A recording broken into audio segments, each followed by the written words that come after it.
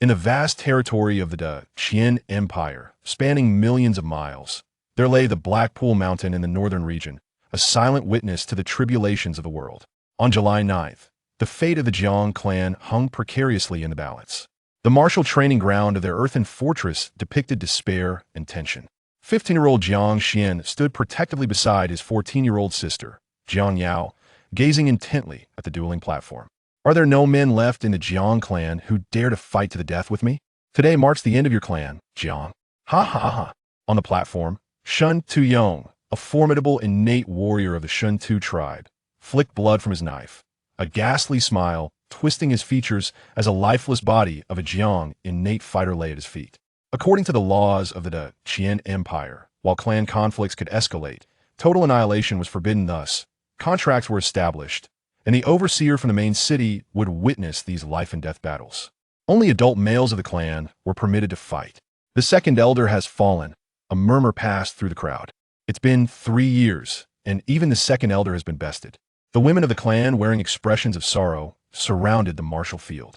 The life-and-death battle was the ultimate contest, determining a tribe's fate. The losers would forfeit everything. Their possessions would belong to the victors, their children forced to adopt the conqueror's surname, and the women rendered to the status of slaves, subjects to degradation and trade. Brother, look. Sister Qinghong is holding a knife. What is she planning to do? Jiang Yao's voice trembled as she sheltered behind Jiang Xuan, her head peeking out in concern. In the crowd to the left stood a striking figure. Jiang Qinghong, a tall and ethereal beauty with skin like fresh snow, gripped her dagger tightly behind her back, her cold gaze fixed upon the platform. She was 4 years older than Jiang Xuan, the object of his long-held affection. She's preparing to take her own life, Jiang Xuan replied, a heaviness settling in his voice as his fists clenched unconsciously. It was not just Jiang Qinghong contemplating this act. Amongst the hundreds of women present, many had resolved to meet the same fate. The more beautiful they were, the bolder their intentions, because defeat was imminent. The battle between the Jiang and Shentu clans had raged for 3 long years. Under the strictures of their customs, the battles occurred only 3 days each month, specifically from the 7th to the 9th, with 10 matches each day, presided over by the overseer from the main city. Over these 3 years, hundreds of core warriors from the Jiang clan had perished. Now, their tribe had nearly exhausted its lineage of male fighters. Of the near 700 Jiang families present, over 600 were women, ranging from elderly matriarchs to children, with the majority being women in their 20s and 30s. While there were a handful of males, they were mostly children or barely teens. Is it true that the Jiang clan lacks men? Ha!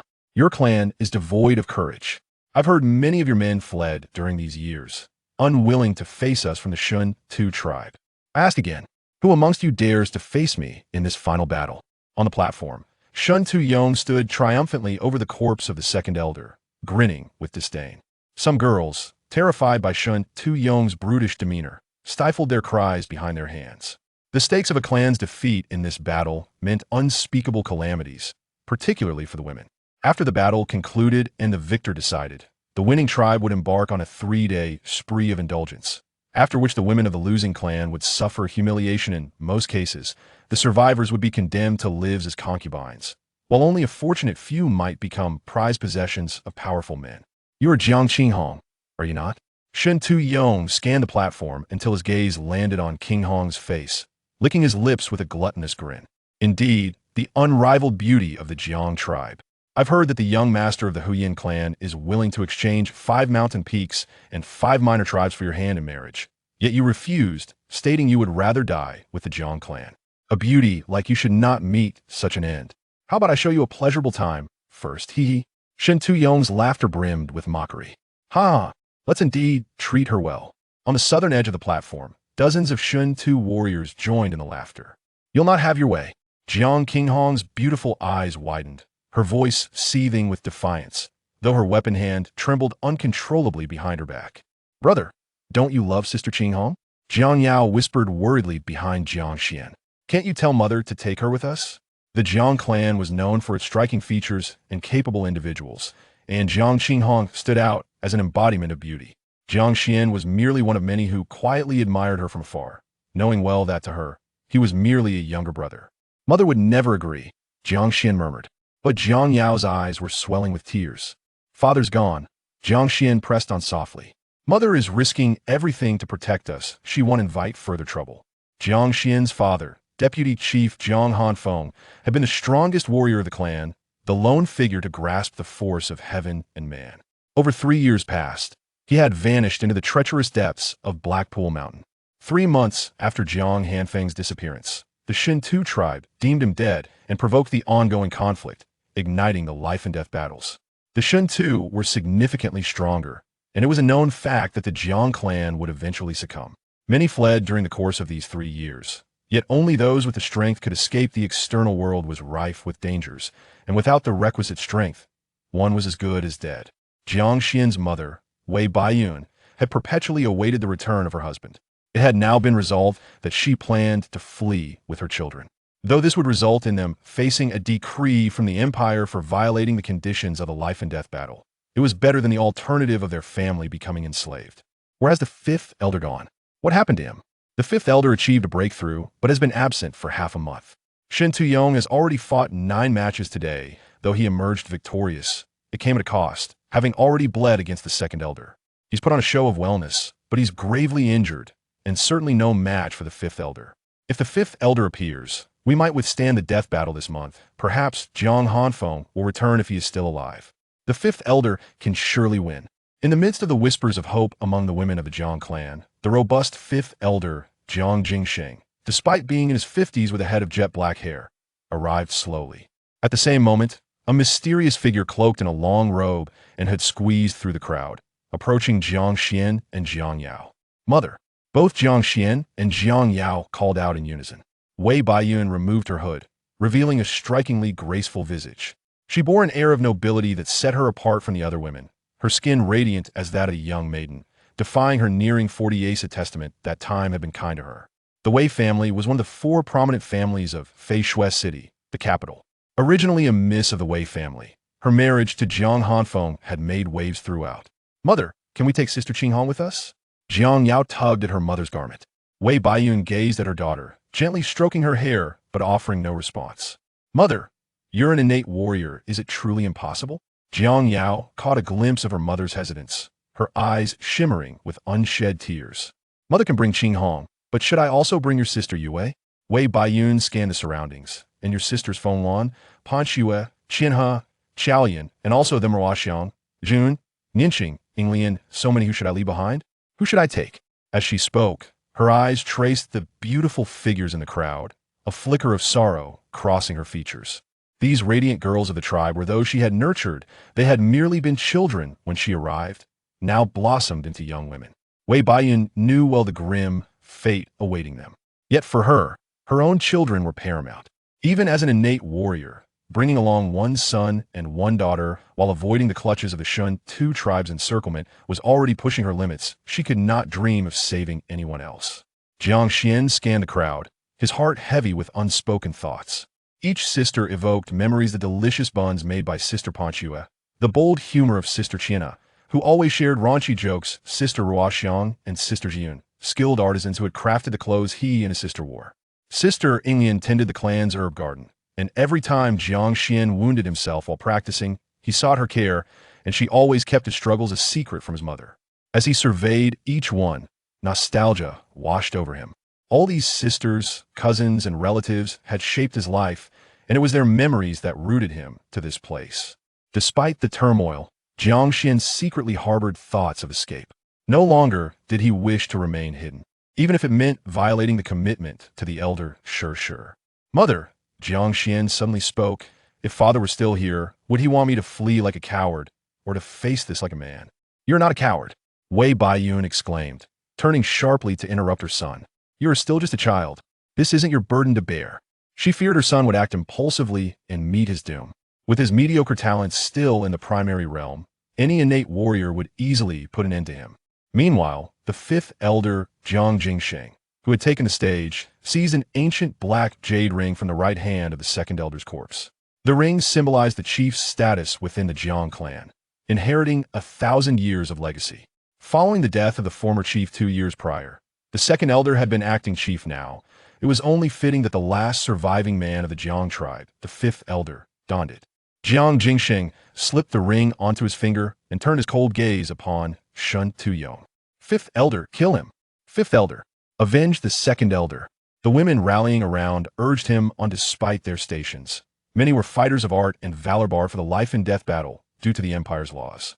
The rules surrounding this battle were decreed by the sovereign Qian, an edict passed down for millennia.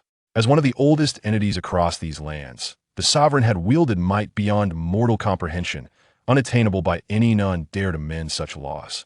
Jiang Jingsheng, so you think you are a man? Shentu Yong laughed derisively, his gaze fixated on Jiang Jingsheng, whose abilities still overshadowed his. Indeed, I am not a man. Jiang Jingsheng's frozen demeanor shattered, replaced with a sycophantic grin. You are right, brave master.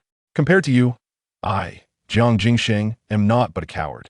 I now represent all members of the Jiang Tribe. We pledge our loyalty to the Shentu Clan. As he spoke, he turned toward the viewing stand to the north, where an exquisitely constructed seat awaited beneath the scrutiny of a black-armored general in his 40s, who sat impassively, observing the unfolding drama. Esteemed overseer, for today's 10th match, I shall withdraw. I concede, Jiang Jingsheng declared respectfully. The overseers were officials specifically appointed by the empire to manage tribes and clans, all possessing capabilities surpassing that of innate warriors when alone could demolish an entire clan. The overseer Lei Hong replied in a detached tone. As an experienced adjudicator of many tribal battles, this betrayal was no surprise to him. The Jiang Clan had never held any hope of victory. In an instant, the training ground fell silent, the sound of a pin dropping audible amid the stunned faces of all Jiang tribe members. He had yielded. He had been bribed. Ha ha, what'd I tell you? The Jiang have no backbone. Ha ha ha ha ha. As Shentu Yong reveled in the acknowledgement of Jiang Jingsheng's submission, he felt a burden lifted, laughing heartily. This is terrible. Wei Baiyun's face shifted remarkably at the revelation. With Jiang Jingsheng betraying the clan and conceding, the 10th match of the life and death battle would see no champion. This would lead to an immediate declaration of defeat for the Jiang tribe, who would be consumed whole by Shentu, the entirety becoming slaves. This disrupted Wei Baiyun's plans to escape with her children. What was supposed to be a month's delay was now shattered. She had intended to find a moment half a month later to flee, but now saw no opportunities left. Let's go. We must leave at once. Hurry. Wei Baiyun urged Jiang Xian and Jiang Yao, her voice barely above a whisper. Wei Baiyun, where do you think you're going? Jiang Jingsheng suddenly turned to confront Wei Baiyun, his gaze fixed on her through the throng. I've had my eyes on you for quite some time. His treachery was unmistakable as he turned to Shentu Yong, grinning. This woman is Jiang Hanfeng's wife, from the prestigious Wei family, though she has been disowned. You have my blessing to enjoy her. A noble lady from a city? Shentu Yong leered at Wei Baiyun, brazenly eyeing her. I've long desired the taste of a high-born lady, and not to mention a rare innate female cultivator. Ha ha! Wei Baiyun's expression turned pale with fury as she gripped her teeth, her anger palpable. Ah, are those your son and daughter? Shentu Yong's eyes glinted with interest as he examined them. Your daughter looks remarkably like you. She's definitely a beauty in the making. TSK, TSK. It has been too long since I've had the pleasure of. How dare you? A thunderous voice cut through Shentu Yong's lewd comments. An imposing figure charged from the throng, leaping several feet onto the platform, his presence exuding fierce vitality. Shentu Yong and Jiang Jingsheng instinctively retreated a step, but when they recognized the intruder, they both erupted in laughter. It appeared to be nothing more than a half-grown boy, driven to wrath upon witnessing the insults hurled at his mother and sister. Chapter 2.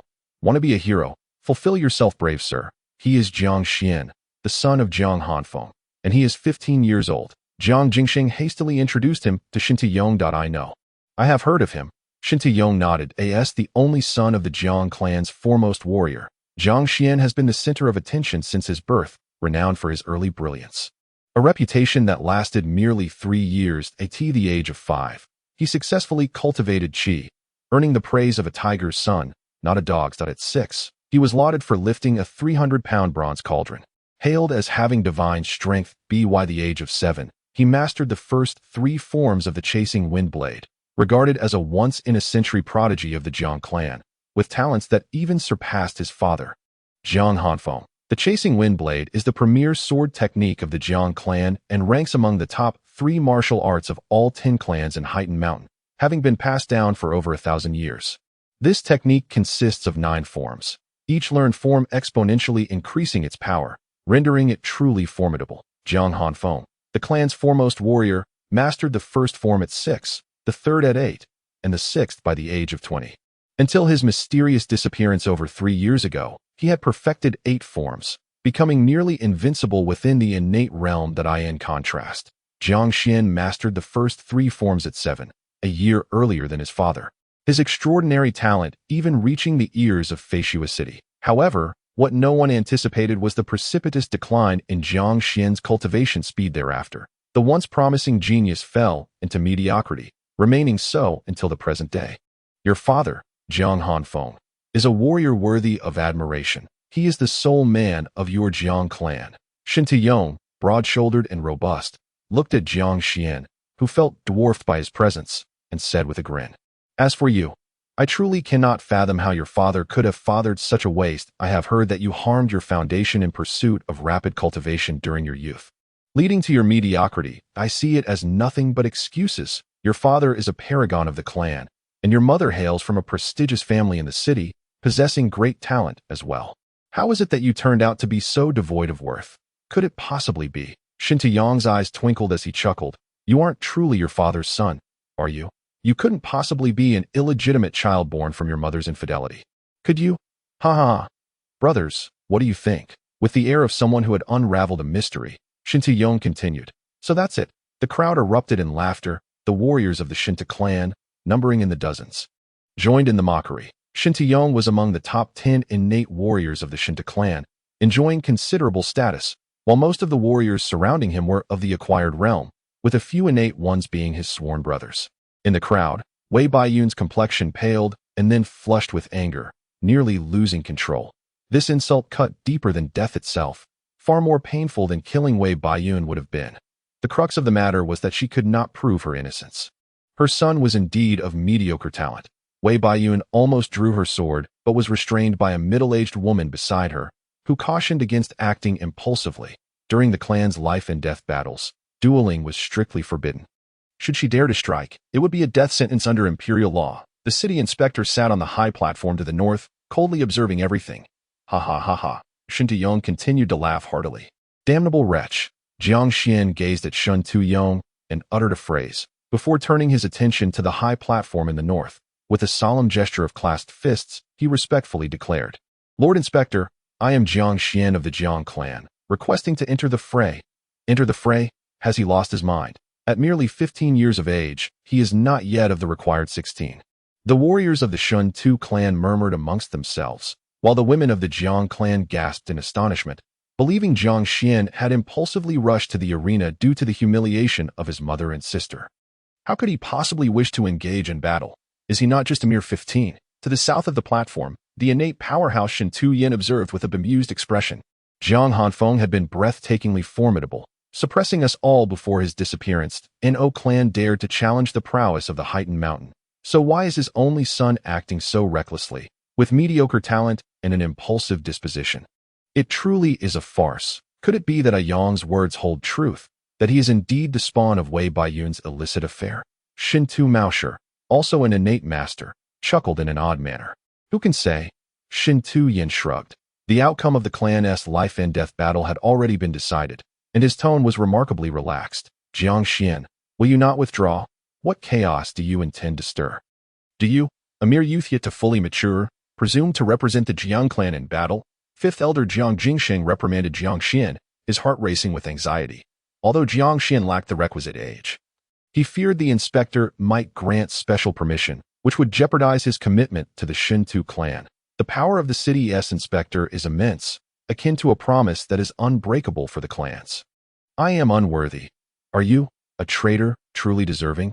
Jiang Xuan shot a piercing glance at Jiang Jingsheng, his cold gaze startling the elder.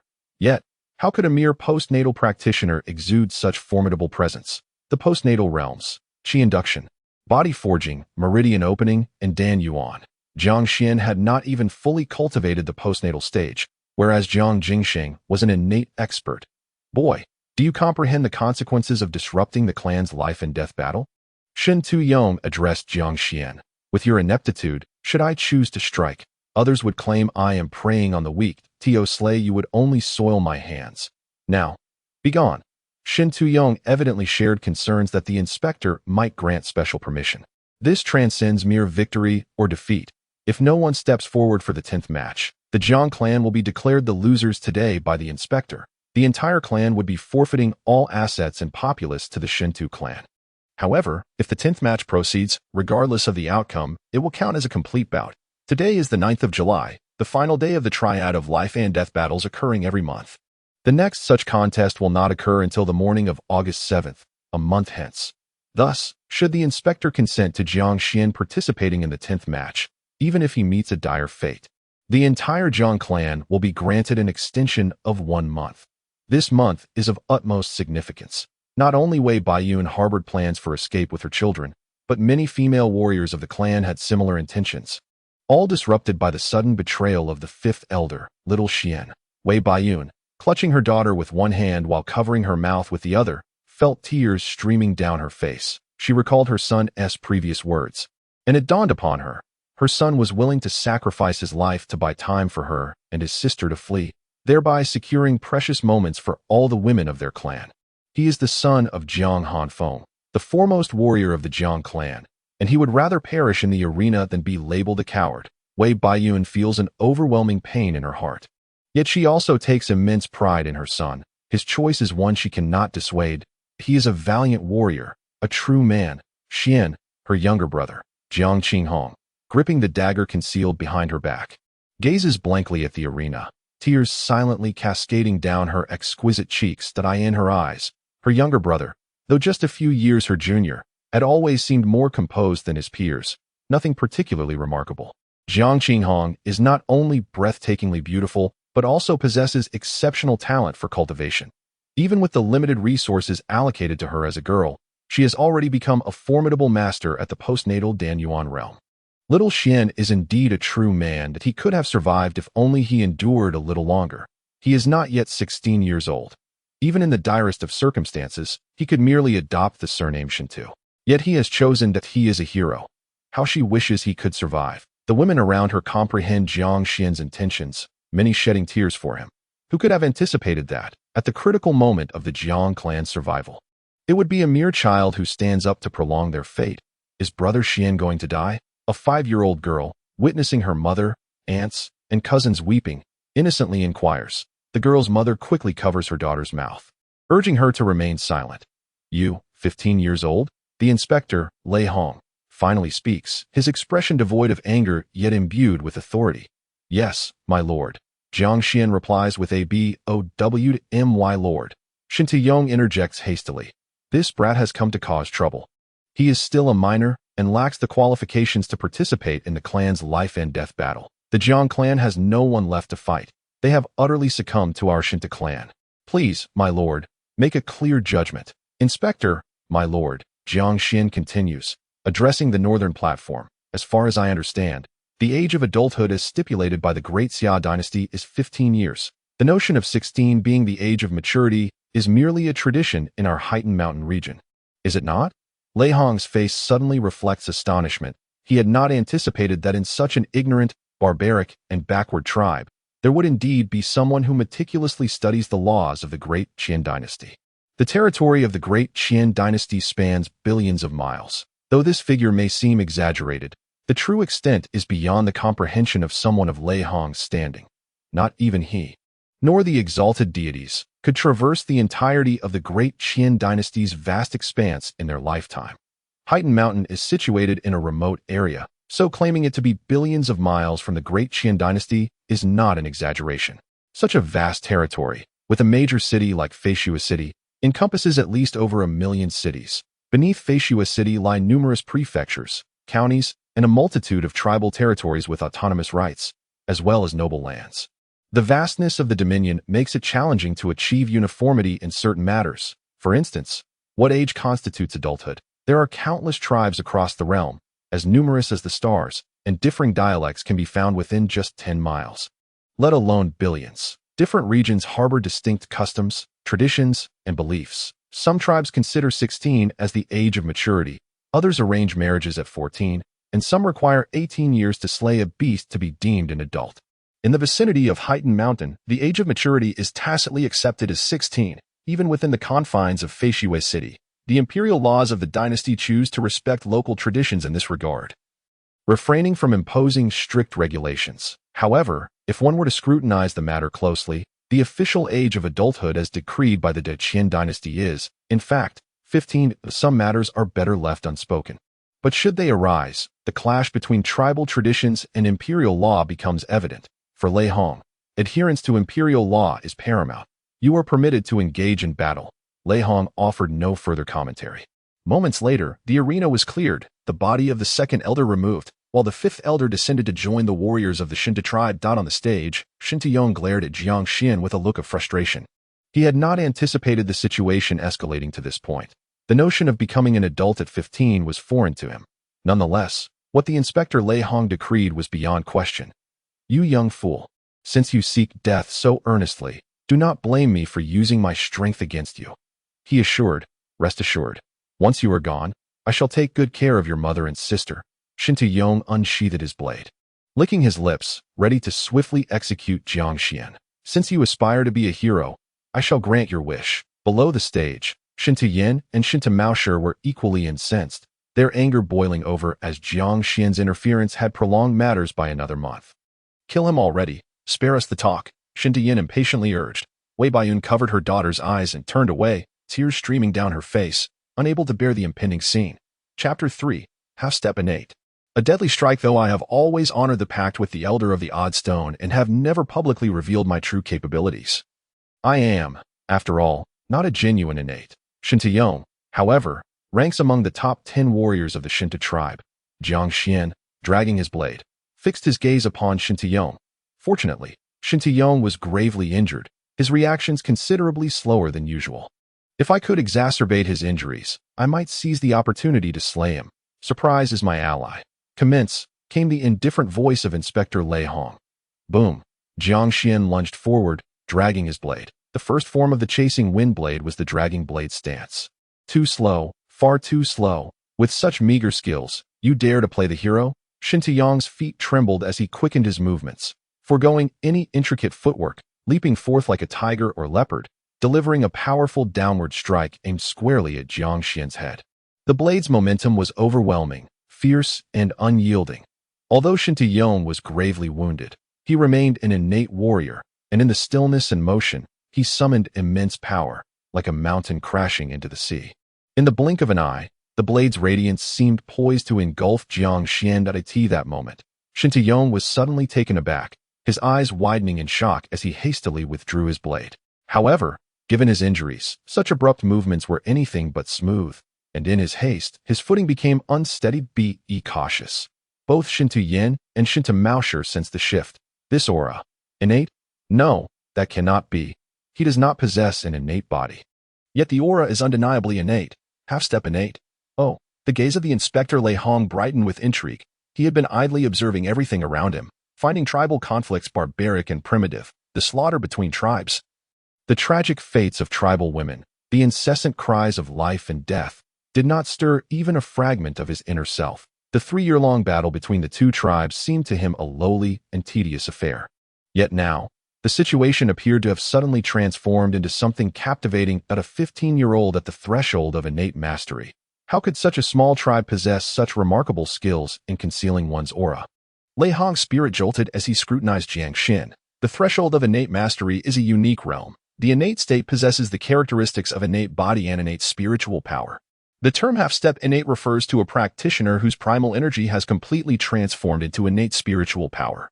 Yet their body remains at the acquired level, not yet achieving the innate body. Such a condition arises only through the cultivation of specialized techniques. Jiang Xuan's blade intent surged dramatically. The ferocity of his strikes relentlessly cleaved towards Shentu Yong. Advancing step by step, it was utterly unexpected. Shentu Yong was taken aback by the sudden emergence of Jiang Xuan's innate aura. Retreating step by step, his footwork disordered and unable to find an opportunity to adjust. He could only meet Jiang Xuan's onslaught with a hard counter. But Jiang Xuan was too fierce and too swift, leaving him no space to defend. The innate spiritual power surged within him like tumultuous waves, causing his meridians to begin suffering damage from the strain. This youth's blade intent was so ferocious, Even a half-step innate practitioner would not exhibit such ferocity. He was recklessly expending his innate spiritual power. With such a style, he would exhaust his energy in a mere moment, and his meridians would inevitably suffer damage. Shentu Mao sure discerned the peril. This boy aims to exploit A Yang's grave injuries to deliver a fatal blow.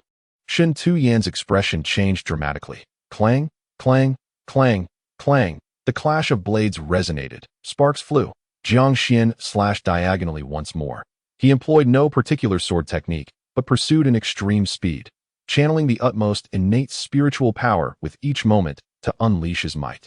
Clang, clang. Shentu Yang retreated 6 steps, receiving 6 strikes. Jiang Yao clapped her hands in delight. Her palms reddened from the fervor. He has slain Shentu Yang, the middle-aged female warrior, resplendent and robust in her leather armor, exclaimed with joy, while her son, merely 8 or 9 years old, gazed at the stage with wide-eyed admiration for his elder brother Xian, the tender age of 15. Truly, he is the son of Han Feng. The venerable matriarch, aged over 70, wept profusely, her cane thudding emphatically against the ground. My heavens! He has triumphed. A mere 15-year-old, a half-step innate. The women of the Jiang Clan buzzed with excitement, fully aware of the implications of a 15-year-old half-step innate. This extraordinary realm signified that Jiang Xuan's ascension to innate strength was merely a matter of time. His father, Jiang Hanfeng, had broken through to innate level at 18, without ever experiencing the half-step innate stage. According to legend, a half-step innate cultivator's internal spiritual energy naturally nourishes the body, leading to true innate transformation within a span of 2 years. Jiang Xuan might become innate at 17 or even 16. This would shatter the record set by his father, Jiang Hanfeng, a once-in-a-century genius of the Jiang Clan, undoubtedly. Meanwhile, over 50 warriors from the Shentu clan stood in a state of disbelief.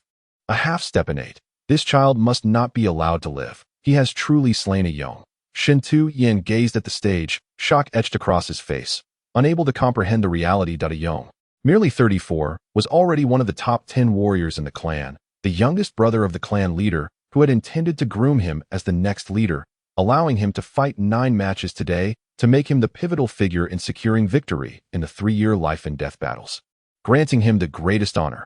Yet, he has been slain.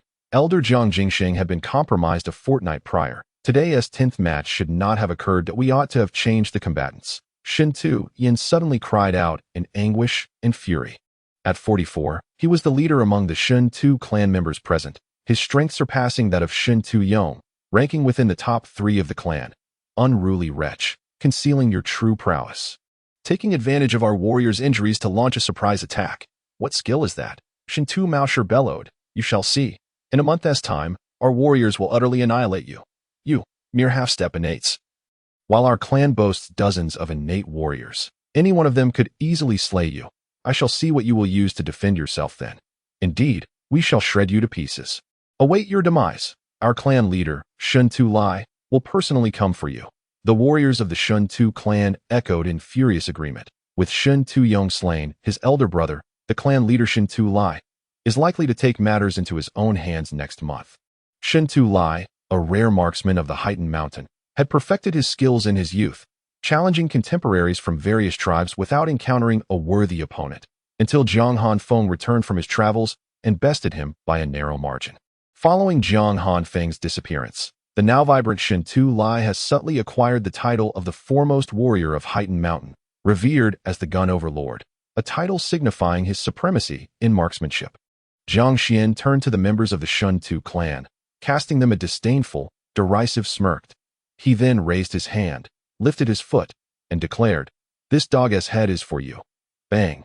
Jiang Xuan kicked the severed head of Shentu Yang out, the round object rolling towards the members of the Shentu tribe.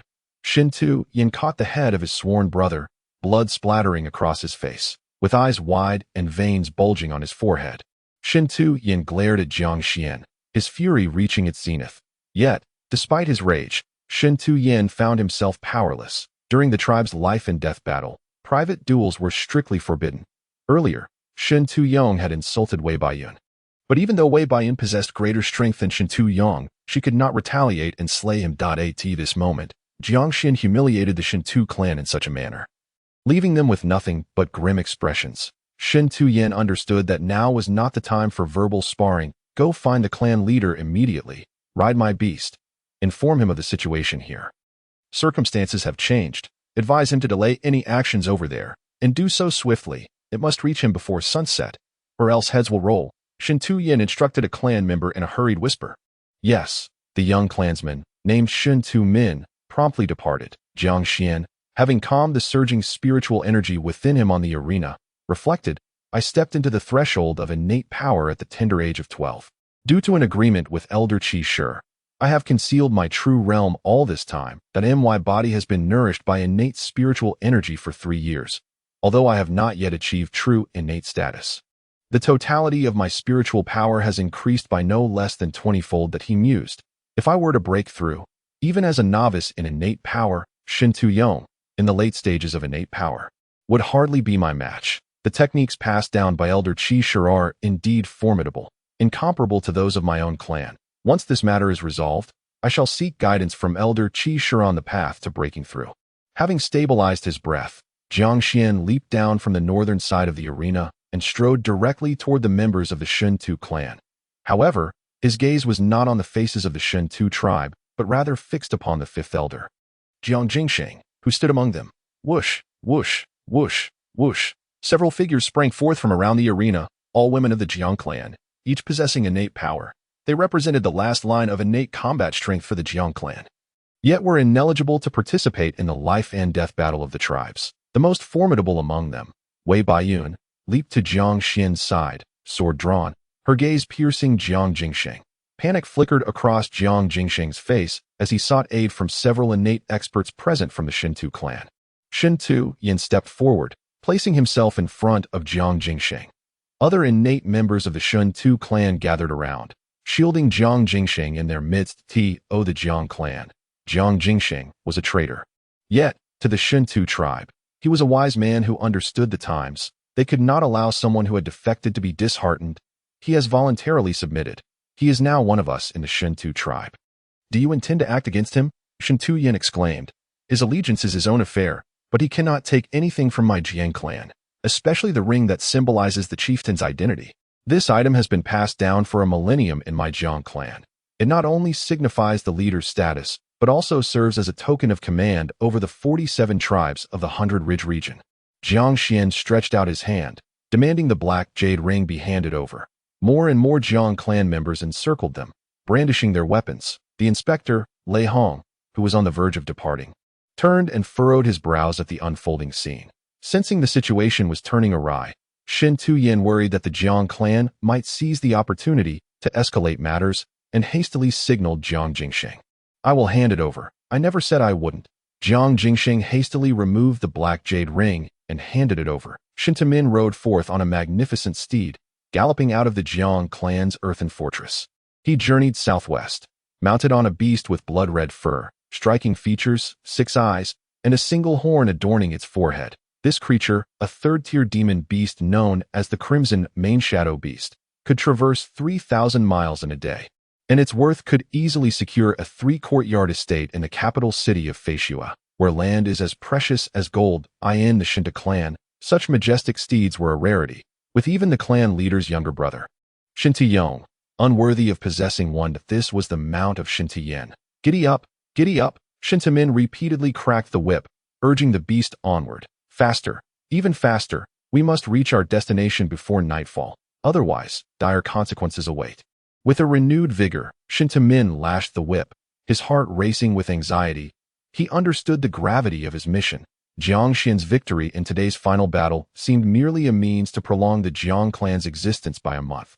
Yet its ramifications extended far beyond that, as it also disrupted the Shentu clan's meticulously laid plans. As a core member of the Shentu clan, Shentu Min was privy to the true motives behind the sudden declaration of war against the Jiang clan.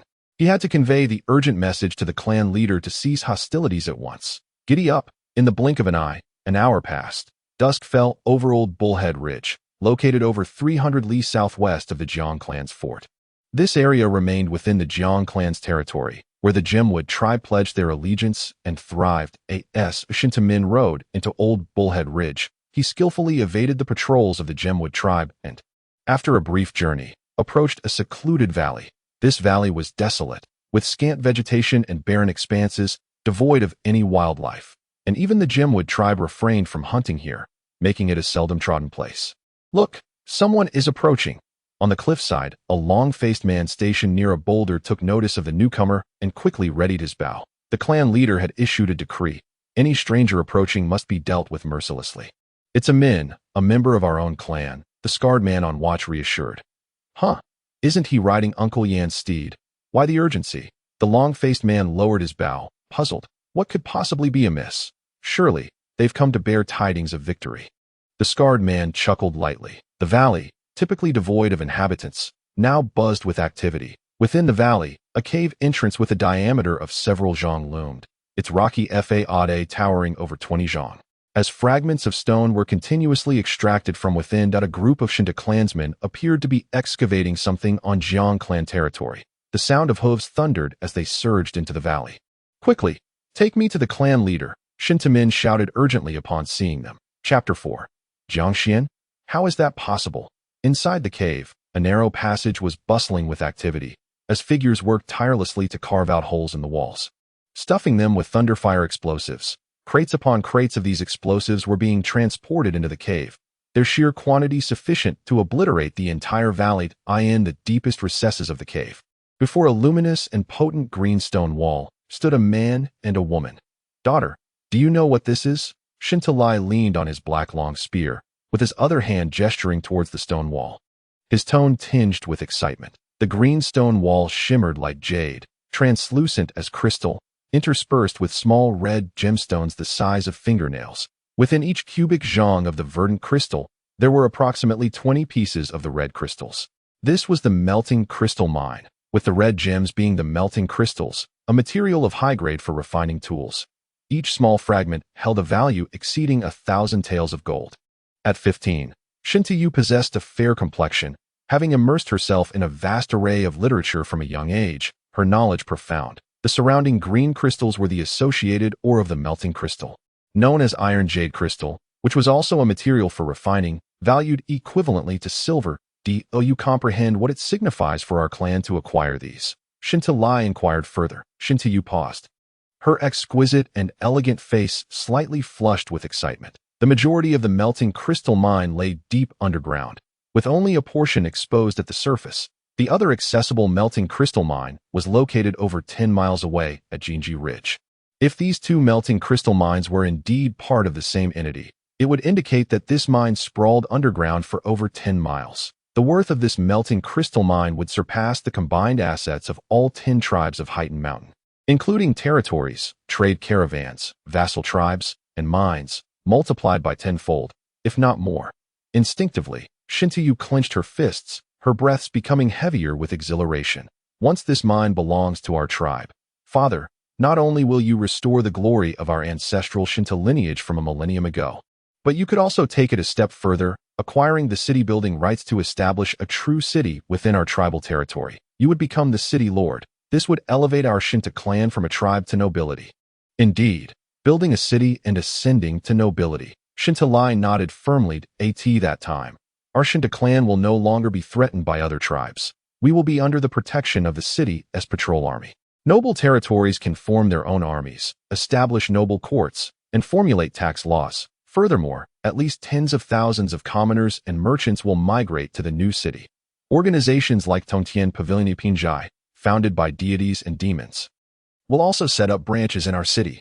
Both father and daughter were filled with excitement. The living conditions of tribal clans had always been harsh, plagued not only by tribal conflicts but also by the threat of monstrous beasts. These formidable creatures possessed intellect rivaling that of humans. They understood how to seek advantage and avoid harm, refraining from attacking imperial cities or the strongholds of powerful noble clans. Instead, they targeted the lands of tribal clans for sustenance. Historically, any of the 10 clans of Heightened Mountain had faced incidents of monstrous beasts invading their tribal fortifications, resulting in severe casualties, often claiming over half of their population. Such attacks in the wild were even more frequent. The aspiration to build a city and ascend to nobility had been the greatest wish of the leaders of all clans throughout generations at Heightened Mountain. Truly, our Shentu clan is destined for greatness. Shentu reflected. 3.5 years ago, your second uncle, while pursuing bandits into the territory of the Jiang Clan, stumbled upon this melting crystal mine. The aura of the melting crystal mine intensifies over time. We assumed the Jiang Clan would eventually discover it, but unexpectedly, Jiang Hanfeng suddenly went missing. It appears that fate is favoring our Shentu clan. Alas, it is unfortunate that my second uncle is no longer with us. Shentu sighed. Indeed, he is no longer with us, along with your Uncle San, Uncle Li, Uncle Qing, and Uncle Wanjun. Over the past 3 years, half of the valiant warriors of the Shentu clan have departed. Shentu Lai spoke with eyes ablaze, his voice rising. Yet he declared that all of this was worth it. We have triumphed in our battle against the Jiang clan. Today, we shall seize everything, including this crystal mine. With this mine, the fate of the Shentu clan will be irrevocably transformed. We shall construct a true city and ascend to nobility. What previous Shentu leaders could not achieve, I, Shentu Lai, shall accomplish, he asserted. His hand caressing the verdant stone wall, the iron jade crystal felt warm to the touch, unlike the coldness of rock, yet it was far more resilient. Father, I have a suggestion. Shentu spoke. Speak, my daughter. Shentu Lai responded, casting a glance at her. The newly established city shall be named Lai City. What say you? Shentu you proposed. Lai City. Shentu Lai's eyes sparkled with delight, and he burst into hearty laughter. Ha ha ha, splendid. Let it be called Lai City. His body trembled with excitement, a tea present. Shentu Lai is already regarded by some as the foremost warrior of Heighten Mountain. Invincible by nature, should he accomplish the monumental feat of leading the clan to nobility, he will undoubtedly be immortalized in history, celebrated by generations to come. Naming the forthcoming noble city after himself is clearly a more illustrious means than inscribing his name upon a stone tablet. Buzz. The green stone wall suddenly resonated with a pulsating energy that had already been emanating a powerful aura. But after this tremor, its intensity surged to another level, perceptible even to those outside the cave. The aura has intensified once more, Shentu observed. In no more than half a month, the essence of this crystal mine will be felt by those miles away, rendering it impossible to conceal. It matters not, Shentu Lai mused with a smile. We have already prevailed, seizing all the territory of the Jiang clan. Everything within that land now belongs to us, the Shentu clan. There is no need to wait another half-month. Today, as the sun sets, we shall blast open this valley. The iron jade crystal is immensely hard, requiring several days of intense fire before it can be mined. We no longer need to hide it. Indeed, Shentu nodded. Once the first batch of crystal is extracted and its quality confirmed, the Tontian Pavilion will likely dispatch someone post-haste to discuss collaboration. Clop, clop, clop, the sound of urgent footsteps. Chief, chief, Shentu Min, having ascertained Shentu Lai's presence at the cave entrance, rushed over. Moments later, with a resounding crash, Shentu Lai, his knuckles pale as he gripped his spear, slammed it heavily into the ground. His countenance ashen, he bellowed. What did you say? Repeat that. Jiang Xuan won the last match. And brave uncle has been beheaded. The young Shentu Min spoke with trepidation. The inspector said we shall battle again in a month. Jiang Hanfeng's son, he has slain my last brother. I had intended to treat him with mercy. How dare he show his face? 15 years old. 15 years old. Shentu Lai's visage twisted with a ferocious rage. He suddenly turned, his black spear raised in an instant, violently striking against the green stone wall. Yet the iron jade crystal is 100 times harder than rock. Only through special means can it be mined. Shentu Lai unleashed a furious blow, but it merely caused a few small fragments to chip away from the verdant wall. Shentu Min, paralyzed by fear, hung her head low. You go and inform the outside. The mining plan is cancelled. Shentu calmly instructed Shentu Min.it cannot be detonated. This territory still belongs to the Jiang Clan. If they become aware that such a mine exists within their domain, the Jiang Clan would acquire unimaginable wealth, which could spell disaster for the Shentu Tribe. Shentu Min departed as though granted a reprieve. Father, what shall we do now? Shentu turned to his father. In the earthen city of the Jiang Clan, at the rear mountain, the sky was shrouded in darkness. Deep within the dense forest, Jiang Xuan leaned against a large stone. Sitting cross-legged on the ground, his palms facing the heavens, several pools of blood stained the earth before him. Spitting blood once more, Jiang Xuan thought to himself, no matter how powerful a half-step innate master may be, killing a true innate being is an arduous task. My ability to slay Shentu Yong was due to the techniques imparted by the ancient stone elder and my reckless application of innate spiritual energy. However, I am not yet an innate body, and my meridians are severely damaged. Jiang Xuan opened his eyes, wiped his mouth, and stood up. His complexion was significantly better than when he first arrived at the rear mountain. His injuries had stabilized. After the conclusion of today's life-and-death battle for the tribe, Jiang Xuan had secluded himself in the rear mountain to heal, forbidding anyone from disturbing him as the last man of the Jiang Clan. He had emerged victorious in the life-and-death battle, elevating his prestige within the tribe from ordinary to extraordinary. Even the clan token, the black jade ring, which he had sought from Jiang Jingsheng, was now worn upon his hand. When he declared no interruptions, none dared to disturb him. Wei Baiyun had 1,000 questions to pose to her son, but had to swallow her words for the moment. Healing was of utmost importance. Ancient Stone Elder, are you present? Jiang Xuan turned to the moss-covered stone, which stood about half a zhang in height, tapering at the top and widening at the base, resembling a minuscule mountain peak. Such naturally shaped extraordinary stones were not particularly rare within the tribal territory, as the mountains were replete with stones, and a few uniquely shaped ones could always be found. However, Jiang Xuan's stone was different. This stone had lingered in the rear mountain of the Jiang clan's earthen city for countless ages. Jiang Xuan's grandfather had mentioned that it had been there since his childhood, its unique shape prompting inquiries. 8 years prior, 7-year-old Jiang Xuan had moved many heavy objects to build his strength point one day. He attempted to shift this mountain-like extraordinary stone. His palm was cut, and blood dripped onto the stone.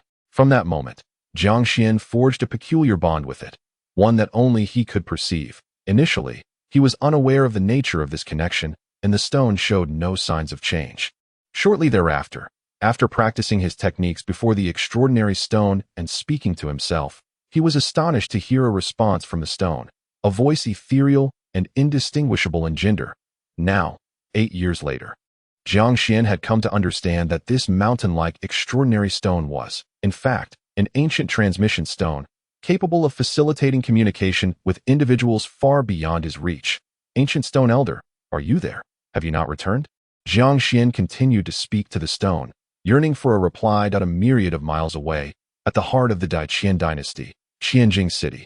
This grandiose city, sprawling over a vast expanse of 100,000 miles, boasts towering walls that soar to tremendous heights, resembling a celestial palace that reaches towards the heavens. Within its confines resides a population exceeding 100 million souls at each of the 4 gates. 8 colossal puppet sentinels stand guard. Each golden giant surpasses the city walls, looming like mountains, clad in heavy armor and wielding immense axes, capable of mercilessly vanquishing any deity or demon that dares approach. From the vantage of these towering sentinels, the figures entering and exiting the gates appear as mere specks of dust, akin to mortals gazing down at ants. They exist as near-divine beings, yet serve merely as the laborers tasked with guarding the gates of Qianjing City.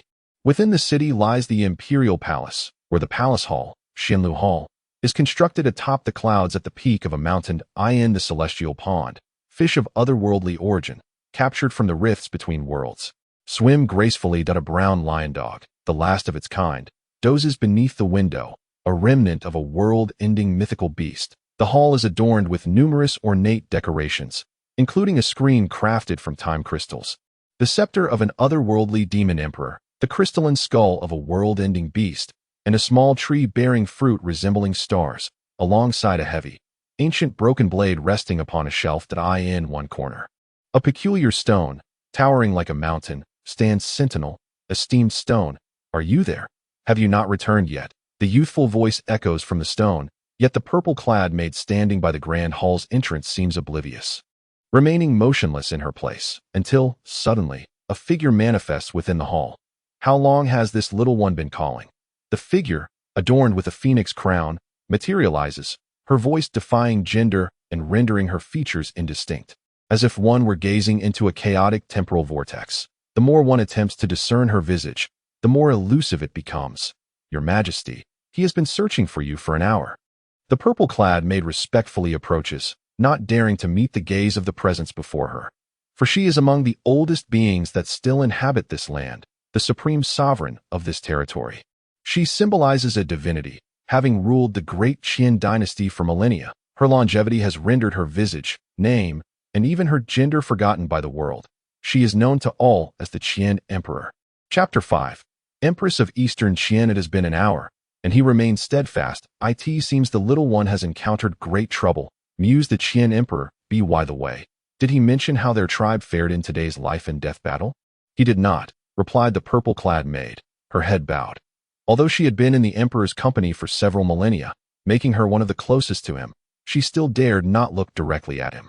The emperor's majesty is imbued with the fortune of the entire dynasty that it is likely that they have faced defeat once more. If no one is left to fight next month, his mother may well lead him and his sister into exile. The Qian emperor approached the ancient communication stone, a relic he had unwittingly acquired during an expedition to ruins 17,000 years ago. The term ancient refers to the period between 100,000 and 300,000 years ago. Even then, communication stones were categorized by rank, with the pinnacle being the Wujian communication stone, a treasure reserved for the foremost sects of antiquity. However, in the present day, such stones have lost their significance. The most advanced communication artifacts can be reduced to the size of a paper talisman or a jade tablet, achieving effects equivalent to that of the ancient Wujian communication stone. This is the collection of antiques from the Qianhuang dynasty. Although the crafting techniques are somewhat primitive, rarity bestows value, and this ancient sound stone, with its distinctive shape, was placed in the emperor's inner palace millennia ago as a decorative piece resembling a miniature mountain that can be regarded purely as an ornament. The soundstones are typically forged in pairs, designed for mutual communication. While the Qianhuang obtained one, finding its corresponding counterpart seems nearly impossible. Such an item is intended for long-distance communication, and the other must lie billions of miles away, the precise location of which remains elusive.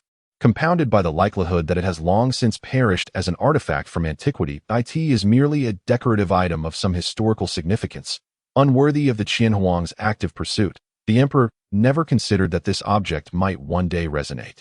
The third form of the wind-chasing blade is exceedingly challenging.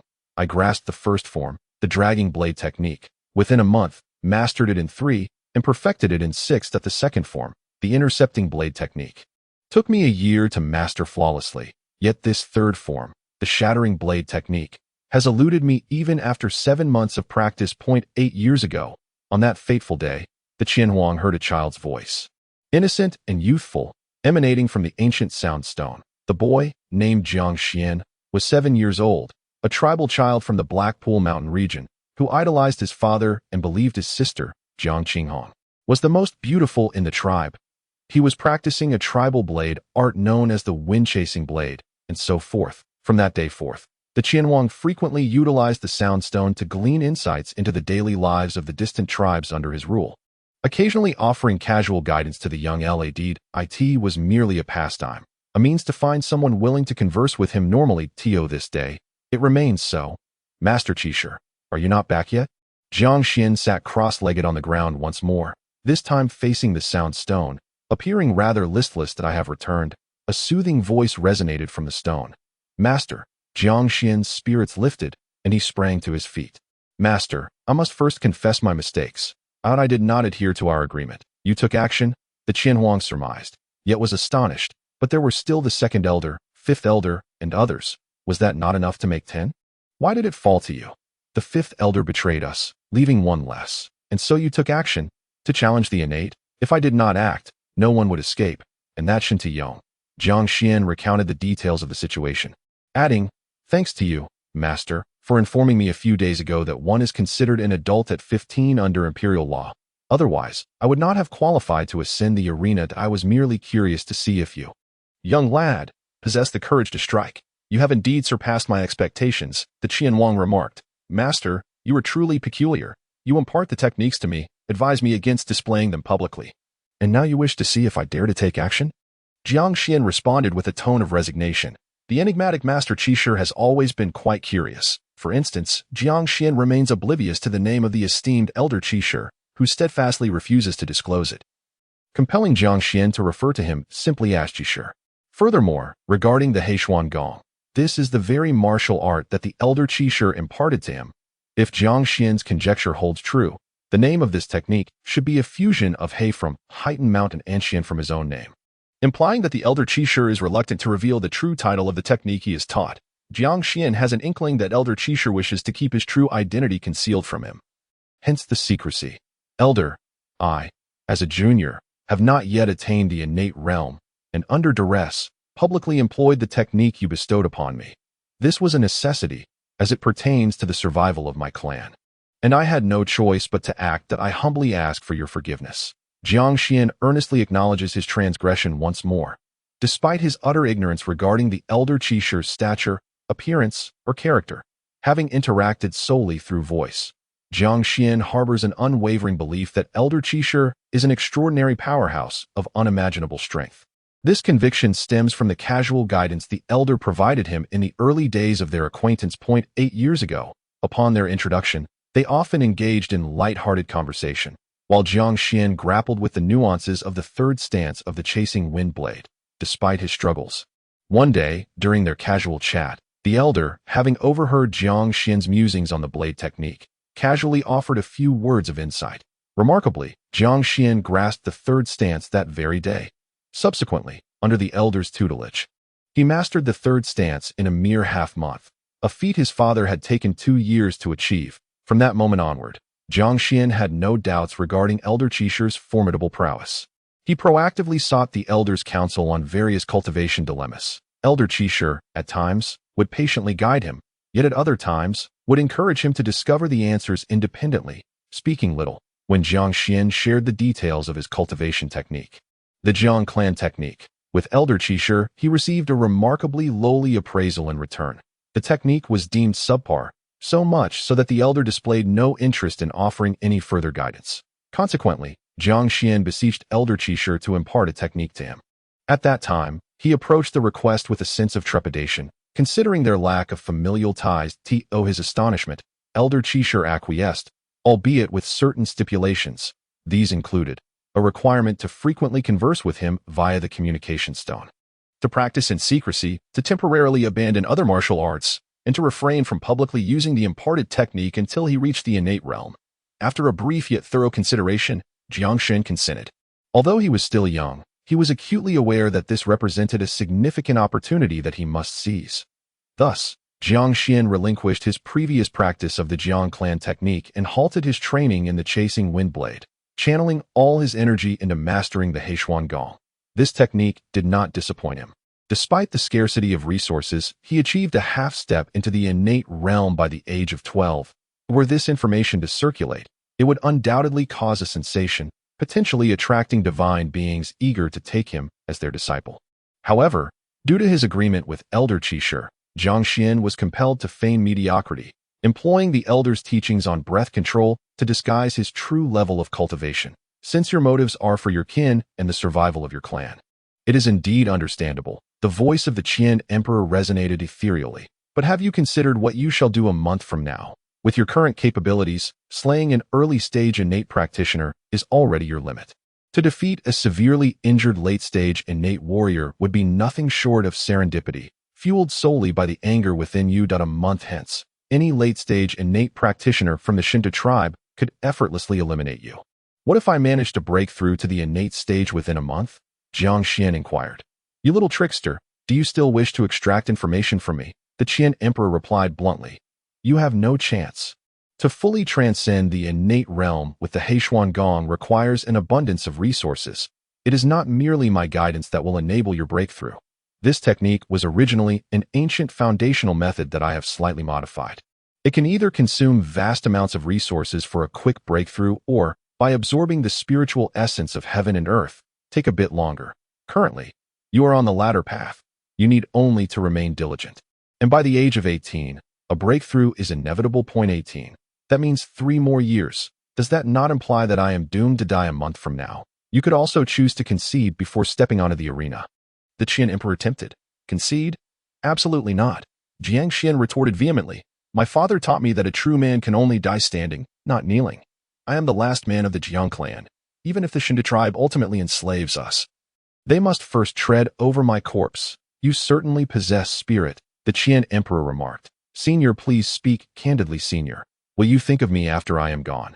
The ethereal voice fell silent for a moment before responding. Spare me your theatrics. I never claimed you would definitely perish, Pa.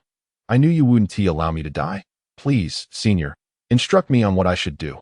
Practice with the blade. Practice with the blade? Jiang Xuan felt a surge of energy, yet confusion lingered. Senior, can you convey sword techniques through the communication stone? The communication stone cannot transmit skills or techniques. Swordplay encompasses not only mantras, but also diagrams of stances. And the stone can only relay mantras and mental formulas, not visual diagrams. Of course, I cannot impart my sword techniques to you. The Qian Emperor stated. So, what you mean is you should cultivate your tribes chasing Windblade. Though somewhat rudimentary, it will suffice. Additionally, I shall impart to you a breathing technique. Should you comprehend it, your understanding of skills will greatly enhance, potentially even multiplying your aptitudes several times over. The Qian Emperor's voice was both ethereal and casual. Breathing technique? Jiang Xuan was momentarily bewildered. What is a breathing technique? Can it truly enhance aptitude? Aptitude is a form of talent. Can talent also be elevated? In the Xianlu Palace, the purple-clad maid's body trembled violently. She still dared not raise her head to glance at the Qian Emperor, her eyes wide in disbelief as she stared at the ground. Has His Majesty finally decided to share the breathing technique? But why pass it to Jiang Xuan? He has never even heard of such a technique. For in this world, from ancient times to the present, no such breathing technique exists. It is a creation of the Qian Emperor himself. 12,000 years ago, the Qian Emperor conceived the idea of the breathing technique, began preliminary deductions a millennium ago, and only in the last decade has it been fully realized. There exists but one set of breathing techniques in this world, and the Qian Emperor has only recently perfected it. Her Majesty once proclaimed that she had devised a breathing technique, honed over countless years, which genuinely enhances one's comprehension of cultivation. Should this knowledge disseminate, the collective strength of this realm would be augmented by several folds. Not only would it diminish the challenges faced by mortals in ascending to divine or demonic states, even the gods and demons could harness this technique to elevate their grasp of mystical powers. This represents a monumental achievement surpassing the ancient saints, and serves as the cornerstone for elevating this world into a grander existence. The purple-clad maid pondered in confusion. Chapter 6. The one and only Rui breathing technique. Breathing techniques, in essence, are methods that enable individuals to maintain their optimal state of cultivation, while also unlocking their latent potential. One might consider this technique as an enhancement of one's innate gifts. However, it merely awakens the hidden talents that one already possesses but is yet to utilize. The Emperor Qian offered a succinct explanation that is there truly such a method to awaken hidden talents, to amplify comprehension several times over? Jiang Xuan was astounded. Each individual is unique, and the extent of enhancement varies from person to person. Some may increase their understanding by merely a fraction, while others could experience a multiplication of several times. The Emperor Qian expounded that in fact, these are merely her extrapolations. Within her predictions, there even exist instances where enhancements could reach dozens of times. Though the likelihood of such occurrences is exceedingly low, she does not anticipate this happening for Jiang Xuan. Hence she refrained from mentioning it. Even a modest increase would be nothing short of miraculous. Jiang Xuan's eyes widened. Sometimes, the grasp of martial techniques hinges on that slight edge. Just a bit more comprehension could lead to enlightenment. An increase in understanding by even a fraction could delineate the chasm between mediocrity and genius, let alone a potential several-fold enhancement. How could this be possible? I have never heard of such breathing techniques before. Senior, you never mentioned this method to me. Over the past 8 years, Emperor Qian had imparted numerous cultivation insights to Jiang Xuan. Thus, despite being a youth from the tribe, he possessed considerable knowledge. Must you delve so deeply? The ethereal voice revealed a hint of irritation. It's not that. Will you teach me? Yes. I wish to learn. Please, senior, instruct me. I can teach you, but as per our customary agreement, we must establish 3 rules first. As you say, senior. First, do not speak of the breathing technique to anyone. It must remain confidential. Second, you must commit to diligent practice. Finally, should you encounter any difficulties during your training, you must inform me immediately. An hour later, Emperor Qian had completely imparted the Rui breathing technique to Jiang Xuan. The two concluded their communication. Ronger, I am aware that you are filled with questions. Feel free to inquire. Emperor Qian glanced at the purple-clad maid and then gracefully approached the long table to the north. She had endured too long in her lofty solitude. None dared engage her in casual conversation, not even the closest of attendants, unless she initiated it. Your Majesty, the maid Ronger followed closely in the emperor's wake. Given your regard for this young lad, why not bring him to the imperial capital? Bring him?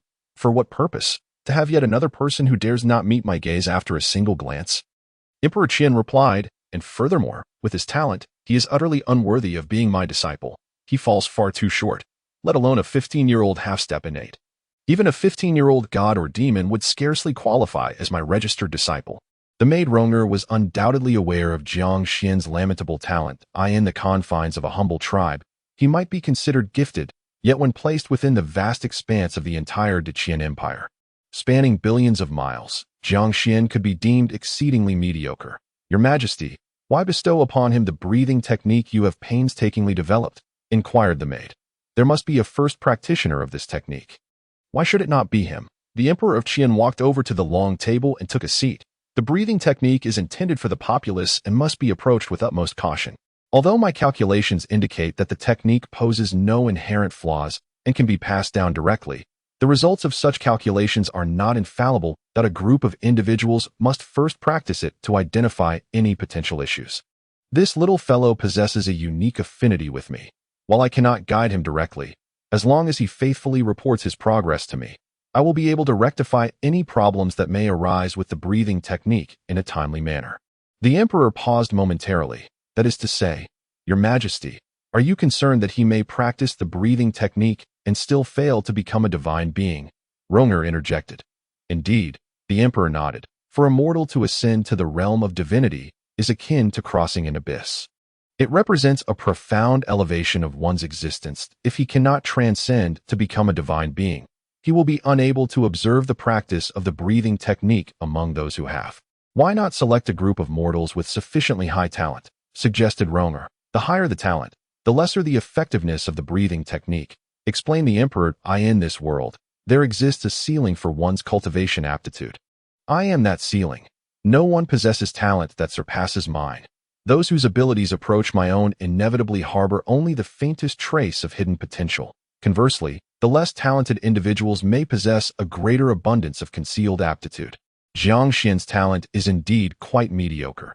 It is precisely for this reason that he may harbor a greater reservoir of hidden potential, perhaps manifesting as a mere fraction or even several multiples of his current abilities. Yet, even if his talent were to increase several-fold, it would be exceedingly challenging for him to become a divine being. In truth, the Emperor harbored no particular expectations. Her decision to pass the breathing technique to Jiang Xuan was more a matter of circumstance given his current plight.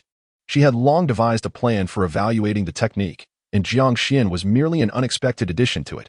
The Emperor had never been particularly concerned with the lives and deaths of mortals. Her perspective was more one of overlooking the masses. Yet, Jiang Xuan was ultimately somewhat different. Their acquaintance spanned 8 years, making him her only friend. Indeed, even if his talent were to increase several-fold, it would still be arduous for him to ascend to divinity. Ronger contemplated, however, if his talent could elevate by dozens or even hundreds of times, then even in the absence of ample cultivation resources, achieving divinity would not be insurmountable. If he were truly capable of such an enhancement, it would imply that he is a once-in-a-millennium prodigy, hindered only by the inherent flaws within the cultivation methods of this world. The Emperor shook her head as she spoke. With billions of subjects in Deqian, the mere fact that he can converse with me through the ancient soundstone is already remarkable. Is it plausible that he is that once-in-a-millennium genius, capable of assisting me in perfecting the breathing technique? Such a fortunate coincidence seems improbable. Indeed, it appears rather unlikely. The maid, Ronger, concurred, declaring it utterly impossible. The Emperor Qian proclaimed. On the 12th of July, at noon, in the mountainous region behind the earthen city of the Jiang Clan, Wei Baiyun set down the food box. Subsequently collecting the empty container, she cast a lingering glance at her son, who was seated cross-legged in meditation, concentrating on his recovery, before turning away without disturbing him. 2 hours later, this breathing technique not only clarifies my mind and sharpens my thoughts, but it also accelerates the healing of my meridian injuries. Now, I have nearly recovered. The benefits I am experiencing extend far beyond mere comprehension. Jiang Xuan opened his eyes, exhaling a sigh of relief. With just half a day more, I shall have achieved a preliminary mastery of the breathing technique. I am quite hungry. Rubbing his stomach, Jiang Xuan rose and approached the replenished food box. Then settled back down cross-legged. He opened the box and gazed at the sumptuous dishes within, which were plentiful and satisfying, and a smile graced his lips. He knew that these delicacies had been lovingly prepared by his mother. Jiang Xuan had been in seclusion for 3 days. 2 mornings prior, Wei Baiyun had brought him food for the first time, and the mother and son had exchanged words. Jiang Xuan concocted a tale about encountering a mysterious old man at the age of 7 who imparted a technique to him, deftly glossing over his concealed status of being half a step into the innate realm. Thereafter, he continued his practice of the Rui breathing technique under the guise of healing. Wei Baiyun did not pry further. Recognizing the importance of her son's recovery, Jiang Xuan first took a piece of pastry from the food box and popped it into his mouth, then retrieved a note. "My son, I have taken Yaoer into the city to visit your maternal grandfather." After reading the note attentively, Jiang Xuan furrowed his brow. To seek out grandfather. The Wei family in Feishuo City had long since disowned Wei Baiyun. Jiang Xuan understood that his mother's visit would likely yield little result.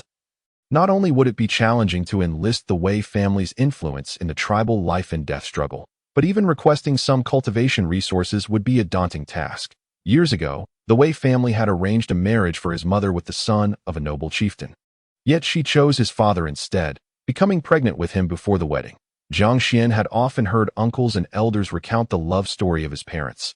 Thus, he was acutely aware that the Wei family regarded this as a profound humiliation.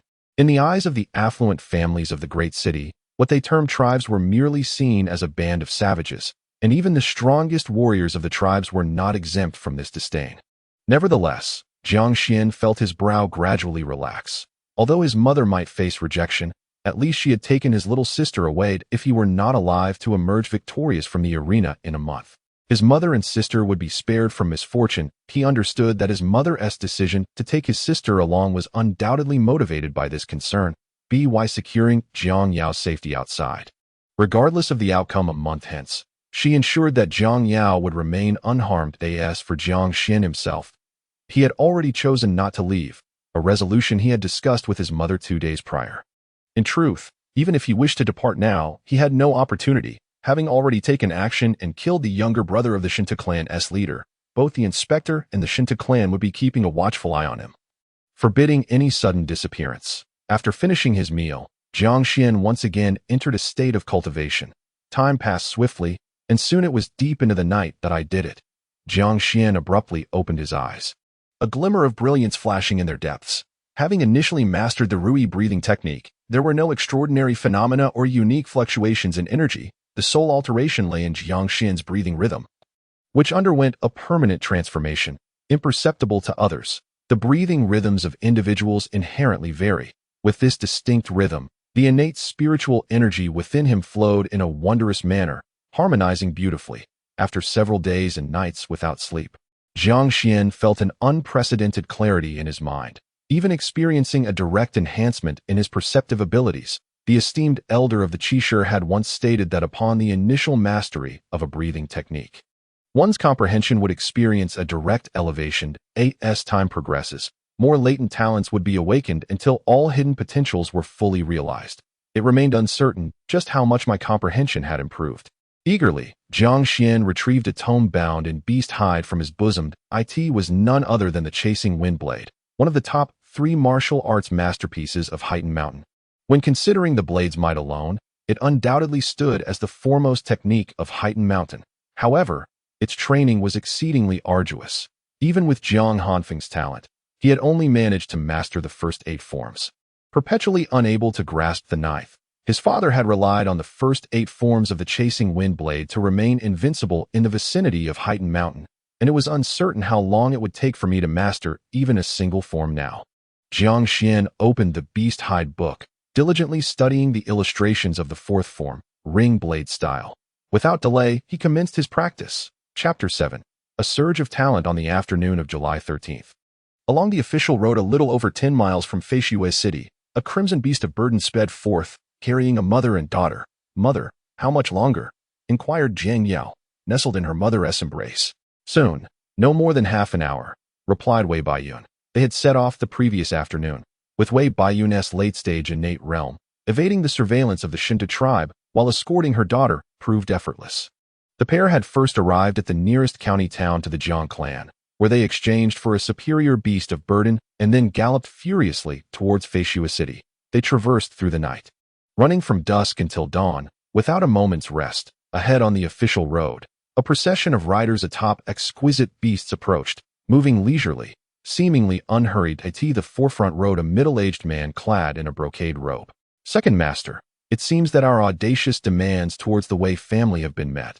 They must indeed be facing troubles, remarked a one-armed man upon a green beast. Trouble is hardly the term. The middle-aged man in black responded nonchalantly, "It is merely that in recent years, the Wei family has struggled. Several of their protective experts have either perished or aged, and it is doubtful they will endure another 10 years. Whether any young experts will emerge within that time frame remains uncertain. While they still possess strength, they seek alliances with various factions. The Wei family has no choice but to maintain their position among the four great families." Suddenly, the expression of the brocade-clad man darkened. As for the matter of Wei Baiyun's broken engagement with me, the fault lies entirely with the Wei family. They cannot even manage their own daughter, allowing her to become pregnant by a wild man from a tribe before marriage. It is simply a blatant disregard for the Dong family. The Jinha Dong family, originally a tribal clan, had ascended to nobility 3 centuries ago. Establishing Jinha City, the Dong family and the Wei family have shared a friendship spanning a century. To call it a familial bond would not be an exaggeration. However, a rift arose due to the matter of a broken engagement, leading both families to become the subject of ridicule in the city of Feishua. Although there have been subsequent interactions, the frequency of cooperation has significantly diminished, now that the Wei family is willing to accept my terms for an alliance. It also serves as a form of compensation for the grievances of the past. The middle-aged man in the crimson robe spoke with a hint of pride. "My father is now a formidable contender for the title of Lord of Jinhe City. Wielding considerable power, the Wei family must curry favor with me if they wish to ally with the Dong family. I could demand a share of 65%, and even if I asked for more, they would have no choice but to acquiesce." Indeed, second master, you are a world apart from your former self. The Wei family's desire for an alliance now hinges upon your good graces. Your restraint in not demanding more is a testament to your generosity. The one-armed man flattered. "Ha!" The middle-aged man in the crimson robe laughed heartily, filled with ambition. From a distance, Wei Baiyun spotted a procession of over 20 individuals, though all were mounted on expensive steeds. No banners were displayed, leaving their allegiance uncertain. Wei Baiyun paid little heed to them, lowering her hat and vigorously cracking her whip, urging her mount to accelerate. The official road spanned more than 10 yards in width, with the Dong family's entourage leisurely traversing one side. A scarlet beast raced past them on the opposite side, its rider donning a hat and cradling a girl, exuding a striking elegance. As their paths crossed, the middle-aged man in the crimson robe casually turned to glance back. The wind lifted the white veil atop his hat, revealing the profile of the woman on horseback, who appeared wholly engrossed in her ride. Simultaneously, the breeze uncovered part of the girl's face, and at that moment, her curious gaze flickered toward the group of riders. It felt as though time itself had momentarily frozen. The middle-aged man instantly recognized that profile. Despite not having seen her in 16 years, he would never forget the woman who had consumed his thoughts for a decade. Strangely, his gaze barely lingered on her face, as it was drawn to the girl nearby, whose visage bore an uncanny resemblance to the woman from so long ago. It was as if they had been carved from the same mold. The scarlet beast carried them swiftly toward Feishua City. As the noble Dong family's procession moved forward, the middle-aged man, still in shock, suddenly raised his hand to signal his entourage to halt. "Wei Baiyun and her daughter. Is Wei Baiyun returning to Feishua City?" He mused, pulling on the reins to turn his horse around. Fixating on the receding figures now 100 yards away, he had long heard rumors of that woman bearing a son with a wild man, followed by a daughter, but he never anticipated their striking resemblance. The girl looked almost identical to Wei Baiyun at her teenage years. "Second master, are you all right? Do you recognize those two?" the one-armed man inquired repeatedly. Snapping the middle-aged man back to reality, "Let us go," he commanded, his eyes ablaze with fervor as he waved his hand, directing them back toward Feishua City. In the rear mountains of the Jiang Clan's earthen city, the sound of wind howling echoed incessantly. Jiang Xuan practiced his swordplay in the clearing before the peculiar stones, showing no signs of respite. His figure moved like a wraith, the blades gleamed flickering and swirling around him. Though he wielded but a single sword, each swing seemed to conjure dozens of blades that danced in a protective formation, intertwining in a myriad of shadows, while there were still defensive gaps. With continued practice and the passage of time, these flaws diminished significantly. The chasing wind sword comprises merely 9 forms. However, each form encompasses numerous foundational movements, at least a dozen, and potentially hundreds. The myriad of actions allows for countless variations. which must be executed in an instant to truly grasp the essence of each form. The fourth form, the circular blade technique, serves a defensive purpose and boasts 36 variations that I must, in a fleeting moment, flawlessly execute all 36 changes, connecting the blade's light into a seamless arc to master this technique. My father took over 2 years to refine it, whereas I must hasten, faster, break through. Suddenly, a resonant hum reverberated as Jiang Xuan's blade light merged into a singular brilliance, encircling him and forming a flawless ring composed of 36 blade shadows, protecting him within. Success. Jiang Xuan abruptly halted, his expression momentarily blank. He gazed skyward, observing the sun's position. And I accomplished it in merely 10 hours. He murmured, excitement flickering in his eyes. Chapter 8. The Wei family ancestral home. Jiang Xuan glanced at the sword in his hand, casually swinging it a couple of times to recapture the sensation from that moment. Then, with a steely gaze, he forcefully quelled his emotions, focusing intently as he swung the blade once more. The resonant hums surged again, and the flawless ring of 36 blade shadows reemerged. It worked. It truly worked. I achieved this in just 10 hours. Jiang Xuan was overwhelmed with exhilaration as he swung the blade again. Yet this time, although the 36 blade lights sliced through instantaneously, the formation lacked perfection, resulting in several vulnerabilities in the defensive ring. Jiang Xuan felt no surprise at this, for he had only just grasped the technique. In his earlier attempt, he had been insufficiently focused, too exhilarated. The entry into and mastery of the 9 major techniques of the chasing wind sword bore no disparity in power. Both were executed with equal force. The distinction lay in mastery, which signifies the ability to perform them effortlessly and instinctively, even in the midst of slumber, capable of executing a flawless maneuver upon awakening from a surprise attack. In contrast, a novice must concentrate fully to execute a perfect technique. While the power remains unchanged, the effectiveness in actual combat varies dramatically, akin to the difference between heaven and earth. Jiang Xuan understood this gap well. When practicing the sword, surrounded by no threats, his focus remained solely on his blade.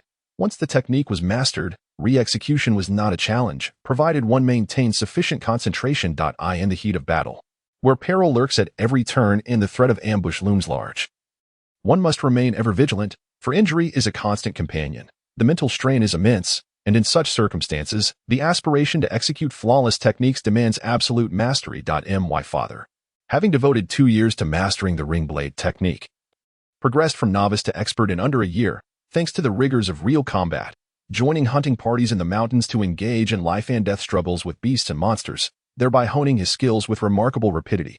Yet, I find myself in a different predicament. Jiang Xuan pondered deeply. Currently, he could not afford to leave the tribe's earthen stronghold, although several innate female warriors within the clan could serve as sparring partners. Their training lacked the life-threatening intensity required to cultivate true combat readiness, potentially leading to a false sense of security. Should he encounter a genuine life-or-death scenario, he would be caught off guard. Moreover, he was not in a position to engage in such lethal confrontations, for he could not afford to sustain injuries. Should he suffer severe wounds that could not be swiftly healed, it would jeopardize his participation in the upcoming tournament a month hence. Without engaging in life-and-death struggles, even with diligent practice, the time required to attain mastery would be twice that of a novice. And what of that? Jiang Xuan felt a surge of confidence. I mastered this technique in merely 10 hours. Within a day and a half, I shall achieve proficiency. The 5th technique presents a greater challenge, yet I can surely master it in a day or 2, and attain proficiency within 3 days. Before my father's disappearance, he had surpassed 40 years of age, and in his lifetime, he only mastered the first 8 techniques, failing to even grasp the 9th. Apart from me, he was the foremost prodigy of the Jiang Clan in a century. And prior to his vanishing, he had successfully quelled all innate beings in the vicinity of Heighten Mountain. Jiang Xuan mused quietly, yet when viewed against the backdrop of the Jiang Clan's millennium-long history, even this century's genius pales in comparison. Over the last 1,000 years, the Jiang Clan has given rise to 4 exceptional beings who transcended the innate realm. All of them achieved mastery of the 9 wind blade techniques before the age of 20. Among them, the legendary ancestor, Jiang Xuan, who entered the innate realm at just 13, perfected the 9 techniques by 15, and transcended the innate realm by 21, earning the title of the Blade Ancestor of Heighten. With aspirations that reached toward the divine and demonic realms, alas, he too could not lead the clan to establish a city and ascend to nobility. Jiang Xuan, the unparalleled talent of the Jiang Clan over the past millennium. He is likewise celebrated as the foremost prodigy of heightened mountain throughout the ages, the preeminent master of blade techniques for 1,000 years. He remains the sole figure of the Jiang Clan to have touched the threshold of the divine and demonic realms. Over 5 centuries ago, the Jiang Clan flourished due to Jiang Xuan's prowess. Many noble leaders and affluent families from great cities sought to ally with him in humble submission. There were ancient prophecies that proclaimed Jiang Xuan possessed a divine and demonic aura. It was widely believed that he would lead the Jiang Clan to nobility, a certainty that seemed etched in stone. Yet all predictions, accolades, and Jiang Xuan's own relentless efforts came to an abrupt halt when he perished at the age of 31. 557 years ago, the formidable calamity realm master Jiang Xuan fell deep within the treacherous abyss of Heightened Mountain, his life extinguished within the belly of the 1,000-year-old great demon. Qizheng, the lifespans of demon beasts and humans differ significantly as of today. The ancient demon, Qizheng, who has lived for a millennium, continues to exist in the treacherous Blackpool Mountain. The last time it wreaked havoc upon the human realm was 130 years ago, and it has since been regarded as one of the 3 great nightmares of Blackpool Mountain. Our ancestor, Jiang Xuan, Jiang Xuan reflects. Although he perished over 500 years ago, the tales of Jiang Xuan, the blade ancestor of Blackpool, are still fervently recounted in the vicinity of Blackpool Mountain, even in the surrounding regions such as Flying Snow City and its neighboring counties, tribal territories, and noble lands. Anyone who studies swordsmanship or seeks to understand the historical techniques of this region cannot possibly overlook him, the unparalleled prodigy of sword arts of the millennium. It is said that even the esteemed texts of the 2 major academies in Flying Snow City contain extensive accounts of Jiang Xuan's life. Those who practice the sword must know him, and even those who cultivate other weaponry have certainly heard of his legacy. He is a figure known to all. Jiang Xuan feels a sense of pride in this. While it is true that several formidable figures have emerged from the 10 major tribes of Blackpool Mountain, surpassing the innate realm to varying degrees, when compared, Jiang Xuan undoubtedly shines the brightest. Even if he did not lead the Jiang Clan to noble status, it was merely due to his untimely demise, having failed to amass sufficient wealth for city-building at the tender age of 15. He comprehended the 9 styles of the pursuing Windblade. I, too, have reached the age of 15 this year, and I aspire to achieve mastery of the 9 styles at the same age. To become the second individual in a millennium, Jiang Xuan understands that he has now begun to pursue the footsteps of his illustrious ancestor, yet he remains acutely aware of his own limitations. It is through the teachings of the esteemed elder Qishu that he has made such remarkable progress. His ancestor relied solely on innate talent and arduous training to attain such heights. Had it not been for his early fall, he might have even aspired to become a deity or demon. Jiang Xuan silently contemplates at present. His cultivation is merely half a step into the innate realm, which pales in comparison to his ancestor's achievements. Even if his swordsmanship catches up, he must exert even greater effort. Perhaps I too could have the opportunity to become a deity or demon in the land ruled by Flying Snow City. There exists but one deity or demon, and that is the Lord of Flying Snow City himself. He is the supreme sovereign of this domain. For the former Jiang Xuan, the idea of becoming a deity or demon was an unattainable luxury, a fantasy he dared not entertain, for his innate talent afforded him no such opportunity. Yet now, having cultivated the breathing technique, Jiang Xuan finally glimpses a ray of hope. Elder Qishu, are you there? Jiang Xuan calls out several times to the communication stone, eager to share the good news with Elder Qishu, but receives no response, a situation to which he has grown accustomed. He refrains from calling again and resumes his practice, having just mastered the 4th style of the pursuing Windblade. Jiang Xuan aims to solidify his skills in Flying Snow City, at the Wei family ancestral home, within the front hall designated for receiving guests. Wei Baiyun suddenly rises, her eyes reddening. What did you say? 4th uncle?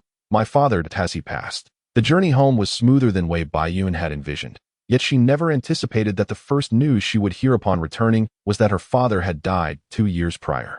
A loss that, for the entire Flying Snow City, could hardly be deemed a minor event, and yet she had heard not a whisper of it. Behind the chair, Jiang Yao blinks in surprise, having never met her grandfather. This news holds no impact for her in comparison. It is indeed the opulent and stately hall, adorned with decorations she had never before encountered, and even the beautiful maidservant standing not far away. That captures her attention more profoundly. Third brother has fled back to Feishua City, gravely wounded. Seated in the main position, a venerable man in his 60s holds a teacup, casting an authoritative gaze upon Wei Baiyun. He had expressly instructed before his passing that she should remain unaware of this matter, deeming it unnecessary for her to mourn. I am aware that my father has never truly forgiven me. It was I who disappointed him all those years ago. Wei Baiyun bit her lip, her complexion paling as she slowly took a seat. At the mention of past events by Wei Baiyun, Wei Hongqua let out an irritable cold snort and rebuked, if third brother were still alive, do you think you would ever have crossed the threshold of the Wei family with your father's temper? Even if you were to perish on your knees outside, you would never be allowed to set foot inside the Wei residence again. The greatest backlash within the Wei family regarding Wei Baiyun's elopement with a rogue man and her subsequent pregnancy was from her father, Wei Hongchang, who proposed her expulsion from the family. However, Wei Baiyun understands that her obstinate father, while refusing to forgive her, is nonetheless protecting her. The more ruthless and heartless he appears towards his daughter, the less likely others in the clan are to intervene. By expelling her, he allows the matter to conclude, preventing the family from further pursuing it. For otherwise, a mere Jiang Clan, in the face of a powerful family in Feishua City, could easily be obliterated by sending a mere contingent. Many clandestine affairs and threats were suppressed by her father in the shadows. Thank you, fourth uncle, for agreeing to meet with me, Wei Baiyun expressed. Her relationship with Wei Hongqua had not been particularly amicable in the past, and she was acutely aware that his willingness to see her now likely stemmed from a desire to witness her misfortune. The Jiang clan had been embroiled in a life-and-death struggle for 3 long years, a fact that was no secret, and Wei Hongqua had surely heard of it. One must bow their head when under the eaves. Wei Baiyun had come to plead for assistance and therefore had to humble herself, yet she harbored faith that her son's talent would surely garner the family's attention. The reason I see you is to prevent you and your daughter from kneeling outside indefinitely. The Wei family has already suffered enough disgrace because of you. We cannot afford to be humiliated again, Wei Hongqua asserted. With a thud, he set the teacup down on the table after taking a sip. His tone icy as he commanded, "Speak. It has been over a decade since you last returned home. I doubt you have come merely to exchange pleasantries." Chapter 9. A Sudden Turn. Fourth uncle. You must have heard that the Jiang clan has been engaged in a life-and-death struggle with the Shentu clan for the past 3 years. During this time, the warriors of the Jiang clan have either perished or fled, bringing us to the brink of extinction. Wei Baiyun spoke with a steely resolve. Wei Hongqua replied with a cold, dismissive tone. And so what? You have been expelled from the family. The insignificant Jiang clan is no kin of the Wei family. Do you seek our help to eliminate the Shentu clan in secrecy? No, that is not it, Wei Baiyun insisted. I am aware that the life-and-death struggle is overseen by an inspector, and even the Wei family cannot afford to take such risks. Then you seek our assistance for an escape. Wei Hongqua raised an eyebrow, a sardonic smile gracing his lips. When you severed ties with the family, you made your stance quite clear from that moment on. Your life or death is of no concern to us. I have heard that the Jiang clan is on the verge of defeat. A woman of the Jiang clan. You are destined to become a slave of the Shentu clan. I urge you to heed my advice. When the time truly comes, it would be wise for you to take your own life with dignity, lest you bring shame upon the family. The blood that courses through your veins ultimately belongs to the Wei clan. As for your desire to seek assistance from the family to escape your plight, or even to evade the identity of a fugitive, I can tell you right now, do not harbor such delusions. Upon finishing his remarks, Wei Hongqua felt a significant release of tension. He had never been fond of this niece, who seemed to eclipse his own children, and now it is rather ironic that Wei Baiyun had, years ago, called off her engagement and eloped with the noble Dong family of Jina. This incident had soured the relationship between the Wei and Dong families for many years, only recently beginning to mend. Just this morning, Wei Hongqua had concluded discussions with the Dong family, and by the afternoon, Wei Baiyun had unexpectedly returned. During the negotiations that morning, Wei Hongqua, now a prominent figure in the Wei family, had endured considerable humiliation, making numerous concessions over past grievances, all while putting on a friendly facade before a junior member of the Dong family. Wei Baiyun was practically a living target for his frustrations. Fourth uncle, we do not seek to flee. My son possesses remarkable talent. Your son? You mean that illegitimate child you bore? Wei Hongqua retorted, casting a glance at Jiang Yao, who stood behind Wei Baiyun. The term illegitimate child stung Wei Baiyun deeply, causing her eyelids to twitch in distress. Yet she could only endure. Although she had fallen out with her family, She had never truly believed she was in the wrong, even regarding her premarital pregnancy. Years ago, during her travels, she had met Jiang Xuan, and they had developed a mutual affection. He had saved her life on several occasions, and she had offered herself to him, which should have been a beautiful tale. However, due to their disparate standings, it had led to considerable turmoil. Fourth uncle. His name is Jiang Xuan. Just days ago, there was a life-and-death battle within our tribe. Wei Baiyun began to recount, not allowing Wei Hongque a moment to interject. She needed the family to understand the caliber of her son's genius. She had never intended to rely on emotions to persuade her family to assist her. This matter must be anchored in self-interest. After detailing Jiang Xuan's confrontation with Shentu Tribe, she proceeded to relay how Jiang Xuan had encountered a mysterious elder at the age of 7 who imparted martial arts techniques to him. Fourth uncle. My son stepped into the realm of half-step innate at merely 12 years old. It has now been 3 years. With sufficient resources for cultivation, it is entirely possible for him to become innate within a month. The resources required to nurture an innate individual are trivial for the Wei family. I firmly believe that with my son's talent, surpassing the innate level in the future is not beyond the realm of possibility. He could even aspire to the divine or demonic realms. If the family is willing to allocate some cultivation resources to assist him, he will undoubtedly repay the Wei family in kind, becoming its protector and fiercely defending our clan. Wei Baiyun spoke these last words with fervor. Her son is a prodigy. A prodigy possesses immense value. Many prominent families in Feishua City are engaged in the cultivation of prodigies, be they orphans or children from humble backgrounds. As long as they exhibit sufficient talent, they are sought after by the great families who are willing to provide financial support and resources for their development. In the case of extraordinary talents emerging from smaller families, the larger clans may even offer to marry their legitimate heirs to forge binding alliances. Jiang Xuan is not merely a prodigy. He also bears the blood of the Wei clan. Wei Baiyun was confident she could persuade her fourth uncle that a profound silence enveloped the main hall, lasting for several moments. Then, a sound pierced the stillness. Staring blankly at Wei Baiyun, Wei Hongque could no longer suppress his laughter, erupting into boisterous guffaws as he slapped his thighs, his entire face flushed with mirth. Huh? What? What did you say? 12.5 years old. On the verge of innate? Surpassing the innate. You dare to claim he might protect the Wei family in the future? Ha! How audacious you are. Do you truly believe that a mere illegitimate child could ever cross the threshold of the Wei family? To secure some cultivation resources for your son, you weave such grandiose tales? Do you comprehend what it means to be 12.5 years old and on the brink of innate? Once he becomes innate, it would be a mere formality. With adequate resources, he would undoubtedly achieve it within half a year. Such talent, if merely whispered of, would attract divine beings to come and take him as a disciple. Does your son possess such talent? Do you even believe your own words? An illegitimate child. What right does he have?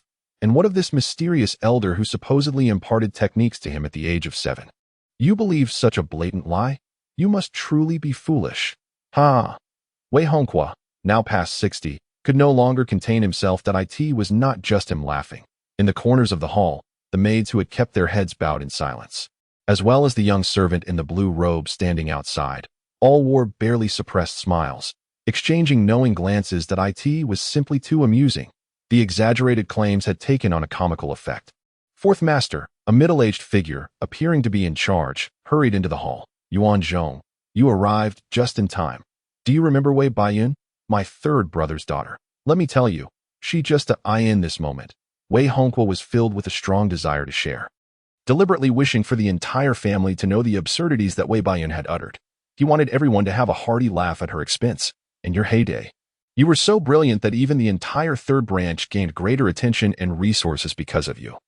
And now you have fallen so low, it is imperative that the family knows of your madness. Fourth master, the Dong family has returned, inquiring whether Miss Wei Baiyun has brought her daughter back.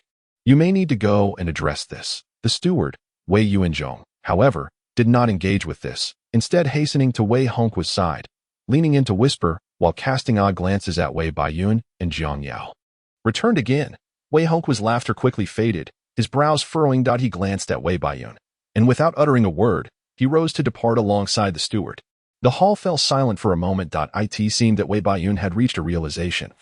She suddenly stood up, intending to leave with her daughter. To her surprise, Wei Hongque had departed swiftly and returned just as quickly. Ha! My dear niece, what a joyous occasion, a grand celebration.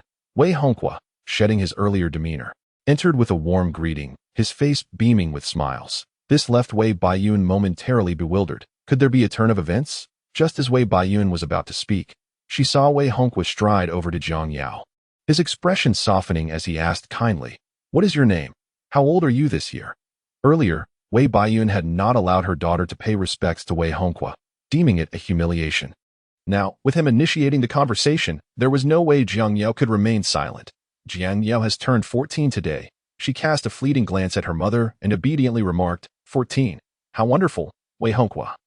Stroking his beard, nodded with a smile, and said, "From this day forth, you shall be renamed Wei Yao, and be entered into the Wei family genealogy. Do you understand?" Jiang Yao, of course, did not comprehend. Fourth uncle. What are you planning to do? Wei Baiyun's expression shifted dramatically. Planning to do? Ha ha ha. I must congratulate you. Back then, you were unable to marry Dong Junchu, but now your daughter can become his concubine. You will be Dong Junchu's mother-in-law. Your status has certainly risen. Ha ha ha. Wei Baiyun's gaze sharpened, and her mind buzzed with confusion. She could surmise why Dong Junchu would be interested in her daughter. They bore a striking resemblance to each other in their youth. Yet, she could not fathom how Dong Junchu had learned of this. She had only returned to Feishuo City today. How could the Dong family have received the news so swiftly, without a moment to spare? Wei Baiyun grasped her daughter's shoulder and vanished like a wisp of smoke. Wei Hongqua turned around leisurely, and as he stepped outside the hall, he found that Wei Baiyun was already intercepted by a group of prearranged individuals. Outnumbered, Wei Baiyun and Jiang Yao were swiftly surrounded in the courtyard after a brief exchange of blows. Fourth uncle, you cannot do this, Wei Baiyun exclaimed, twisting her head to glare at Wei Hongqua. And why may I not? Wei Hongqua grinned widely. I can officially declare on behalf of the family that the decision to expel you from the family is hereby revoked from this day forth. You and your daughter are members of the Wei family and must abide by the family's arrangements. However, this applies solely to the two of you. Your illegitimate son and that wild man from the Jiang Clan shall remain entirely unconnected to the Wei family. At the back mountain of the Jiang Clan's earthen city, Jiang Xuan has now thoroughly ingrained this sensation. As long as he remains sufficiently focused, he can certainly execute the ring blade technique. This is not only a process of consolidation, but also a journey toward mastery and cultivation. After practicing his swordplay for over an hour and solidifying the fourth technique, Jiang Xuan finally paused. Elder Qishir, have you returned? Jiang Xuan inquired into the communication stone, merely testing the waters. I have returned. The ethereal voice suddenly responded to Jiang Xuan. Elder, I have succeeded. Jiang Xuan eagerly conveyed the good news to Elder Qishir. Succeeded? Is it the breathing technique? There is nothing particularly thrilling about that. The cultivation of breathing techniques is inherently simple. No, I mastered the breathing technique last night. Jiang Xuan joyfully insisted. What I mean is, I have perfected the fourth form of the chasing wind blade. I had never practiced it before. After mastering the breathing technique last night, I could hardly wait to begin my sword practice. The breathing technique you imparted to me can be described as transformative. From my first attempt to flawlessly executing the ring blade technique, I took only 10 hours. Chapter 10. The ninth technique. Unmastered for a century, 10 hours? A hint of surprise laced the ethereal voice. Indeed, I cannot ascertain the exact extent of my talent's enhancement, but it has undoubtedly increased significantly. Jiang Xuan exclaimed with excitement. But senior, you have mentioned that once the breathing technique is mastered, aside from the initial enhancement of talent, it will continue to improve over time. In other words, my innate abilities will become increasingly formidable. This is merely the beginning. Calm yourself, Qian Huang replied with a hint of exasperation. Indeed, with the continued practice of the breathing technique, your talents will undoubtedly flourish, yet the duration and extent of this growth remain uncertain.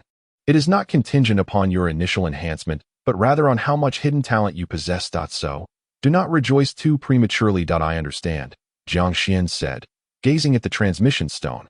Senior, do you think I am now qualified to take you as my master? To take me as your master? Qian Huang was taken aback, then replied, you are still far from that. First, you must seize the opportunity to become a deity or a demon before we can discuss you becoming my disciple. At your current level of talent and realm, you are not even close to being my registered disciple. Jiang Xuan had broached the topic of apprenticeship with Senior Qishir many years prior, only to face a scathing rejection. With Qishir deriding his talent, to his surprise, Despite his recent surge in abilities, he was still turned down. However, he did not take it to heart. After so many years of friendship, he was well aware of Senior Qishi's temperament. Senior, based on your judgment, if I were to master all 9 forms of the chasing wind blade within a month, would I be able to defeat someone at the perfection of the innate realm with the half-step innate level of Heiyuan Gong? Jiang Xuan inquired. The half-step innate realm is indeed a peculiar stage, as it already encompasses innate spiritual energy within the body, allowing for the practice of sword techniques that typically require the innate realm. Thus, although the last 3 forms of the chasing wind blade can only be cultivated in the innate realm, Jiang Xuan could still practice them, that if you truly master all of them, you would undoubtedly be capable of defeating someone at the perfection of the innate realm. Came the ethereal voice. However, it is implausible for you to master them all within a month. Why not? Jiang Xuan retorted that I mastered the 4th form in just 10 hours. Calculate it yourself, the voice urged. Very well, I can master the 4th form by tomorrow, the 5th form in a day or 2, and master it in 3 days. The 6th form would take 3 days to learn and 6 days to master, while the 7th form would require 6 days to learn and 12 days to master. As for the 8th form, Jiang Xuan's calculations trailed off abruptly. His eyes widened in realization as he fell silent for a moment before continuing. It seems time is indeed insufficient. The difficulty of mastering each form of the chasing wind blade increases exponentially. Jiang Xuan had already calculated at the minimum of doubling the time needed, yet even so, time remained inadequate. The first arena battle of the following month was scheduled for the 7th of August. With only 24 days remaining until today, he did not have a full month's time. In the most ideal scenario, Jiang Xuan would only manage to master the 7th form, and he wouldn't even have enough time to fully master it, let alone practice the 8th form. Even if his talent continued to grow and more hidden abilities emerged through the relentless cultivation of the breathing technique, it seemed that he would be fortunate to merely have time to practice the 8th form. My father, wielding the 8 styles of the wind-chasing blade and having comprehended the essence of heaven and man, is capable of subduing all innate beings of heightened mountain, including the formidable Shentu Tribe. However, my father has attained the pinnacle of innate mastery, while I am merely a half-step into the innate realm. I yearn to surpass Shentu Tribe, but it is evident that the 8 styles alone will not suffice. Jiang Xuan pondered this conundrum, yet remained perplexed. You clearly stated, esteemed mentor, that as long as I practice the blade, I would have a chance. Jiang Xuan gazed at the communication stone. But considering this, it seems I have no opportunity at all. Have I miscalculated? You have not erred. In fact, your calculations are rather optimistic. Came the ethereal voice. Then, esteemed mentor, you mentioned. Jiang Xuan was bewildered that I never instructed you to start from the 4th style. The Qianhuang retorted with exasperation. Once you mastered the breathing technique, you should have informed me. Who urged you to be so hasty? Not starting from the 4th style? Jiang Xuan blinked in surprise at you mean to say, many years ago, you vaguely described the wind-chasing blade to me. In truth, I could deduce it myself. The blade techniques cultivated in the postnatal and innate realms are merely foundational for future cultivation. The 9 styles of the wind-chasing blade are not sequential steps, but rather pieces of a puzzle. They constitute a part of the foundation. As Qianhuang spoke, he momentarily teased the revelation. So what? Jiang Xuan pressed for clarification. Thus, if you wish to triumph in a life-and-death battle, you should directly practice the 9th style. The ethereal voice declared. Mastery is unnecessary. Mere initiation suffices in the arena of life-and-death combat. The space for maneuvering is limited. If you truly unleash the 9th style of the wind-chasing blade, no member of the Shentu Clan can withstand a single strike. Directly practicing the 9th style, Jiang Xuan contemplated deeply. Each style of the wind-chasing blade can indeed be cultivated independently, and practicing the 9th style directly does not necessitate a foundation in the preceding 8 styles. However, the wind-chasing blade is renowned for its formidable difficulty. If one does not progress gradually from low to high levels of difficulty in training, directly attempting high-difficulty techniques increases the likelihood of encountering a bottleneck. Unless the practitioner possesses exceptional talent. Jiang Xuan's eyes sparkled. His innate talent had just surged dramatically. Practicing the 9th style directly might not be unfeasible. Moreover, since the senior from the miraculous stone has affirmed it, it should indeed be possible. Thank you, esteemed mentor, for your guidance.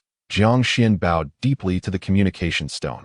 Having swiftly mastered the 4th style, he held no doubts regarding his capability to achieve the ninth style. It was merely a matter of time, with no bottlenecks in sight. He had taken only 10 hours to master the circular blade technique, and with over 20 days remaining, that should be ample time for him to directly attain the ninth style. Furthermore, given the unique nature of the Black Xin skill, after 3 years of being half-step innate, the innate spiritual energy within him was not inferior to that of a typical innate master. He was merely not yet an innate body, and in comparison to those at the pinnacle of innate mastery, he was significantly weaker, rendering him unable to engage in prolonged combat as he departed from the back mountain.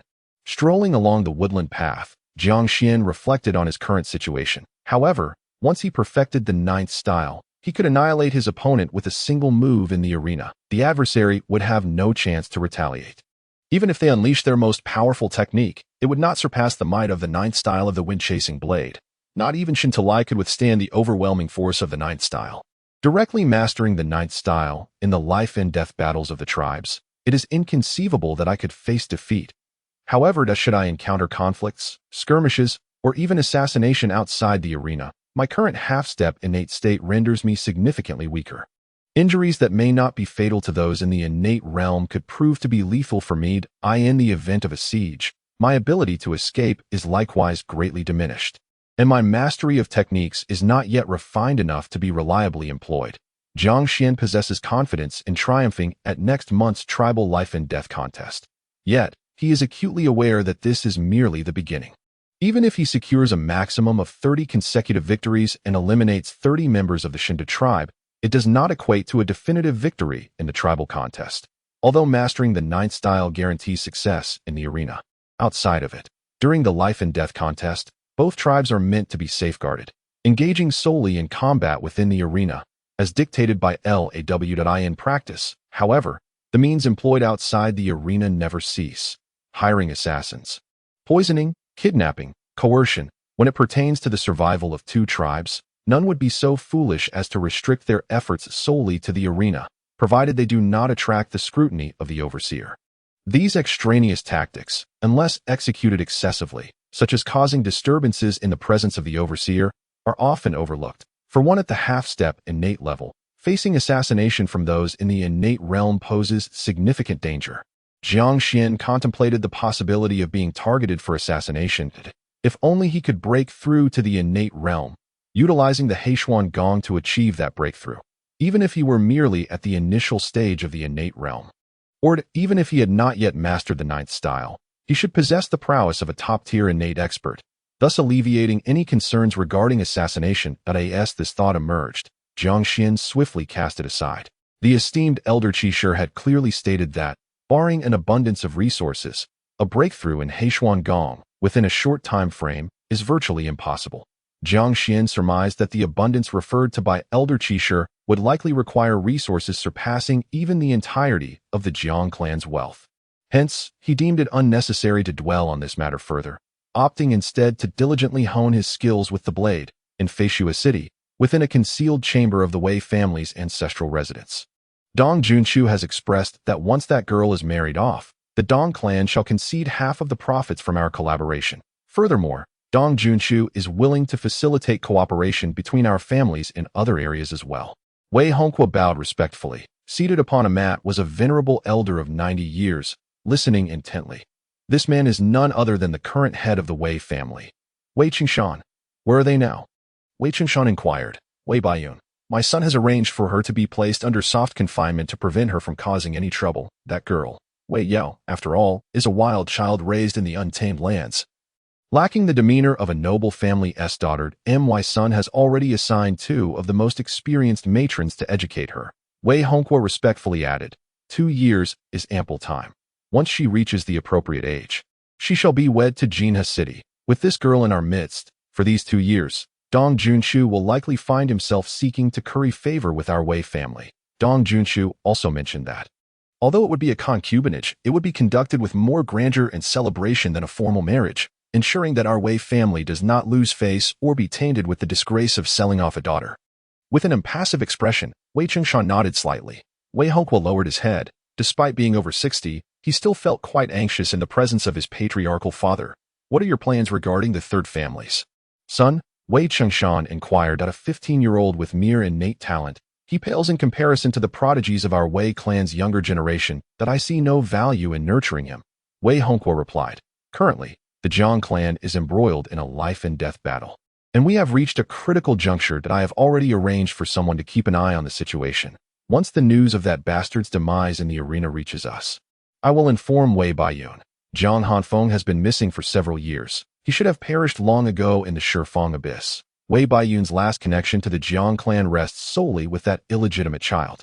Once she learns of her son's death, her lingering thoughts of the Jiang clan will cease, and she will undoubtedly turn her heart back to our family, if she can personally escort Wei Yao to her wedding. The Dong clan should sense our sincerity and our regret for past grievances. Good. Your thoughts are quite thorough. Wei Chengshan finally exhibited a hint of satisfaction. It is all thanks to your guidance. Father, Wei Hongguo quickly responded.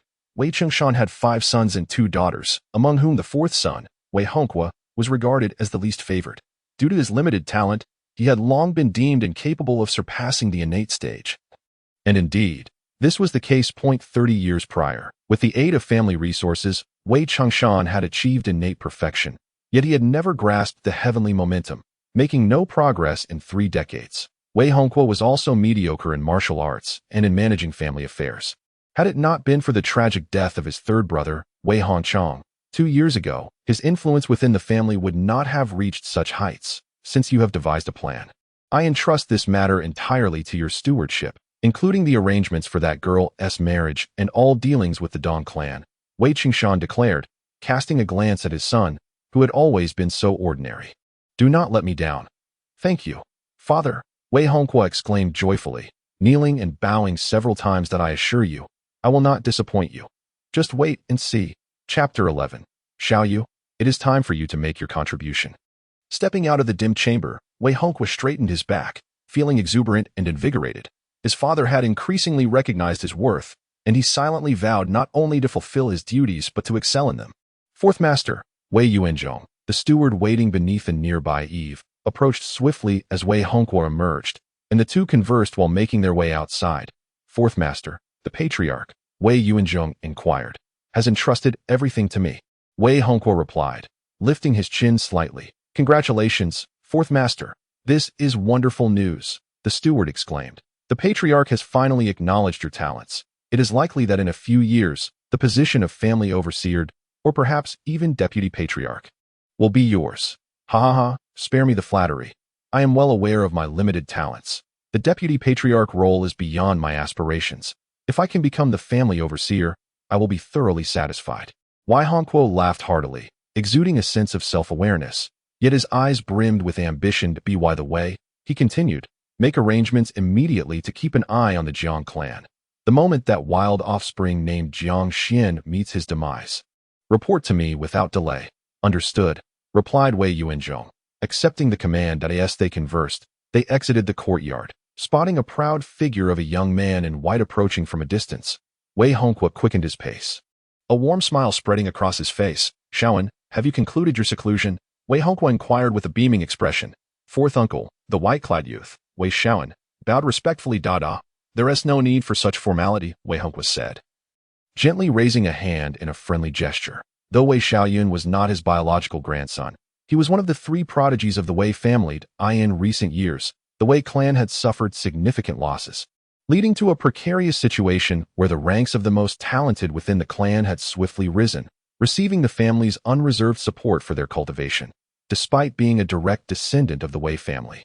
With only a handful of individuals surpassing his status, Wei Hongguo now found himself in a position of deference towards the talented youth, treating them with utmost care, mindful not to offend any of them.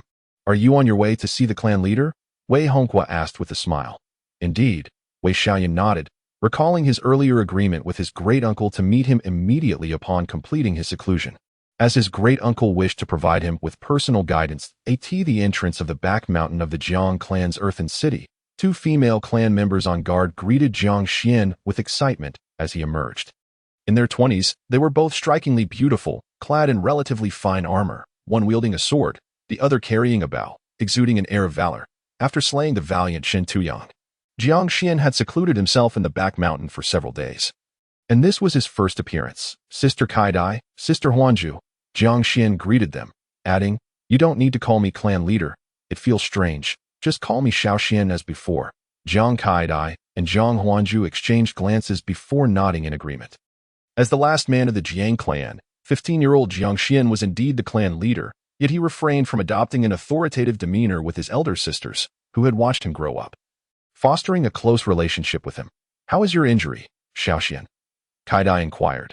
Still holding her sword, "It's no longer a major concern," Jiang Xuan replied. "That's wonderful," Kaidai and Huanju exclaimed, their cheeks flushed with excitement. Genuinely delighted for Jiang Xuan, who represented the last hope of their clan. Suddenly, the sound of heavy armor accompanied by synchronized footsteps echoed. A squad of black-armored guards patrolling the vicinity was passing by. "Black-armored guards," Jiang Xuan remarked, looking towards them. When did the Inspector General arrive? The black-armored guards were the personal guards of the Chief Inspector of the main city, each possessing innate strength. The inspector was responsible for managing and overseeing various affairs among the clans. Despite their formidable individual power, they were, after all, just one person, often requiring the assistance of the black-armored guards. The more powerful and higher the status of the inspector, the greater the number of personal guards they commanded. Inspector Lei Hong, for instance, had as many as 300 personal guards. The black-armored guards are patrolling, indicating that Lord Lei Hong remains within the earthen stronghold of the Jiang Clan. It appears that Lord Lei Hong has not departed. Kaidai remarked, "It is rumored that Lord Lei Hong is searching for someone in Heightened Mountain, and in recent days, several contingents of black-armored guards have been dispatched to conduct searches." Jiang Xuan nodded, refraining from further inquiries. The duties of the inspector are manifold. Matters between clans constitute only a fraction, while the remainder holds no relevance to the Jiang Clan and thus does not warrant concern. Upon returning to the clan's stronghold, Jiang Xuan first sought an audience with the few remaining elderly women of the clan, those of his grandmother's generation, who now oversee the internal management of clan affairs. Having concluded his seclusion, it was only fitting for Jiang Xuan to pay his respects, as he is now the nominal clan leader, necessitating some correspondence with them. The clan stronghold is situated centrally, within a courtyard specifically constructed to host the inspector. Beneath the shade of trees, the two sat at a stone table, sipping tea. If Brother Lei successfully apprehends the notorious criminal ranked first on the wanted list, he may very well ascend to the position of the most esteemed inspector in the entirety of Feishua City. With such merit, perhaps the city lord will summon him and bestow a favor. The elderly man with a goatee remarked with envy as he set down his teacup. The grace of the divine and demonic is coveted by any formidable expert. However, whether they can locate the criminal who has taken refuge in Heightened Mountain remains uncertain. Lei Hong shook his head, a look of indecision crossing his face. There is no need for modesty, Brother L.E.I.S. long as that criminal does not dare to step into the 10 directions of desolation. With your strength, coupled with the 300 black armored guards under your command, failure is not an option. The goateed elder chuckled. "Let us hope so," Lei Hong replied. The two continued their casual conversation over tea when a black armored guard entered the courtyard. Hastily approaching Lei Hong and whispering a few words, "Understood." Lei Hong nodded in acknowledgement as the guard departed. "I did not anticipate that Brother Lei would be so invested in the clan's life and death struggle," the elder remarked, not concealing that he had overheard the guard's whisper, which mentioned Jiang Xuan emerging from his seclusion from the back mountain. The goateed elder had come to seek out Lei Hong at noon, and with his strength, he had infiltrated the Jiang Clan's stronghold, appearing before Lei Hong without being detected. During their earlier idle conversation, the elder had casually inquired about the current life and death struggle of the clan, to which Lei Hong had provided a brief account. Thus, he was aware that the Jiang Clan now possessed only one remaining male, a 15-year-old half-stepanate, awaiting his fate, merely biding time until the first life and death battle on the 7th of next month. The slaughter among clans, for those at the threshold of calamity, resembles a war among savages, unworthy of attention. The goateed elder could not comprehend why Lei Hong would meticulously arrange for someone to monitor when Jiang Xuan would conclude his seclusion. That lad possesses a certain uniqueness, warranting a bit of extra attention, Lei Hong stated. Uniqueness? The elder raised an eyebrow. What exceptional quality can a boy from a backward and primitive clan possess? How does he compare to Jiang Zhengwu? Jiang Zhengwu is renowned as the ancestor of the heightened blade. He is undoubtedly incomparable, far from it, Lei Hong replied. Then what is there to be concerned about? It is not concern, merely a request for vigilance. I had casually mentioned it before, the goateed elder responded. Lei Hong felt a twinge of helplessness. He understood that his old friend merely wished to prevent him from being distracted. Although the Jiang clan had once produced a prodigious talent like Jiang Zhengwu, that was a matter from over 500 years ago, and Jiang Zhengwu had not left behind a direct bloodline that it appeared that the Jiang clan was destined for extinction, an unavoidable fate that no one could avert. Brother Lei, why must you concern yourself with this? The elderly man with the goat beard urged. You should focus your energies on capturing that demon. Indeed, Lei Hong nodded, gently resting his hand on the teacup. Brother Lei, I have an ungracious request, the goat-bearded elder remarked, sensing the opportune moment had arrived. Please, speak freely, Brother Liao, Lei Hong replied, already anticipating what was to come if there are any leads on that demon's whereabouts. Could you inform me? I would gladly accompany you to apprehend him and lend you my assistance. Rest assured, all rewards and accolades will belong to you, Brother Lei. I only seek the chance to personally exact vengeance.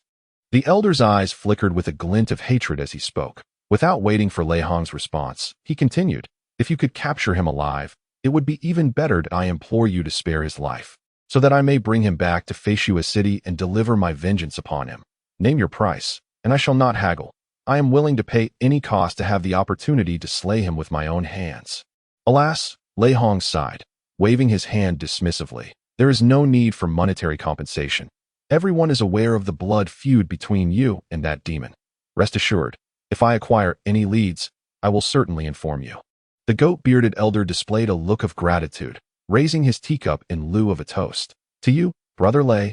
As night fell, in a hollow not far from the Jiang clan's earthen city, the temporary encampment of the Shentu clan was established as the initiators of the life and death battle. The Shentu clan was permitted to set up a temporary camp near the Jiang clan city and could impose a certain degree of blockade. All protected under the laws of Daqian. Clan leader, Jiang Jingsheng, who had pledged allegiance to the Shentu clan, entered the tent with a furrowed brow. What troubles you? Shentu Lai, who was cleaning his spear, looked up. Jiang Xuan has exited seclusion, Jiang Jingsheng reported. Shentu Lai's spirit was instantly invigorated as he stood up. What is his condition? How long until he meets his end? Jiang Jingsheng hesitated for a moment. Do not beat around the bush. Speak plainly, Shentu Lai urged.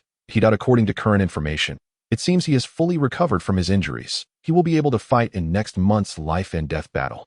Jiang Jingsheng stated. What? Shentu Lai's expression shifted drastically. Given the severity of his injuries, how could he possibly have healed? Is it possible that the Jiang clan possesses some miraculous elixir? Jiang Jingsheng found himself at a loss for words. Shentu Lai had been waiting for news of Jiang Xian's demise due to his severe injuries. Logically, a half-step innate expert should have been able to kill a severely injured late-stage innate opponent, which was already incredible in itself. Given his own injuries, Jiang Xian's condition could have been dire, with shattered meridians being a possibility. Such grievous wounds should not only have left him alive, but fully healed. Shentu Lai's face darkened as he pondered for a moment. Clan leader, even if he has recovered, he is still merely a half-step innate. Next month, you can personally deal with him, with just one hand. You could easily crush him. Wouldn't it be more satisfying to slay him with your own hands and avenge Lord Yong? Why rush this matter? Jiang Jingsheng spoke up. You know nothing. Shentu Lai raised his head and shouted, then impatiently gestured for Jiang Jingsheng to leave. Since Jiang Jingsheng had only recently pledged allegiance and was yet to fully trust, Shentu Lai naturally could not disclose the matter of the melting crystal mine to him. The aura of the mine would continue to intensify, and within a maximum of 10 days, it would expand to a radius detectable for miles. At that point, concealment would be impossible. It was imperative to subdue the Jiang clan before that time. After Jiang Jingsheng departed, Shentu Lai summoned Xiaoyu. He instructed the guards outside the tent. Shortly thereafter, Father, you called for me? 15-year-old Shentu entered the large tent, parting the curtain. Xiaoyu, it is time for you to make a sacrifice, Shentu Lai stated solemnly, gazing at his daughter, who was beginning to mature. Chapter 12. Your mother asked me to arrange your marriage, Father. What are you saying? In the tent, Shentu had barely settled when she stood up abruptly, her face a mask of disbelief as she looked at her father, who had always doted on her. She could hardly fathom that her father had summoned her to propose a marriage alliance to persuade Jiang Xuan to join the Shentu clan.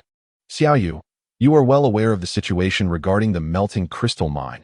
Shentu Lai continued gravely. In no more than 10 days, the mine will be exposed. The best way to resolve this matter is to convince Jiang Xuan to abandon the idea of battle. He is the last man of the Jiang Clan. Without him, we can directly complete the annexation of their tribe. Father, he has killed Uncle Wu. Are we to leave his vengeance unavenged? Shentu exclaimed passionately.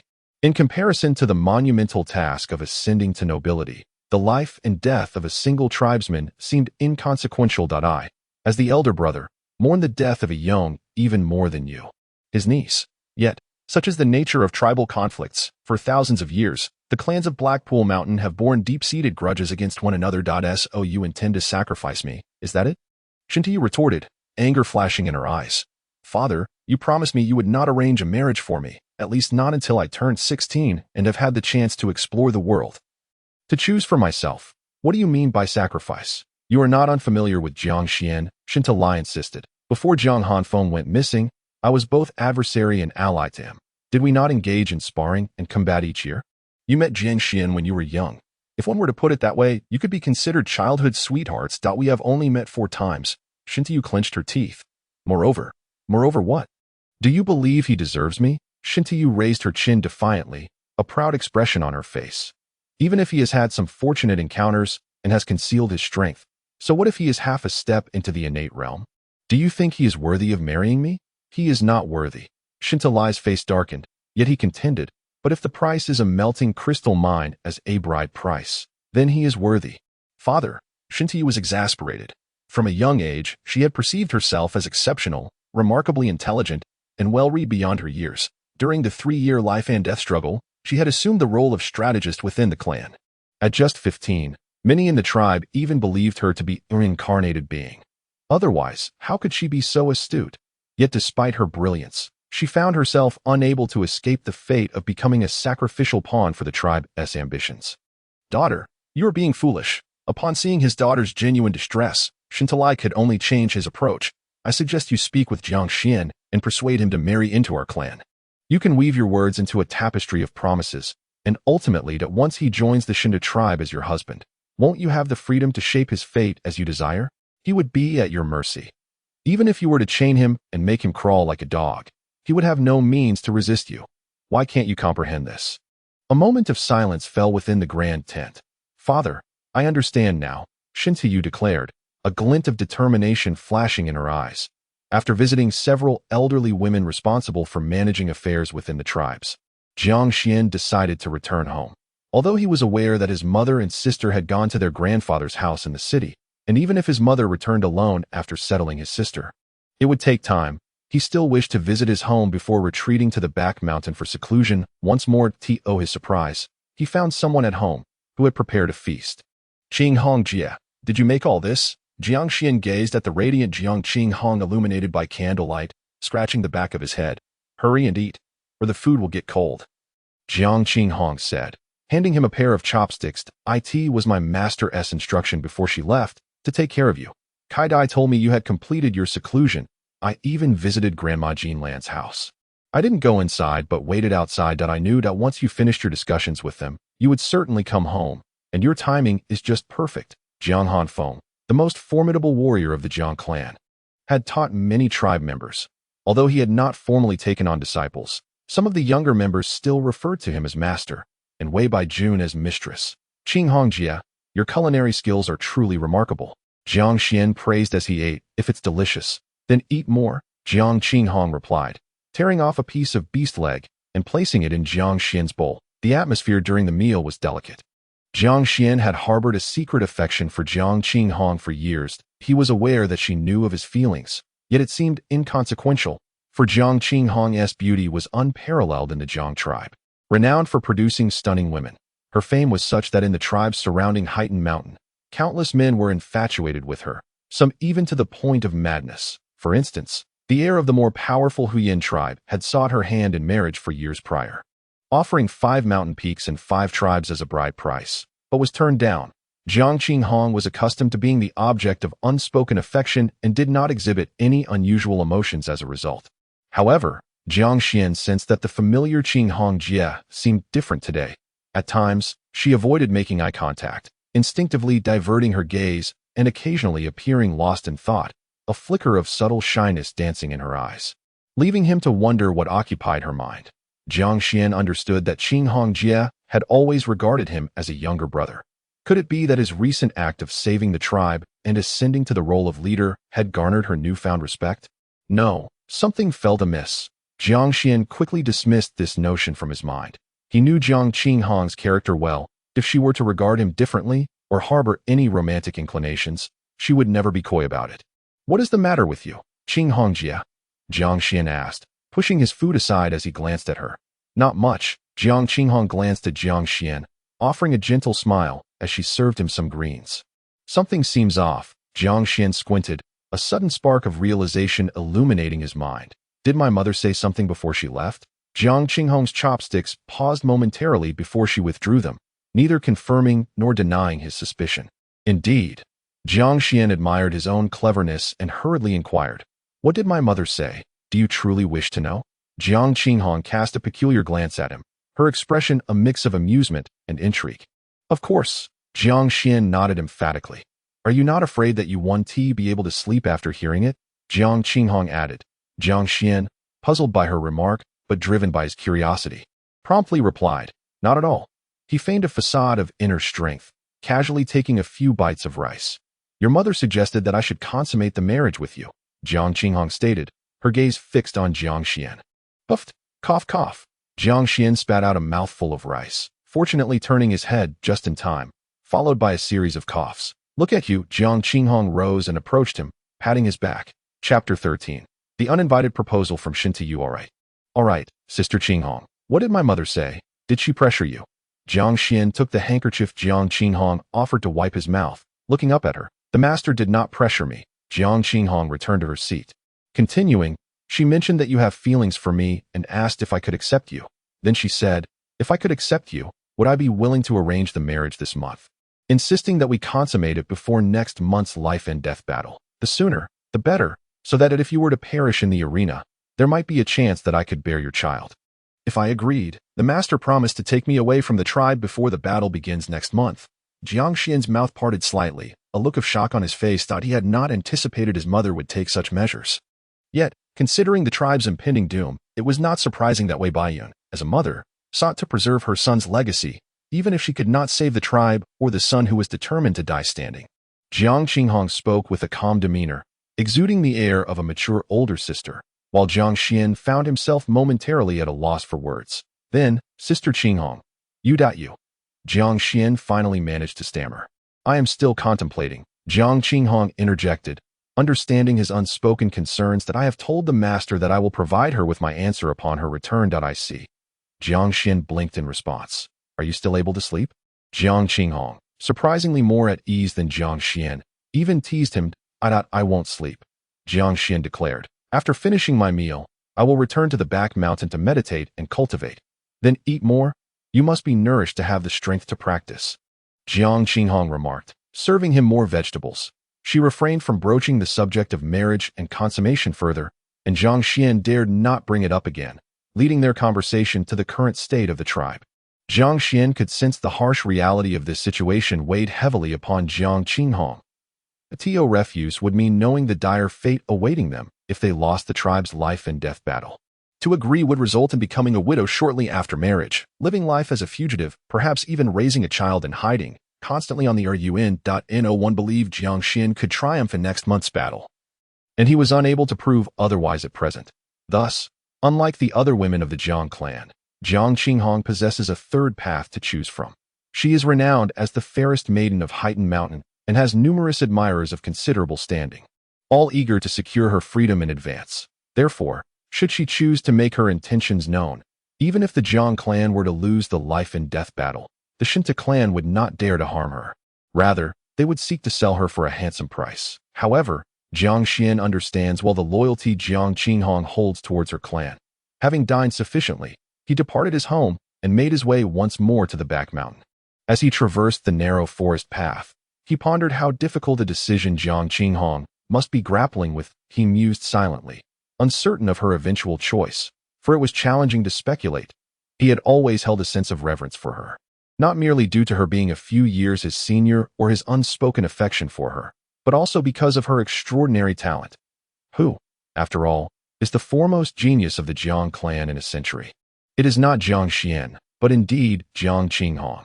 In the clan, women are seldom afforded any cultivation resources, as the laws governing the life and death contests necessitate the nurturing of males, relegating women to a subordinate status. Regardless of their innate gifts, during the clan's zenith, there were hundreds of innate warriors, yet among them, the female innate warriors were but a handful.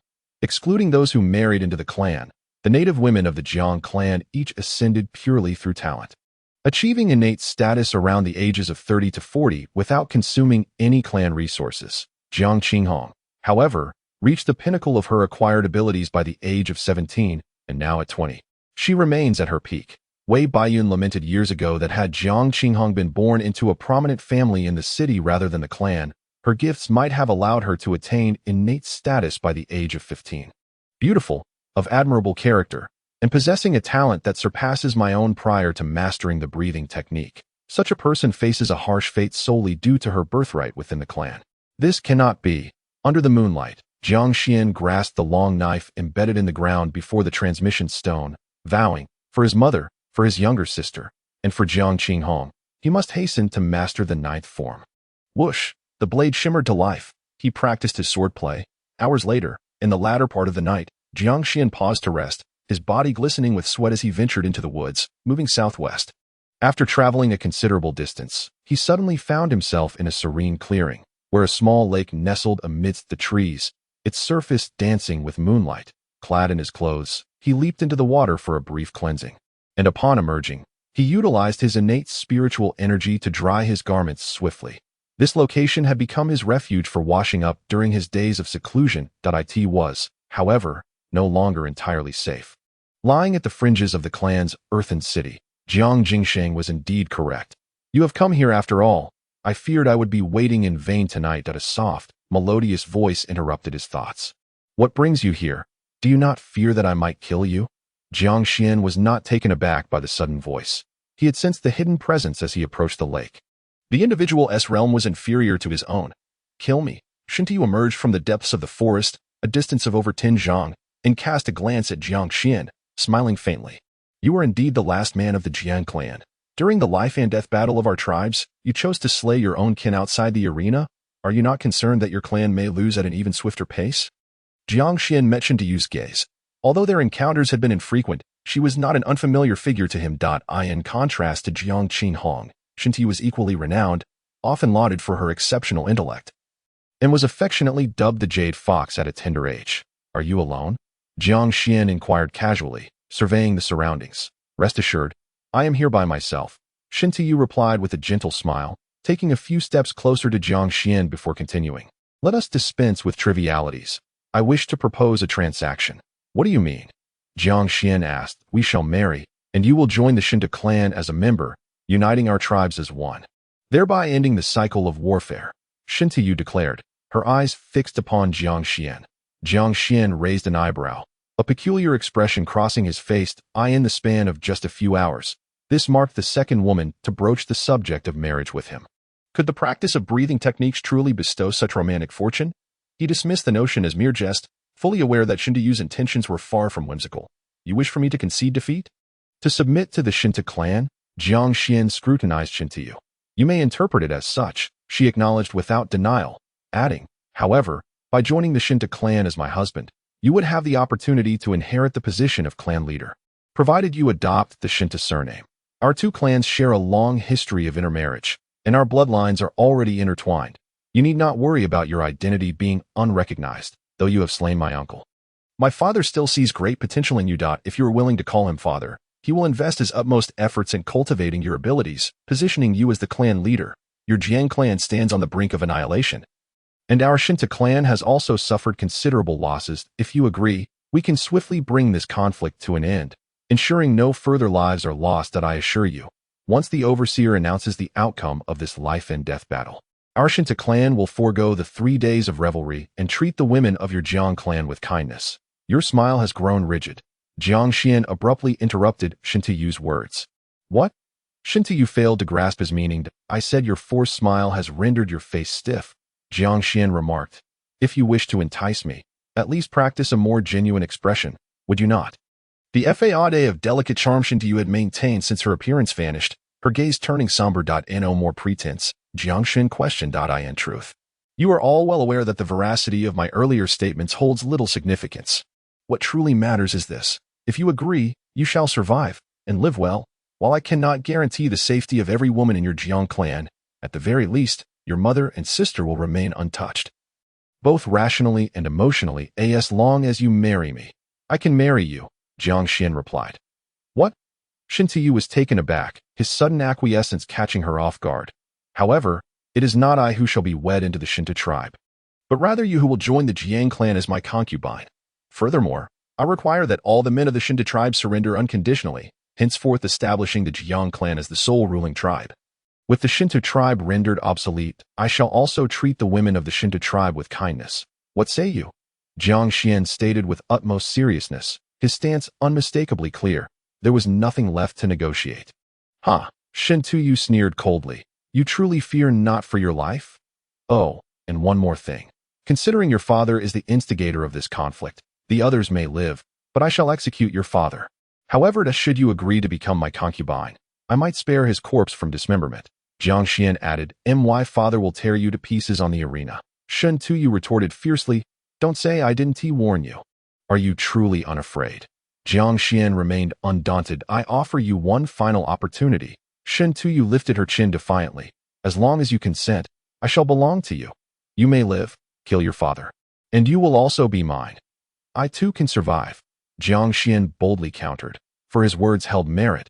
Should he triumph in the battle of life and death, the women of the Shentu tribe would be at his disposal, including Shentu herself. I extend one last opportunity to you. Jiang Xuan fixed his gaze upon Shentu. Come and be my concubine. Should you reject my proposition, I shall annihilate every last man of the Shentu tribe. Truly mad. Initially taken aback by Jiang Xuan's boldness, Shentu felt an unexpected sense of relief. It seemed Jiang Xuan had succumbed to madness under immense pressure, for how else could he utter such deranged words? Jiang Xuan was but a half step into the innate realm, while the Shentu tribe boasted several dozen innate warriors and hundreds more in the postnatal realm. Any of those innate warriors could easily crush him. Then await your demise, Shentu retorted. Turning to leave. As Jiang Xuan watched her vanish into the woods, his expression gradually shifted, brows furrowing in contemplation. How curious it was that the Shentu tribe seemed so eager to conclude the war. Jiang Xuan pondered. Only I and the esteemed elder Qishir are privy to the extent of my strength's growth. The Shentu tribe could not possibly be aware. If they were, they would not so underestimate me. In their eyes, they could surely eliminate me by next month. Why then propose a marriage? Did they covet my talent? Jiang Xuan sensed it was not so simple. Yet, what lay concealed behind this enigma remained elusive to him. 3 days later, in the afternoon, the ninth style of the chasing wind blade, aptly named the chasing wind technique. What does it mean to chase the wind? Only the wind can pursue the wind. And what does it mean to be like the wind? When the wind rises, it is omnipresent, be it a gentle breeze or a raging storm, caressing the face or striking with ferocity. Chasing the wind is akin to being the wind, with blade shadows that vanish without a trace. Jiang Xuan practiced his blade technique before the sound transmission stone, the light of his blade cascading like torrential rain, reaching a level where not a drop could penetrate.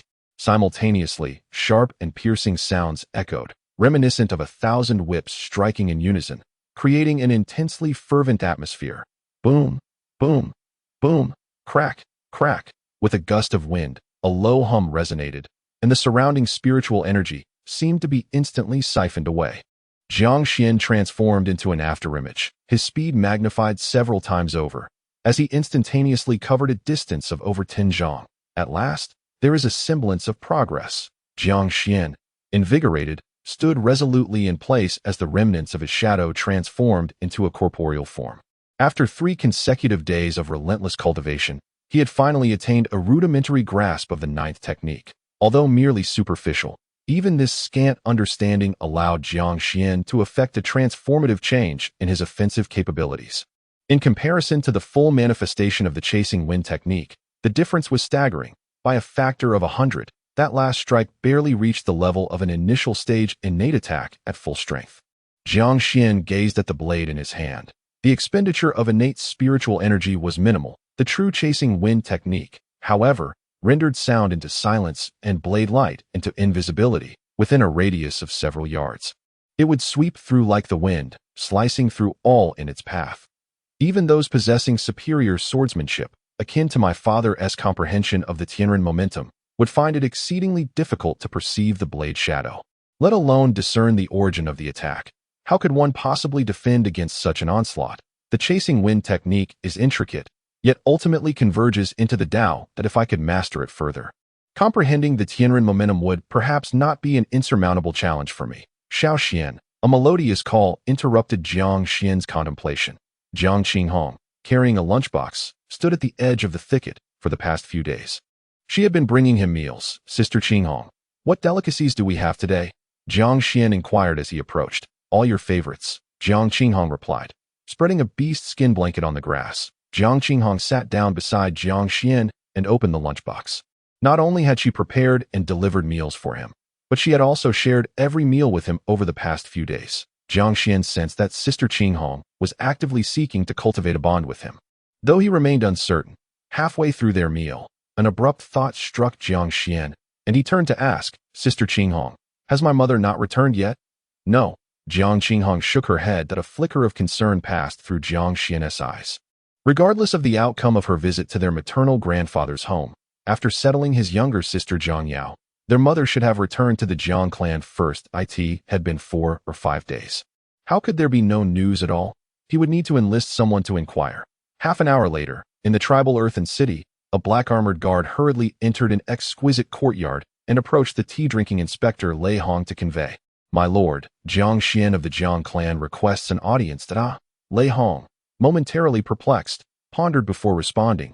Let him in ordinary circumstances, Lei Hong ought not to have been present in the tribal earthen city at this hour. And even if he were, there typically would not be any significant interactions between the tribe and the inspector. The inspector's role was to uphold fairness, a principle strictly enforced by law and bolstered by his immense strength. As an existence transcending the innate realm, he was at the pinnacle even within the perilous domain. Even in the affluent city of Feishua, the inspector was regarded as a personage of considerable stature. Consequently, given the tribe's financial limitations, attempting to bribe an inspector would be nearly impossible, as they would disdain such trivialities. The tribe had no need to cultivate relationships with the inspector, who, in turn, seldom regarded the tribal barbarians with any esteem. This dynamic had persisted for millennia, resulting in the absence of private exchanges between the tribe and the inspector during times of life and death struggles. Thus, Lei Hong was left puzzled as to why Jiang Xuan would suddenly seek an audience with him. Jiang Xuan stepped into the exquisitely adorned garden, kneeling and respectfully addressing, I pay my respects to the esteemed inspector. Lei Hong gazed at the frail figure of Jiang Xuan and replied, Rise. Thank you. Sir. Jiang Xuan stood up. You seek something from me?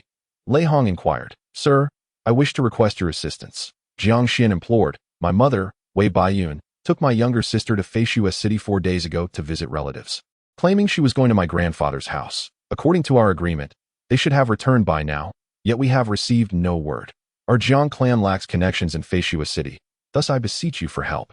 Whether it is a familial visit or an escape depends on interpretation. Such occurrences are all too common during the life and death battles. Inspectors generally turn a blind eye.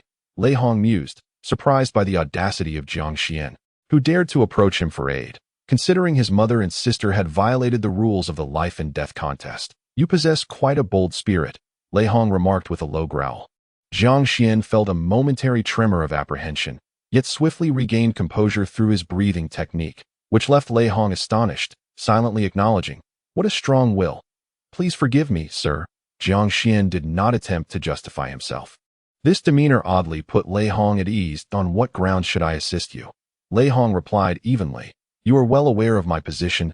If I were to aid you in locating your kin, word would spread that I am biased towards your Jiang clan, lacking impartiality. With the life and death battle against the Shentu clan reaching a critical juncture, as an inspector, I cannot and should not intervene on your behalf.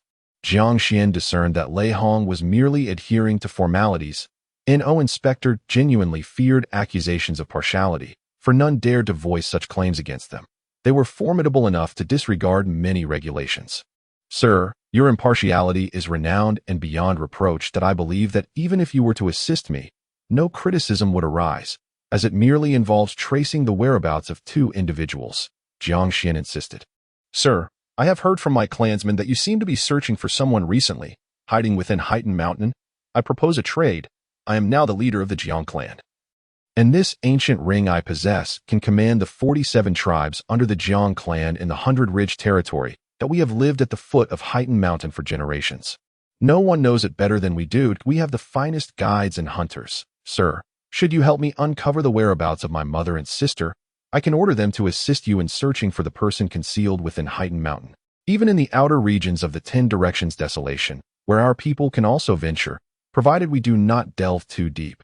Jiang Xuan felt a twinge of anxiety, for he was unaware of the identity of the person Lei Hong sought, nor their significance to him.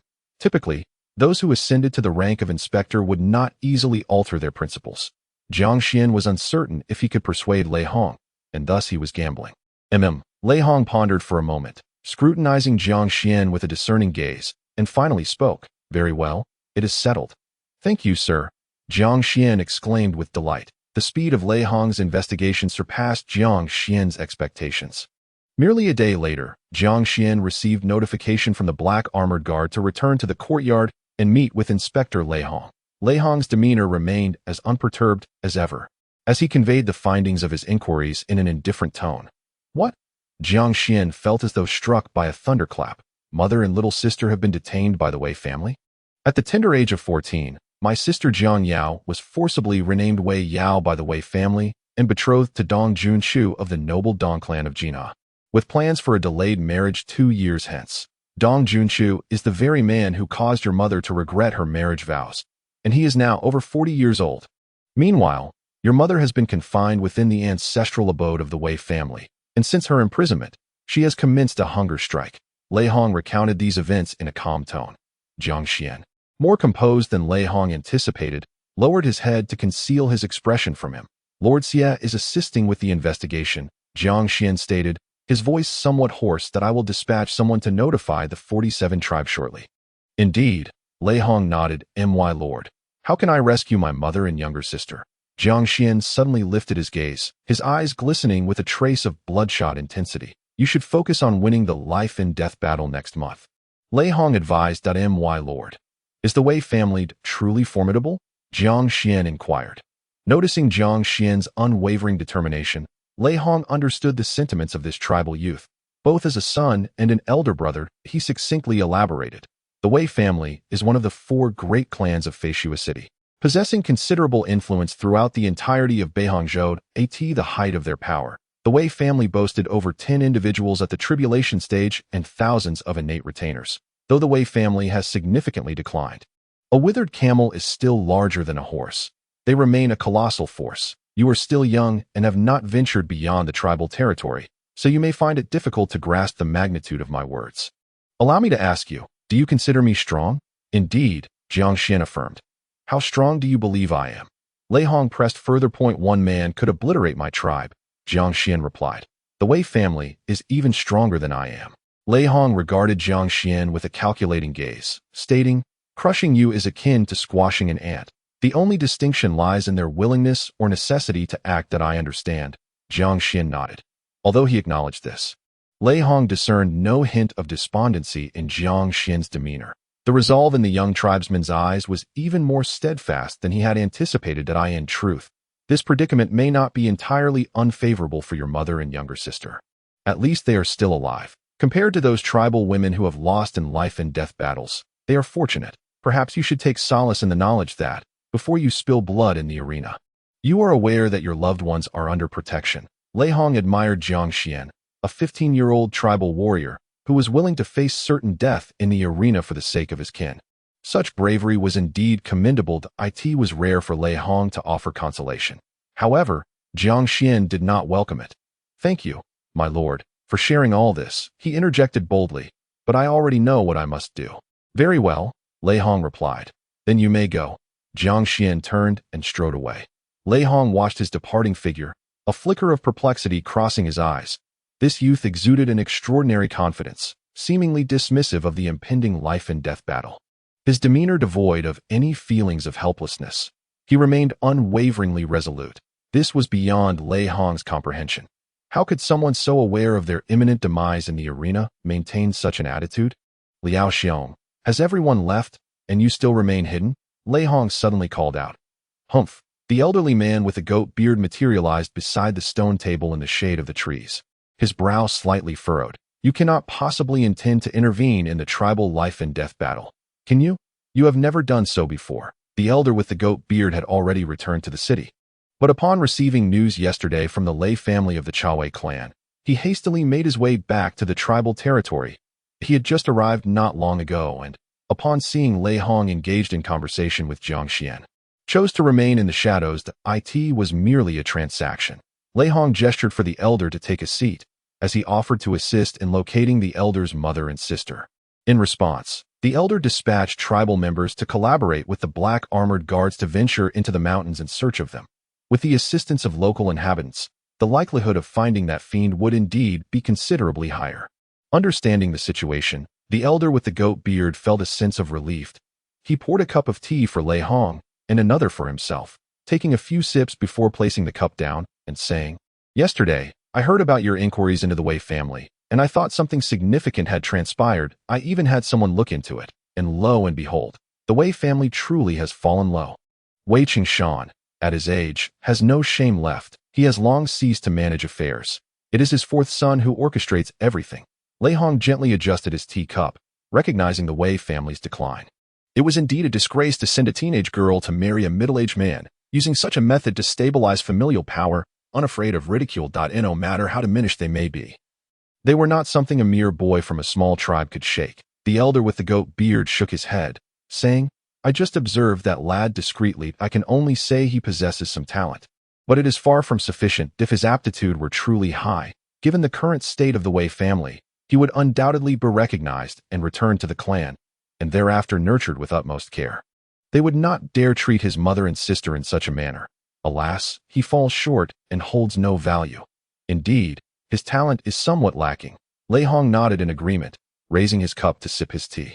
Damn it, the Wei family deserves to perish. In the dense forest behind the mountain, before the transmission stone, Jiang Xuan's blade gleamed like a tempest, striking fiercely in all directions, more intense and rapid than before. Images of his mother and younger sister flashed incessantly in his mind. He understood the resolute nature of his mother. She was an exceptionally self-reliant woman, strong and steadfast. Years ago, she willingly relinquished her status as a direct descendant of one of the four great families to marry into the tribe. Enduring scorn and pressure, a burden unimaginable for any woman. Yet, she accomplished it. If she were to fast, she would surely continue until death, although her innate abilities would prevent her from easily succumbing to starvation. Her body would grow increasingly frail. Within a few months, even the strongest innate practitioner would eventually fade away, and his younger sister, they were only a year apart, having grown up together. Jiang Xuan held deep affection for her. A girl who would only dare to act tough but was, in reality, timid and clingy.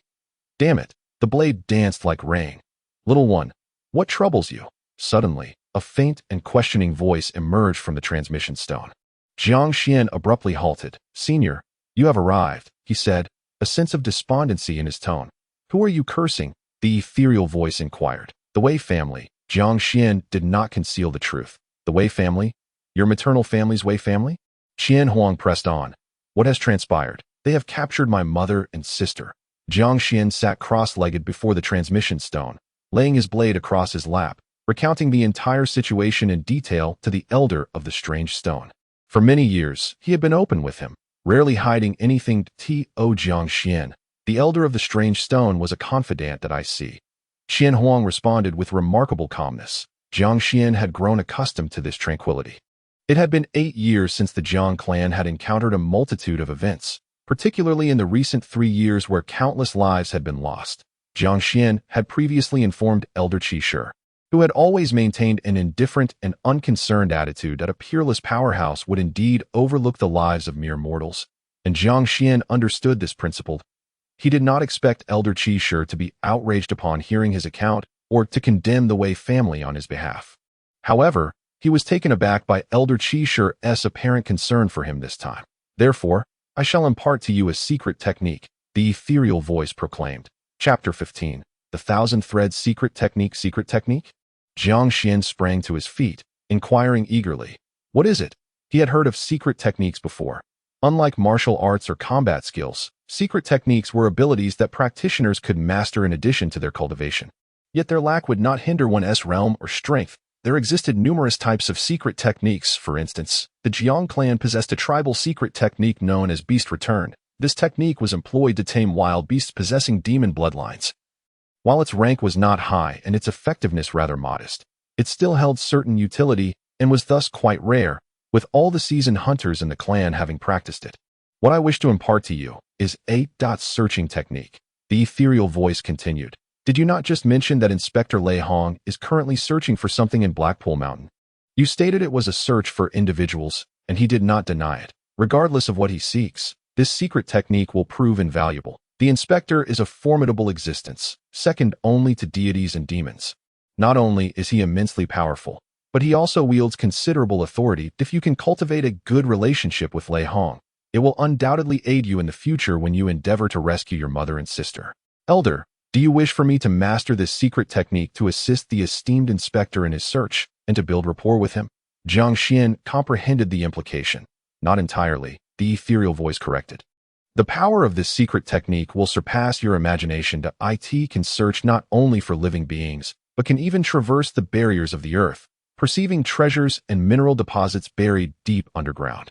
It is a divine skill for searching, tracking, exploring, and foreseeing dangers, especially in the realm of search. In this world, every piece of land has once been graced by the presence of powerful beings.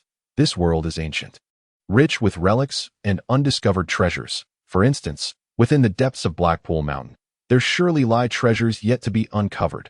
Jiang Xuan was already aware of this, as the depths of Blackpool Mountain housed a notorious area known as the 10 Directions of Despair, infamous for its dangers and opportunities. What does cultivation hinge upon? Beyond talent and techniques, it hinges on resources. Yet your clan is impoverished. Now, should you learn this searching secret technique, while I cannot guarantee you will find a great treasure, if you venture out more, you will certainly reap rewards. It will greatly benefit your path of cultivation and serve you for a lifetime. Is it truly that powerful? Jiang Xuan remarked. Trust me, it is far more potent and useful than you can fathom. The ethereal voice assured. In truth, I had long contemplated imparting this technique to you, as it would greatly assist you. However, I lacked a compelling reason until now, and this moment has presented the perfect opportunity, prompting my decision to pass it on to you. Qian Huang candidly revealed his thoughts. I can sense it. Although Elder's voice betrays no emotion, you seem to be in quite good spirits today. Jiang Xuan remarked. Clever indeed. The Emperor Qian remains calm and graciously acknowledges it. Indeed, I am in good spirits. Hence I have resolved to impart an extraordinary secret technique to you. This is a mindset possessed only by a true powerhouse, one with profound understanding. Jiang Xuan envies the formidable prowess of Senior Qi Shi, a strength that allows one to act freely, a strength so great that one can boast of remarkable secret arts simply due to a favorable mood, sharing them as one pleases. Of course, Jiang Xuan is immensely grateful. Thank you, Senior. Jiang Xuan bows towards the communication stone. Not be hasty in your gratitude. First, let us establish 3 rules. A voice, ethereal and distant, in tones. Besides the familiar conditions we both know, I must remind you that this secret technique must remain undisclosed to others, at least until you ascend to divinity. Otherwise, it will invite peril to your life. Exercise caution when employing it. The junior understands. Jiang Xuan firmly engraves the words of Senior Qi Shi in his memory, not daring to be negligent. Excellent. Listen closely. This secret technique is called .1000 Threads Technique. The following morning, the temporary camp of the Shentu Clan, within a tent. This cannot continue. Jiang Jingsheng paces anxiously before the long table, muttering to himself, consumed by worry. He had heard just 2 days prior about Shentu Yu seeking Jiang Xuan regarding the matter of joining their clan. Although it did not come to fruition, it left him in a cold sweat. What if it had succeeded? Others may remain oblivious, but Jiang Jingsheng knows his fate. Jiang Xuan would undoubtedly command the Shentu clan to eliminate him. He harbors no doubts. The very act of slaying him, a traitor, might be one of the conditions for Jiang Xuan's joining. Though the matter did not materialize, it instilled in him a profound sense of crisis. Despite being a late-stage innate expert, possessing formidable strength, and not having faced persecution since aligning with the Shentu clan, Jiang Jingsheng is acutely aware that individuals like him are viewed with disdain.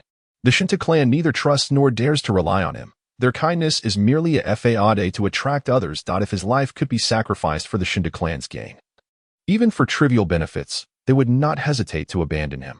This sense of precariousness leaves Jiang Jingsheng sleepless through the night. It is all Jiang Xuan's fault. Had it not been for Jiang Xuan intervening that day, the life-and-death battle would have concluded. The entire Jiang clan would have merged into the Shentu clan, rendering him less conspicuous.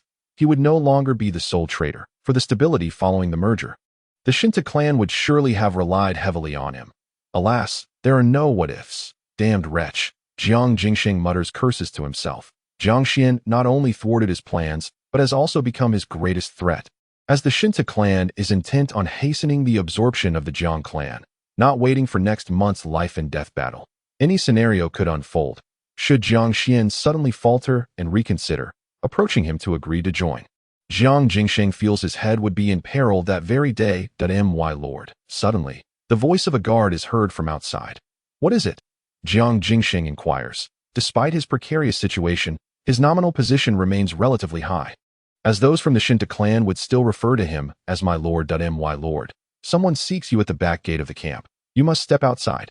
Outside the temporary camp, there stood a sentinel. Moments later, beyond the rear gate of the camp, lay a thicket of trees that a figure, clad in a gray robe and wrapped in a tattered cloth mask, adorned with a wide-brimmed hat, stood beneath the trees, gazing at the gate where tribal sentinels were stationed. Are you seeking me? Jiang Jingsheng emerged, accompanied by 2 guards. Upon catching sight of the visitor, a sense of familiarity washed over him. Yet he could not immediately place the individual. Who are you? What is your purpose in seeking me? It is I, Elder Wu. I have come to pledge my allegiance to you. The figure removed the tattered cloth mask, revealing a rugged man in his 30s, with a faint scar adorning the corner of his eye. Bao, Jiang Jingsheng exclaimed, astonished, casting a scrutinizing glance over Jiang Bao. The life-and-death battle of the tribe was, in essence, a high-stakes gamble, with the wealth and lives of both factions resting on the outcome. During such desperate times, it was not uncommon for those on the weaker side to flee ahead of the impending conflict. Survival for those in the later stages was bleak, while those in the earlier stages had a glimmer of hope. Jiang Bao had once been a warrior of the Jiang clan, but a year and a half prior, he had vanished on the eve of the life-and-death battle. Elder Wu, I have heard of your profound wisdom and your alignment with the will of heaven, that you have surrendered to the Shentu clan in advance. Jiang Bao admitted with a hint of trepidation. I wish to join you. In that instant, Jiang Jingsheng comprehended the gravity of the situation. The sudden arrival to seek refuge, coupled with the intention to submit to the Shentu clan, clearly indicated a desire to avoid becoming an outlaw. After all, once the life-and-death battle commenced next month, those who fled would be branded as fugitives, while those who remained would be enslaved. Only by surrendering in advance could one hope to maintain a semblance of normalcy, albeit with a lingering sense of disdain and mistrust. Come, follow me. Jiang Jingsheng observed the anxious Jiang Bao, and as if struck by inspiration, his eyes gleamed with renewed vigor. You have arrived at the perfect moment. I shall take you to meet clan leader Shentu Lai.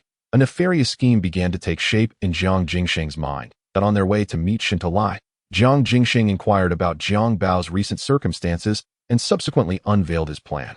Upon entering the grand tent, they found Shentu Lai and his daughter, Shentu, present. Jiang Jingsheng promptly made the introductions. Bao, you have yet to meet clan leader Shentu Lai, and this is Miss Shentu. I have met clan leader Lai and miss you. Jiang Bao hastily knelt, bowing deeply, demonstrating his keen awareness of the situation. Noticing the allegiance sought, Shentu Lai assumed a gracious demeanor, assisting Jiang Bao to his feet. Welcome. The arrival of another Jiang warrior bolsters our clan's strength. Shentu turned to her father. Father, I shall immediately dispatch word to spread this news, so that they all know. That would be unwise. Jiang Jingsheng interjected urgently, glancing at Shentu Lai. Clan leader, this matter should remain under wraps for the time being. I have devised a plan to secure the Jiang clan ahead of time. Speak, Shentu Lai commanded succinctly. Jiang Jingsheng then laid out his strategy, which was not overly complex. In essence, it entailed Jiang Bao feigning a return to the Jiang clan, awaiting the opportune moment to assassinate Jiang Xuan. Once Jiang Xuan was slain, Jiang Bao would emerge as the last remaining male of the clan, thus leading them to surrender and submit. Clan leader, Jiang Xuan is merely at the half-step innate stage, while Ah Bao had achieved early innate status years ago. Although he has yet to break through, he remains a formidable presence among those at the early innate stage, and scathed. Engaging Jiang Xuan directly, he would find it a simple task to eliminate him. Let us not even speak of treachery and ambush. A half-step into the innate realm is ultimately not true innate mastery. At this moment, there is absolutely no room for error. Chapter 16. Prepare to celebrate. Shentu and Shentu exchanged glances, both filled with immense joy. The matter of the melting crystal mine could not be concealed for long. Following the failed negotiations between Shentu and Jiang Xuan, the upper echelons of the Shentu clan, led by Shentu, had convened in secret multiple times, seeking solutions. Currently, two strategies were under consideration: either find a way to delay the discovery of the melting crystal mine until next month, slaying Jiang Xuan in the arena, or eliminate Jiang Xuan beforehand. However, when it came to the assassination of Jiang Xuan, Shentu and his associates were exceedingly cautious. This was due to the fact that the Inspector Lei Hong, for reasons unknown, had been lingering in the city of the Jiang Clan. While it was not difficult to send or hire someone to assassinate a half-step innate master, to kill Jiang Xuan right under the inspector's nose would be a blatant disregard for his authority, likely provoking his wrath and potentially leading to the annihilation of their clan. Thus, after several discussions, no one dared to make a decision. As for extending the time before the discovery of the melting crystal mine, some arrangements had already been made and were in progress. Unexpectedly, a chance had presented itself. Jiang Bao's intention to kill Jiang Xuan constituted an internal conflict within the Jiang clan. It would not even violate the laws of the dynasty. Excellent, excellent, excellent. In his elation, Shentu exclaimed several times, seizing Jiang Bao's shoulders. Well done. You are a true warrior. Go forth. Once you return victorious after slaying Jiang Xuan, I shall officially recognize you on behalf of the clan, declaring you a Zanda warrior. No, you shall not merely be a Zanda warrior. You may adopt the Shentu surname, and I will grant you a position among the elders. Jiang Bao was momentarily taken aback, swiftly followed by overwhelming joy. Thank you, esteemed clan leader. Rest assured, I will bring you Jiang Xuan's head. Jiang Bao was filled with excitement. Previously subservient towards Shentu, he now wore a proud demeanor, confident in his impending victory. Killing a mere half-step innate master will be as easy as slaughtering sheep or cattle. Then I shall await the triumphant news of our Zanda warrior. Ha ha ha. Shentu laughed heartily, patting Jiang Bao's shoulder once more. Meanwhile, Jiang Jingsheng was equally bewildered. He was unaware of Shentu's desire to hasten matters and never anticipated that, beyond bestowing the honor of Zanda warrior, Shentu would also offer a tangible position among the elders. To kill Jiang Xuan was such a monumental achievement. Jiang Jingsheng grew anxious. He wished to make a name for himself, yet it appeared that Shentu valued the capable Jiang Bao far more. His own prospects within the Shentu clan seemed precarious, possibly eclipsed by the newly arrived Jiang Bao.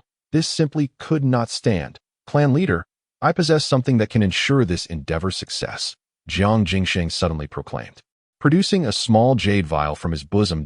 This blood fury pill has been my treasured possession for a decade. It is my life-saving elixir. Blood fury pill. Shentu, Shentu, and Jiang Bao all perked up.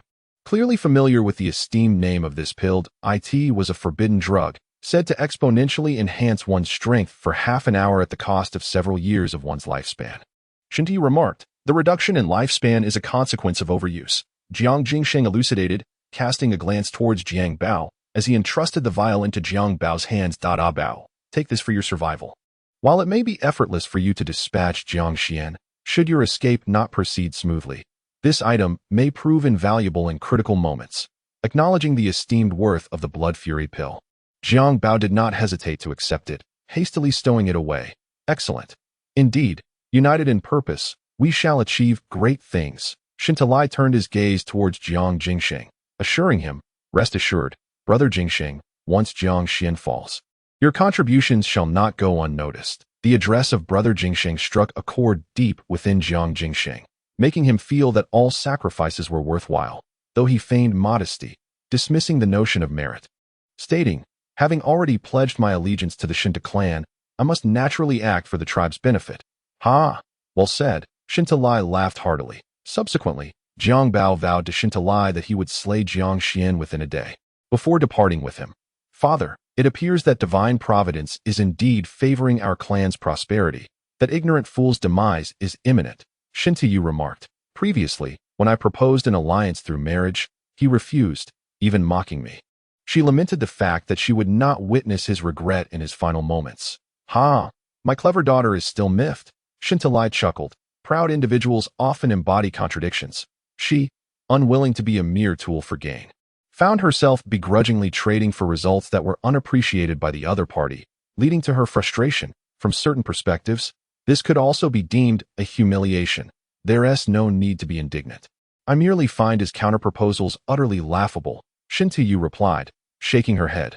Now, let us prepare for a celebration, Shentu remarked, directing his gaze at his daughter. This matter is entrusted to you. Very well. Father, I shall make the necessary arrangements for the festivities. Shentu affirmed with a nod. Noon. Behind the earthen city of the Jiang Clan. Is this the thousand-thread secret technique? Mastering it even at a rudimentary level has expanded my perceptive range tenfold. Due to my cultivation of the re-breathing method, my senses are already sharp, and with the acquisition of the thousand-thread secret technique, I dare say that even a typical perfected innate practitioner may not match my heightened perceptual abilities. Not to mention the terrifying penetrative power of the thousand-thread secret technique, which can extend underground. Jiang Xuan sat cross-legged before the sound transmission stone, his eyes tightly shut, his heart directed skyward. He perceived everything around him with his consciousness, which, unlike ordinary modes of perception, took on a filamentous form at this moment. While a typical cultivator's awareness of their surroundings may resemble an ever-expanding mass of cotton, dense and seamless, the practice of the thousand-thread secret technique allows one's thoughts to manifest as threads, akin to spinning that mass of cotton into strands, thereby connecting to the objects of perception. The potential range of awareness thus achieved can be magnitudes greater than before. Though I have only just begun to master this technique, I cannot yet extend my perception to such distances. My thoughts have merely started to take on a filamentous quality, yet this marks a significant transformation. Were a divine or demonic being to be present at this moment, they would be astounded to discover that Jiang Xuan's consciousness had transformed into hundreds of pure white threads extending from his being. Reaching out like tentacles into the surroundings, some were burrowing into the earth. Despite encountering the resistance of the ground, which limited their depth, they reached far deeper than any other practitioner of the same realm could perceive. Additionally, a portion of these threads was weaving a web around Jiang Xuan, evidently serving as a self-defensive mechanism of his consciousness. Any sudden disturbance necessitates first encountering the web of consciousness, which will rouse Jiang Xuan's vigilance. Setting aside other matters, merely in terms of its ability to foresee danger, the thousand-thread secret technique is indeed formidable. How is Sister Qinghong here so early? Jiang Xuan sensed an approaching presence and opened his eyes. He had been in secluded cultivation, subsisting on merely 2 meals a day, divided into morning and afternoon, and it was currently midday. Typically, Jiang Qinghong would bring him food after another hour and a half. Yet today she arrived unusually early. Jiang Qinghong was running over. Xiao Xian, the leopard from the hunting team. Uncle Leopard, he has returned, she exclaimed breathlessly. Uncle Leopard? Jiang Xian sprang to his feet, fully aware of whom Jiang Qinghong referred to, the leopard of the hunting team, whose true name is Jiang Bao, an innate warrior of the tribe, who had fled over a year ago out of fear and had remained missing since. Where is he? Jiang Xian inquired. Grandma Jinhua's. The others have already gone there, and Grandma Jinhua sent me to inform you to come, Jiang Qinghong replied. A moment later, in a courtyard of the Jiang Clan's earthen city, the few remaining innate female warriors of the tribe had gathered. Alongside various managers from the patrol team, hunting team, medicinal herb garden, and mining caravan, all of whom were women, predominantly in their 30s and 40s. In the 3 years of life and death battles, the men of the Jiang Clan had nearly perished, leaving the women to uphold the entire tribe's operations. Bao has returned. It is indeed good that you are back. Bao, you've lost weight. It's wonderful to have you back. Xiao Xian is no longer alone. The women familiar with Jiang Bao were engaging him in conversation. Most held a silent stance towards the man who had once fled, while a few, unconcerned, exchanged pleasantries without casting blame. In truth, it is difficult to assign fault in this matter. The life and death battles had long since created a one-sided scenario of impending doom, and Jiang Bao was not the only man to have escaped the Jiang Clan. Many fled with their families, taking their wives and daughters with them. They were not inherently cowardly, and some even returned to the tribe after ensuring their daughter's safety outside. On the arena stage, the death struggle awaits.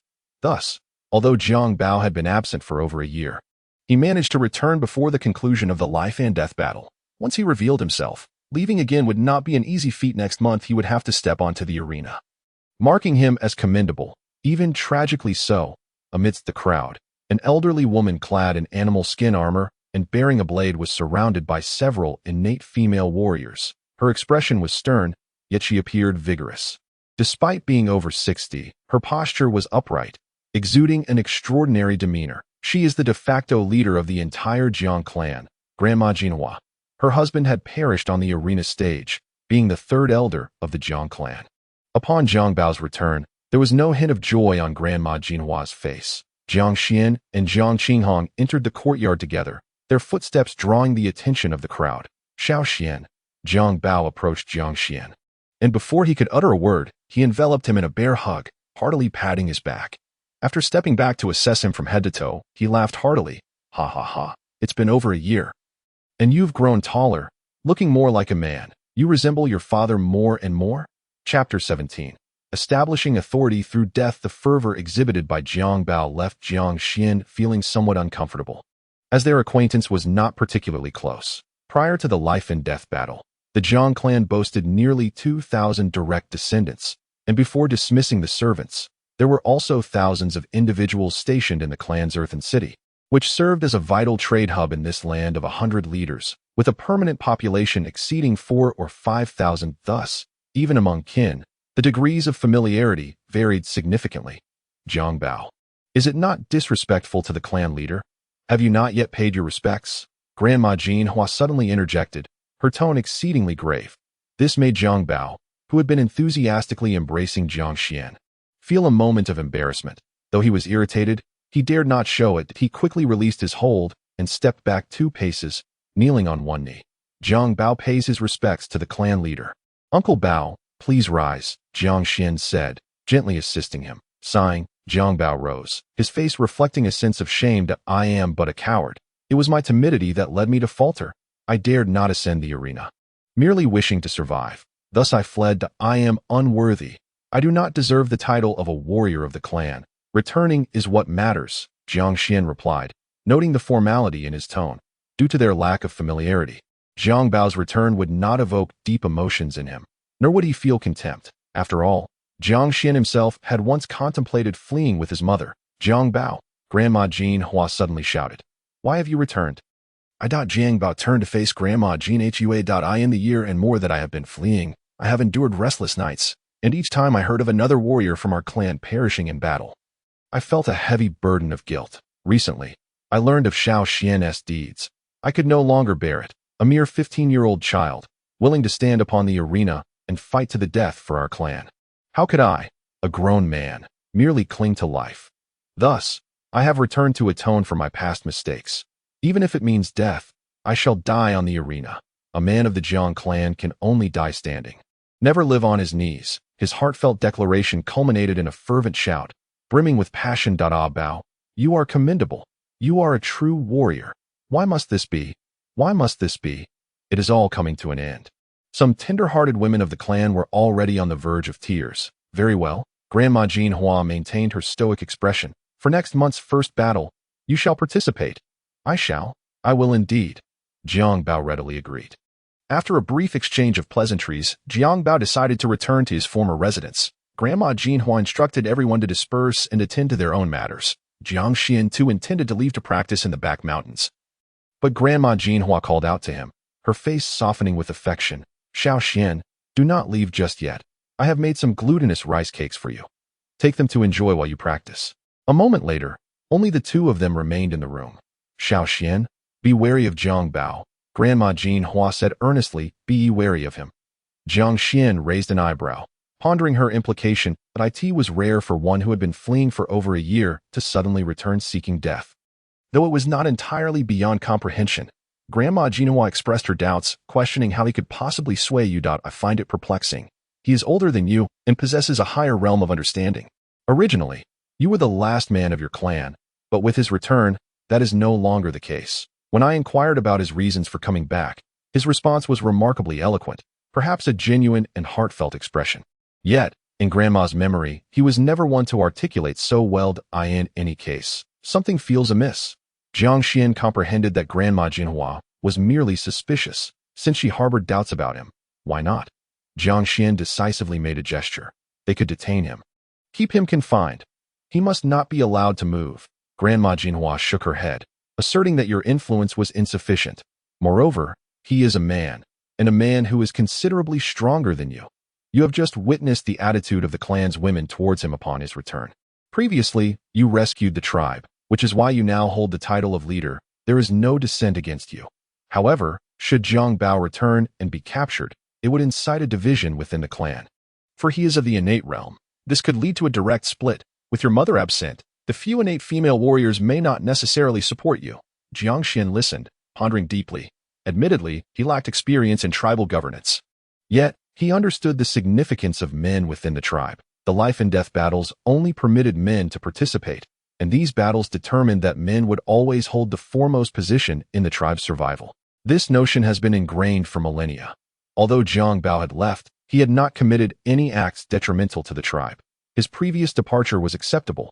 Thus, upon his return, he would quickly ascend to a position of great esteem. Particularly given the tribe's dire lack of men, Grandma Jinhua, respected and esteemed, would have to yield to Jiang Bao, were it not for his tarnished reputation from having fled. Exercise caution, as long as you do not find yourself alone with Jiang Bao.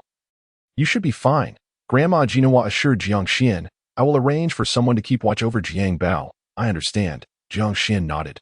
Upon returning to the Stone of Sound transmission in the back mountain, he commenced practicing his swordsmanship. An hour later, Jiang Qinghong arrived to bring him a meal. While dining together, Jiang Qinghong mentioned that Jiang Bao had sought her out. Little Xian. Uncle Bao asked me to convey that he wishes to dine and drink with you tonight, and he hopes to invite a few more people for a good gathering. It seems he has also extended an invitation to Grandma Jinhua. All invited? Jiang Xuan turned to Jiang Qinghong, pausing before adding, we shall discuss it later. If I do not attend, I will inform Sister Huanju. All right.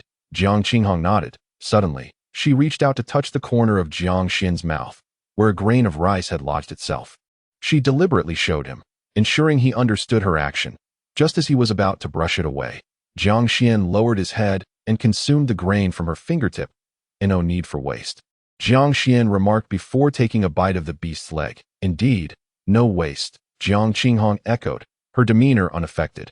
After finishing their meal, Jiang Qinghong tidied the lunchbox and departed. Jiang Xuan resumed his sword practice. Merely half an hour had passed when the Stone of Sound transmission emitted a wispy voice. Little one, have you mastered the 1,000-thread secret technique? Indeed. Thank you, Senior, for your teachings. The 1,000-thread secret technique is truly formidable. Even in its preliminary grasp, it is already remarkable. It is sufficient that it has come to fruition. Qian Huang remarked, then continue with your sword practice. I too must it seem to be a casual exchange. But she had matters to attend to. Senior, wait a moment, I have something to discuss, Jiang Xuan interjected. What is it? Speak, came the ethereal voice. It is regarding a member of our tribe named Jiang Bao, who more than a year ago Jiang Xuan was in the midst of his explanation. I recall, you mentioned that he fled the tribe on that day. Did you not? The ethereal voice interjected. Indeed, Senior, your memory is remarkable, Jiang Xuan continued, and today he has returned, claiming. Jiang Xuan then recounted the entire situation, including Grandmother Jinhua's suspicions regarding Jiang Bao and the invitation for dinner he extended that evening. Thus, I am uncertain as to Jiang Bao's true intentions. Jiang Xuan concluded that he intends to kill you, the ethereal voice stated bluntly. What? Jiang Xuan was momentarily taken aback. He must have been bribed by the Shentu Tribe. This Jiang Xuan exhibited a somewhat bewildered expression. Do you not believe me? The ethereal voice inquired. It is not a matter of disbelief, but rather, Senior, how are you so certain? Did you deduce this? Jiang Xuan questioned.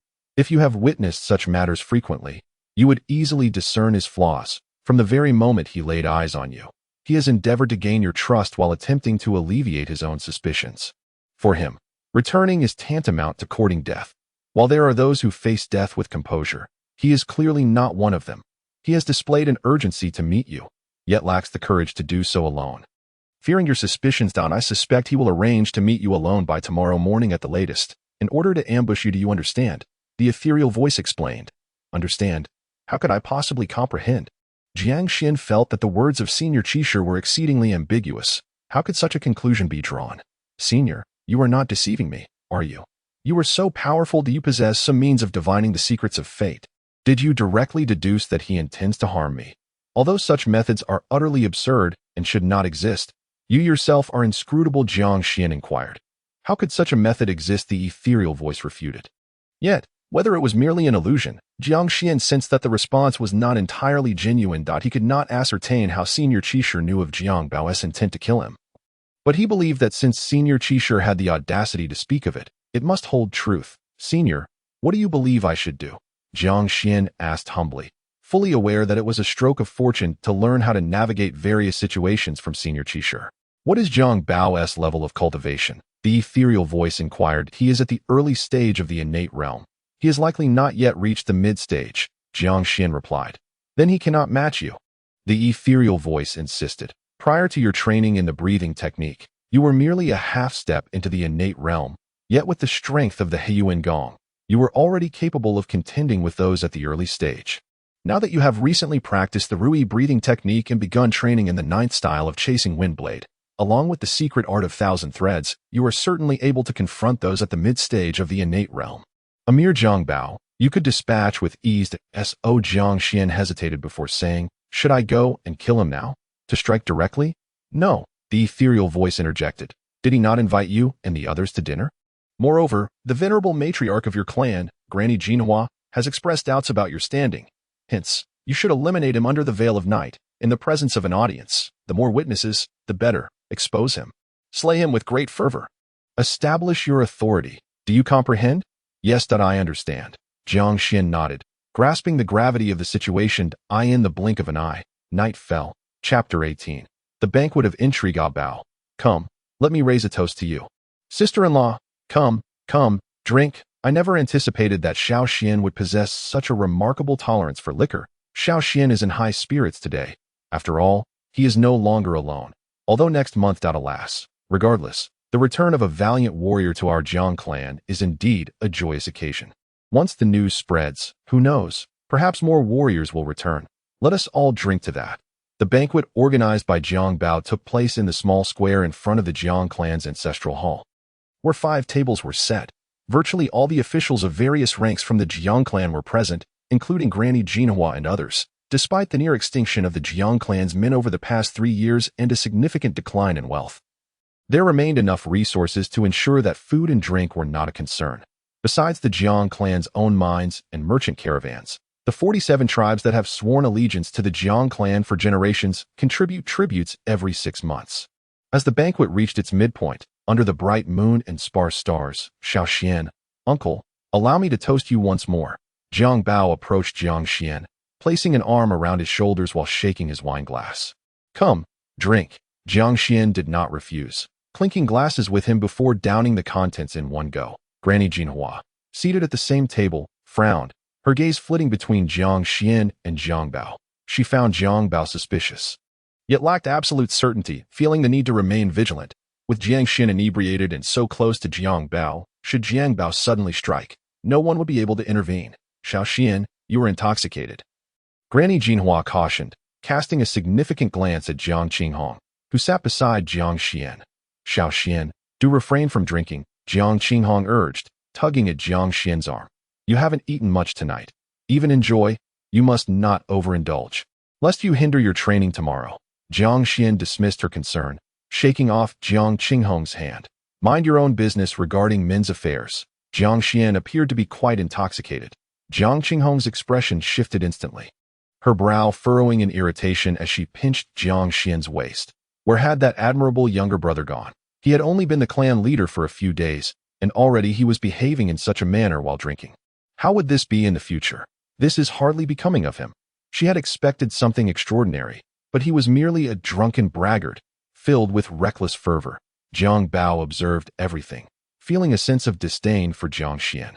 A person with poor drinking etiquette is seldom held in high regard. Jiang Qinghong chose to ignore Jiang Xuan, sulking quietly. Jiang Bao moved away to toast Granny Jinhua and several innate female warriors.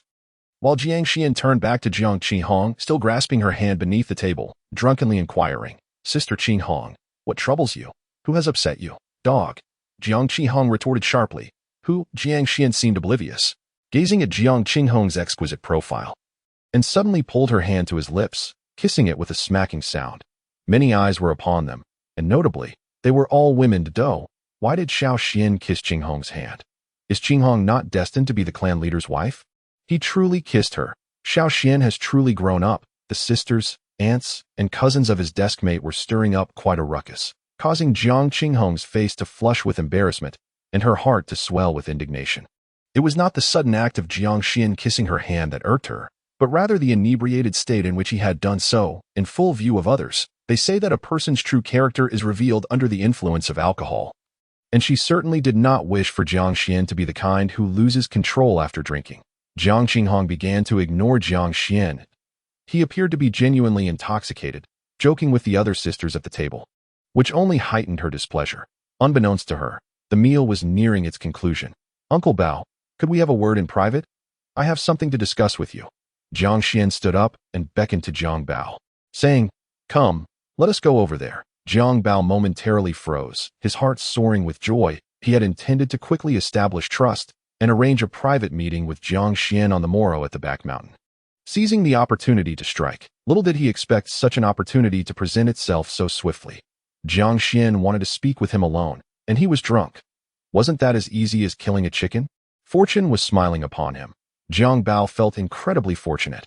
Ever since his return, Aunt Jinhua had viewed him with suspicion, and even Jiang Qinghong was acutely aware of Jiang Xuan's importance, fearing any misstep. Who would have thought that Jiang Xuan could be so foolish? "You deserve your fate." With a drunken laugh, Jiang Bao slung his arm around Jiang Xuan's shoulders. "Uncle Bao, let us go. Of course, you all, sit down. Do not follow me. I command it." Two innate female warriors, under Grandma Jinhua's directive, had already begun to rise but were ordered back into their seats by Jiang Xuan, exchanging uncertain glances. "Sister Qinghong." Jiang Xuan turned back, playfully poking the palm of Jiang Qinghong's hand, chuckling drunkenly. "We are leaving." It seemed merely a jest before parting. Jiang Qinghong's expression shifted slightly, as if Jiang Xuan's actions had unsettled her. "We are leaving. Come on." The two only men of the Jiang clan, both tipsy and with arms around each other, made their way out of the square, soon disappearing from sight. Jiang Qinghong watched them leave, suddenly retracting her hand, turning away, and cautiously glancing at the note in her palm. This note was given to her by Jiang Xuan under the pretense of teasing before his departure. After unfolding it and reading only a few lines, Jiang Qinghong's complexion changed dramatically, and she sprang to her feet. "Grandma Jinhua, look." She hurried over to Grandma Jinhua, presenting the note. Upon reading it, Grandma Jinhua stood up, her emotions surging. "This boy, how could he die if anything goes awry?" The several tables filled with raucous laughter fell silent at Grandma Jinhua's exclamation, all eyes turning toward her. Little Xian suspected that Jiang Bao had been bribed by the Shentu Tribe to return with the intent to assassinate. Grandma Jinhua waved the note in her hand. This cannot be true. Jiang Bao had deep-seated enmity with the Shentu Tribe. Both of his elder brothers and his nephew had perished at their hands. Although he had lost his courage initially, to say he would betray like Jiang Jingsheng, "I cannot believe that," a middle-aged female warrior from the hunting team asserted. "Indeed, that makes sense." Many around her nodded in agreement. "His sudden return is indeed suspicious," the patrol captain, the innate mid-stage warrior Jiang Xuan, remarked. "I am 10 years older than a Bao. I watched him grow up. This lad may not speak ill of himself. Yet I have never witnessed in him any extraordinary courage. According to his own words, he has returned with intentions to ascend the arena for a life-and-death battle, which is tantamount to courting death. I do not believe he possesses such audacity. People do change, and a Bao has been away for over a year. One cannot ascertain what he might have experienced." Another innate female warrior, however, voiced her dissent, stating, "Surely we cannot label him a traitor without evidence. At this juncture," someone interjected, "That's the crux of the matter." "Enough." Grandmother Jinhua interrupted the debate. "Xiao Xian anticipated your indecision. Thus, he is resolved to take a risk himself. He has already left alone with Jiang Bao.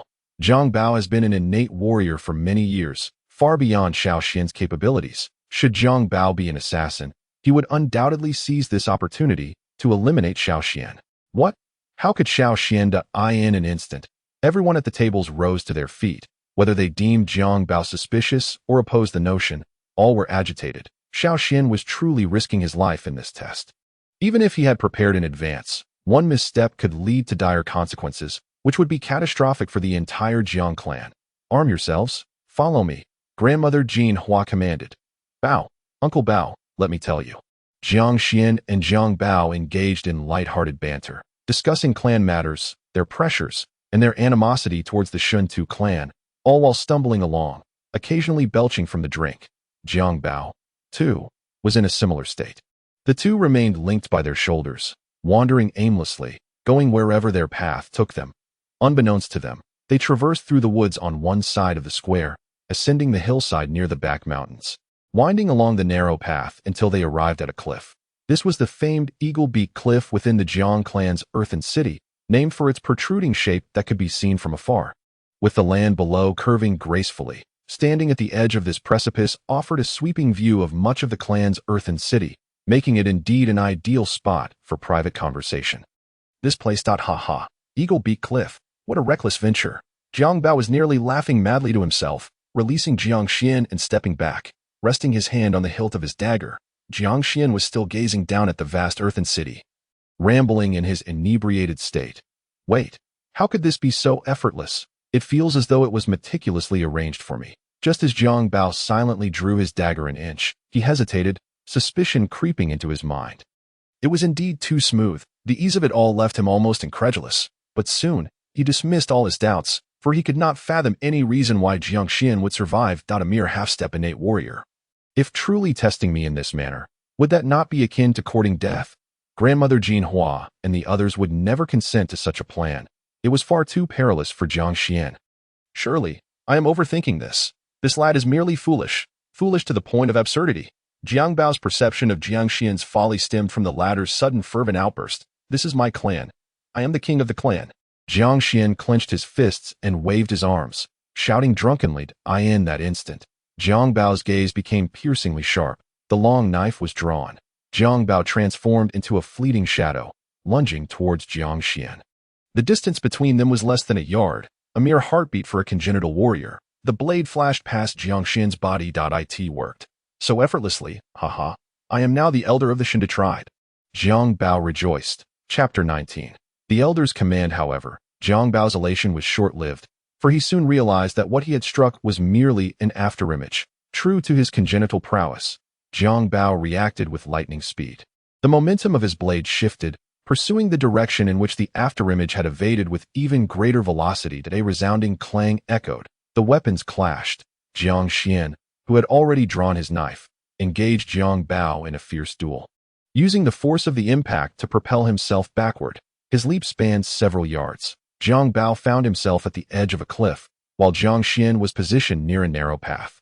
I thought you could hold back. I overestimated you. Jiang Xian landed gracefully, fixing his gaze on Jiang Bao. His drunken demeanor vanished. You were pretending to be inebriated? Jiang Bao's face contorted with fury. You little rascal. I underestimated you. Yet you overlooked one detail. Luring me into action, you ought not to have come to such a secluded place. Prepare to meet your end. He was eager to eliminate Jiang Xian. Jiang Bao, why not surrender? A sharp shout rang from behind Jiang Xian, as a throng of individuals surged forth from the wooded paths on either side, precisely those tribesmen who had dined together earlier. Over 20 of them leaped to Jiang Xian's side, led by the elderly Jean Huapapa, who brandished her knife with a fierce glare directed at Jiang Bao. The tribesmen behind her had even ignited several torches. Jiang Bao, you wretched traitor, you dare to betray us. You deserve death.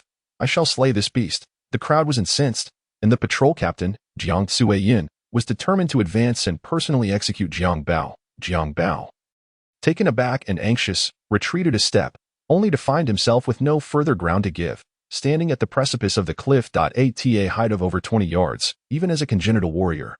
Jumping down would likely lead to his demise. The unique structure of Eagle Beak Cliff offered no leverage to escape from the rock face. The path away from the cliff was blocked by more than 20 individuals. A dead end. Moreover, there was no chance of fighting his way out. The blood fury pill would do him no good.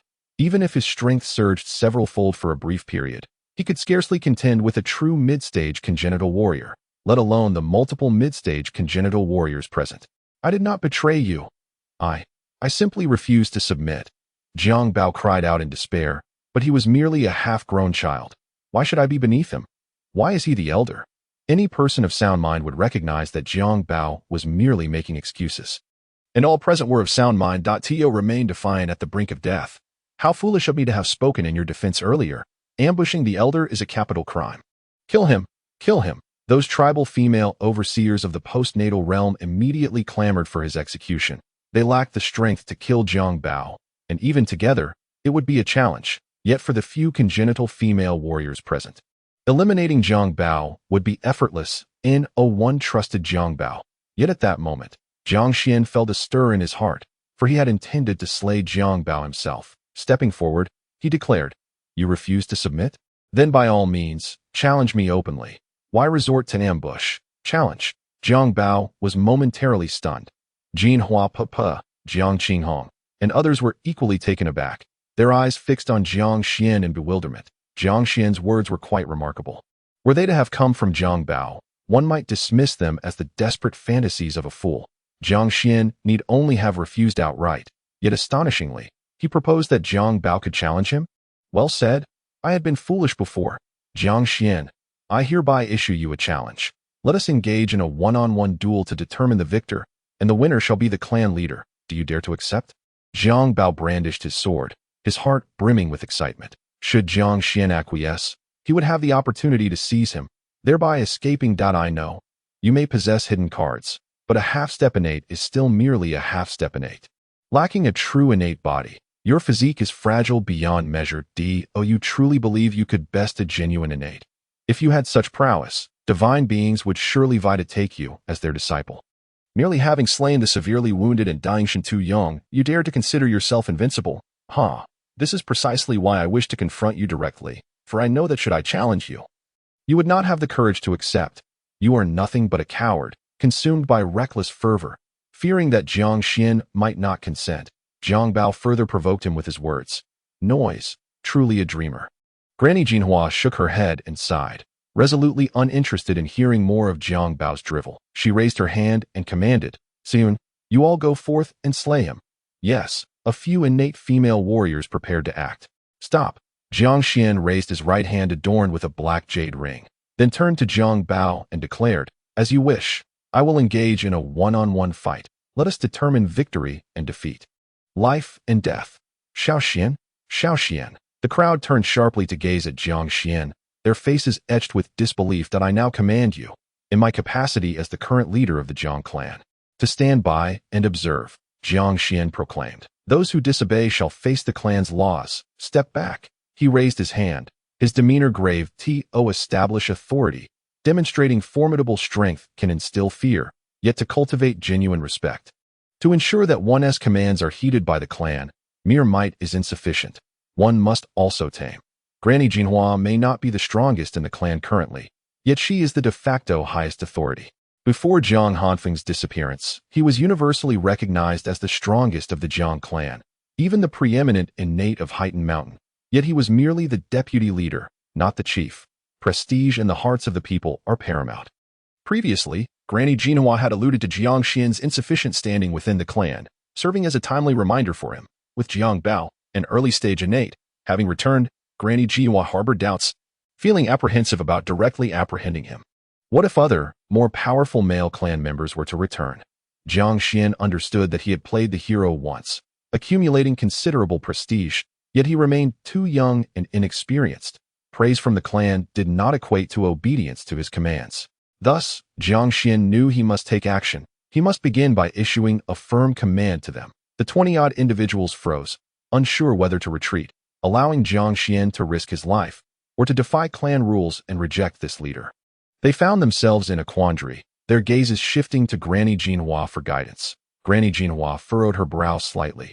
Present were the various levels of management from the Jiang clan, and Grandmother Jinhua was acutely aware that if she opposed Jiang Xuan this time, the position of Jiang Xuan as the clan leader would be rendered merely nominal, turning the clan's rules into a farce, potentially leading to dire consequences. Moreover, she surmised that Jiang Bao would dare not kill Jiang Xuan, for such an act would surely lead to his own demise. Heed the leader's command. Retreat. Grandmother Jinhua proclaimed loudly. Yet, the crowd hesitated.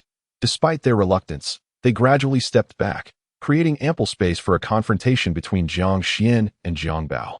Once they had halted, Grandmother Jinhua whispered further instructions to her side. Ting, remain vigilant. Should anything seem amiss, act immediately. Third aunt, why must you?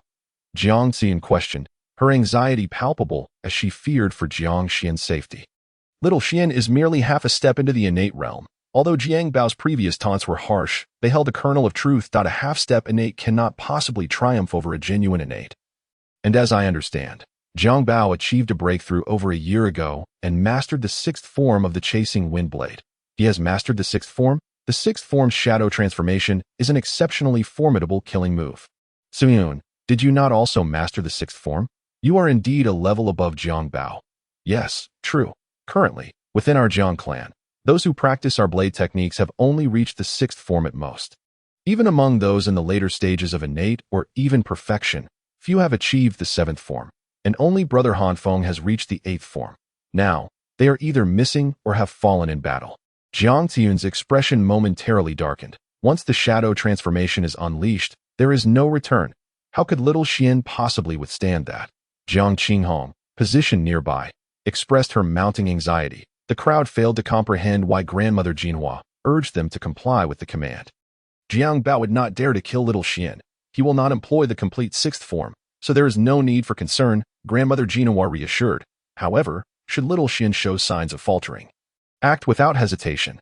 Jiang Bao gazed at Jiang Xian approaching him, feeling as though he were in a dream. Is there truly such a foolishly impulsive individual? With no time for ridicule, Jiang Bao grinned menacingly at him. Well, since you dare to accept, I shall not bully you. I will simply stand here and allow you to strike first. Come forth. Chapter 20. The stunning kill. Grandmother Jinhua and the others found it difficult to fathom why Jiang Xian would take such a reckless challenge. Fully aware of the folly yet unable to intervene, they speculated that Jiang Xian aimed to gauge the distance between himself and true innate mastery, a disparity that could only be measured through a life-and-death battle. As they stood by, Jiang Xian merely needed to maintain a safe distance from them during the fray, which should mitigate the risk to his life. Little Xian, beware of traps. Do not act rashly. Grandmother Jinhua warned loudly. Having consumed so much alcohol, be cautious. Do not venture near the edge of the cliff. If you can endure 30 exchanges, that would be remarkable. Furthermore, be wary of Jiang Bao unleashing the shadow transformation. You cannot withstand it. Jiang Xian called out urgently. In the early stages of innate mastery, one is undoubtedly superior to a half-step innate practitioner. The latter cannot possibly prevail. However, the disparity in strength between the two is not so vast that a few exchanges become unmanageable, thus granting the several innate female warriors present an opportunity to intervene at a critical moment, prior to next month's life and death battle, having the chance to engage in such a contest, one that may result in defeat, yet significantly contribute to personal growth. May not be a misfortune after all. Come on, do something. Jiang Bao provoked Jiang Xian. Are you in such a hurry to meet your maker? Jiang Xian fixed his gaze on Jiang Bao, beginning to step forward, his wrist twisting instinctively to perform a flourish with his blade. The swords wielded by both Jiang Xian and Jiang Bao were identical in size and weight, crafted from the ancestral armaments of the Jiang Clan, specifically the chasing wind blade, measuring 4 feet in length and 2 fingers in width. With a slight curvature, Jiang Xian did not charge directly, but instead paced to find an angle and opportunity. Jiang Bao was compelled to move as well, mirroring Jiang Xian's steps and retorting. Sharp-tongued, aren't we? Have you mastered the sixth style, shadow transformation? I achieved it early last year, Jiang Bao replied, a triumphant expression illuminating his face. That IT has significantly boosted my overall strength, in terms of offensive capabilities. I've grown several-fold. The sixth style is notoriously difficult to master. In the past, when the Jiang Clan's innate warriors were still alive, most early-stage innate practitioners were unable to attain the sixth style. Only a select few with exceptional talent could achieve it in their early stages, while others would only succeed in their mid-stage, and some would never master it throughout their lives. Jiang Bao's talent is indeed remarkable. He is, without a doubt, one of the best among his contemporaries. At merely 30 years of age, barring unforeseen circumstances, it is entirely possible that he could reach the late innate stage or even perfection by the time he is 50 or 60. provided he survives to see that day. Shadow transformation is indeed formidable. In a century, only my father has mastered the 8th style. The rest, despite their talents, have only achieved the 7th. You, having mastered the 6th style at the early innate stage, stand a chance to attain the 7th in the future, which certainly qualifies you as a prodigy. Jiang Xuan generously praised him. All his words preceding the confrontation merely aimed at unsettling Jiang Bao's mindset and encouraging overconfidence. Huh, are you frightened? Jiang Bao sneered. Rest assured, I won't even need to use shadow transformation to deal with someone of your caliber. Within 10 moves, I shall sever you, a half-step innate, from this world. Bring it on. Jiang Xuan's expression remained placid, devoid of any tension associated with the impending battle. Suddenly, with a crisp sound, Jiang Bao stepped on a small stone, the noise serving as a signal for their imminent clash. In that instant, both combatants surged forward. Jiang Bao, agile as a leopard, launched a fierce assault, while Jiang Xuan, equally resolute, advanced with his blade raised, seemingly prepared to deliver a desperate strike. The onlookers, including Granny Jinhua, were taken aback. Jiang Xuan was being recklessly bold. Such an all-out approach could spell disaster, as the gap in their realms might prevent him from even withstanding a few blows from Jiang Bao. Xiao Xian, came the warning, but it was already too late. In a flash, they collided. Jiang Bao's face twisted with malice as he aimed to sever Jiang Xuan's arm, intending to capture him, by incapacitating Jiang Xuan. He could leverage his life for his own escape. Even if the assassination failed, he would surely receive a reward from the Shentu Clan. Clang! A violent upheaval ensued. Clang! Clang! Clang! Clang! Clang! Clang! Clang! Jiang Xuan executed a flurry of over 10 strikes against Jiang Bao, each blow striking with precision. How could this be? Jiang Bao was greatly astonished. Clearly, he possessed a higher realm of power, and his speed was evidently superior. Yet, in their close-quarters combat, Jiang Xuan, lacking the innate physical enhancement, wielded his innate spiritual energy with such prowess that he was not outmatched. Jiang Bao attempted to leverage his physique to launch attacks at more intricate angles against Jiang Xuan. Although Jiang Xuan's agility was inferior to Jiang Bao's, and some of his stances lacked the same force, his reaction speed surpassed that of Jiang Bao, enabling him to parry each strike. Could he be employing some reckless martial technique, like the ferocious Shentu Yong, madly expending his innate spiritual energy? Jiang Bao mused, then scoffed aloud. How many more moves can you unleash in such a desperate state? As he spoke, Jiang Bao altered his technique, becoming even more ferocious, pressing Jiang Xuan hard. Jiang Qihong, Granny Jinhua, Jiang Xuan, and the others watched anxiously. Fearing that Jiang Xuan might overexert himself and spew blood, several innate female warriors stood ready to intervene at a moment's notice. Yet, 30 strikes passed, 50 strikes, 100 strikes, 200 strikes, 500 strikes. Jiang Xuan not only refrained from spitting blood, but appeared to grow increasingly vigorous. He even began to emulate Jiang Bao's techniques, as Jiang Bao primarily utilized the 5th and 6th forms of the chasing wind blade to engage Jiang Xuan, who began to learn from him. At the base of the cliff, the tribal earthen city was abuzz. Quick! To Eagle Beak Cliff, several patrol teams hurried along the hillside path. Beneath the night sky, many tribespeople climbed onto rooftops. Gazing toward Eagle Beak Cliff, the patrolling black armored guards also took note of the situation on the cliff, but merely observed without intervening, for the Jiang Clan's internal strife was of no concern to them. Even if all were to perish, the black armored guards would remain indifferent. In a finely adorned courtyard near the center of the earthen city, the goat-bearded elders stood side by side with Inspector Lei Hong atop the roof, both gazing intently at Eagle Beak Cliff. Due to the angle, when Jiang Xuan and Jiang Bao engaged in combat, moving away from the cliff's edge, those below could not see the struggle. However, such instances were rare. Most of the time, standing atop the roof allowed one to witness the duel. For Lei Hong and the goat-bearded elder, whether they could see was inconsequential. Both were transcendent beings of the tribulation realm.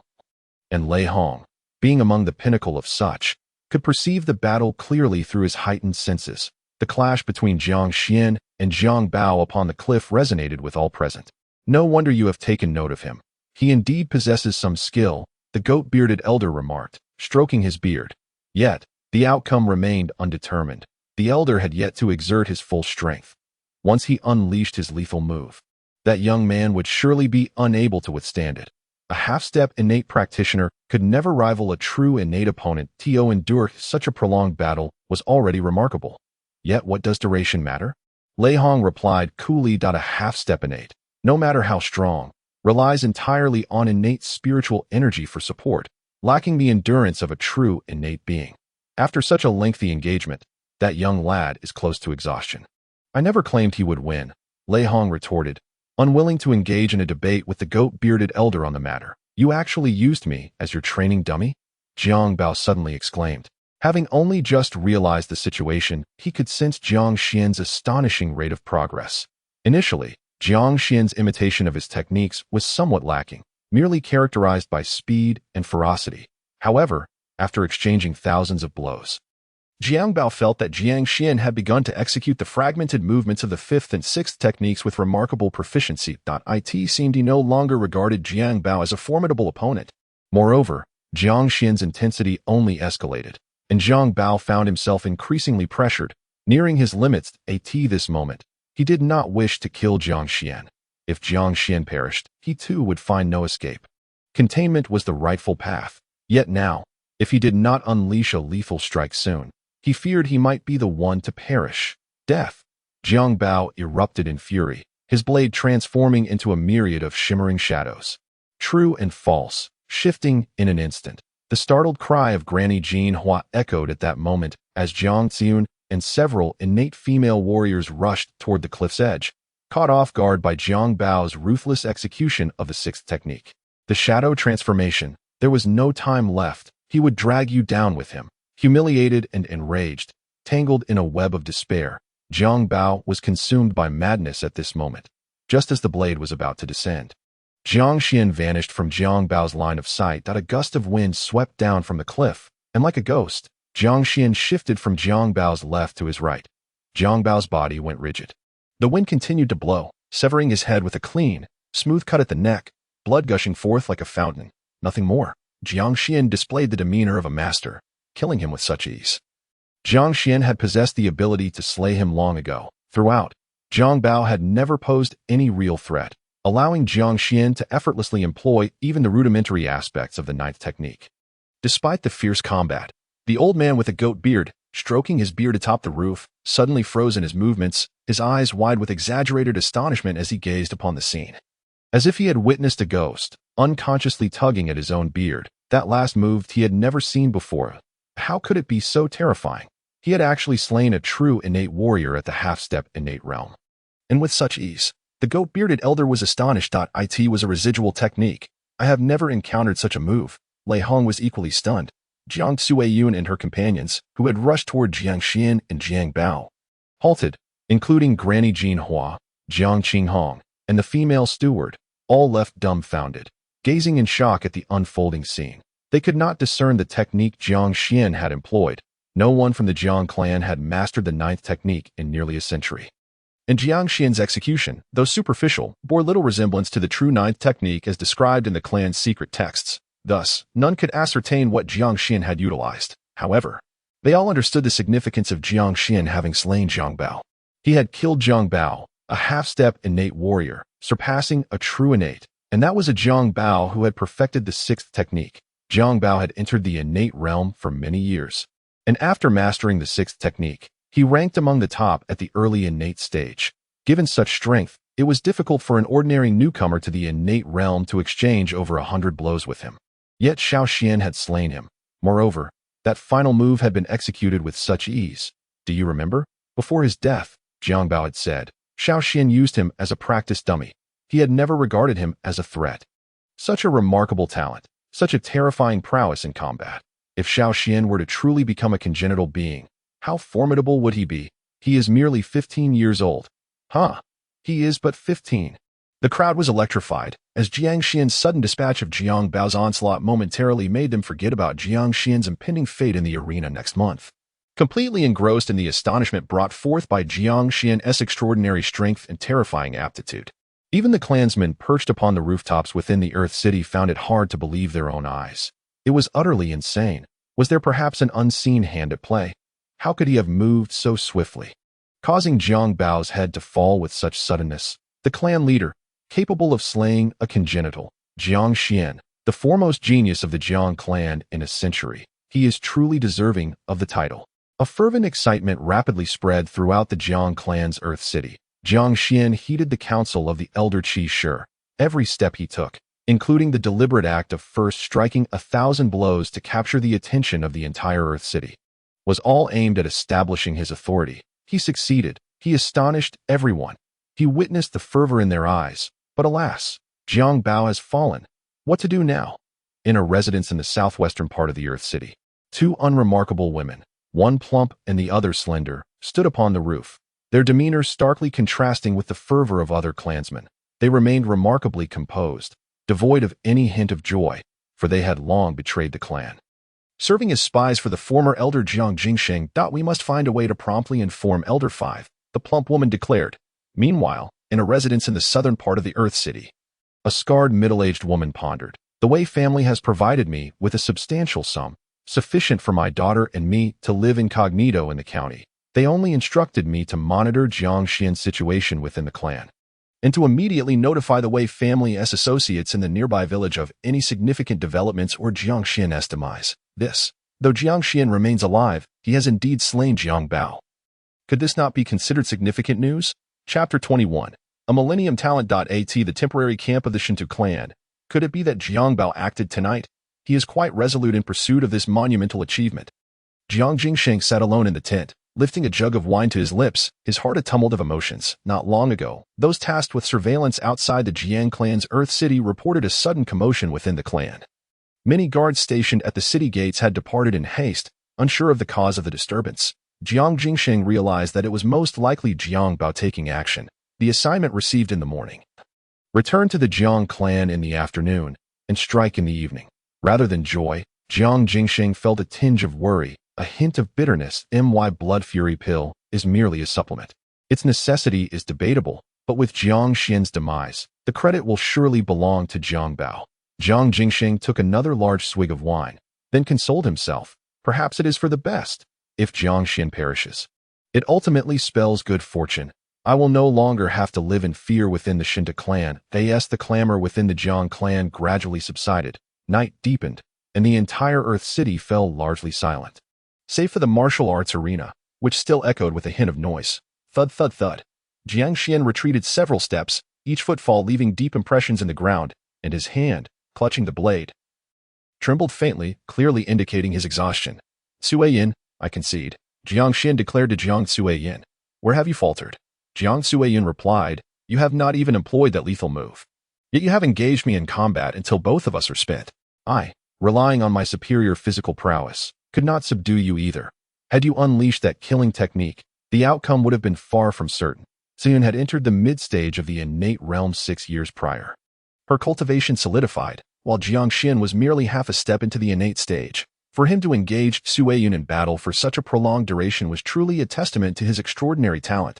He might soon rival the legendary Jiang Zhengwu from over 500 years ago. Little Xian is truly remarkable. At just 15 years of age, if I were 10 years younger, I would undoubtedly marry him.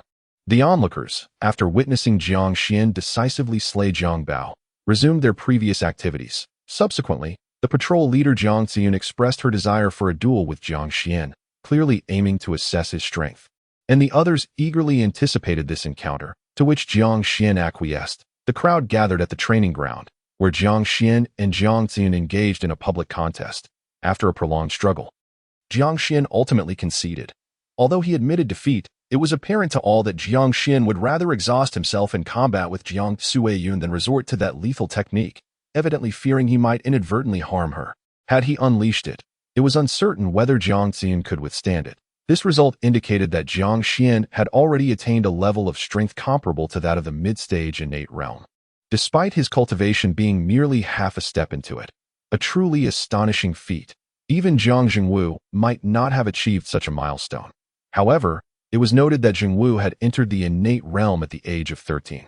While little Xian may not match Zhengwu in innate talent, his mastery of swordsmanship is likely on par at a prodigy of a millennium. Little Xian has truly matured into a man. The crowd was electrified, especially the younger women in their 20s, whose gazes at Jiang Xuan sparkled with admiration. In a tribe that revered strength and valor, Marrying a man of high talent and fierce character was a dream for nearly every woman. And these women were now widows at that moment.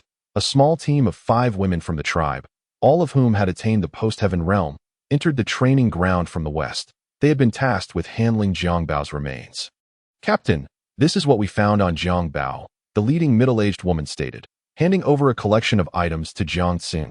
Jiang Xuan briefly examined the offerings, merely some valuable tribal adornments, a belt, common healing herbs, and scattered gold and silver. The tribe did not disdain the possessions of the deceased. They were considered spoils of war. This, Jiang Xuan opened a small vial and sniffed it, uncertain of its contents. Blood Fury Pill? Granny Jinhua, being well-versed and knowledgeable, detected the scent of blood emanating from the vial. She stepped forward, took it, and after a glance, exclaimed, "Indeed, it is the Blood Fury Pill. This belongs to Jiang Jingsheng." Jiang Jingsheng. The Shentu Tribe. It truly is them. Jiang Jingsheng. Cursed be he. He deserves 1,000 cuts. A wave of resentment surged among the crowd, and no one dared to question Granny Jinhua's words that if she claimed it belonged to Jiang Jingsheng, then it must be so. It seems that Granny Jinhua was aware of Jiang Jingsheng's possession of such a rare item. The Blood Fury Pill, notorious yet scarcely found. Jiang Jingsheng possessed one, and so did Jiang Bao. Such coincidences are hardly plausible. Jiang Bao carried this item but had not yet utilized it. Fortunately, he refrained from doing so. Granny Jinhua expressed her relief, remarking that he underestimated Xian and thus deserved it. Jiang Xuan interjected, "Xian." Granny Jinhua cast a glance at Jiang Xuan, hesitating for a moment before extending the vial towards him. "You should keep this, but remember, under no circumstances should you use it unless faced with a life and death crisis. Lacking innate constitution, you may not withstand its potency. I understand." Jiang Xuan accepted the vial and secured it. He had heard of the Blood Fury Pill and estimated that he would not resort to such a drug with severe side effects. Yet having it on his person offered a certain peace of mind, and it could be used for trade in the future. It was getting late. "Xian, perhaps you should refrain from returning to the back mountain tonight. You must be fatigued. Rest well at home, and resume your seclusion tomorrow," Granny Jinhua advised Jiang Xuan. "Understood." Jiang Xuan nodded. Shortly after Jiang Xuan departed, the crowd remained, fervently discussing his prowess with great excitement. Jiang Xuan had already demonstrated talents far surpassing those of his father. Jiang Hanfeng. While the realms of gods and demons seemed unattainable, the realm of tribulations might not be out of reach. One could assert that a person like Jiang Xuan was coveted by any tribe. Such a prodigy could elevate a clan to a tribe, transform a minor tribe into a major one, and restore the glory of a great tribe, ensuring prosperity for a century. He was the embodiment of an individual capable of altering the fate of a tribe. Xian, now on the cusp of innate mastery, was estimated to transcend into the innate realm by 17, achieving full innate mastery before 30. With hopes of entering the tribulation realm, he possessed the strength to dominate others of the same level. It was said that even in the grand cities, he would be regarded as a genius. Enough. Have you truly forgotten? Or do you simply wish to avoid the topic? Granny Jinhua finally interrupted the jubilant crowd. The training ground fell silent. The onlookers exchanged glances, for they understood all too well that Jiang Xuan had no future. The truth was simply too cruel. The higher his talent, the more brutal the reality. The death of a genius is far more difficult to bear than that of an ordinary person, prompting them to subconsciously evade such thoughts. Since it was destined to be painful, why not discuss something more cheerful? This was an evasion of reality. Xian is exceptional, truly remarkable, Granny Jinhua sternly declared. He is the greatest talent in the past century of Heighten Mountain. Yet he is far too young. He will not have the time to mature. On the 7th of next month, the life and death battle resumes, and Shentu is likely to take the field himself. He is tenfold stronger than Jiang Bao. Xian stands no chance whatsoever that a cold splash of water extinguish their fervor. Shentu, with his lofty status, might not personally engage. Although Xian had slain Shentu, he was not the first brother of Shentu to perish in battle. Remarked a gaunt female tribesman.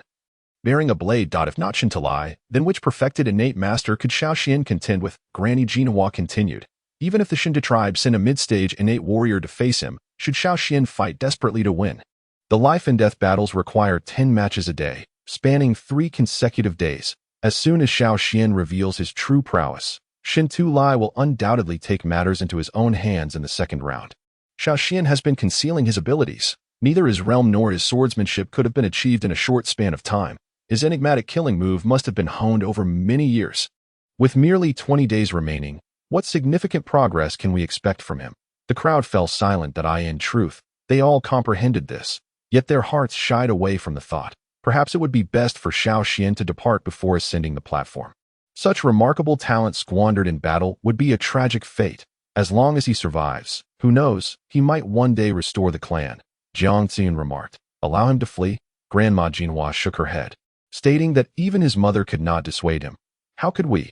You have all witnessed his unwavering determination. Third aunt, why must you speak thus? Jiang Xuan replied that I wish to make you all recognize the reality.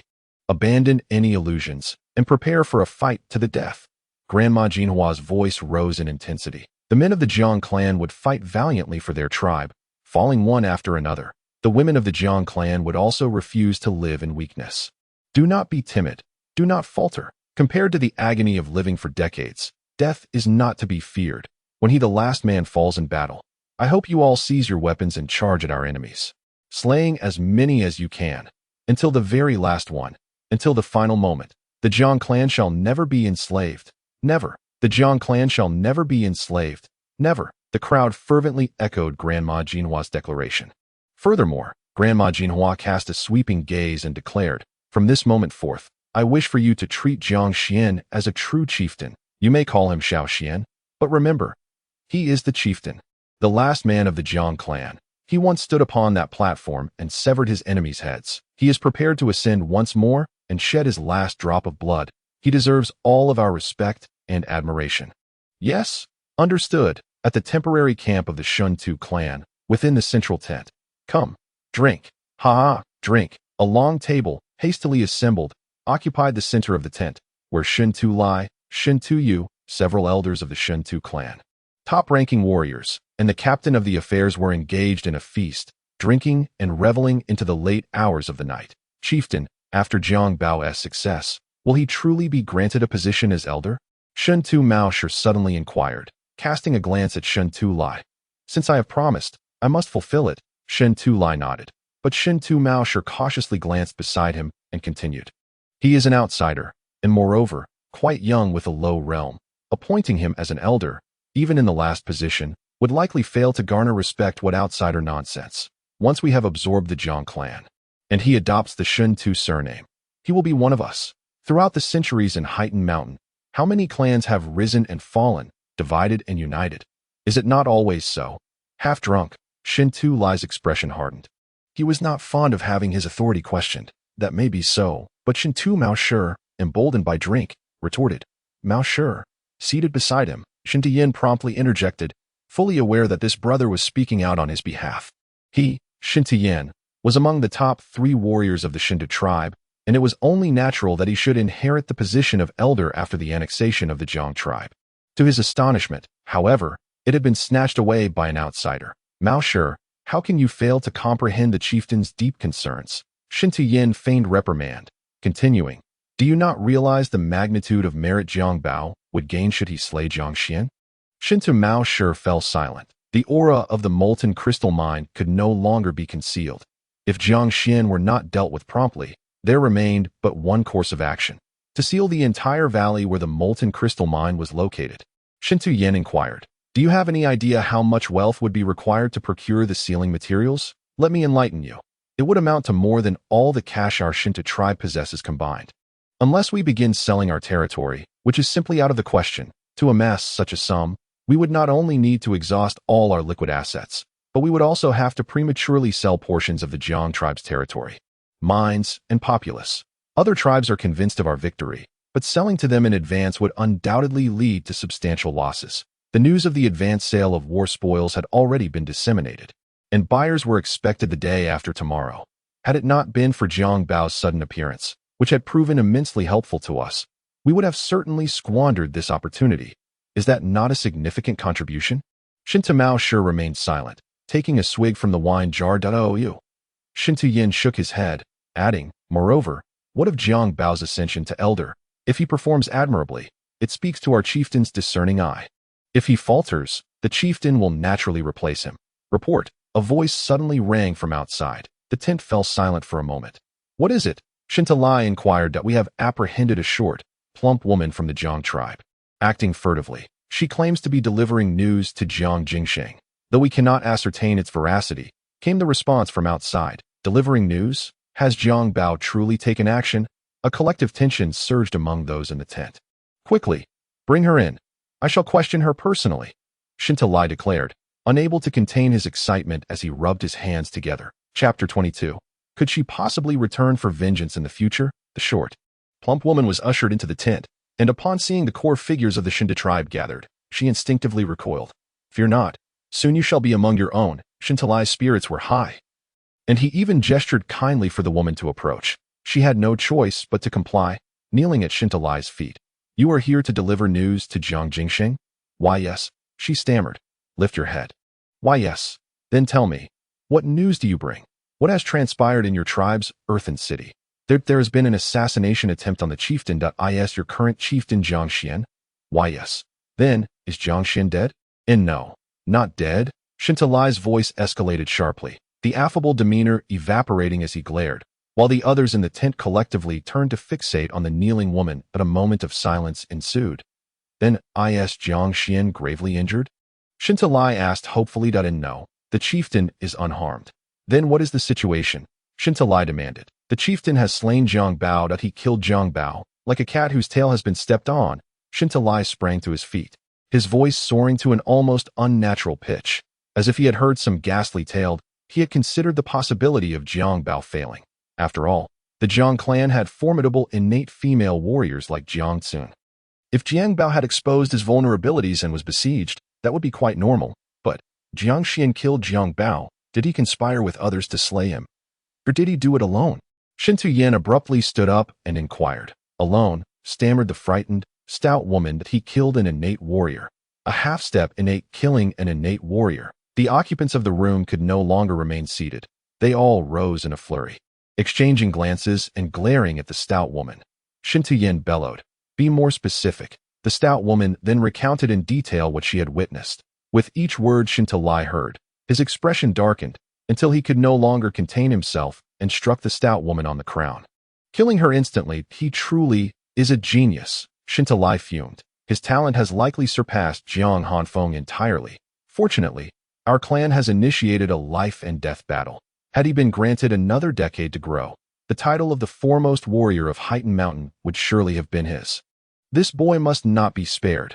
Next month, I shall personally slay him. The following afternoon, at the Wei family's old residence in Feign City, in the reception hall, Fourth Master, a small token of appreciation, please accept it. An elderly man in a brocade robe bowed slightly, placing a box at the corner of the table, his face adorned with a flattering smile. Su Zhangui, what is this? You are one of the few prominent external managers of our Wei family. Having devoted your life to our business, what gifts are necessary? We are all family here, aren't we? Wei Hongqua feigned reluctance. Such words from you. Fourth Master, you are the master, and I am but a servant attending to your needs. Your praise is too much, Su Zhangui replied with a smile. Oh, you. Wei Hongqua chuckled, playfully pointing at Su Zhangui, before bursting into laughter. Su Zhangui humbly laughed along, as the most capable manager of the Wei family. Su Zhangui need not concern himself with Wei Hongqua's expressions. At his peak, 2/10 of the Wei family's annual profits stemmed from the enterprises he managed, though he was no longer at that height. He remained the foremost manager within the family. Such a prodigy in the business realm was treated with respect, even by the Wei family patriarch. Wei Hongqua, however, was no longer insignificant. He had adeptly orchestrated the alliance between the Wei family and the Jiang Clan, earning the praise of the family head, and had begun to take full responsibility for future collaborations with the Jiang Clan, thus elevating his status significantly and making him one of the most important figures in the upper echelons of the Wei family. With the former chief manager retired due to illness, it was now a critical time for Su Zhangui to vie for the position of chief manager, which compelled him to humble himself before Wei Hongqua. Previously, he had looked down upon Wei Hongqua. Now, he was exceedingly deferential. Fourth Master, let us proceed as such for now, Su Zhangui said repeatedly. By the way, Fourth Master, do not forget, tonight at the Tianzi No. 1 room in Jinbao Restaurant, we have invited the most renowned courtesan in Feign City. You must honor us with your presence. Certainly, I shall attend. Wei Hongqiu readily agreed. Su Zhangguo clasped his hands in farewell and took his leave. In times past, Wei Hongqiu would always rise to see his guests off, yet today he remained seated, as steadfast as a mountain, observing Su Zhangguo departing in haste.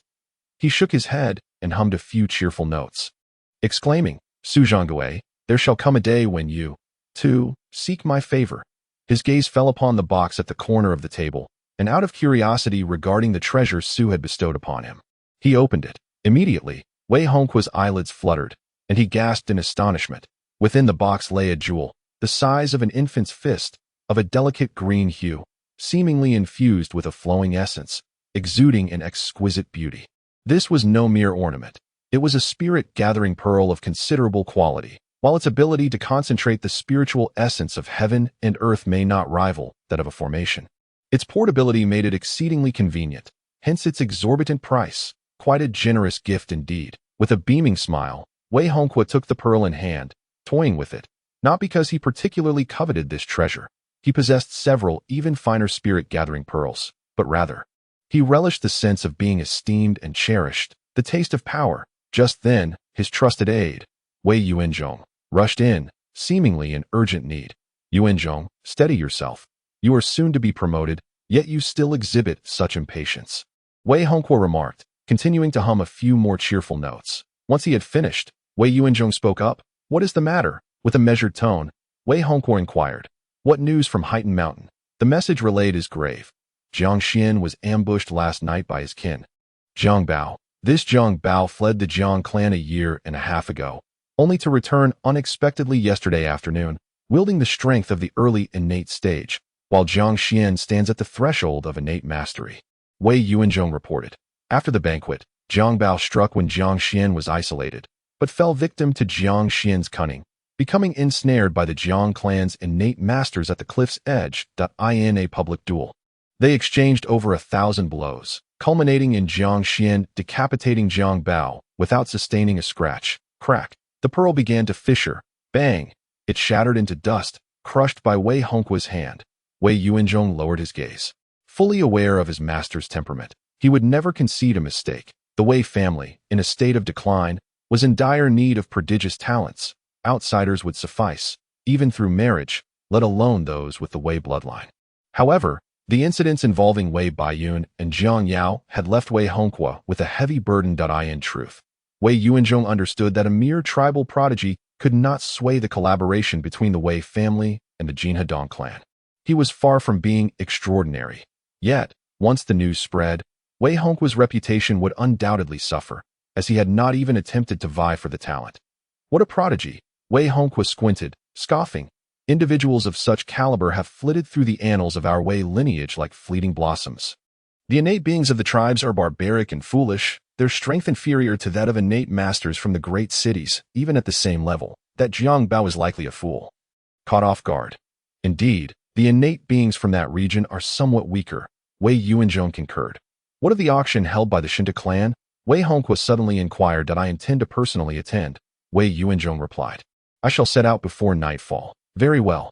Your presence will certainly put my mind at ease. Wei Hongqiu nodded and particularly instructed, aside from redeeming Wei Baiyun and Wei Yao, inform the Shentu tribe that our Wei family only cares for these two individuals, and that they should regard that illegitimate child with caution. If it comes to it, let them be executed. The subordinate acknowledged. Wei Yuanzhong interjected.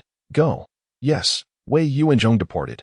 Wei Hongqiu remained seated, his expression dark and silent, lost in thought. After a while, he suddenly rose and declared, What of genius? Will he not perish next month regardless? Wei Yuanzhong held a mid-level position within the Wei family, and by the time the news reached him, it had already passed through too many hands. Initially, information regarding the Jiang tribe did not require confidentiality. It was destined to circulate sooner or later. Consequently, not long after Wei Hongqiu learned of it, many within the Wei family were already aware, and it eventually reached the ears of the family head, Wei Qingshan.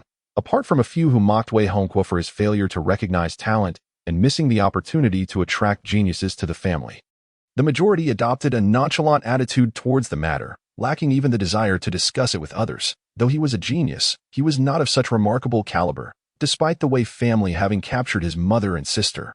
and forcing his sister into marriage with an elderly man as a political pawn. What could be done? Would he seek revenge in the future? He had no future to speak of. He would not survive beyond next month. At Heighten Mountain, behind the earthen city of the Jiang Tribe, during mealtime, Xiao Xian, since you were pretending to be drunk last night, was your public display of affection towards me intentional? Jiang Qinghong gazed at Jiang Xian with a teasing expression. That was merely to confuse Jiang Bao. Jiang Xian responded with a smile. When feigning drunkenness, one must engage in some indiscreet acts. Was that all? Just to mislead him? Jiang Qinghong leaned in to inquire. What else could it be? Jiang Xian countered. Surely, I could not have been trying to take advantage of you on purpose. Humph, as if you would dare. Jiang Qinghong raised her chin slightly, though a flicker of peculiar disappointment crossed her eyes. Women can be quite strange at times, desiring respect while simultaneously yearning for initiative from the other party. Jiang Xian took Jiang Qinghong's hand, and under her curious gaze, he kissed the back of her hand once more as he had done the previous night. Chuckling, this time it was deliberate. You rascal, Jiang Qinghong lifted her hand, feigning distaste as she rubbed the back of her hand against Jiang Xian's clothing. You've made it filthy. When one party is genuinely fond of the other, and the latter begins to take initiative, the pace of their relationship can escalate swiftly. A day later, at the valley bordering the territories of the Jiang and Shentu tribes, an auction for the division of the Jiang tribe was set to take place as scheduled. Although the Shentu tribe had yet to fully annex the Jiang tribe, the various tribes of Heighten Mountain were convinced that the Shentu would conclude this matter by the 7th of next month. Preemptively selling the spoils of war had precedence in Heighten Mountain. Hence, all 8 major tribes attended the auction. The Shentu tribe sold off 20 of the 47 clans loyal to the Jiang tribe, allowing them to relocate once the results were finalized. 3 major tribes adjacent to the Jiang territory purchased portions of the bordering land. These were the most valuable assets, while others, such as mining rights and merchant caravans, also held considerable worth. The auction proceeded smoothly. To everyone's astonishment, the Wei family, one of the 4 prominent families of Feishua City, received news from an unknown source and sent representatives to participate in the auction. They procured the contracts for the freedom of Wei Baiyun and Zhang Yao at an exorbitant price. Although the contract could not take immediate effect, should the Shentu tribe triumph in the life and death battle, Wei Baiyun and Zhang Yao would legally become spoils of war for the Shentu tribe, yet due to the redemption contract, they would belong to the Wei family, having been acquired in advance. No regard for the Wei family was necessary. They could eliminate that illegitimate child without hesitation. This was the declaration made by the Wei family's overseer before departing, inciting a flurry of discussion.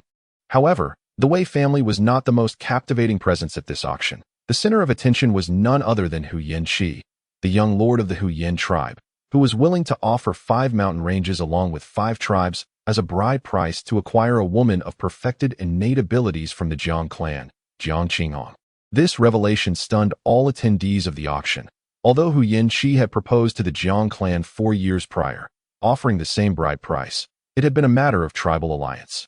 And at that time, the Jiang Clan, bolstered by Jiang Hanfeng, was stronger than the Shentu tribe. Thus, the bride price was not merely a transaction but a reflection of the Jiang Clan's formidable power. Yet now the Jiang Clan faced annihilation. Even if Jiang Qinghong was the most beautiful woman of Heighten Mountain, she was still just a woman. Had he lost his senses? Hu Yanqi's offer not only shocked the others, but also left his own companions aghast.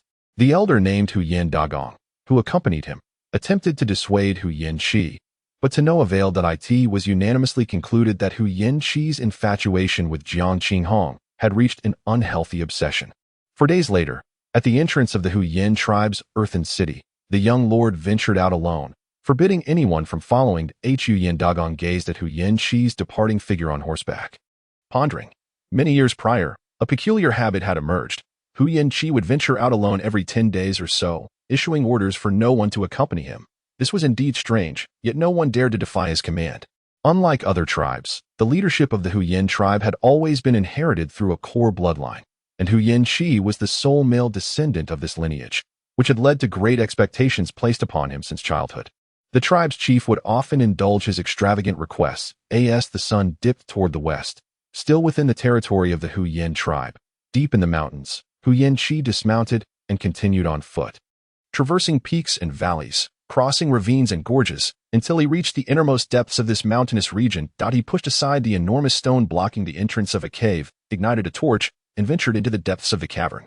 Passing through a mechanism-laden stone door and traversing a long corridor, he eventually entered a vast underground palace. The palace was immense, with the surrounding stone walls adorned with reliefs, murals, and intricate carvings on the columns, all indicating that this subterranean chamber possessed a history of at least 1,000 years. In the center of the palace stood a towering statue of jade, depicting a woman of breathtaking beauty and imposing presence. Although it was an inanimate object, her eyes shimmered with an inexplicable authority, and meeting her gaze could even influence one's thoughts. Hu Yanqi brandished a torch as he approached the statue, gazing upward at its visage, a manic smile gradually emerging upon his face. The reincarnation of deities and demons. I shall possess you, he bellowed, unleashing an eerie, unsettling laugh. Had Jiang Xuan been present, he would have been astonished to discover that the features of the statue bore an uncanny resemblance to those of his beloved. Jiang Qinghong, Chapter 23. The Legend of Divine and Demonic Rebirth. 8 years prior, a 15-year-old Hu Yanqi became separated from his kin during a hunt, inadvertently triggering a mechanism that led him to this subterranean palace. The gaze of the statue once ensnared his sanity, instilling both fear and wonder within him. The power that could render the statue so captivating must surely be of divine origin. Hu Yanqi initially believed he had merely stumbled upon an empty abode of deities and demons, choosing to keep this discovery to himself. Yet, 5 years ago, at the martial arts tournament in Heighten Mountain, he encountered Jiang Qinghong amidst the ranks of the Jiang Clan, immediately recognizing her visage as nearly identical to that of the statue. Albeit with a touch of youthful innocence, Hu Yanqi was profoundly shaken. Subsequently, he devoted an entire year, shuttling between the clan and Feishuo City, poring over countless ancient texts and weaving together folklore, ultimately arriving at a credible conclusion. The reincarnation of deities and demons. It is said that certain divine beings, for various reasons, choose to reincarnate, transcending the bounds of time, perhaps opting to be reborn a millennium hence. This rebirth, occurring many years later, could serve to evade the pursuit of enemies. Legends assert that reincarnated deities and demons may lose their cultivation, yet their memories endure, necessitating awakening. Deep within their souls lie dormant remnants of divine memories and fragments of their former power, both requiring awakening. The conditions for this awakening may involve breaking through a certain realm or enduring significant trauma or injury. Alternatively, it is said that if a female deity or demon is reborn, she will undoubtedly awaken on her wedding night, sharing her residual divine power with her husband, thereby aiding his cultivation. It is mine. It must be mine. Hu Yanqi cackled with glee. Each encounter with the jade statue filled him with exhilaration, his thoughts oscillating between clarity and confusion. He understood, in moments of lucidity, that the statue emanated a divine pressure that influenced his consciousness, yet he was indifferent to the effect. The jade statue stood silently, and at its base was a square platform, adorned with intricate, vintage patterns, and at its center lay a single character, Pei. This was evidently his surname. This divine entity was originally of the Pei lineage. Jiang Qinghong, or perhaps Pei Qinghong? Ha ha ha. The name matters not. What is truly mine shall remain mine. No one can take it from me. In recent years, I have feigned unrequited devotion. Who in Heighten Mountain is unaware of my profound affection for you? You shall soon be mine. Ha ha ha. Hu Yanqi was convinced that Jiang Qinghong was the reincarnation of this Pei surname deity, not solely due to her appearance. He had also uncovered that Jiang Qinghong was the foremost prodigy of the Jiang Clan in a century.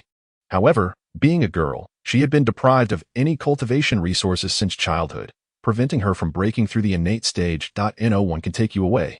My father is of no help either.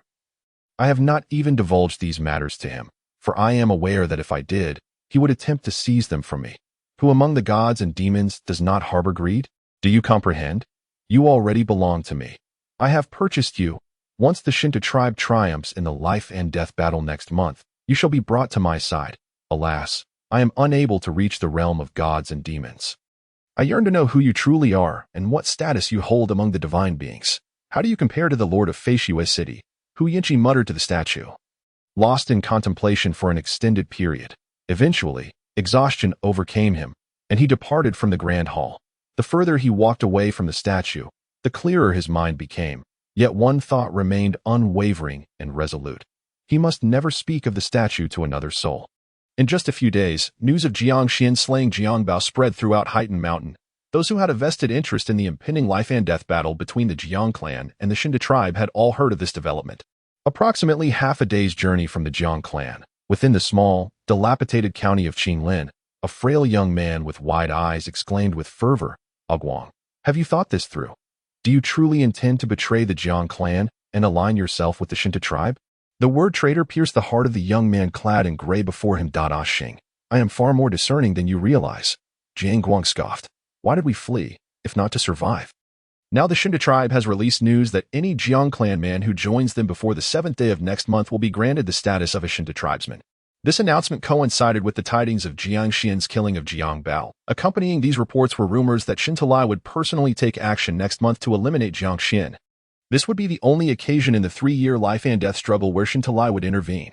However, Jiang Xing hesitated. Do you truly believe Jiang Xuan possesses such formidable abilities? He is merely 15. The circumstances surrounding Jiang Bao's death are suspect. It could very well have been Jiang Xuan and her companions who orchestrated it, forcing the blame upon Jiang Xuan. How could a half-step innate possibly kill someone of the innate realm? Moreover, even if it were true, for Shentu Lai to kill him would be as simple as crushing an ant. Jiang Guang articulated his perspective clearly. Though this may be the case, why must we turn traitor? Jiang Xing still found it difficult to accept that we have been branded cowards within our clan for 3 months. If we betray them now, both young men, in their early 20s and possessing postnatal abilities, had fled the Jiang clan together 3 months prior. So tell me, what have we endured during these 3 months? Jiang Guang raised his voice that we are tribesmen, yet in the city, we are subjected to scorn. They label us as savages, and no one is willing to hire us for labor. Just look at our dwelling, a forsaken residence. Only beggars reside in such places in the city. Jiang Guang grew increasingly animated. In the city, tribesmen face discrimination, particularly those of the postnatal realm. Those of the innate realm are perceived as fierce and not to be trifled with, instilling fear in others, while postnatal tribesmen are regarded as beneath even the lowest tier. Due to the differing lifestyles of tribesmen and city dwellers, some bear tattoos, making them easily distinguishable. And this is still the better situation. Wait for the conclusion of the life and death battle. We shall become fugitives.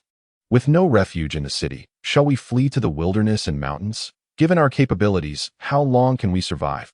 Yet, to betray is to invite a treacherous fate. What matters the spine if it means survival? We must endure. My mother, if I turn traitor to our clan, she would never forgive me. Even in death, such filial piety you possess, remarked Jiang Guang with derision. Jiang Xing's mother is still alive. A member of the patrol team within the Jiang clan. 3 months prior, when Jiang Xing intended to leave, he had urged his mother to escape with him, but she had already conspired with several aunts to share the clan's fate. Seeing her unwilling to depart, Jiang Xing hesitated on whether to flee, ultimately persuaded by his mother to escape with Jiang Guang. I am at the innate stage. Stepping into the arena will change nothing, merely leading to a futile demise. That is why my mother urged me to flee. However, if I were to adopt the surname Shentu and betray my clan, my ancestors, my mother would take my life with her own hands. Given the chance, Jiang Xing confessed, grappling with his inner turmoil. Members of a clan often possess deep loyalty, especially those with long histories, and the majority exhibit such fidelity that they would lay down their lives for it. Jiang Xing's mother embodies this spirit, while he himself that he acknowledges his cowardice, yet not betraying is his unwavering line in the sand. Then carry your foolish loyalty and prepare for a life as a fugitive. Mocked Jiang Guang as he turned away. I must go on to live my life. Jiang Xing gazed at Jiang Guang's retreating figure, his expression a tumultuous blend of complexity and struggle. Just as Jiang Guang approached the wall, Jiang Xing suddenly called out, Guang, perhaps Jiang Xuan, don't indulge in fantasies, interrupted Jiang Guang coldly as he leaped over the wall and vanished from sight. Half a day later, Jiang Guang arrived at the temporary encampment of the Shentu clan. Having stolen a horse, after his identity was confirmed by Jiang Jingsheng, he formally pledged allegiance to the Shentu clan. On the 1st of August, only 6 days remained until the life and death battle. At dusk, on the mountains behind the earthen city of the Jiang clan, the wind howled, and spectral shadows flickered incessantly. The breeze grew increasingly eerie, shifting southward, then westward, and in the next moment, eastward once more. This was no ordinary wind, but rather the incomplete ninth style unleashed repeatedly, pursuing the wind like the wind, pursuing the wind like the wind, pursuing the wind like the wind, A gentle, ordinary breeze swept through the mountains and forests, and Jiang Xuan suddenly felt as if he had merged with the earth and sky, as if he truly transformed into a wisp of wind, caressing the verdant grasslands, brushing against the lush branches and leaves. The earth's dust and the aerial particles, the light and shadows of the sky, all surged forward with the wind, increasingly swift and fierce, coalescing and compressing until they ultimately formed a terrifying blade of light. Wherever the eye could see, this blade seemed omnipresent. Where the wind blew, there too was the blade of light. Jiang Xuan emerged within the tempest, his expression somewhat dazed, as if he had forgotten the joy. The ninth style, has it succeeded? Thunderous roars echoed as dozens of towering trees surrounding the sound transmission stone collapsed, each severed into countless segments, a spectacle both shocking and magnificent. Chapter 24. The Threefold Realms of Mastery. Jiang Xuan closed his eyes, immersing himself in the sensations he had just experienced, attuning to the space around him, feeling the caress of the wind. With unwavering concentration, Jiang Xuan once again executed a swift strike, vanishing from his original position. The blade's radiance permeated everywhere, an intricate interplay of illusion and reality, both deceptive and authentic. Such was the sheer speed that it was terrifying. Countless towering trees were cleaved into smaller fragments of wood. This technique demanded absolute focus and complete mental concentration. Once unleashed, it would usher him into a state of subtle fusion with the cosmos, as if he existed everywhere at once, wherever his thoughts wandered. The blade in his hand could reach, epitomizing the limits of his mind. Before the transmission stone, Jiang Xuan's figure coalesced from a blur, and as he gazed upon the blade he held, his excitement grew. It was not merely because he had mastered the most formidable form of the chasing wind blade, but also because this marked the first occasion he felt a sense of merging with the universe. This realization illuminated the higher echelons of mastery he had touched, while simultaneously instilling in him a profound awareness of his own insignificance, a revelation that struck deeply. "Senior, are you there? Senior, I have succeeded." Jiang Xuan yearned to share this joyous news with the esteemed Master Qishir, yet there was no response. It was clear that the elder was temporarily absent. Onward, I must not relent. Although mastery is not achievable in the short term, this sensation must be solidified. Jiang Xuan resumed his practice with fervor. After a brief interval, he was compelled to halt once more. He appeared before the transmission stone, drenched in perspiration, breathing heavily, his complexion pale, and his vitality severely depleted. In such a short span, his innate energy had nearly been exhausted, and signs of potential injury to his meridians were manifest. The chasing wind technique was indeed formidable. I am not yet in the innate realm. Forcing its execution places a considerable burden on my body. Were it not for my cultivation of the heavenly black art, I might have sustained injuries by now. Having trained on the back mountain for so long, this was the first instance Jiang Xuan had encountered such a predicament. It was hardly surprising, considering he was forcibly employing the chasing wind technique across several realms. Had it not been for the extraordinary nature of the heavenly black art, any other half-step innate practitioner would have found it impossible to achieve such a feat. The chasing wind technique was indeed terrifying. Jiang Xuan retrieved a restorative elixir, consumed it, and sat cross-legged, swiftly recuperating his innate energy. The recovery pills had been provided by his clan, and presently, he was the sole beneficiary of nearly all the cultivation resources available to the Jiang Clan. Although the resources had dwindled significantly after 3 years of life-and-death battles, a certain foundation remained. An hour later, having recovered sufficiently, Jiang Xuan rose to continue his practice. Exhaust, restore, and practice again. He persisted until deep into the night. "Have you succeeded?" The transmission stone suddenly resonated with an ethereal voice. "Senior." Jiang Xuan appeared before the stone, exclaiming, "I have achieved it. The 9th form. Then I am relieved. It is as I anticipated. You have mastered it before the life and death battle.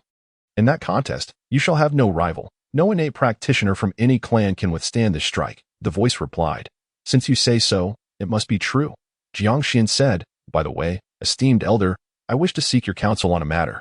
When I execute the 9th form, I experience a sensation of time slowing down, coupled with a feeling of merging with the cosmos. This sensation is unprecedented for me. Even the most formidable techniques merely remain techniques. Yet only upon performing the wind-chasing style do I feel this way. I am uncertain of its significance." The voice of ethereality replied, "The path of mastery." "The path of mastery?" Jiang Xuan echoed. Do you understand what is required to transcend the innate? The ethereal voice inquired. One must first achieve innate perfection. And then, Jiang Xuan hesitated, not out of ignorance, but from a desire to avoid error. His understanding was somewhat limited. Innate perfection is one of the foundations for transcending the innate. The ethereal voice continued. To attain the realm of tribulations. Beyond the level of one's techniques, one must also achieve the realm of mastery, which refers to the path of mastery. This entails 3 formidable trials: the unity of man and sword, the power of heaven and man, and the might of heaven and earth. Since you cultivate the blade, the initial trial may also be referred to as the unity of man and blade. I am aware of that. Jiang Xuan nodded. My father has not only attained innate perfection, but has also comprehended the unity of man and blade, as well as the power of heaven and man. Ordinary practitioners of innate perfection are no match for him, which is why he stands as the foremost innate of heightened mountain. Shentu Tribe, like my father, has also grasped the first 2 trials. Indeed, the ethereal voice continued. For those who have achieved innate perfection, understanding the unity of man and blade is not particularly challenging, provided that the blade techniques practiced are of sufficient caliber. For instance, the wind-chasing blade of your tribe, mastering it to the 8th form inevitably leads to the unity of man and blade. Without such talent, it becomes exceedingly difficult to master the 8th form. Your father has successfully mastered the 8th form, thus achieving the unity of man and blade. However, to grasp the power of heaven and man, he must have expended countless efforts, unimaginable diligence, and perhaps even an element of fortune, to attain such comprehension. What does this have to do with the feeling I experience when executing the 9th form? Jiang Xuan inquired. Why mention this? Because the sensation you experience is the process of grasping the power of heaven and man. The ethereal voice elucidated. What? Jiang Xuan was momentarily taken aback. His own father, a figure of immense strength at heightened mountain, had only attained the status of the foremost innate after comprehending the power of heaven and man at the age of 37. Yet here he was at merely 15, already on the verge of grasping the power of heaven and man. Your father took a detour, the ethereal voice continued, but this is not his fault. It was due to insufficient talent that he could not master the 9th form. That I have mentioned that the blade techniques cultivated in the postnatal and innate realms are foundational. Your father, without having mastered the 9th form, attempted to comprehend the power of heaven and man, which is akin to striving for understanding without a complete foundation. This would be exceedingly difficult and entirely preclude his potential to grasp the might of heaven and earth. Perhaps your father intended to return to mastering the 9th form after understanding the power of heaven and man, but that is a circuitous path. You, however, are different. Although your foundation in blade techniques is also incomplete, you have preemptively mastered the most intricate and challenging 9th form, which is closest to the path of mastery. This 9th form itself aids in comprehending the power of heaven and man, just as the 8th form facilitates the unity of man and blade. The wind-chasing blade is indeed an admirable technique. Jiang Xuan began to understand. Does that mean I might grasp the power of the celestial being in advance? Jiang Xuan asked excitedly. You cannot. A voice, ethereal and distant, poured cold water over him. Unlike the foundational aspects of swordsmanship that resemble piecing together a puzzle, the realm achieved through mastery of skill is akin to constructing a high tower. You must take each step with care, first merging with the sword, and then comprehending the celestial power. The former is the foundation for the latter. The 9th stance, in its current relevance to you, merely allows you to experience a sensation ahead of time. Jiang Xuan pondered. Having only just grasped the 9th stance, your journey ahead remains long. Cultivation is fraught with detours, offering no shortcuts. Even if I were to impart to you the breathing technique to enhance your innate talent, that would not be an enhancement, but rather the unearthing of the hidden gifts that you already possess. Rest assured, Senior, I shall not be arrogant. Jiang Xuan understood the earnest concern of the senior Qi. Yes, the ethereal voice continued.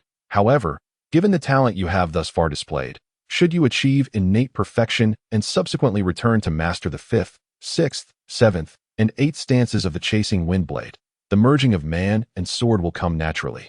And comprehending the celestial power will also unfold with ease. It is merely a matter of time. It will not be as arduous as it was for your father. The only formidable challenge that remains is the final barrier of heaven and earth's divine might. for that is the true crossing of a chasm. Should you fail to surmount it, transcending will be impossible. In truth, Jiang Xuan was already aware of how daunting it is to surpass the innate level, even without the senior Qi Shi's admonition. In the over 1,000 years of the Jiang clan's history, only 4 individuals have transcended the innate level, and aside from Jiang Zhengwu, who is revered as the founder of the Blackpool blade. The other 3, although they mastered the 9 stances of the chasing wind blade before the age of 20, all did so in their 40s or 50s, marking a struggle to break through. With no further progress thereafter, Jiang Zhengwu, however, transcended at the tender age of 21 on the morning of the 2nd day of the 8th month, when Jiang Qinghong came to deliver food to Jiang Xuan. She noticed a large clearing in the forest where dozens of trees had been felled, and the cut wood was stacked together like a small mountain. Is it that the practice area is insufficiently spacious? Why the effort to chop wood? Jiang Qinghong inquired with a smile that it's just something convenient while practicing the blade. Jiang Xuan replied, following Jiang Qinghong as they sat on a fur blanket. Sister Qing, what delicious dish have you prepared today? It's all your favorites. The it smells wonderful. Jiang Qinghong's dietary routine had become established around Jiang Xuan's preferences, and the two began to eat, chat, and laugh as they usually did, engaging in playful banter. However, Jiang Xuan keenly sensed that Sister Qing seemed preoccupied today, occasionally lost in thought that as they finished their meal, Jiang Xuan finally asked, Sister Qing, what's on your mind? Jiang Qinghong paused in packing away the dishes, gazing at Jiang Xuan with blinking eyes, yet remained silent. What's wrong? Jiang Xuan pressed further. Xiao Xuan. Jiang Qinghong called out his name, her eyes locking onto his. Let us get married. Jiang Xuan was taken aback, his gaze meeting her enchanting eyes. After several breaths, he nodded. All right. When? Tonight. Tonight? Yes. Very well. It shall be tonight. Chapter 25.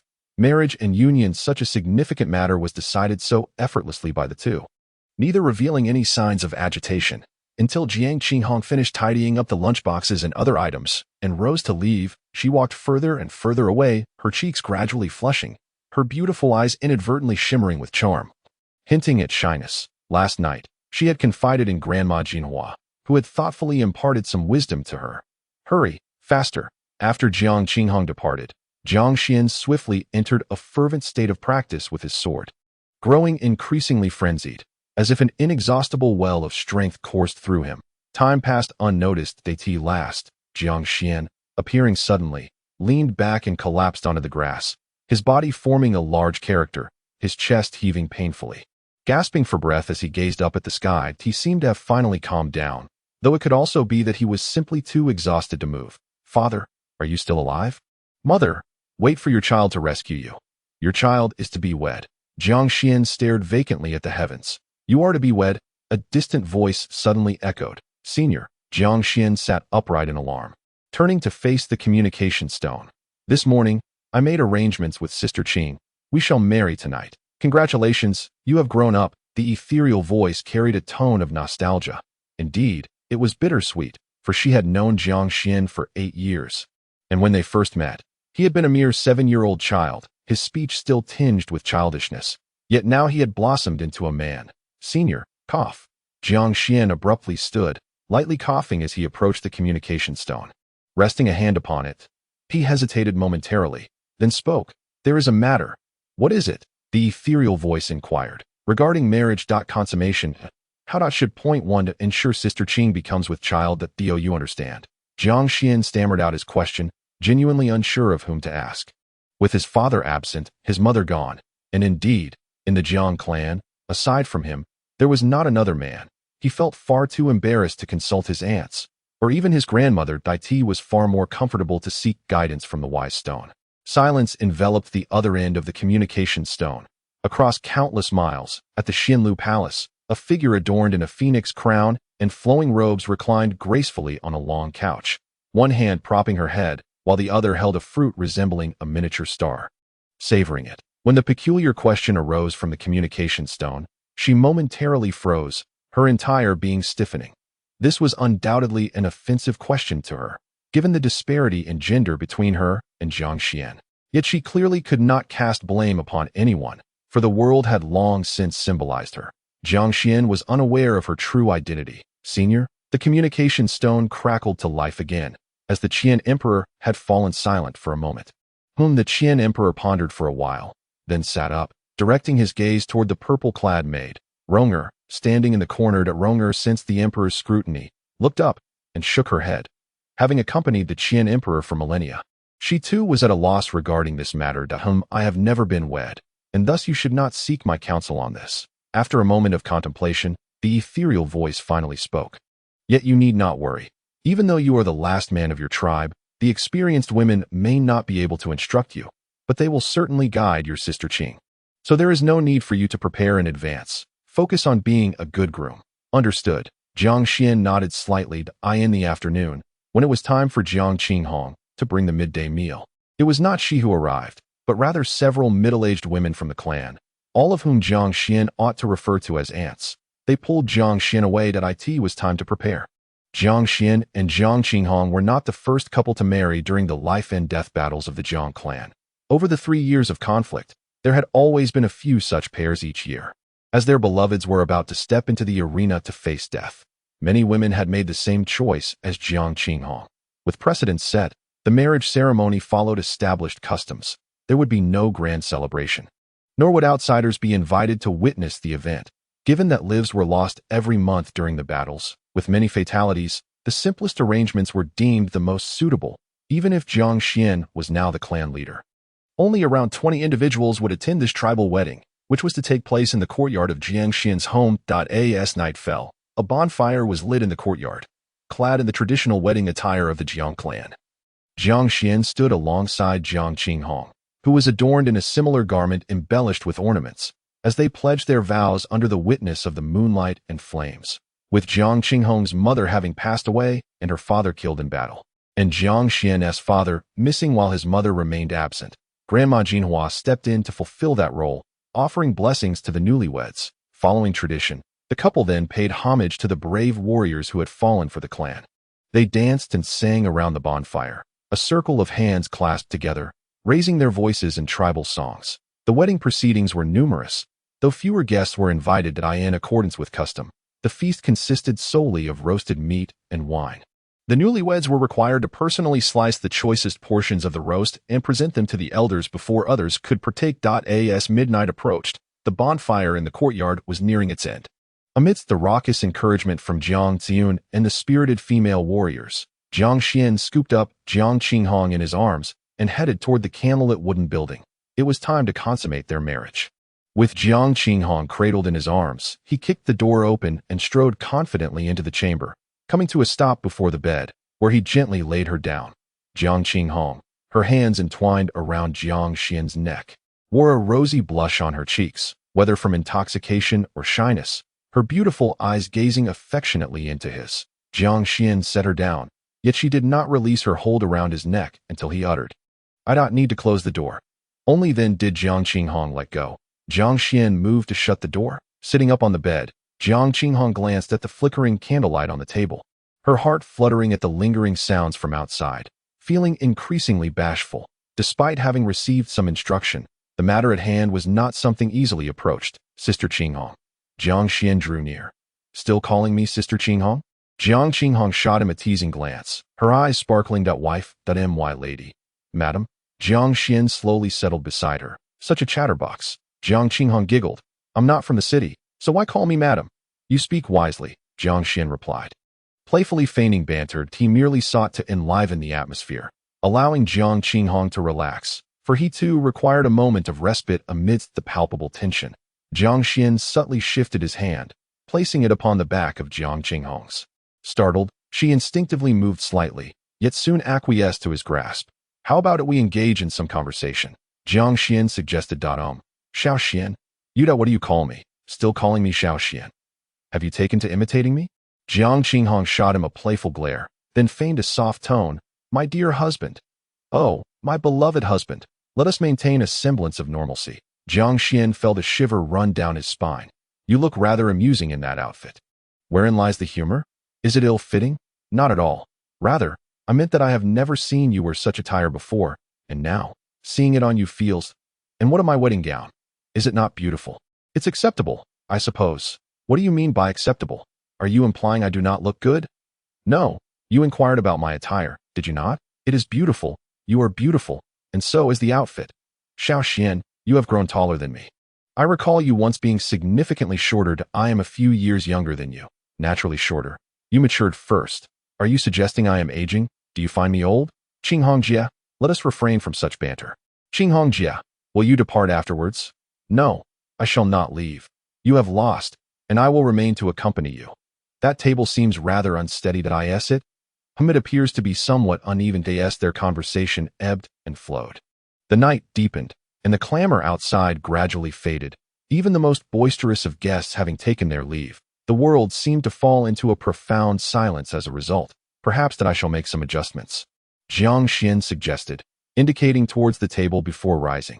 Jiang Qinghong swiftly grasped his hand, compelling him to turn and look at her.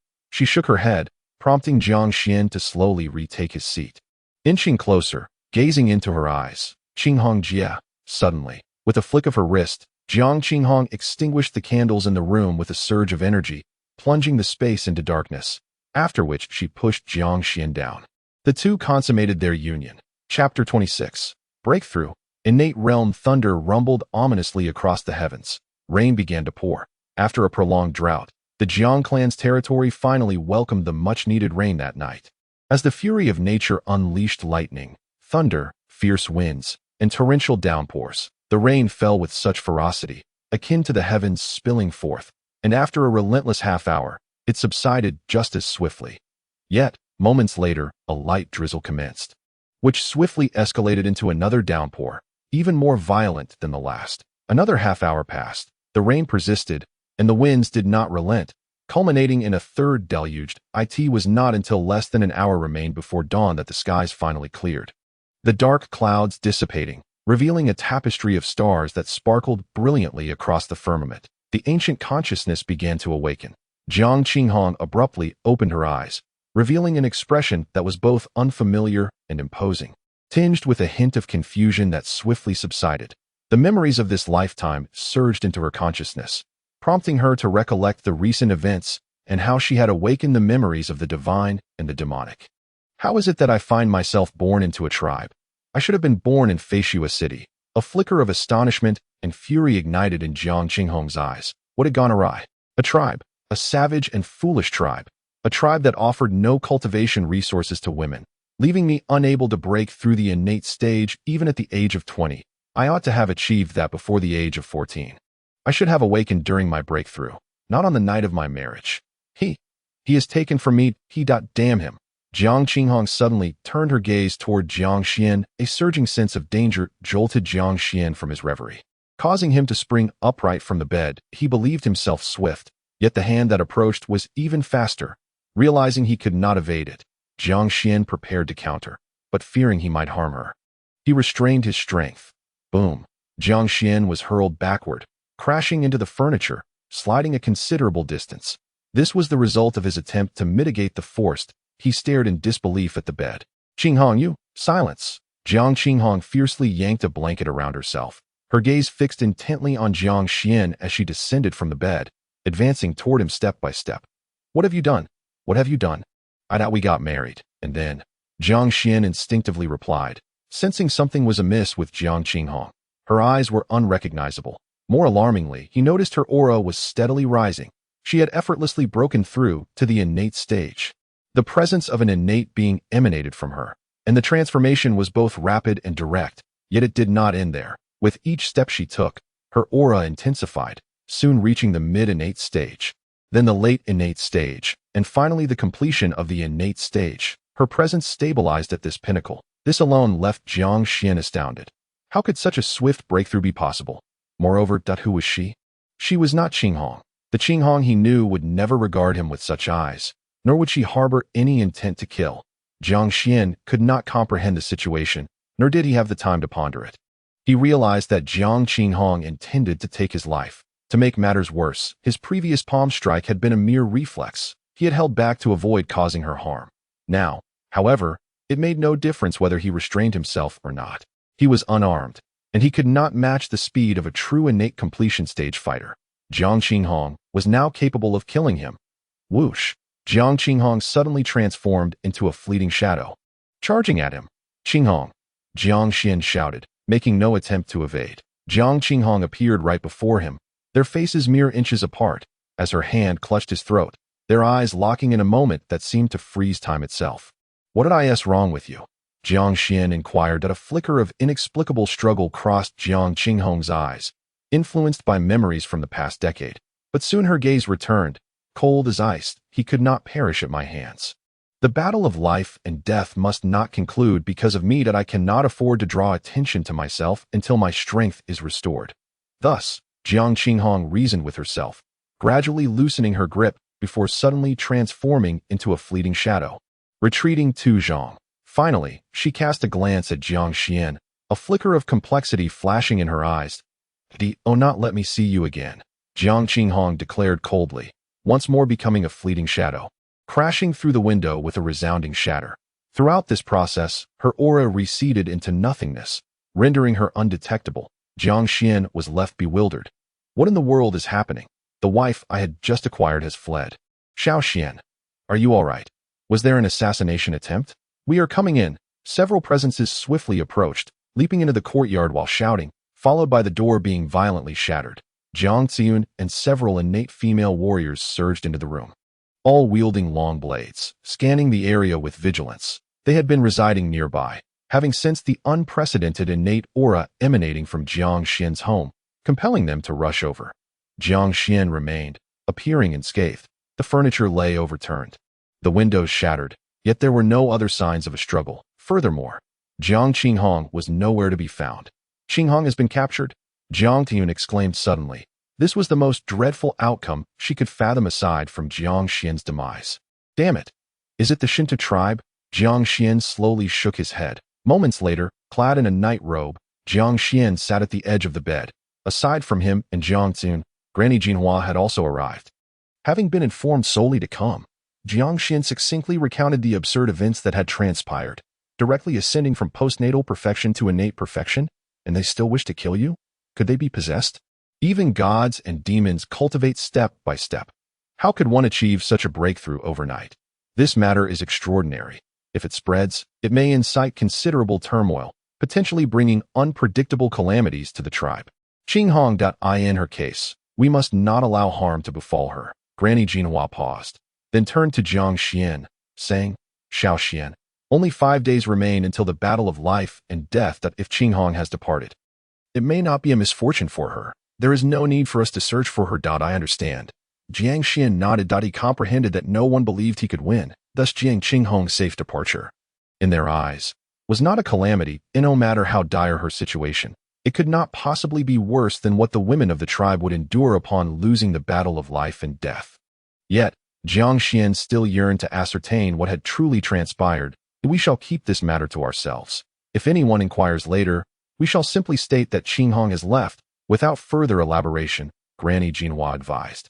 "It is entirely normal for someone to depart during the battle of life and death. Whether she was sent away or escaped on her own need not be explained to outsiders." Heaving a sigh, Jiang Xuan's expression suddenly shifted, an aura of innate power emanating from him. He sensed an inexplicable force within him, which had appeared rather abruptly, as if it had been concealed within him all along, now surfacing unexpectedly. Instinctively, he employed the Heishuan Gong, barely managing to suppress this unfamiliar power. "Xiao Xian, what is wrong with you?" Jiang Xian hurriedly inquired. "I may need to cultivate to heal my injuries." Jiang Xian pondered momentarily before refraining from speaking the truth. Sharing this matter with them held little significance, and he felt compelled to conceal the intricacies of his cultivation. Was it serious? Not particularly, merely requiring some recuperation. Then perhaps you should change rooms, as this one may need some repairs. "No, I shall retreat to the back mountain. It is tranquil there, free from disturbances." The back mountain. The horizon gradually brightened. "Senior, are you there?" Jiang Xuan sat cross-legged before the communication stone, attempting to make contact at intervals. Yet he received no response. In addition, he was persistently channeling his energy to suppress the unfamiliar force within him. It was becoming increasingly arduous to contain. If I liken the innate power derived from my cultivation of the Heishuan Gong to a vast river, then this inexplicable energy is merely a fish within that river. Yet, this fish swims wildly, possessing the strength to sever the river. If I cannot maintain its suppression, it will tear apart my meridians. Jiang Xuan exerted all his strength to channel the innate power within him. Fortunately, this fish only exhibited violent tendencies sporadically. For the most part, it flowed along with the current at an hour after dawn. "You sought me out? On your wedding night, arriving so early to practice?" A celestial voice inquired. "Senior." Jiang Xuan's eyes flew open. "There is a formidable force within me, one that does not belong to me. And I cannot control it. It is far too powerful." Where did it come from?" The ethereal voice questioned, perplexed. "Perhaps it is related to Sister Qinghong." Jiang Xuan could only surmise. "What happened to her?" "She fled." "Fled? How did she manage that?" "Last night." Jiang Xuan skipped over the consummation and recounted the subsequent events, emphasizing the extraordinary elevation of Jiang Qinghong's realm and how she seemed transformed, intent on taking his life. After a moment of silence, Emperor Qian finally managed to utter, "You truly are one lucky fellow." This was the first time in 8 years of knowing her that Jiang Xuan heard her curse. "Lucky? I don't understand, senior. Sister Qinghong nearly killed me." "How can you? I shall explain later," the celestial voice replied. "For now, you must absorb that unfamiliar energy within you. Do not suppress it. Embrace it as part of yourself. Follow it and refine it." Jiang Xuan had considered the notion of absorption and refinement. Yet he hesitated to proceed lightly. It was akin to the principle of not consuming indiscriminately. It was not merely a matter of whether one could ingest something, but rather that some substances could be lethal. Thus, caution was paramount. "Since senior suggests it, I shall give it a try," Jiang Xuan declared. This process of refinement took considerably longer than he had anticipated, spanning a full 2 days and nights. On the afternoon of the 5th day of the 8th month, he felt his innate power double once more. Not only that, but his body had also been tempered to the pinnacle of acquired strength, just a hair's breadth away, just a hair's breadth. "Break through for me." Boom! At that moment, Jiang Xuan felt as if every aspect of his being, his organs, meridians, bones, muscles, skin, blood vessels, even the tiniest capillaries, was being unfurled by the innate power. Following that was an overwhelming sense of clarity. It was as though he began to breathe the air directly with his body, continuously absorbing and expelling the spiritual essence of heaven and earth. An unprecedented terror of physical power has emerged. The innate realm has been attained. I have succeeded. My predecessor indicated that I would require vast resources to break through. Yet, due to my union with Qing Hongjia, I have triumphed. Jiang Xuan opened his eyes. In the territory of the Huyan tribe, within a mysterious underground palace. "Ha ha ha, you belong to me. You shall soon be mine. In 2 days, the Shentu tribe will claim victory in the battle of life and death. You will be mine. Let me tell you, I shall personally witness it. Not only I, but others from various tribes will also attend. They have all pre-purchased the spoils of war from the Shentu tribe, and they will bear witness to the demise of the Jiang Clan." "Ha! Are you prepared, my beauty?" Huyan Qi spoke frantically before the statue, laughing maniacally. He visited this place periodically, on the eve of his imminent expedition to the Jiang Clan's territory. The inexplicable aura emanating from the statue kept him coming back, guarding its secrets. "Have you come here alone?" A woman's icy voice suddenly echoed from behind, reverberating within the palace. "Yes. Only you can speak? Are you conversing with me? An illusion? No, it cannot be an illusion. Am I mad? No, I am not insane. You haven't mentioned this place to anyone, have you?" The cold woman's voice resounded once more. "No, absolutely not." "Huh? I am not mad. You truly can speak." Huyan Qi shouted wildly at the statue. Swoosh! A flash of sword light darted by. Huyan Qi's face still bore a mad smile, yet his eyes instantaneously lost their luster, followed by the severance of his head. A clean cut at the neck, and his body subsequently fell to its knees. A woman clad in a black dress stepped forward to the statue, removing her conical hat, revealing an enchanting beauty known as the first of Heightened Mountain. She gazed upward at the statue, noting that its eyes remained active. A sigh of relief escaped her lips. This was her final safeguard for this place. Had the eye's effects waned with time, the treasures she concealed would risk exposure. Jiang Qinghong approached the back of the statue, placing her hand upon an unremarkable spot, pressing inward with force. Kaboom! The underground palace trembled violently, with fragments of stone raining down from above. Jiang Qinghong then moved to a corner of the grand hall. Pressing her hand against a section of the stone wall, she traversed 7 locations, pressing 7 times, an ancient mechanism. While not as sophisticated as a formation or restriction, it required a lesser realm to activate. The innate realm sufficed, provided one knew the correct positions and sequence. Rumble. After another tremor, the jade statue began to slowly shift, revealing a hidden passageway beneath its base. Jiang Qinghong descended the steps, traversing the passage until she ultimately entered a stone chamber. The chamber was modest in size, with a long sword resting upon a stone table, and a small box placed before it. In one corner of the chamber stood a tall, bald middle-aged man, eyes closed and motionless upon a stone bed. That was all. Jiang Qinghong approached the stone table, opening the small box atop it, and a smile reappeared on her face. 1300 years. Fortunately, everything remains intact. This is sufficient for me to once again cultivate into a divine demon. It is merely a matter of time. Jiang Qinghong contemplated as she picked up a small pouch from the box and examined it. Moments later, Jiang Qinghong bundled her belongings and slung them over her shoulder. Grasping a sword, she approached the man beside the stone bed, slicing open her palm to let her blood drip onto his bald head. Astonishingly, her blood was absorbed by the man's scalp. This marked her declaration of ownership. The man was not human, but rather her most formidable safeguard left for her reincarnated self, a superior secret puppet. No one, save for the deities and demons, could destroy such an extraordinary puppet. He possessed the pinnacle of combat prowess beneath the divine and demonic realms. The man opened his eyes. "War servant, we shall depart," Jiang Qinghong commanded. "Yes, master," he replied, his towering figure following her lead. After the two exited the underground palace, she instructed, "Destroy this place as you wish, master." The war servant vanished behind Jiang Qinghong, and soon after, a resounding roar echoed within the palace as it began to collapse. Chapter 27. The woman reincarnated from a deity. There exist myriad methods for deities and demons to reincarnate, each yielding different results. For instance, one technique utilizes divine star grass, allowing the reincarnator to traverse the river of time, reincarnating many years later. Alternatively, there is the method involving primordial chi soul crystal, which ensures that upon reincarnation, one is born as a primordial life form. However, such crystals are typically unattainable by most deities and demons, even those with fortunes tenfold greater than average. By your account, Jiang Qinghong must indeed be a reincarnated deity. Her reincarnated soul carries remnants of divine power, which, though insignificant compared to her former self, represents an unfathomable reservoir of energy for a postnatal being. Through your union, she awakened her divine memories along with the latent energy, half of which enabled her to break through from postnatal perfection to primordial perfection, while the other half was absorbed into your being during your intimate encounter. It seems she was destined to be reborn within a tribe, yet an unforeseen event must have occurred during the reincarnation process.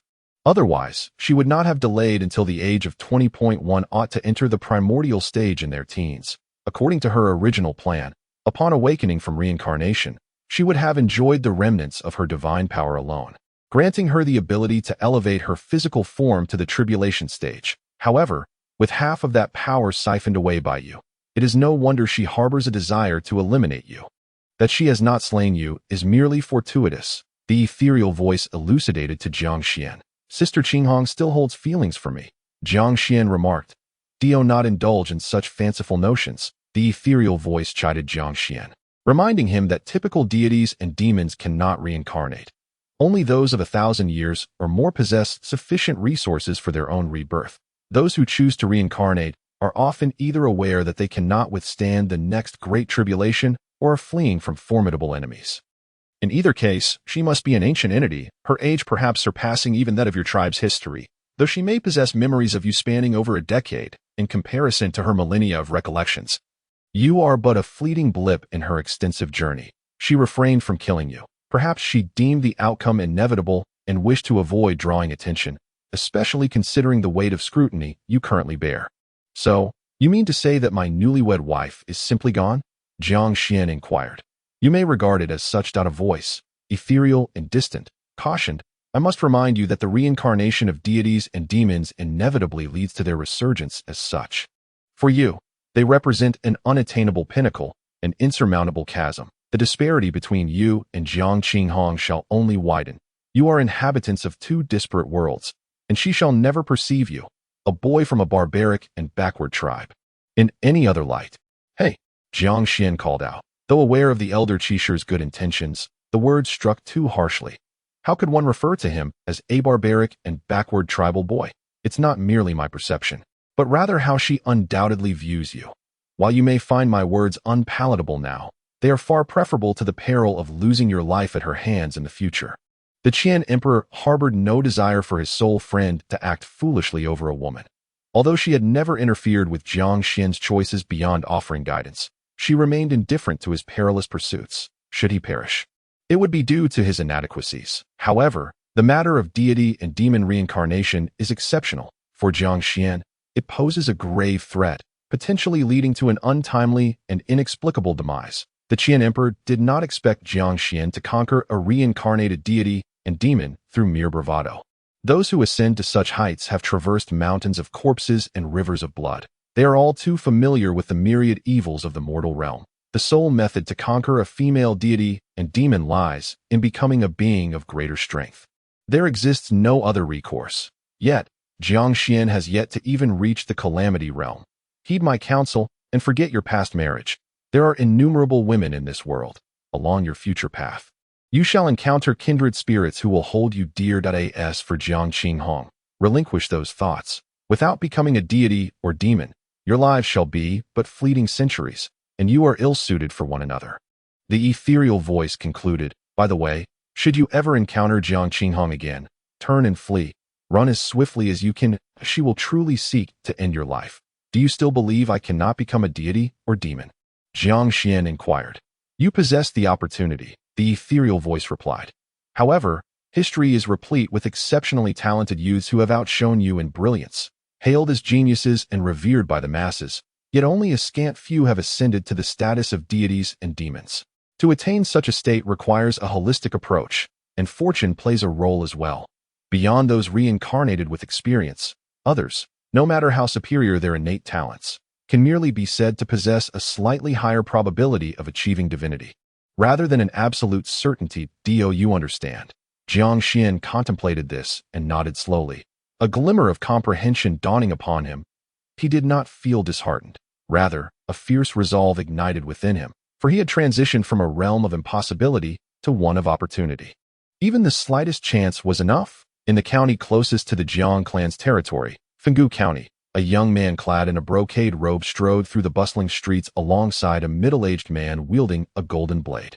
The golden-bladed guardian held the reins of a horse in one hand, his vigilant gaze scanning the passing throngs, an aura of intimidation radiating from him. This was no ordinary individual. He was named Chao Tai, a figure of considerable renown even within the formidable main city of Feishua. Though he had yet to transcend to the calamity realm, he was but a step away, ranking 87th on Feishua's innate leaderboard. Given his formidable prowess, should he venture into the surrounding counties, he would undoubtedly rank among the top innate talents. Yet here he finds himself in a lesser county. In such a locale, it is improbable that any resident innate cultivator surpasses him in strength. Yet today, this remarkable individual serves as a mere bodyguard. This is a result of his allegiance to the Wei family, one of the four prominent families of Feishua City, where he has become a guest of the Wei clan. Naturally, those who accompany and protect him are not of ordinary lineage, but rather one of the three most gifted talents of the Wei family, Wei Shaoling. Chao Shu, there is no need for such caution. We are merely in a county town, far from tribal territories. What dangers could possibly arise? Wei Shaoling remarked with a tone of politeness towards Chao Tai, whose status is certainly worthy of such a respectful address. Still, it is better to exercise some prudence, Chao Tai replied indifferently, casting a disapproving glare at a passerby. Understanding Chao Tai's temperament, Wei Shaoling chose to remain silent. The two arrived at the finest tavern in Fenggu County. Securing the best private room, and ordered a lavish feast. They sipped tea during the interlude before the dishes arrived. Their conversation turned lively. Ati, merely 15 years of age, having slain an innate cultivator at the early stage.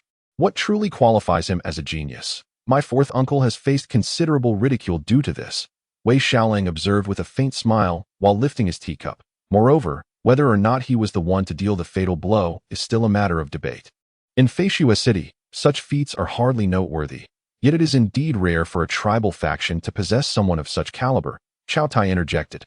Humph, Wei Shaoling scoffed lightly. It is said that his father is the foremost warrior of Heighten Mountain. Yet I doubt he could best even you. Chao Shu. What merit is there in claiming to be the greatest warrior? Chao Tai quietly sipped his tea, refraining from hastily asserting his superiority over Jiang Hanfeng, as he had never engaged him in combat. Once we finish our meal, we shall resume our journey to the Jiang clan's territory, Wei Xiaoling stated. Tomorrow, we shall visit Tuqing to witness how a tribe meets its demise. Chapter 28. Gathering on the 7th of August, although the Jiang clan is but a band of savage natives from the Haitan Mountain region, lacking the strength and resources to rival even a single finger of the Wei family. The reputation of Jiang Xuan has nonetheless reached the Wei household, drawing the attention of those fond of idle gossip. Though my fourth uncle claims indifference, I suspect he is not entirely at ease. Wei Yuanlang took a sip of tea, setting down his cup as he continued. Only when the matter concerning the Jiang clan is resolved will my fourth uncle find solace. The tribal territory is fraught with peril. There may be ferocious beasts lurking. Young master, with the family's high expectations resting upon you, it is unnecessary for you to undertake this journey personally, Cao Tai advised from a standpoint of safety. Cao Shu, you fail to grasp the essence of this situation, Wei Yuanlang replied, shaking his head with a smile. If I witness Jiang Xuan perish with mine own eyes, upon my return, will it not be my word against all? Once Jiang Xuan is dead, I can assert he had no means to resist, begging for mercy in tears. Who could possibly contradict me? This, Cao Tai furrowed his brow slightly. The primary concern is to ensure my fourth uncle retains his dignity. Wei Yuanlang declared confidently. Since his elevation, my fourth uncle has endured much criticism. The incident with Jiang Xuan has led many to claim he missed the opportunity to recruit a genius for the family. Asserting his inability to discern talent, only knowing how to ingratiate himself with the Jiang clan. These short-sighted vermin, what do they understand? Wei Yuanlang exclaimed in anger. Thus, I must lend my assistance to my fourth uncle. The young master of Yuan Long shares a bond with the fourth master akin to that of a father and son, remarked Cao Tai. Indeed, Wei Yuan Long smiled, relishing the sentiment. Cao Tai fell silent, quietly sipping his tea. Although he could not align himself with Wei Yuan Long's approach, he refrained from voicing any dissent. Among the three prodigies of the Wei family, Wei Yuan Long held the highest rank, yet occupied the lowest position. He was of similar age to the other two geniuses, merely a few years their senior, yet he was considered their uncle. This peculiar situation was not due to him being a late-born child in the family, but rather because he hailed from a branch of the Wei family, specifically, the Wei clan of Huaiqing County. After being brought to Feishua City for training, although he was valued by the family and received no less in terms of daily cultivation resources than the other two prodigies, his status remained significantly lower due to his collateral lineage. This disparity gave rise to numerous complications. For instance, when exclusive cultivation benefits were available to the direct line of the Wei family, it was invariably the other two geniuses who competed for them, leaving him, the collateral descendant, out of the equation. During his years in the main family, Wei Yuan Long witnessed many fluctuations in fortunes, prompting him to seek a powerful ally. Wei Hongqua was initially just one of the individuals he sought to ingratiate himself with, but recently, as Wei Hongqua began to be entrusted with significant responsibilities, Wei Yuan Long made concerted efforts to win his favor. The other two prodigies paid little heed to the fourth master, but he alone showed concern for him, inquiring about his well-being with genuine warmth. The fourth master's influence within the family is indeed growing, Cao Tai remarked with sudden reflection. Indeed, Wei Yuan Long nodded. The fourth master possesses inherent talent. It was merely undiscovered until now. Previously, when Wei Yuan Long mentioned that Wei Hongqua had borne much criticism, he was mistaken. The criticisms had surfaced only in the middle of last month and had since faded away. There were hardly any individuals who engaged in gossip. In truth, the Wei family hardly paid attention to the Jiang clan, dismissing them with little more than passing comments, quickly forgotten thereafter. What turbulence could a mere minor clan stir? However, with the commencement of the Wei family's collaboration with the Jiang clan at the beginning of this month, the Wei family, long under pressure, finally caught a breath of relief, further amplifying Wei Hongqua's power, bringing him perilously close to the authority wielded by the family head. The elder of the Wei family was advanced in years and had suffered foundational injuries in his youth, leaving him with little time left. Recently, there were even whispers suggesting that the next steward of the family might be none other than the fourth master, Wei Hongqua. He had decisively detained Wei Baiyun and Jiang Yao, compelling Jiang Yao to change her surname, orchestrating a marriage engagement with the Jiang clan. All these actions were executed with remarkable decisiveness and finesse. It was fortunate that he had acted swiftly that day. Otherwise, the opportunity might have slipped away. In the grand scheme of consolidating the family's position, the gossip surrounding a mere young scion of the Jiang clan hardly registered as a flaw, at most. It elicited a few envious remarks from some individuals. Presently, there were no criticisms left. Everyone was eager to curry favor with Wei Hongqua. Wei Yuanlong, anxious that his flattery might fall short, felt compelled to visit the Jiang clan personally. After dining, Wei Yuanlong and Chao Tai took a brief respite before resuming their journey. That on the morning of the 7th day of the 8th month, the gates of the Jiang clan's Earth City swung wide open. According to the laws of the dynasty, tribal life-and-death battles were permitted to be observed by other tribes on the 7th, 8th, and 9th days of each month. The responsibility of maintaining order in the tribal Earth City would shift to the black armored guards under the inspector's command. And no one dared to cause trouble at the city gates. A steady stream of carriages and horses entered, while others disembarked to engage in conversation. Chief Shentu, allow me to extend my heartfelt congratulations in advance on your clan's ascension as the foremost tribe of Heighten Mountain. The remarkably tall, one-eyed elder engaged in conversation with Shentalai. Such flattery, Brother Nalan. Shentalai waved his hand dismissively. Even if our clan were to swallow the Jiang family, we would still pale in comparison to the Nalan clan. The most fertile and secure lands of Heighten Mountain lie within your tribal domain. There was an underlying meaning in Shentalai's words. You are overly modest, Chief Shentu, the one-eyed elder, resembling a smiling tiger. Continued, since Jiang Hanfeng's disappearance, you have undoubtedly become the bravest warrior of Heighten Mountain. I believe that Jiang Hanfeng will not return. He must have perished in the 10 Directions abyss, with your Shentu clan's absorption of the Jiang family. You are rightfully the leading tribe. We cannot compete. Bravest warrior, Brother Nalan, you flatter me excessively. Ha ha ha. After a round of pleasantries, the one-eyed elder rejoined his own party and entered the earthen city. Shentalai gazed at the elder's receding figure, his smile gradually fading until he emitted a heavy snort. Father, he was mocking you, suggesting that your title of bravest warrior lacks legitimacy, that it was not earned through battle, but rather due to Jiang Hanfeng's disappearance. Shentu, who had been standing behind, stepped forward. The old fool is envious. He has never accomplished such a monumental feat as the annexation of a millennia-old tribe. Yet here I am, achieving it, Shentalai scoffed. If he is this envious now, just wait until the matter of the mines is disclosed. Who knows how he will twist his words then. At that point, he may very well refrain from mockery and instead seek to curry favor with us. As Shentu spoke, she turned to her father. By the way, Father, I wish to embark on a journey. When do you intend to leave? Shentalai inquired, looking at his daughter. Once we have absorbed the Jiang family, I shall depart, Shentu replied. Very well. At that time, I shall hire a group of innate warriors to accompany you, ensuring your safety, Shentalai declared grandly. Thank you, Father, Shentu smiled. There's no need for thanks. It is only right to treat you well, for we are the last of our family, Shentalai stated, reflecting on the early death of his wife, the passing of his brothers, and the recent loss of his last sibling at the hands of Jiang Xuan. Though he had 2 sons, one perished to a beast, and the other fell in battle. Many tribesmen remained, yet in terms of true kin, only he and his daughter remained. Chief Shentu, allow me to convey my early congratulations. A voice of greeting suddenly rang out from behind. Shentalai turned, revealing a smile as he approached. Chief Sha, what a pleasant surprise to see you in person. Ha ha ha.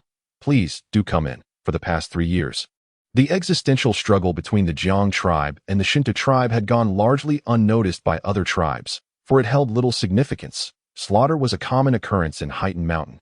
Today was different. The Jiang tribe had but one man remaining, and a clan with a history spanning millennia was on the brink of annihilation. Many tribes had preemptively purchased spoils from the Shentu clan. Thus, they all gathered. Important figures from the 10 major tribes, including the Nalan, Hu, Sha, and He clans, were in attendance. Strangely, the Huyan clan, which had made a grand showing on auction day, purchasing Huyan Qinghong at an exorbitant price, had yet to make an appearance. Meanwhile, the He clan, known for their alliance with the Huyan, brought forth some unverified news, claiming that the young master of Huyan had gone missing, and the entire clan was in search of him. This group of barbarians emits a truly overwhelming odor. 2 figures, clad in long robes and wide-brimmed hats, are entering the city, leading their horses while maintaining a considerable distance from the other tribal factions. Wei Yuanlang furrows his brow as he observes the tribesmen adorned in animal hides, embellished with an array of tribal ornaments. Young master, be cautious not to be overheard, Chow Tai warns with a frown. And what if I am? Who among them poses a threat to you? Uncle Chow? Wei Yuanlang retorts that one's fists are no match for many hands. Chow Tai replies, it is best to avoid provoking them. Look over there. That man is none other than the mightiest warrior of Heightened Mountain, Shentu Lai, the chieftain of the Shentu Tribe. Wielding a spear, he has vanquished all challengers on Heightened Mountain, earning the title of Spear Overlord. Wei Yuanlang gazes in the direction indicated by Chow Tai. The fierce aura surrounding Shentu Lai causes his eyelids to twitch. It seems he possesses genuine prowess. As Wei Yuanlang speaks, his gaze suddenly shifts, landing upon a fair-skinned young maiden, blossomed into beauty among the tribe's women. Most of the tribal women, accustomed to the sun, bear sun-kissed skin, making the presence of such a pale beauty exceedingly rare. Uncle Chow, who is that girl beside Shentu Lai?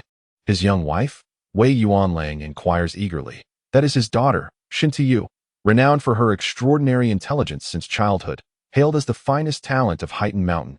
Chow Tai explains that I encountered her many years ago, attending the Heightened Mountain Warrior Festival in the guise of a traveler. She was merely a child then. His daughter? Biological? Wei Yuanlang exclaims, his eyes lingering on Shentu Yu as he walks, astonished to discover such a captivating maiden among the tribe's people. Chow Tai casts a sidelong glance at Wei Yuanlang, but refrains from responding. Within the tower beside the training grounds, Shentu Lai welcomes various tribal leaders at the city gate, as if this place already belongs to the Shentu clan. He won't be arrogant for long. Jiang Xuan exclaims angrily, clad in leather armor. Today, the Jiang clan shall exact a fierce retribution, even if it means our annihilation. Grandma Jinhua's face twists with hatred. Indeed, we shall carve a piece of flesh from them. When Shao Xian fell in battle, that shall be the moment we stake our lives. Kill, kill. Inside the grand hall of the tower, the atmosphere is charged. Everywhere one looks, by the walls, around the windows, in the corners. On the staircases, in the corridors above, there are women, all donned in animal hides, armed with bows and knives, exuding a palpable bloodlust, their battle cries reverberating like thunder. Yet, in the aftermath of this fervor, an eerie silence swiftly envelopes the tower. Grief manifests on every face, and faint sounds of weeping begin to emerge. Though the notion of sacrificing oneself is easily spoken, not all possess such unwavering conviction. Many are merely swept along by the collective fervor. If survival were possible, who would willingly choose death? Were it not for the prospect of an existence worse than death, who would elect to perish? No crying aloud. Grandma Jinhua suddenly raises her head. The tower descends once more into silence. Creak. The tower door swings open abruptly, and an armored woman rushes in, stating, Shao Xian has returned from the back mountain. It is time. We shall depart, Grandma Jinhua declares. As the sun rises fully, the training grounds of the Jiang clan are already teeming with people. The inspector, Lei Hong, sat atop the high platform, gazing down at the throng of spectators amassed on one side of the arena, then shifted his attention to the members of the Shentu clan on the opposite side, followed by the fully armed women of the Jiang tribe facing him. His expression remained as cold and indifferent as ever, seemingly untouched by any emotion. Although he could perceive that the women of the Jiang tribe were poised for a desperate final struggle, to him, they posed not even the slightest threat. Anyone daring to infringe upon the laws of the dynasty in his presence would meet their demise. Father, it seems they are about to make a move, Shentu Yu murmured to her father, averting her gaze. The inspector is here. Once they act, he will effortlessly slay a few of them, and the rest will be too frightened to make a move. In the presence of true strength, their spirits will be shattered in an instant. Shentu Lai scoffed. Truly, they are oblivious to the situation, stubbornly foolish. Shentu Yu's gaze was fixed not on the women of the Jiang tribe, but rather on the man surrounded by them, Jiang Xuan. It was said that he had married a few days prior to Jiang Qinghong, the one purchased at a high price by the Huyuan clan, only for her to vanish the very next day. Intelligence suggested she had escaped, somehow breaking through the blockade. Shentu Lai spoke. A glimmer of amusement flickered in his eyes, and he grinned, to have tasted the pleasures of a woman before meeting his end. This lad is rather clever. Disgusting, Shentu Yu exclaimed, almost instinctively, before adding, however, if Jiang Qinghong has truly fled, and the Huyuan clan demands her return from us, should we win this life and death battle, the mine will belong to us. So why concern ourselves with such a trivial loss? Shentu remarked nonchalantly. Indeed, Shentu nodded in agreement. Suddenly, someone planted a kiss on Jiang Xuan's left cheek. Startled, Jiang Xuan turned, eyes wide in confusion, and raised a hand to wipe his cheek, asking, Sister Panchua, what are you doing? I've watched you grow up. Is it so wrong to give you a kiss? Jiang Panchua, her long knife slung across her back, rolled her eyes that I want to kiss him too. Came a sudden outburst from the fiery-tempered Jiang Qianhe, who was over a decade older than Jiang Xuan. Her first husband had perished in battle, and her second had fallen in a life-and-death contest. I want to as well. After all, we are all destined to die. So just one kiss for little Xian, the women declared. Jiang Xuan, although the clan leader, was also the younger brother of these women. They had watched him grow, some having cared for him since he was a child. In these final moments, their actions perhaps aimed to alleviate the emotional burden and sorrow that weighed heavily upon them all. At this moment, Jiang Xuan could not flee. He was nearly begging for mercy. All right, enough of this. It's about to begin, Grandmother Jinhua interjected. Shentu cast a troubled glance in Jiang Xuan's direction. Increasingly, she felt that her initial proposal for a union with Jiang Xuan had been a folly, indeed, a blemish on her life. Jiang Xuan, when you rejected my hand, when you refused to join our clan, do you now regret it?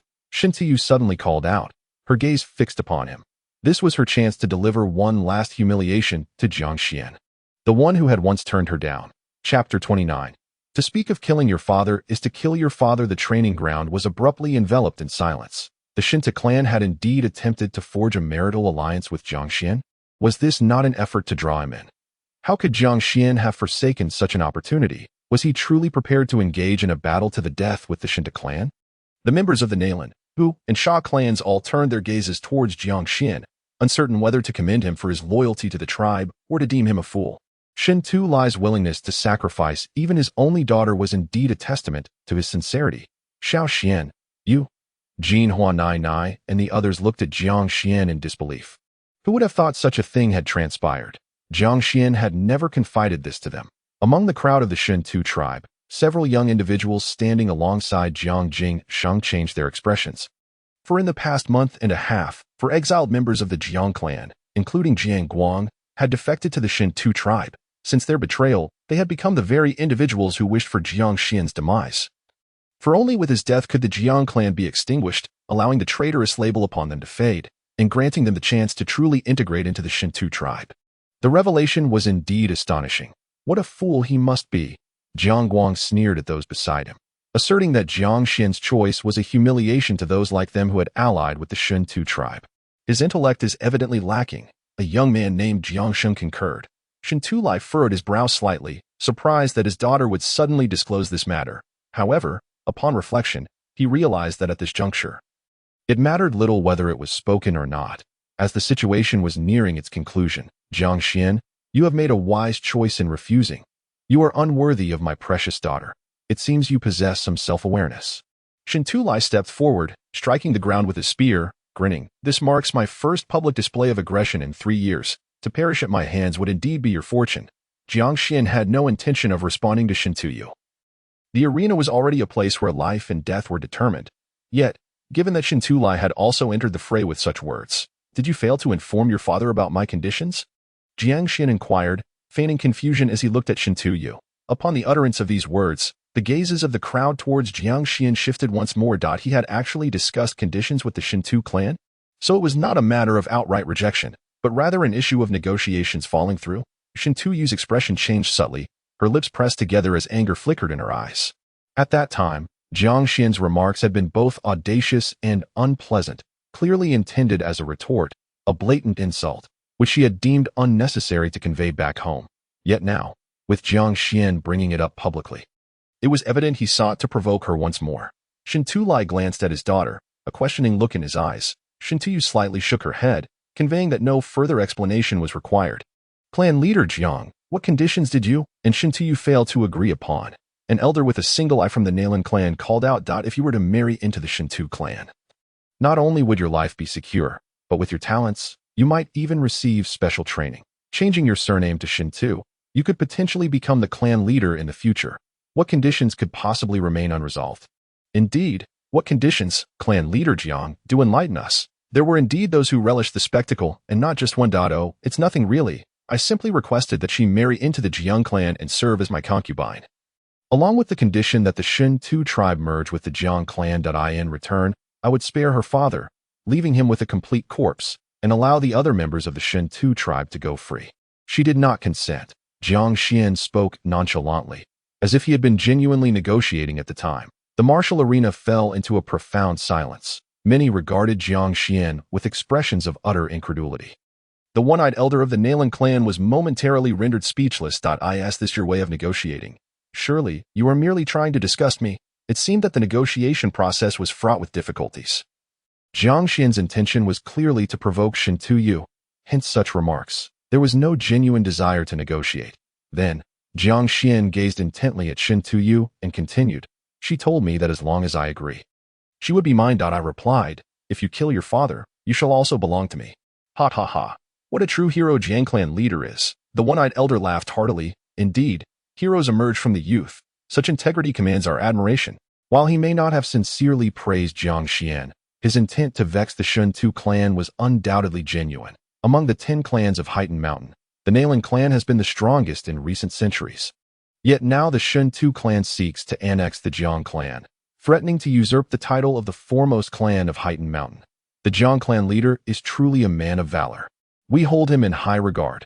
Only a true warrior can face death with such composure. If the Jiang clan leader's talent rivals that of his father, and if he were granted another 20 years, he might indeed fulfill his promises. To possess such audacity at the tender age of 15, some individuals echoed the one-eyed elder, extolling Jiang Xuan. Humph. Wei Yuanlang, positioned at a secluded spot, let out a cold snort and remarked, "So the clansmen are not only barbaric, but also hypocritical that a mere half-grown boy who knows nothing of adaptation dares to call himself Jiang clan leader and a hero. Clansmen are also human. Their essence is not dissimilar from ours." Chow Tai interjected. "They experience joy, anger, sorrow, and happiness. They too are capable of scheming and harboring envy. Their praises of Jiang Xuan may not be entirely sincere. It is likely they wish to see the Shentu clan lose face. The territories of these clans at Heighten Mountain offer only limited benefits. Their squabbles resemble wild dogs fighting over scraps. Utterly tedious." Wei Yuanling exhaled heavily. "Once this concludes, let us return. There is nothing worthwhile to behold." Suddenly, a dull thud reverberated as the ground beneath Shentu Lai cracked inch by inch. He deliberately shattered the earth beneath his feet, casting a dark glare at the other warriors of the clans who had spoken. His gaze fierce, the training ground fell silent. Even the one-eyed elder of the Jiang clan ceased his remarks. Though filled with envy and resentment, he had no desire to truly clash with the Shentu clan. For Shentu Lai was the foremost warrior of Heighten Mountain, renowned for his explosive temper. The time was nearly upon them. Finally, Lei Hong, seated at the observation platform, spoke up in a tone devoid of emotion. "You may begin."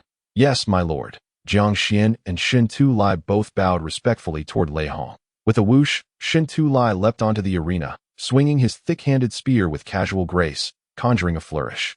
He stood there like an iron tower, bellowing, "Are you not coming up to meet your demise?" As he spoke, he flicked his wrist, causing the spear to tremble and emit a resonant hum.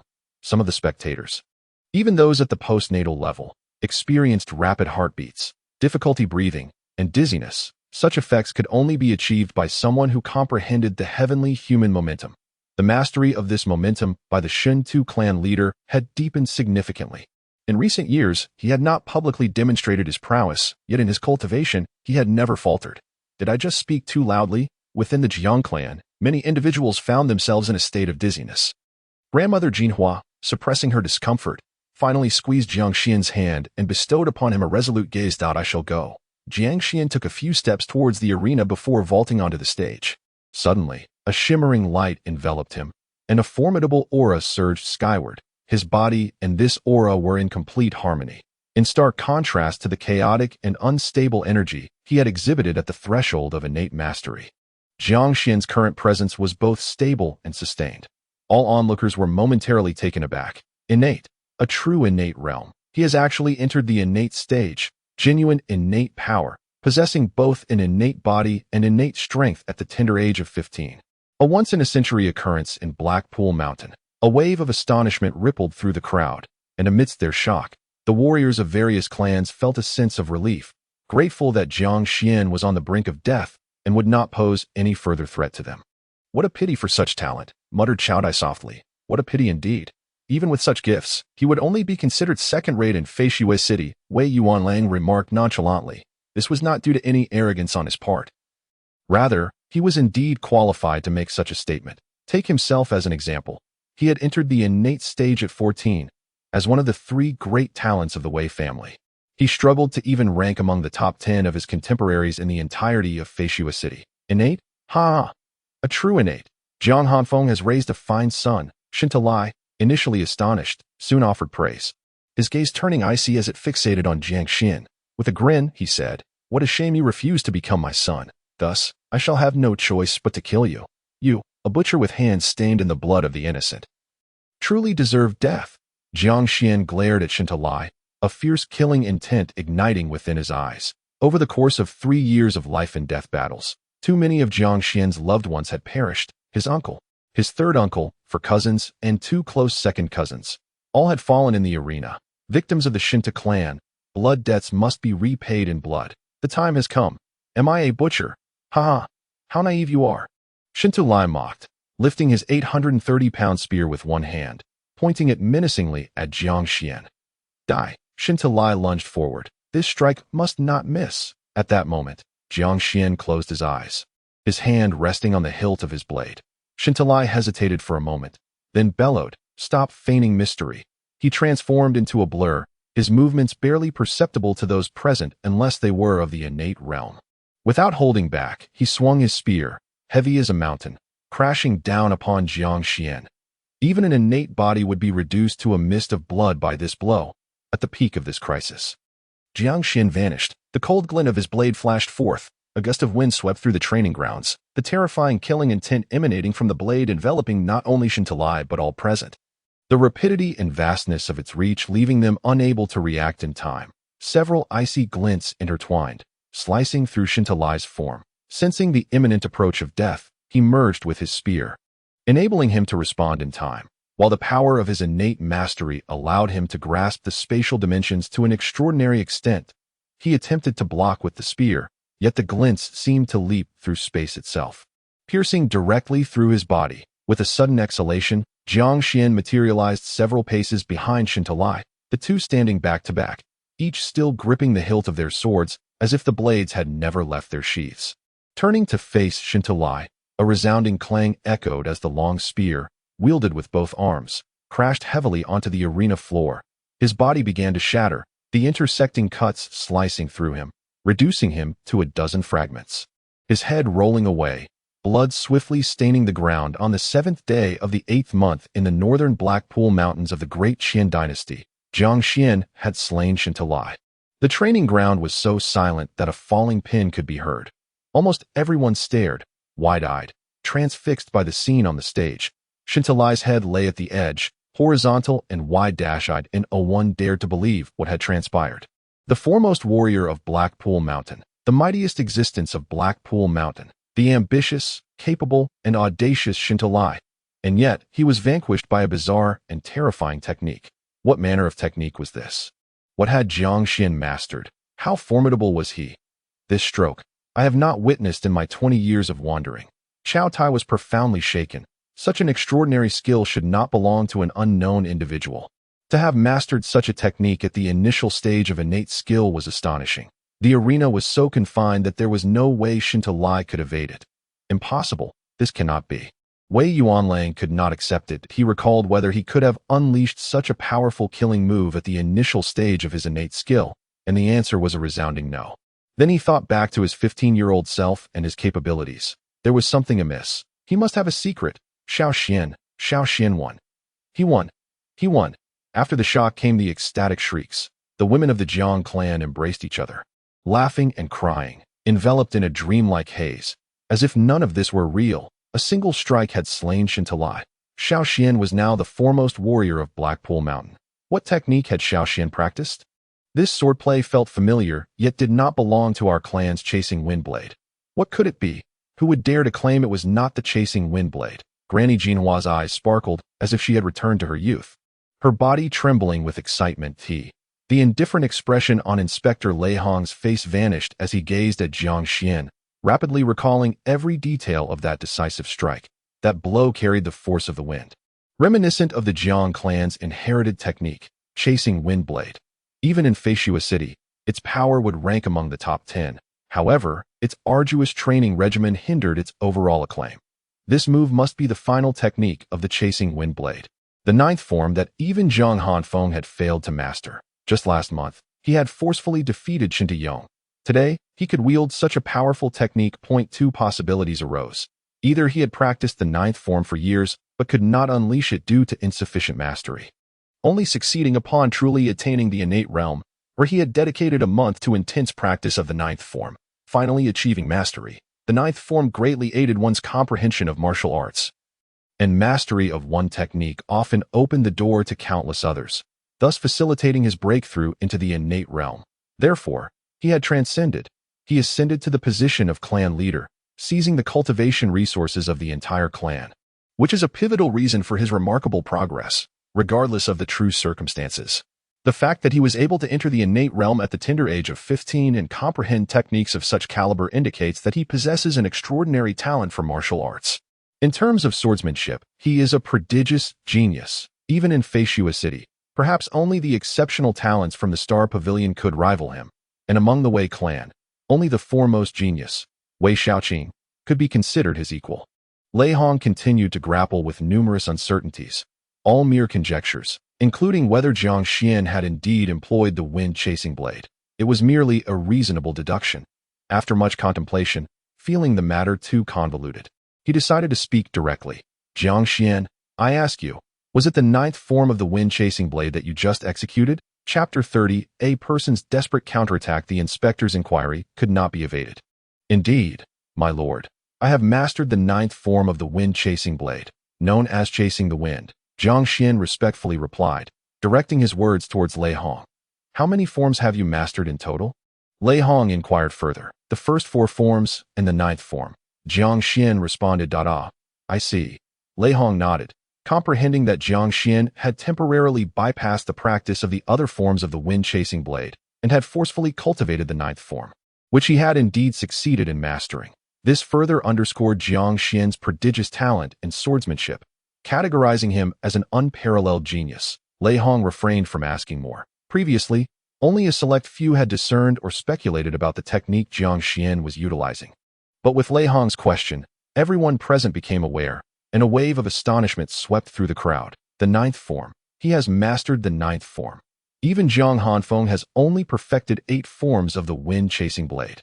According to our records on the Blackpool Mountain Warriors list, if I recall correctly, the last person from the Jiang Clan to master the ninth form was Jiang Han, who lived 160 years ago and was also an unparalleled figure on Blackpool Mountain. The warriors of various clans were visibly moved, even fear flickering in their eyes. Blackpool Mountain was on the verge of a transformation. 15 years old. No, it is absolutely impossible. He must have resorted to some forbidden drugs or other nefarious means. No one understood better than Jiang Jingsheng the significance of mastering the ninth form. He was the highest-ranked clan member present, innate perfection, united with his blade. Moreover, he had mastered the 7th form of the wind-chasing blade. Jiang Jingsheng was genuinely skeptical. He was acutely aware of the challenges involved in mastering the ninth form, let alone the ninth form. Jiang Jingsheng had never even managed to grasp the 8th form throughout his entire life. How could Jiang Xuan have achieved such a feat? Yet, he had done so. Rather than disbelief, Jiang Jingsheng felt a profound sense of fear. During the 3-year life-and-death battle, he had only allied with the Shentu clan when victory seemed assured for them. Little did he expect that merely a month later, the Jiang clan would be poised for a desperate counterattack, a solitary individual's desperate counterattack. According to the rules of the life-and-death battle, it could dismantle the opposition with ease. Ha ha ha. The Jiang clan leader's swordsmanship is unparalleled. A true hero indeed. Suddenly, an elderly one-eyed man from the Nalan clan burst into laughter, inciting a chorus of admiration. We must depart. Wei Yuan laying in the corner turned sharply. His expression darkened. No need to watch any further. Although today's life-and-death battle has not yet concluded, Jiang Xuan has already slain Shentu with a single strike. How could the Shentu clan hope to prevail against him? The outcome is the same as if it were 100 matches as two individuals emerged from the martial arts arena. They made their way toward the gates of the Earthen City. In truth, Cao Tai pondered, although Jiang Xuan wielded an extraordinarily fierce killing move, it was confined to the arena. The rules of life and death combat had afforded him an advantage. The platform was limited in size, ample enough for him to encompass his entire repertoire of techniques, leaving no room for evasion. Much like a cannon in his hands, its firepower undeniably formidable, yet preventing adversaries from escaping its range of attack.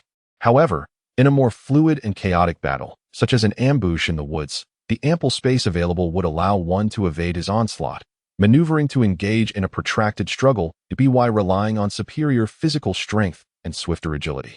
Victory would undoubtedly be within reach. Shentu Tribe had already suffered the consequences of underestimating his opponent on the platform. Were he to find himself in the woods, he would not instinctively retreat first. That would spell doom.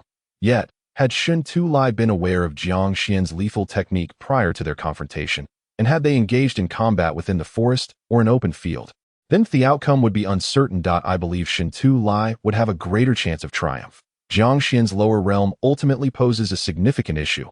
Cao Tai meticulously analyzed Jiang Xuan's situation. However, his observations did little to uplift Wei Yuanlong's spirits. If Uncle Cao were to step onto the arena, what are the chances he could defeat him? Wei Yuanlang inquired. 100%, Cao Tai replied with an air of calm confidence. And if he were to cultivate for another 5 years? Wei Yuanlang pressed further.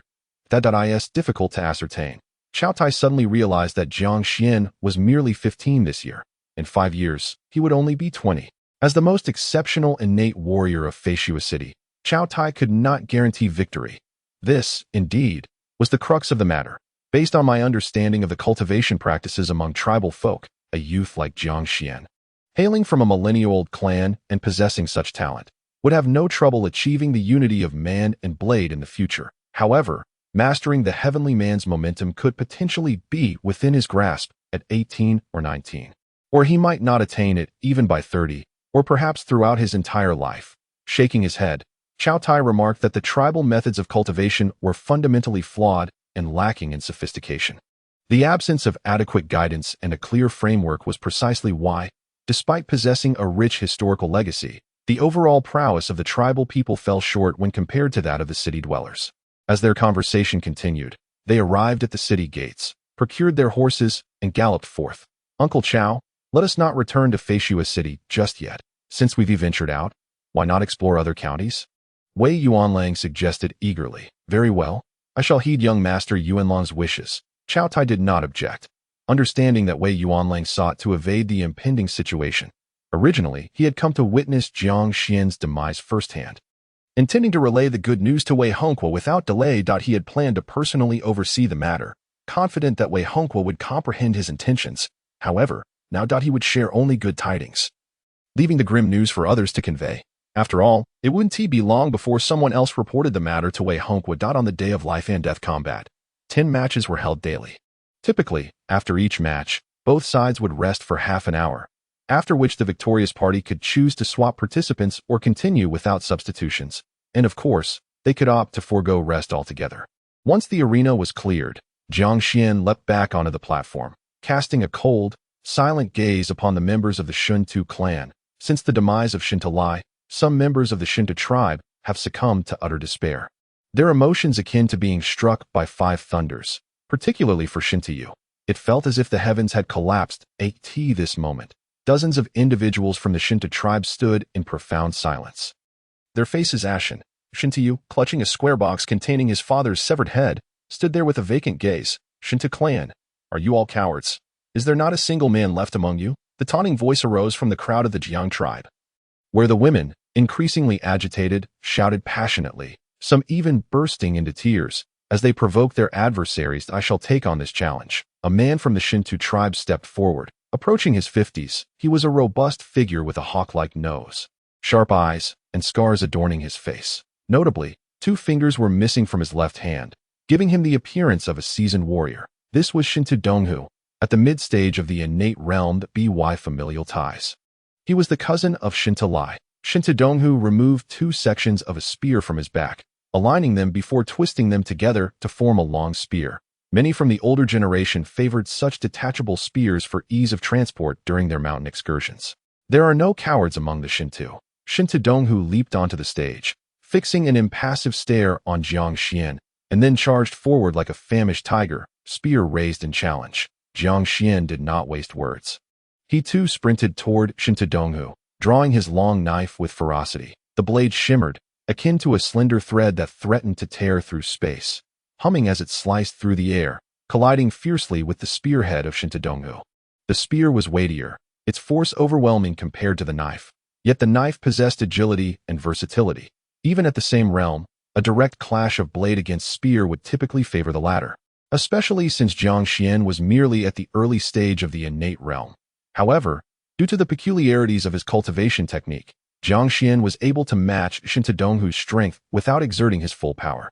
When I was at half a step into the innate realm, I could contend with my Aunt Sion, who was at the mid-stage. Now that I have reached the innate realm, I can probably compare with Shentu Donghu using merely 20% of my strength. He mused. Yet, the application of strength through a spear far surpassed that of a knife, particularly when wielded by someone from the Shentu clan who utilized a spear as thick as a wrist. In the midst of battle, Jiang Xuan's thoughts raced. The clashing sound of blade against spear was jarring.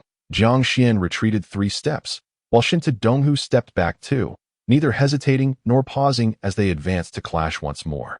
Jiang Xuan executed a somewhat unrefined knife technique with remarkable speed, while Shentu Donghu employed his spear with the grace of a dragon, proficient in thrusting and slicing, leaving onlookers in awe. The two engaged in a fierce melee. What is happening? Why doesn't Jiang Xuan use that particular technique? Could it be that his innate power is insufficient? That cannot be.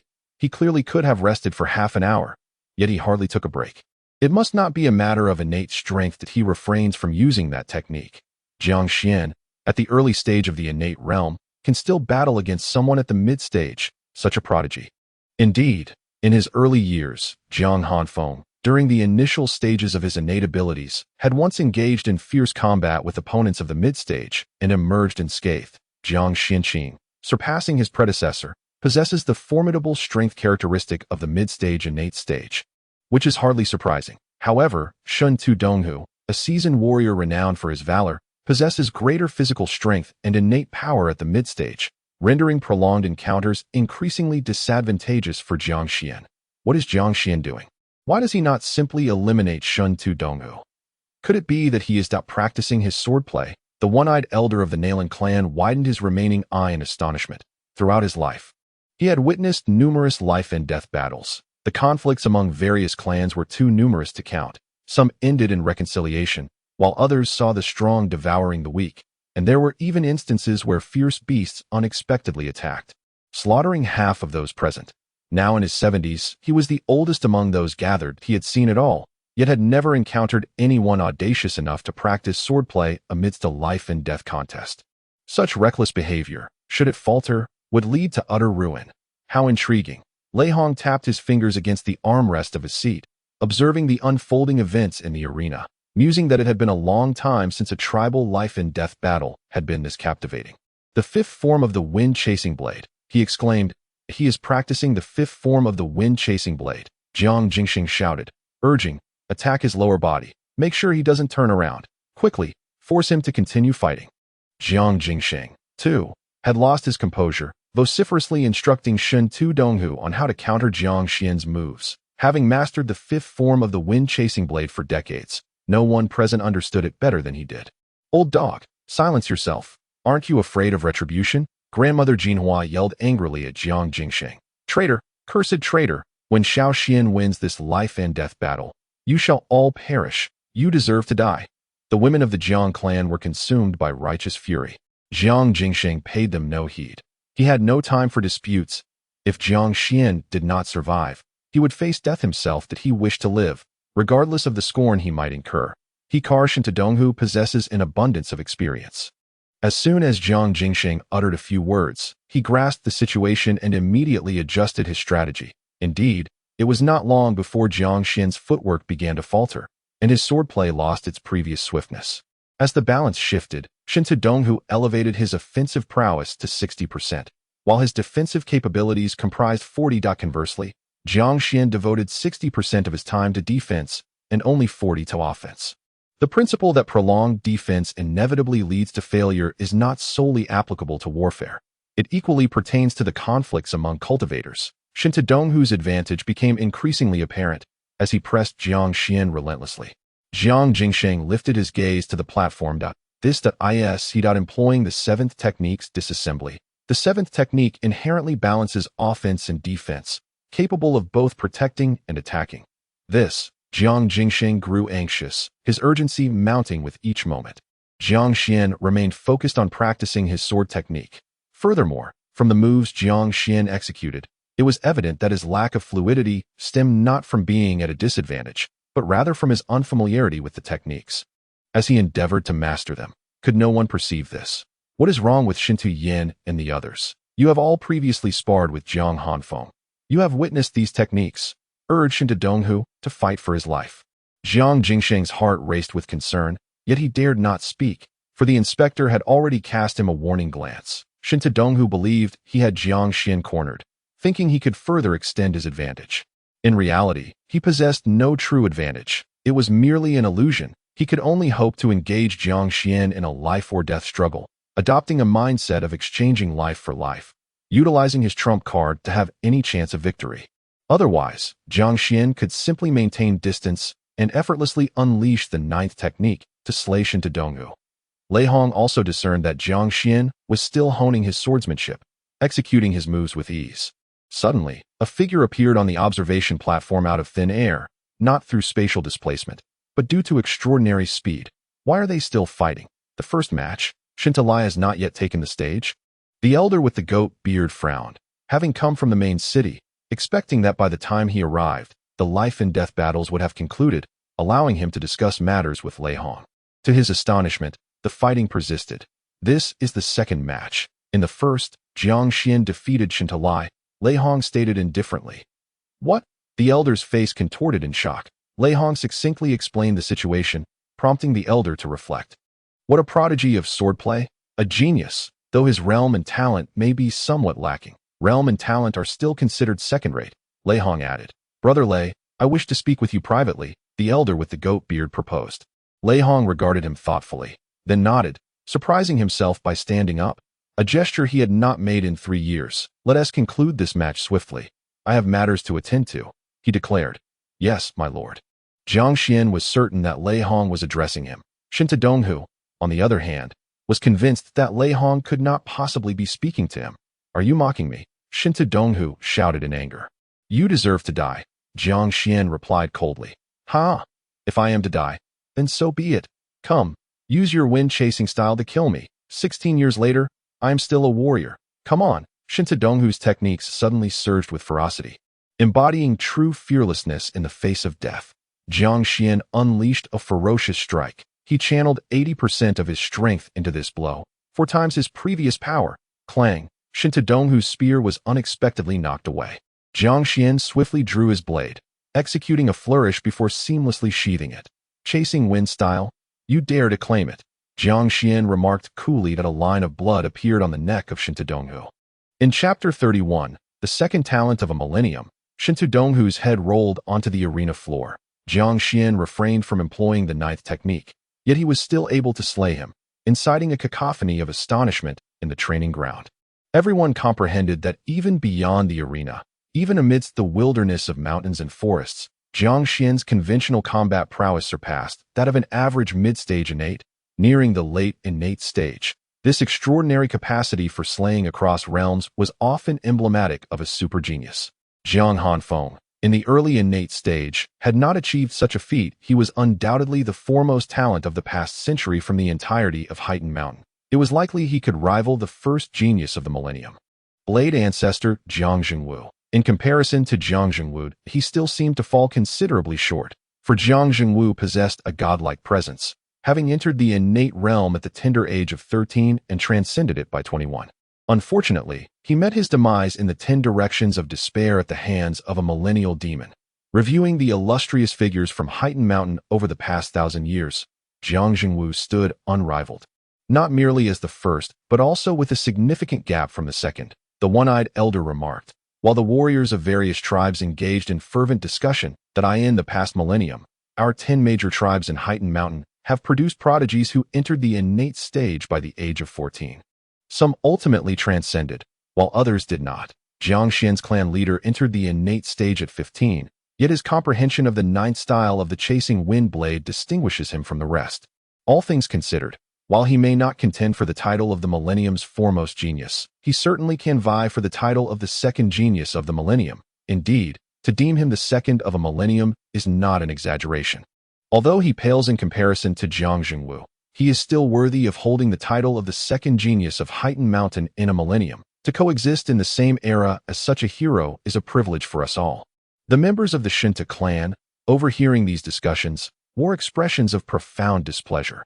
This assembly had begun to draw comparisons between Jiang Xuan and Jiang Zhengwu. Though the disparity was evident, the mere act of comparison acknowledged his talent and prowess. Even if some spoke with exaggerated volume, laced with flattery, the inspector Lei Hong and the elder with a goatee entered the ornate courtyard, taking their seats beside a stone table. "What urgent matter brings you here?" Lei Hong inquired. The three brothers of the Gu family made an appearance in Feishua City last night, assassinating the Chun family's prodigy, Chen Wanyang, by the time the Chun family's experts arrived. They had already fled the city, the goateed elder explained. The Chen family, Feishua City is home to 4 prominent families, with the Wei family currently ranked last, while the Chen family stands at the pinnacle. They are the most formidable clan in Feishua City. There are 7 known experts among them, not including 2 external guests of the innate stage. Chen Yinyang was merely 24 years old, wasn't he? Lei Hong furrowed his brow, astonished that such a genius could fall victim to an assassination.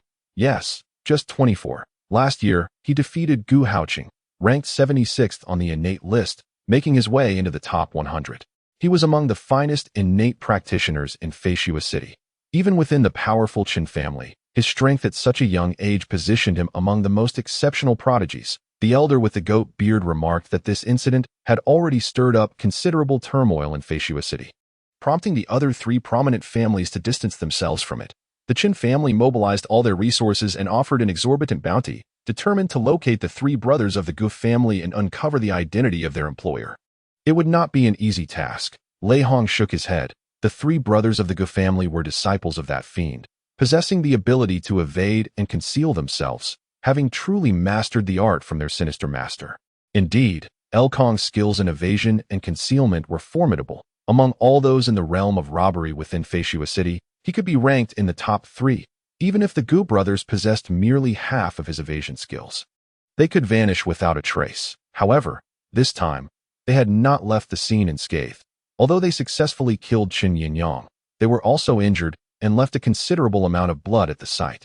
The elder with the goat beard stated, placing a hand into his robe. They left blood at the scene? Lei Hong immediately comprehended the implications. Pursuing them would be exponentially easier. Many tracking techniques could sense their blood within a radius of several hundred zhang. They would not dare to hide in any city, nor in populated areas, and it was impossible for them to leave northern Hangzhou in the short term. Thus, they could only seek refuge in Blackpool Mountain.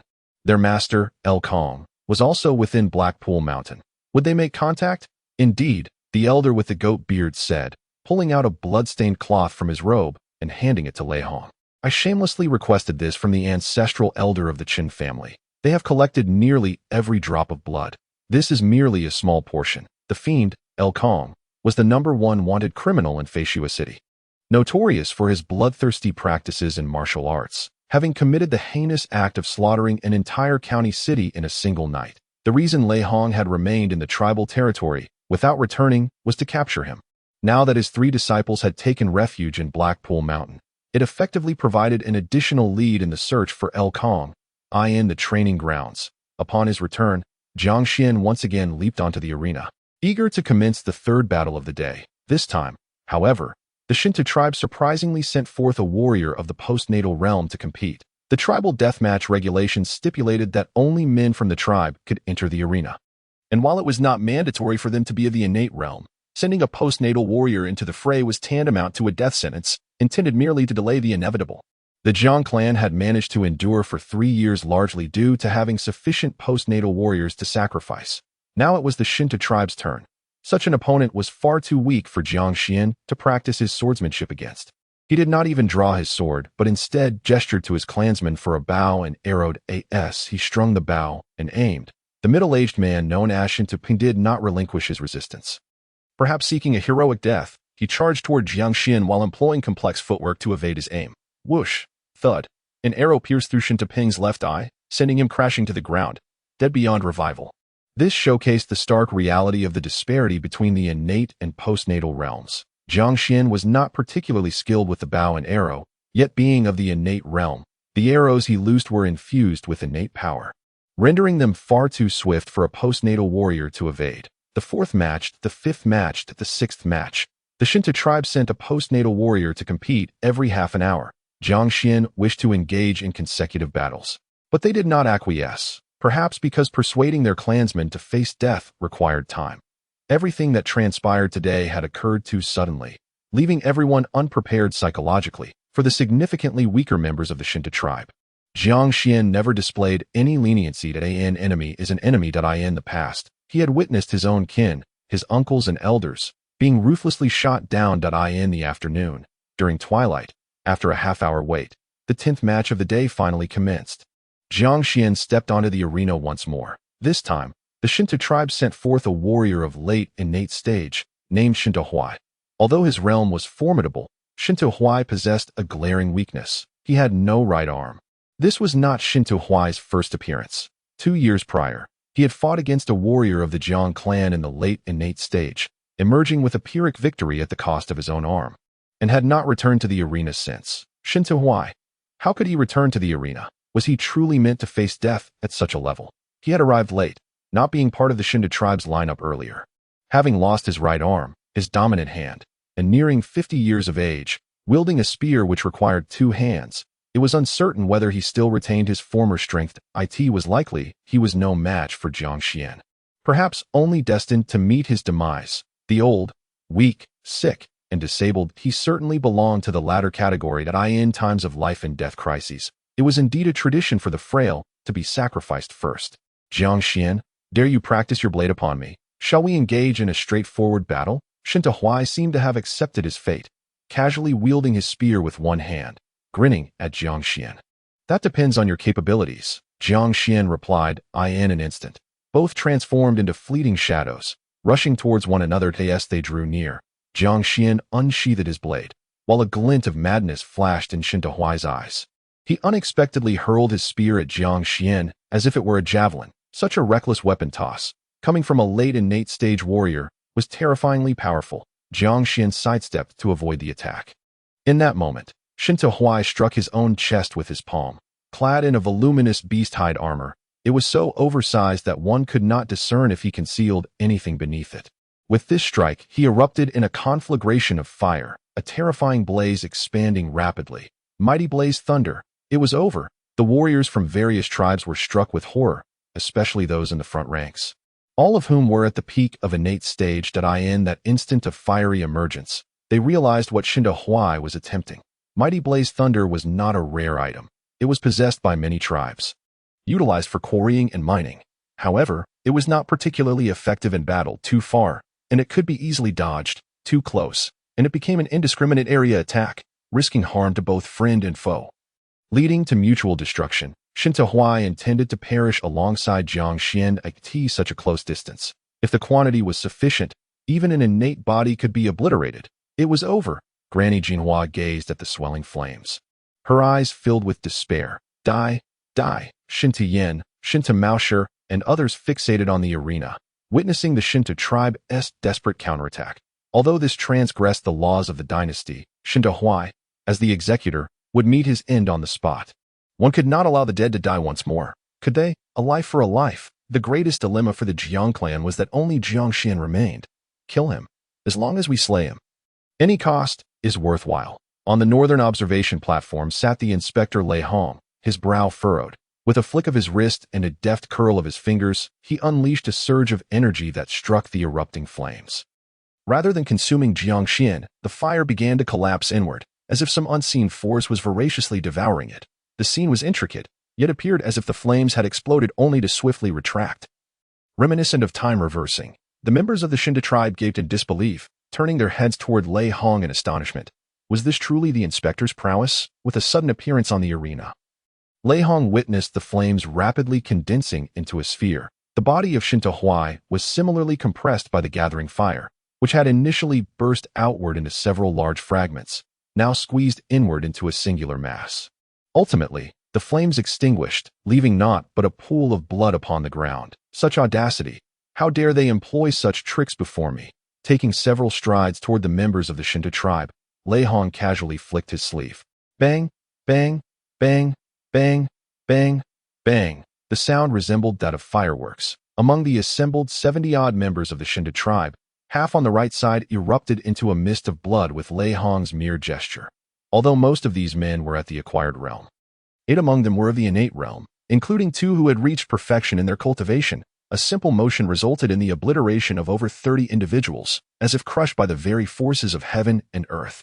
Shentu Yin stood frozen, unable to react in time, feeling a terrifying sense of crisis brush past him. The Shentu Mao Shi, positioned to his right, was instantly transformed into a cloud of blood mist, splattering crimson upon Shentu Yan's half of his body. To the left, Shentu Yu, slightly ahead, found his fair cheeks stained red with blood. Behind them, Jiang Jingsheng, positioned a tad more to the right than Shentu Yan, felt his right arm explode without any forewarning.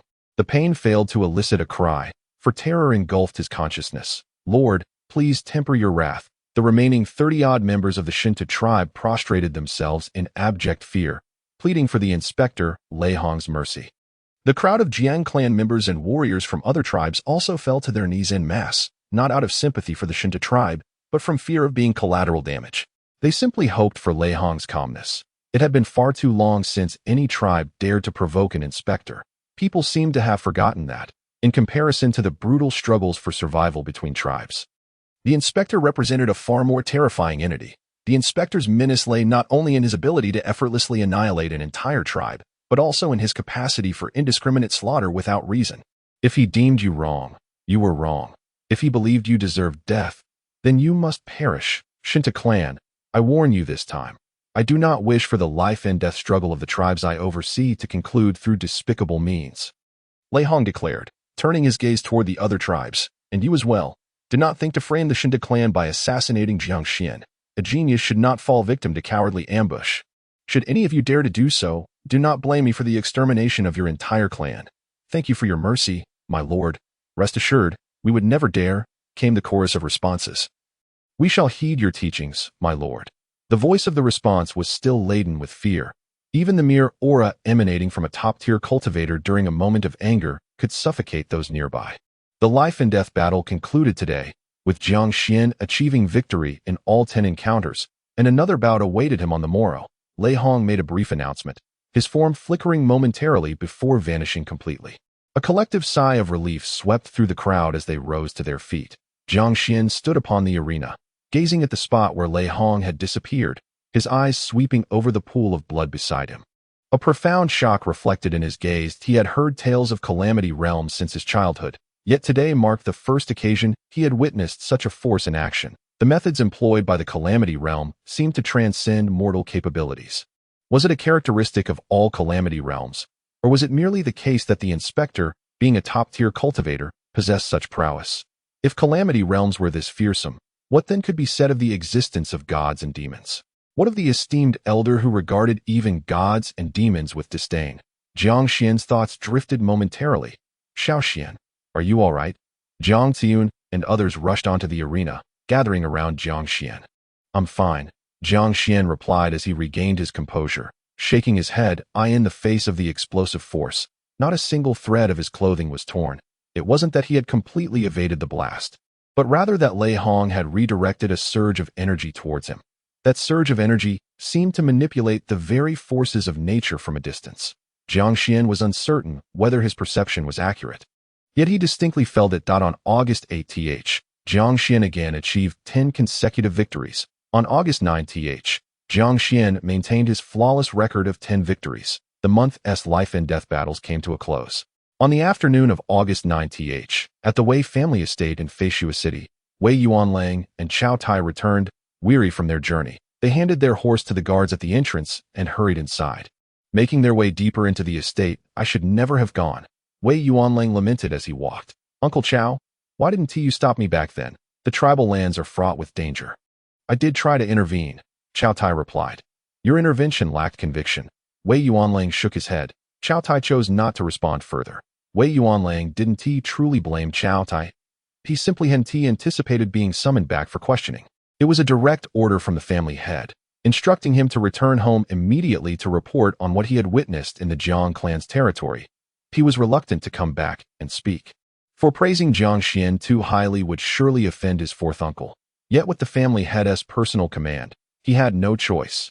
After traversing multiple courtyards and plazas, weaving through twists and turns, Wei Yuanlang finally halted before a door. The guards flanking the entrance recognized him and Cao Tai, and without further inquiry, they pushed the door open. Wei Yuanlang, head bowed, stepped inside with small, cautious strides. He slightly lifted his gaze to observe. He was taken aback. Over a dozen core members of the Wei family, including 3 Calamity Realm practitioners, were present. Chapter 32. The outcome of the Wei family meeting. Such a gathering was beyond Wei Yuanlang's expectations. Participating head, he said, kneeling on one knee and bowing his head in respect to Wei Qingshan, who occupied the seat of honor. Cao Tai, standing slightly behind, also bowed, though as a congenital guest, he was not required to kneel before the family head. Rise, commanded Wei Qingshan. Thank you, family head. Are you aware of the reason for your summons? Wei Qingshan inquired sternly. Yes, Wei Yuanlang replied promptly. It concerns the life and death battle between the Jiang Clan and the Shentu Clan. Indeed. Wei Qingshan nodded, having received news at home the night before last, which continued to trickle in over the past few days. The 15-year-old Jiang Xuan had not only slain the first warrior of Heightened Mountain, Shentu Lai, with a single strike, but he also managed to engage and defeat a mid-stage innate fighter without resorting to his ultimate move, despite being merely in the early stage of innate. Given that you were present that day, what is your perspective on Jiang Xuan's prowess? Wei Yuanlang felt a palpable tension, even though he was one of the 3 most valued prodigies in the family.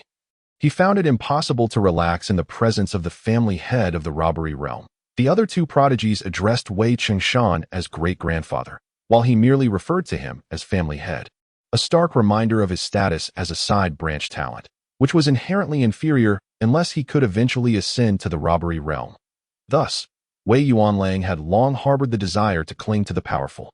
His strength. Reporting to the family head, on that day, I accompanied Cao Tai and left after witnessing Jiang Xuan slay Shentu Lai, so I did not witness the subsequent life and death battle, Wei Yuanlang remarked, subtly raising his gaze to observe the expressions of everyone in the room. Wei Qingshan's demeanor was grave. To his left and right sat 2 elders clad in purple and blue robes, both members of the robbery realm. One was meditating with closed eyes while the other stared expressionlessly ahead. The others in the room also wore serious expressions, and fourth master Wei Hongqua, seated notably close to Wei Qingshan, clearly exhibited signs of distress, overwhelmed by the pressure. I must not offend fourth uncle. Wei Yuanlang silently admonished himself. It mattered not that he had missed the latter part of the battle. Witnessing the first encounter was sufficient, and indeed the most critical. Wei Qingshan gazed at Wei Yuanlang and stated, the tales of Jiang Xuan's exploits have spread to Feishua City, creating quite a stir. Stories of heroic deeds that inspire a tribe's desperate counterattack are always well received. Yet the details have become increasingly convoluted and exaggerated. Hongqua originally dispatched someone to observe the life and death battles, but the layers of command obscured the information, and ultimately, the eyewitnesses were merely at the post-heaven stage, unable to discern much. You are a prodigy that our Wei family is nurturing with utmost dedication. Your realm has long achieved innate perfection, and your insight and experience far surpass those of lesser families. Since you witnessed it firsthand, please elucidate. How formidable is Jiang Xuan, truly? Wei Yuanlang suddenly realized that his forthcoming assessment of Jiang Xuan would directly influence the family's regard for him and potentially sway their final decision. Wei Yuanlang seemed to casually glance at Wei Hongqua, quickening his speech. To speak of strength, Jiang Xuan's technique was indeed breathtaking. The 9th stance of the chasing wind blade lived up to its reputation. However, I believe he executed it with considerable strain, lacking a sense of fluidity. Moreover, he could only threaten Shentu Lai with that single move. Had it not been on the arena, he would have had no chance against Shentu Lai whatsoever. The confines of the arena restricted Shentu Lai's mobility, and he was caught off guard. leading to an unjust demise. In truth, Shentu Tribe's strength, the so-called first innate of heightened mountain, merely grasped the momentum of heaven and man, which is only the second tier of skill mastery. He had yet to comprehend the third tier. There are at least several hundred innate fighters in Feign City who surpass Shentu Tribe, and he is by no means a top-tier innate. Jiang Xuan merely exploited the rules of the life and death battle to gain an advantage in slaying him. The disparity in true strength is vast. Cao Tai also listened intently to Wei Yuanlang's words. When Wei Yuanlang asserted that several hundred innate beings surpassed Shentu Tribe, Cao Tai slightly furrowed his brow. He did not deny that Jiang Xuan was formidable, even without employing his ultimate techniques. He was capable of vanquishing those at the mid-stage of innate cultivation. As Wei Yuanlang continued, growing increasingly confident in his discourse, he articulated with conviction. However, the mid-stage innate beings of heightened mountain are likely considerably weaker than those of Feign City. Jiang Xuan once reached the threshold of half-step innate. He must have practiced techniques not from heightened mountain, perhaps having encountered some fortuitous event. His martial arts must possess greater strength, allowing him to slay the comparatively weaker mid-stage innate beings. A feat achievable by any prodigy. To speak candidly, I could accomplish it myself. I entered the innate realm at the tender age of 14, not to mention the weaker mid-stage innate beings from tribal territories. Even among those in Feign City, some at the mid-stage were not my match at that time. Wei Yuanlang spoke with an air of arrogance. Yet, even Cao Tai found no fault in his statements. The territories governed by Feign City encompassed over 100 prefectures and counties, not accounting for towns, villages, tribal domains, noble territories, and so forth. As the nucleus of this region, Feign City was indeed a confluence of prodigies and powerful individuals, with the Wei family being among its foremost clans. Being recognized as one of the three great geniuses by such a family undoubtedly indicated Wei Yuanlang's extraordinary talent. Thus, I believe that without resorting to ultimate techniques. At 15, Jiang Xuan cannot compare to my 14-year-old self. As for his ultimate technique, his speed, agility, and physical prowess do not align with such a technique, making it easily countered outside the arena. Furthermore, regarding his innate talent, a 15-year-old at the initial stage is inferior to me. However, his swordsmanship talent is indeed monstrous. The chasing wind blade ranks among the top 10 sword techniques in Feign City, and he remarkably mastered its final move. Wei Yuanlang could not help but acknowledge Jiang Xuan's swordsmanship talent, though he endeavored to downplay it. Nevertheless, I suspect that he did not attain that final move through conventional training. It is possible he resorted to some brutal and blood-soaked tribal forbidden techniques. If he achieved the ninth form over several years, given the difficulty of the ninth form, he could have easily mastered the preceding 8 forms within the same time frame. My conjecture may not be accurate. Yet, I sense that he hastily cultivated the ninth form, which cannot be rapidly mastered through standard training. The success must have come through forbidden means. Perhaps he even exhausted his talent or life force. Tribes often have peculiar methods. Who can say for certain? In summary, his swordsmanship talent surpasses mine, yet his foundational talent in realms is inferior. Overall, his potential does not match mine. My likelihood of entering the Calamity realm in the future far exceeds his. Throughout the millennia-long history of Feign City, there are few who entered the innate realm at 15 and subsequently reached the Calamity realm. Most did so at 14. Much like myself, of course, he remains a genius. A rarity within the tribal territories, and even within our Wei family, he would likely rank among the top 10 of the younger generation. Cao Tai, positioned to the side, cast a sidelong glance at Wei Yuanlang. In recent days, the two individuals have been incessantly discussing Jiang Xuan, and they both unanimously agree that Jiang Xuan's talent is already comparable to that of the foremost genius of the Wei family. Even if he falls short, it would not be by much, but he is undoubtedly superior to Wei Yuanlang, who himself acknowledges this fact. Yet, when it comes to reporting to the family head, he audaciously claims that Jiang Xuan is inferior to himself. Relegating Jiang Xuan to merely the top 10 of the Wei family. To speak of the top 10 essentially implies the 10th position, much like asserting that Wei Yuanlang is one of the 3 great geniuses, which in reality designates him as the 3rd. Cao Tai comprehends Wei Yuanlang's sentiments and refrains from voicing any objections. He is merely a retainer, and he is aware that although he surpasses Wei Yuanlang in strength and possesses greater experience, the Wei family, being a prestigious aristocratic lineage, holds a dismissive view towards those of modest origins and average teachings. It is not that they look down upon strength, but rather upon the breadth of knowledge. The innate talent of one born into poverty, accumulated through years of wandering and cultivation, pales in comparison to the volumes of texts amassed by the Wei family. Wei Yuanlang, being one of the three great geniuses of the family, receives direct guidance in his cultivation from someone at the Calamity Realm, and in all other aspects, he is coached by renowned masters. With the family's vast library at his disposal, his cultivation knowledge is indeed exceedingly profound. This is precisely why it was imperative for him to return and report in person. The Wei family does not place their trust in the innate talents from Heightened Mountain, whose informants lack the requisite strength and insight.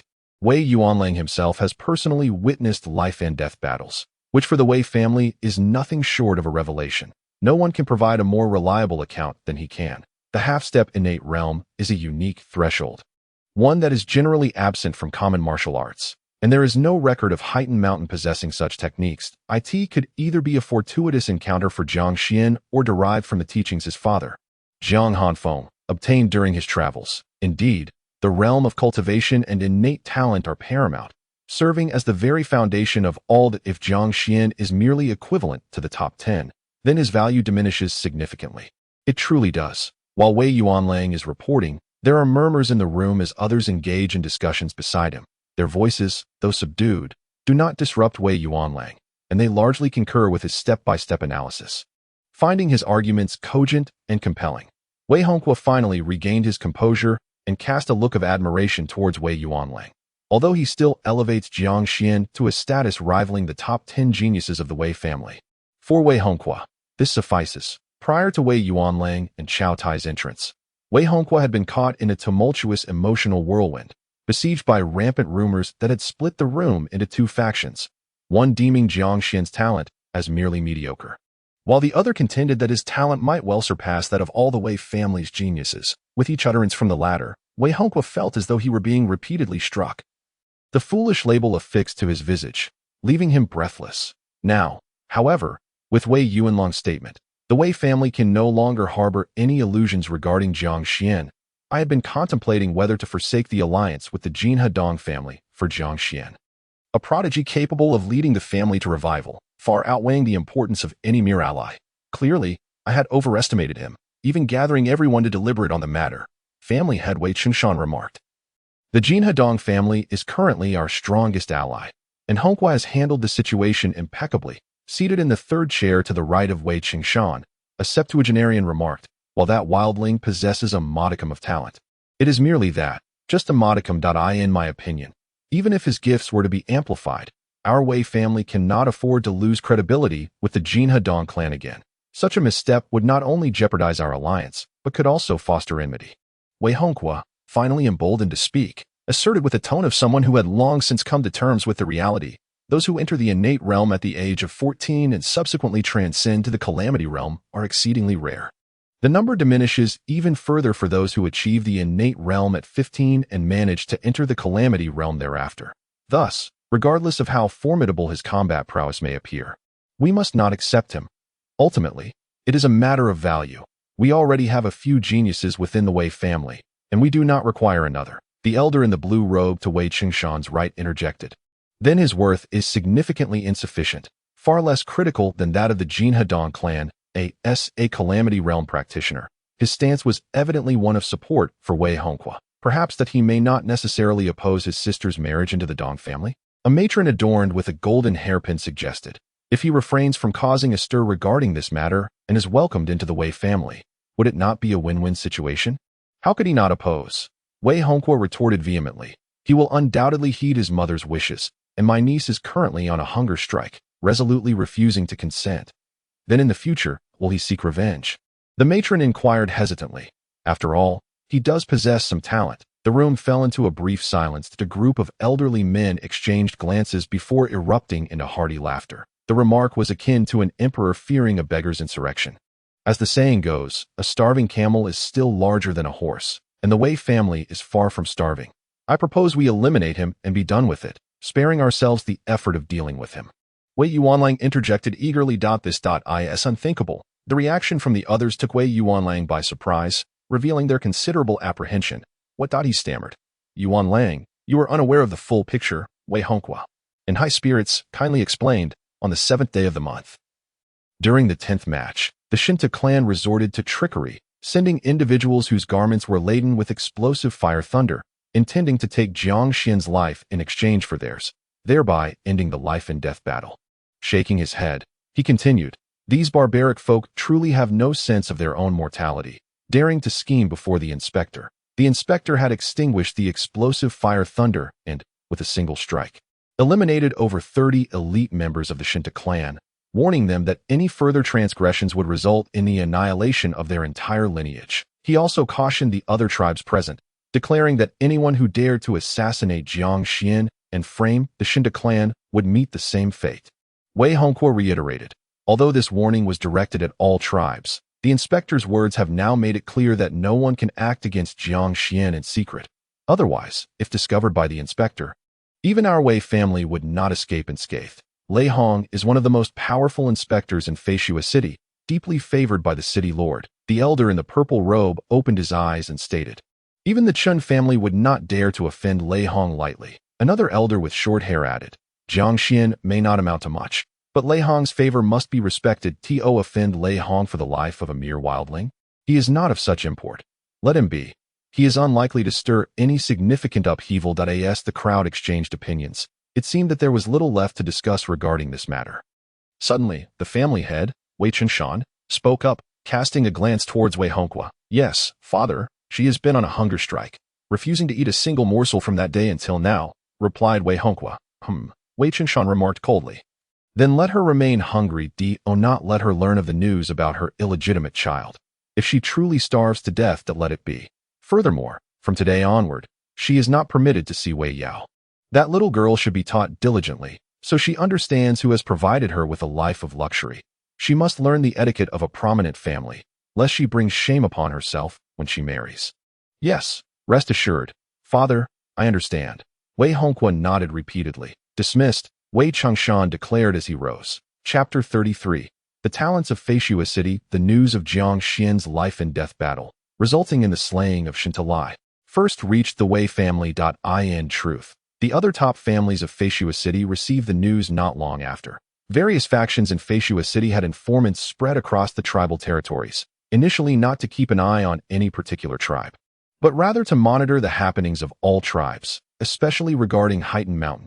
Generally, trivial matters, including daily conflicts between tribes, did not require immediate reporting. Only significant events necessitated swift communication back to Feishua City.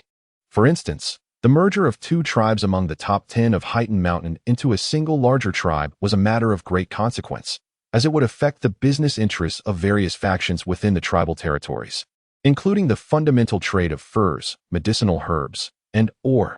Thus, the major powers of Feishua City had already been attentive to the impending absorption of the Jiang Clan by the Shentu clan, yet what they received instead was the shocking news of Shentu Lai's demise.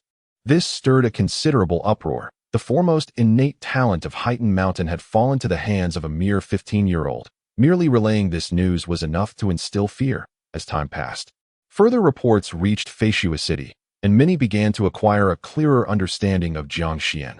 Within the Qin family, one of the four great clans, a group of young individuals debated the matter beneath the shade of the training grounds. "I have gathered all the details. It was known that Wei Baiyun and Jiang Hanfeng had a private engagement and married due to an unexpected pregnancy, giving birth to Jiang Xuan. Wei Baiyun was already exceptionally gifted, while Jiang Hanfeng was the true foremost innate talent of Heightened Mountain. It is only reasonable that Jiang Xuan possesses such talent," remarked a young man clad in black robes. "Then the Wei family will likely have to invite Jiang Xuan to acknowledge his ancestry?" suggested a short and stout young man. "Unlikely," responded a young man with a countenance as fair as jade, shaking his head as he spoke. Everyone else perked up, evidently eager to hear his words, clearly considering him the leader among them. He was Chun Yuanzhou, the first prodigy of the Qin family. Joining the Starry Pavilion at the age of 7, he entered the innate realm just after turning 14, achieved innate perfection by 18, and united with his sword by 19. Now, at 22, Chun Yuanzhou stood on the threshold of the realm of divine might, expected to enter the tribulation realm before the age of 25. He was a genuine prodigy. For him, the tribulation realm was merely a hurdle, never his ultimate goal. The realm of gods and demons was what he truly sought. Due to Chen Yuanzhou's extraordinary talent, it is nearly certain that he will ascend to the realm of Jia, which has consequently elevated his standing within the Chun family to great heights. How could it possibly be otherwise for young Master Yuanzhou? Inquired a short and stout young man. The precarious state of the Wei family is well known, with several prominent families lurking in the shadows, covetously eyeing the position of the four great families of It is indeed a hard-won achievement for the Wei family to have re-established ties with the Dong family of Jinhe, and to send women ta, a mere 14-year-old girl at that. Chen Yuanzhou, with his folding fan in hand, could not conceal a sneer of disdain as he continued, although the methods employed are rather despicable. The cooperation that has been forged is of paramount importance to the Wei family, far more than anything else. Based on the information that has reached us, Jiang Xuan's talent pales in comparison to the so-called geniuses of the Wei family. It is woefully insufficient, not even enough to gain entry into the Starry Pavilion. What use does the Wei family have for him? Indeed, indeed. Young Master Yuanzhou sees clearly, they echoed in unison. However, Chen Yuanzhou elongated his words. Despite Jiang Xuan's significantly inferior realm and talent, which renders him a burden, his proficiency in blade techniques may very well rival that of several adept swordsmen in the Starry Pavilion. The chasing wind blade, once renowned due to the Blackpool blade ancestor Jiang Zhongwu, is fearsome in its own right. I am quite eager to meet this Jiang Xuan and test his skills. He added, with his low realm. Avoiding that move would be childish play. Defeating him poses no challenge for young Master Yuanzhou. What merit is there in merely dodging? If one could face him head-on, matching strike for strike to vanquish him, the accolades would be undeniable. They exclaimed, if young Master Yuanzhou were to triumph over the newly acclaimed first innate of Blackpool Mountain, his renown would surely overshadow Shen Taiping. Indeed, indeed. Although the title of first innate of Blackpool Mountain is somewhat inflated, his reputation is substantial. This is a pivotal moment in the rivalry between young Master Yuanzhou and Shen Taiping, and every bit of fame counts. A cacophony of youthful voices filled the air, and even Chen Yuanzhou, who had initially thought little of the matter, found himself swayed by their fervor. Yes, if I am able to venture to Blackpool Mountain and defeat him in a fair confrontation, Shen Taiping will likely be left speechless. You intend to go to Blackpool Mountain? A chilling feminine voice suddenly interjected. The temperature beneath the trees seemed to drop several degrees, and the others fell silent, startled, while Chen Yuanzhou himself appeared somewhat flustered. You wish to go to Blackpool Mountain? Approached a breathtaking ice-cold beauty, approximately 25 years of age, stepping before Chen Yuanzhou while cradling a long sword forged by the divine. She narrowed her eyes, scrutinizing the guilty expression on Chen Yuanzhou's face. Sister, Chen Yuanzhou called softly. Every day you seek to challenge this and that, relying on your superior talent, practicing haphazardly for 3 days while idling for 2. Let me tell you, had it not been for your sister sacrificing her foundation to protect you back in the day, the title of first innate in the Chen family might very well belong to one of us. For my sake, can you not apply yourself a little more diligently? You are already 22 years old, yet you still wave around that broken fan, and if you truly aspire to be a scholar, perhaps you should simply renounce your martial skills and teach at a school instead. Has it only been a few days since Uncle Yin Yang passed? You act as if nothing has happened and still wish to roam about? I am aware that Uncle Yin Yang hails from a collateral line and has had an unpleasant encounter with you, leading to your disdain for him. However, he is nonetheless a member of the Chen family. You must feign a semblance of determination to avenge Uncle Yin Yang. Do you understand? The following day, Chen Yuanzhou, the elder sister of Chen Yuanzhou, who is 3 years his senior, and the foremost innate talent of the Chen family, a disciple of the Starry Pavilion, will arrive. Chen Yuanzhou has harbored a fear of his sister since childhood. As Chen Yuanzhou chastises him, the other young individuals have already dispersed in a flurry. Afraid to linger any longer lest they become targets of her reprimand, in the city of Feishua, there are 3 entities one must never provoke. The beautiful Chen family, the infamous dog of the Starry Pavilion, and an old man of the brothel district. Among these, the beauty of the Chen family refers to the once renowned Chen Yuanzhou, who is said to possess a visage akin to that of a divine being. Yes, sister, you are absolutely correct. Indeed, Chen Yuanzhou fervently assures his sister, I shall not venture to Heighten Mountain for the time being. Rest assured, I will not deceive you this time. I will certainly not sneak away. Last time that I was forcibly dragged along, with so many witnesses present that it would have seemed cowardly not to go. but it shall not happen again. Chen Yuanzhou swears an oath to his sister. In the south of Feishua City lies the Starry Pavilion. Every major city in this world boasts a Starry Pavilion. It is not a mere civilian organization, but an academy affiliated with the Daiqian dynasty, rarely admitting disciples, accepting only the most exceptional of talents. Each individual chosen by the Starry Pavilion, even in the main city, is regarded as a true prodigy, a phenomenon of utmost rarity. Even prestigious families like the Wei clan have failed to see any of their young members selected for the Starry Pavilion this generation, making their lack of representation a symbol of decline among the four great families. Deep within the Starry Pavilion, in a courtyard, several young people are engaged in conversation. "Brother Taiping, are you truly planning to venture to Heighten Mountain?"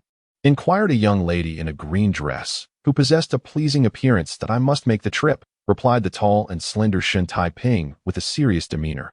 "Although Jiang Xuan's overall strength far surpasses mine, I am eager to witness the ninth style of the wind-chasing blade he has mastered. It is said that the wind-chasing blade rivals the top 10 blade techniques of Feishua City, renowned for its ferocity. While our Shen family's 100-slashing blade manual has always been a subject of contention regarding its status as the foremost blade technique. If I can withstand the wind-chasing style with the 100-slashing blade manual, it would further substantiate its claim to being the premier blade technique. Furthermore," Shen Taiping continued, "if I do not go and that brat Shen Yuanzhou manages to arrive first and defeat Jiang Xuan, he will undoubtedly flaunt his victory, and his entourage will surely exalt him as the greatest talent of contemporary Feishua City." The rivalry between Chen Yuanzhou and Shen Taiping, both prodigies of their generation, has persisted for over a decade, becoming renowned as the Chen-Shen rivalry, due to their similar ages and their origins from the four great families, both displaying extraordinary talents. Determining who among them is the foremost prodigy of the younger generation in Feishua City remains a contentious issue that a family may reach a definitive conclusion, yet in a principal city, the abundance of prodigies is overwhelming, to the extent that this particular group of extraordinary individuals possesses remarkably similar capabilities, making it impossible for any one of them to significantly outshine the others. Moreover, the term younger generation is quite broad, encompassing individuals in their teens and 20s. It is rather unreasonable to compare the prowess of a teenage genius with that of someone in their 20s. The latter is bound to prevail, not necessarily due to superior talent, but merely because they have dedicated several more years to cultivation. Consequently, Feishua City has never established a clear designation for its foremost genius. There exists a list of the top 108 rankings and 36 prodigies. At the very least, there are the top 10 geniuses. The top 10 geniuses of Feishua City are all in their early 20s, each engaged in the comprehension of the celestial powers, their strengths being exceedingly close. Even when they engage in friendly contests, victories and defeats are often exchanged. Based solely on strength, they cannot discern the hierarchy of talent.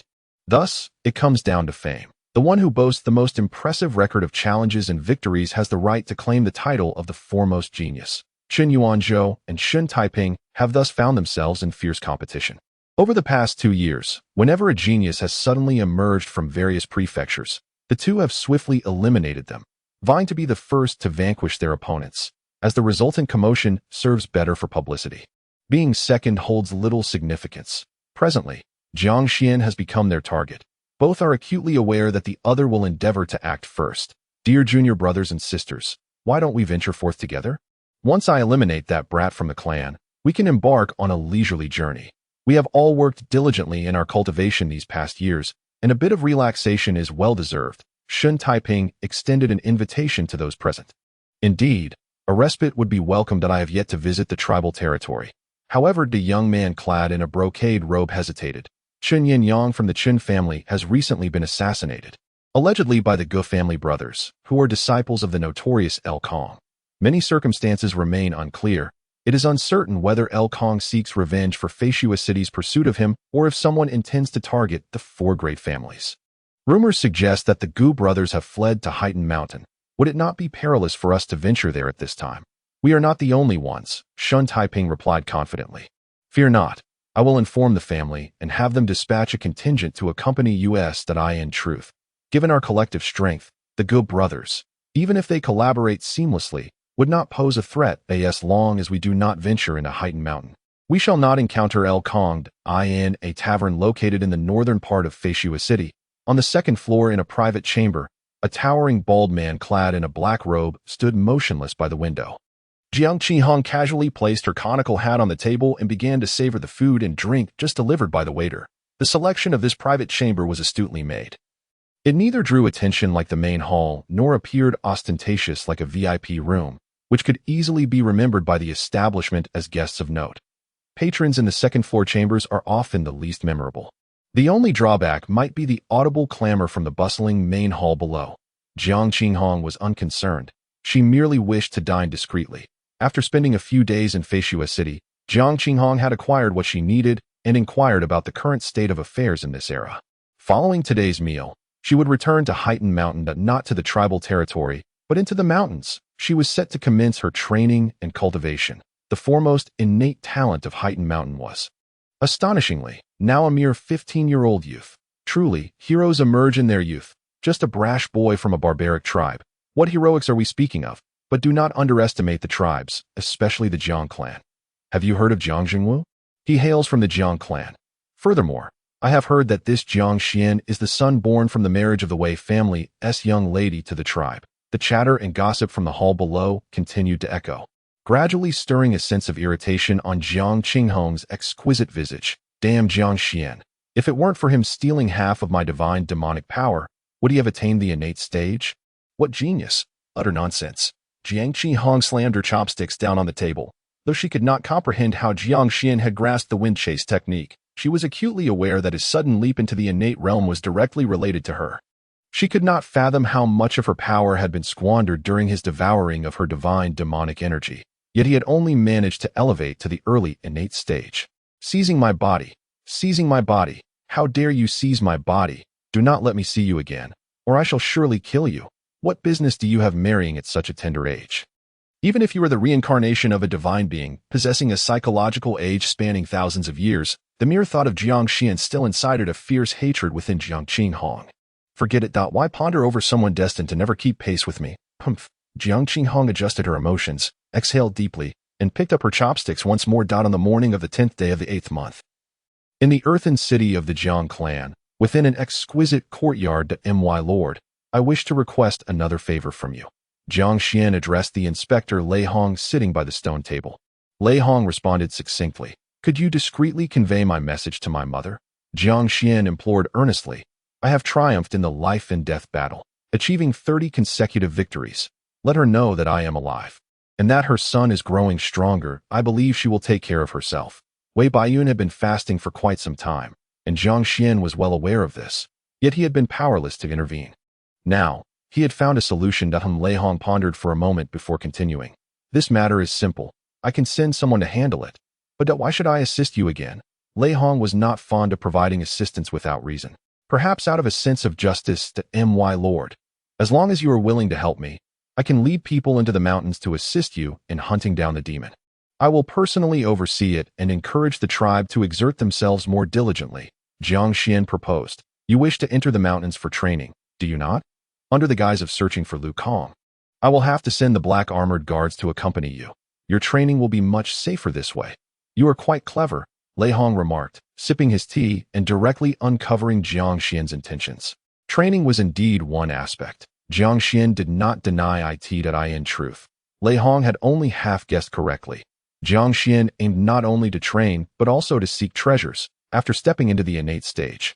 His sensitivity to the threads of secret arts had vastly increased, and his resource demands from cultivating the Black Xian technique were exponentially greater than those of others at the early innate stage.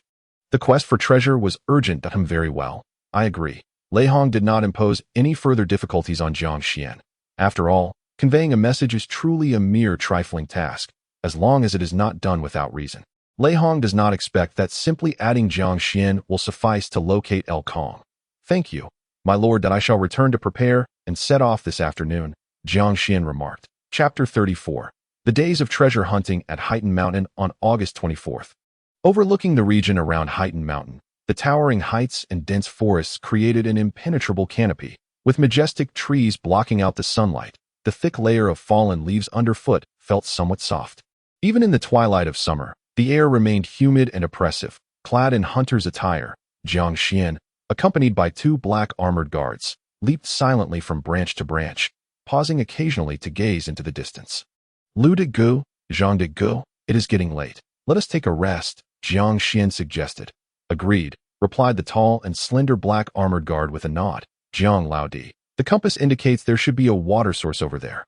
Just 2 miles away, the robust black armored guard stated, holding a military compass to indicate the direction. Shall we proceed? Very well. Jiang Xuan nodded in agreement. Lu Feihu and Zhang Xiu were both elite members of the Black Armored Guards. Among Lei Hong's 300 Black Armored Guards, all were innate fighters, the majority being at the initial, intermediate, or late stages of innate cultivation, with the perfected few being exceedingly rare. Although the Black Armored Guards held a prestigious position and were the highest paid innate military group in the Qin dynasty, with generous compensation for their families in the event of their death in battle, joining the Black Armored Guards meant sacrificing most of their cultivation time, thereby relinquishing the possibility of transcending innate levels. Those with extraordinary talent typically would not become Black Armored Guards. Thus, while the Black Armored Guards were formidable in combat, capable of engaging in fierce battles that could even vanquish those at the transcendent stage, their overall talent was rather average, making the perfected innate fighters exceedingly scarce. However, both Lu Feihu and Zhang Xiu were perfected innate fighters, serving as Lei Hong's personal guards, accompanying Jiang Xuan into the mountains to aid in the search for the demon. Having spent half a month in the mountains, Jiang Xuan had grown familiar with the two. Though the Black Armored Guards appeared cold, they were, in fact, human, merely well-trained. The trio arrived at the edge of a small lake surrounded by trees. The lake likely harbored fish. Lu Feihu, the tall and slender one, charged into the water, sprinting to the center of the lake, drawing his blade to strike down, creating a massive splash intended to stun the fish. To his surprise, a massive maw suddenly erupted from the lake's surface, attempting to swallow Lu Feihu whole. Jiang Xuan and Zhang Xiu on the shore remained unfazed. It was merely a second-tier demonic beast. The murky water giant lizard. This creature, though imposing in size, relied solely on brute strength in combat, possessing a shallow understanding of the manipulation of celestial energy, equating its power to that of a postnatal cultivator. Moments later, as dusk settled, a fire was kindled by the lakeside, with an abundance of demonic beast legs roasting over it, more than the size of an ox. Jiang Laodi, when shall we venture deeper? It has been half a month, and we have only circled the periphery. Lu Feihu, sharpening his blade, remarked, the tribesmen from your clans have already gone deeper than us. As Lu Feihu spoke, he leaned closer across the fire. Lowering his voice, we are aware that you are here for training and cultivation, but officially we are searching for someone. We must at least put on a show, lest my brother and I return with no satisfactory explanation for the Lord. There's no rush, Jiang Xuan replied, shaking his head. Lu Feihu and Zhang Xiu exchanged glances, both feeling somewhat helpless. For half a month into the mountains, Jiang Xuan had consistently led them around the periphery of Heightened Mountain. The deeper one ventured within, the more perilous it became. Thus, remaining at the outskirts meant encountering no formidable beasts, only those at the pinnacle of the second tier. However, it was equally impossible to locate El Kong or his 3 disciples in these outer regions. The two were perplexed by Jiang Xuan's true intentions to eye in the depths of the mountains. The essence of training and self-cultivation lay in encountering beasts of comparable strength, engaging in life and death battles to hone one's skills. Yet, Jiang Xuan seemed reluctant to delve deeper as night fell. After dining, Jiang Xuan sat cross-legged above the lake's surface, employing innate force to repel the water beneath him, preventing himself from sinking, while his long knife lay horizontally across his lap. Though this younger brother Jiang may have been somewhat timid, his diligence in cultivation was commendable. He commenced his journey at dawn and trained until dusk, only to retire late into the night. Sleeping no more than 2 hours before rising again with the break of day, Lu Feihu, with a grass stick clenched between his teeth, sat on the grass, observing Jiang Xuan on the lake. With innate regulatory capabilities, 2 hours of sleep each day sufficed, Zhang Xiu added. Moreover, I believe Jiang Xuan's reluctance to venture deeper may not stem from cowardice, but rather a fear of encountering excessively powerful beasts. Then what could it be? Lu Feihu glanced at Zhang Xiu. Since it was impossible to find the wanted criminal in the periphery, nor suitable beasts for practice, if the sole purpose was to cultivate his realm and techniques, why even come to the mountains? I have a lingering feeling that he is in search of something, Zhang Xiu remarked with a slight frown, then countered Lu Feihu. Do you not find his luck exceedingly remarkable?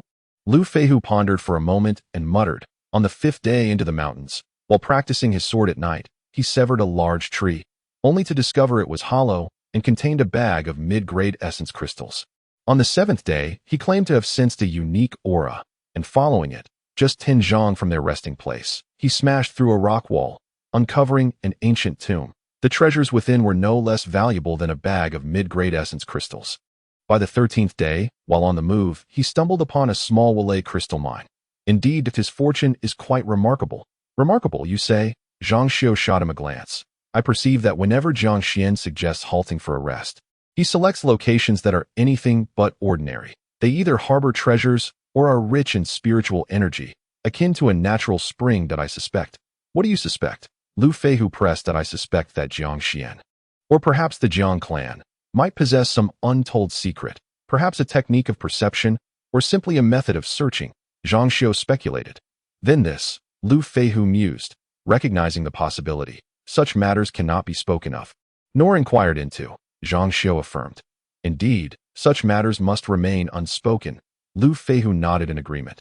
Both men instinctively began to sidestep the topic of untold secrets, for the imperial laws provided explicit protection for clan traditions. To forcibly seize a clan's secret knowledge was a capital offense, whether for the sake of a clan's mystical arts or swordsmanship. Any act leading to a clan's annihilation would result in the annihilation of 9 generations. It is well known that the wind-chasing blade of the Jiang Clan ranks among the top 10 martial arts techniques even in the Snowfall City, and in certain county cities, it firmly occupies the first position. Yet, even the most powerful clans in these counties, far superior to the Jiang Clan, would not dare to seize the wind-chasing blade manual, no matter how bold they might be, even if compelled to learn it. They would not dare to do so, and those who might master it would not have the audacity to employ it. Should they do so, they would face dire consequences for not being of the clan. Such is the severity of the rules. This strictness is even more pronounced for the black armored guards, governed by even more stringent laws, as the official representatives most frequently interacting with the clan. Their numerous ranks necessitate stricter regulations to prevent significant issues from arising. When Lu Feihu and Jiang Xuan, as members of the black armored guards, suspected that Jiang Xuan might possess a certain sensing or searching technique, they prudently ceased the discussion, mindful of the legal constraints. Who could ascertain whether that was a secret not meant to be divulged by the Jiang Clan? Such inquiries are strictly forbidden. On the surface of the lake, Jiang Xuan's lips curled into a faint smile. He had eavesdropped on the conversation between Lu Feihu and Jiang Xuan using his thousand-thread secret technique, and the black armored guards had indeed met his expectations as a group of individuals who strictly adhere to regulations. Thus, he felt reassured to conduct business with them. Do you suppose that tonight, my dear brother Jiang might fortuitously stumble upon something? Lu Feihu suddenly inquired of Jiang Xuan, tilting his head. Originally, he had mentioned resting 2 miles away. Yet when I suggested the presence of a water source here, he did not object, indicating that this was not his initial choice of location. Jiang Xuan reiterated, hence, it is unlikely that he would happen upon anything. Indeed, that makes sense. Lu Feihu nodded in agreement. The timing seemed right. Abruptly, Jiang Xuan, who had been cultivating on the lake's surface, opened his eyes, a look of perplexity etched upon his face. Rising to his feet, he glanced down.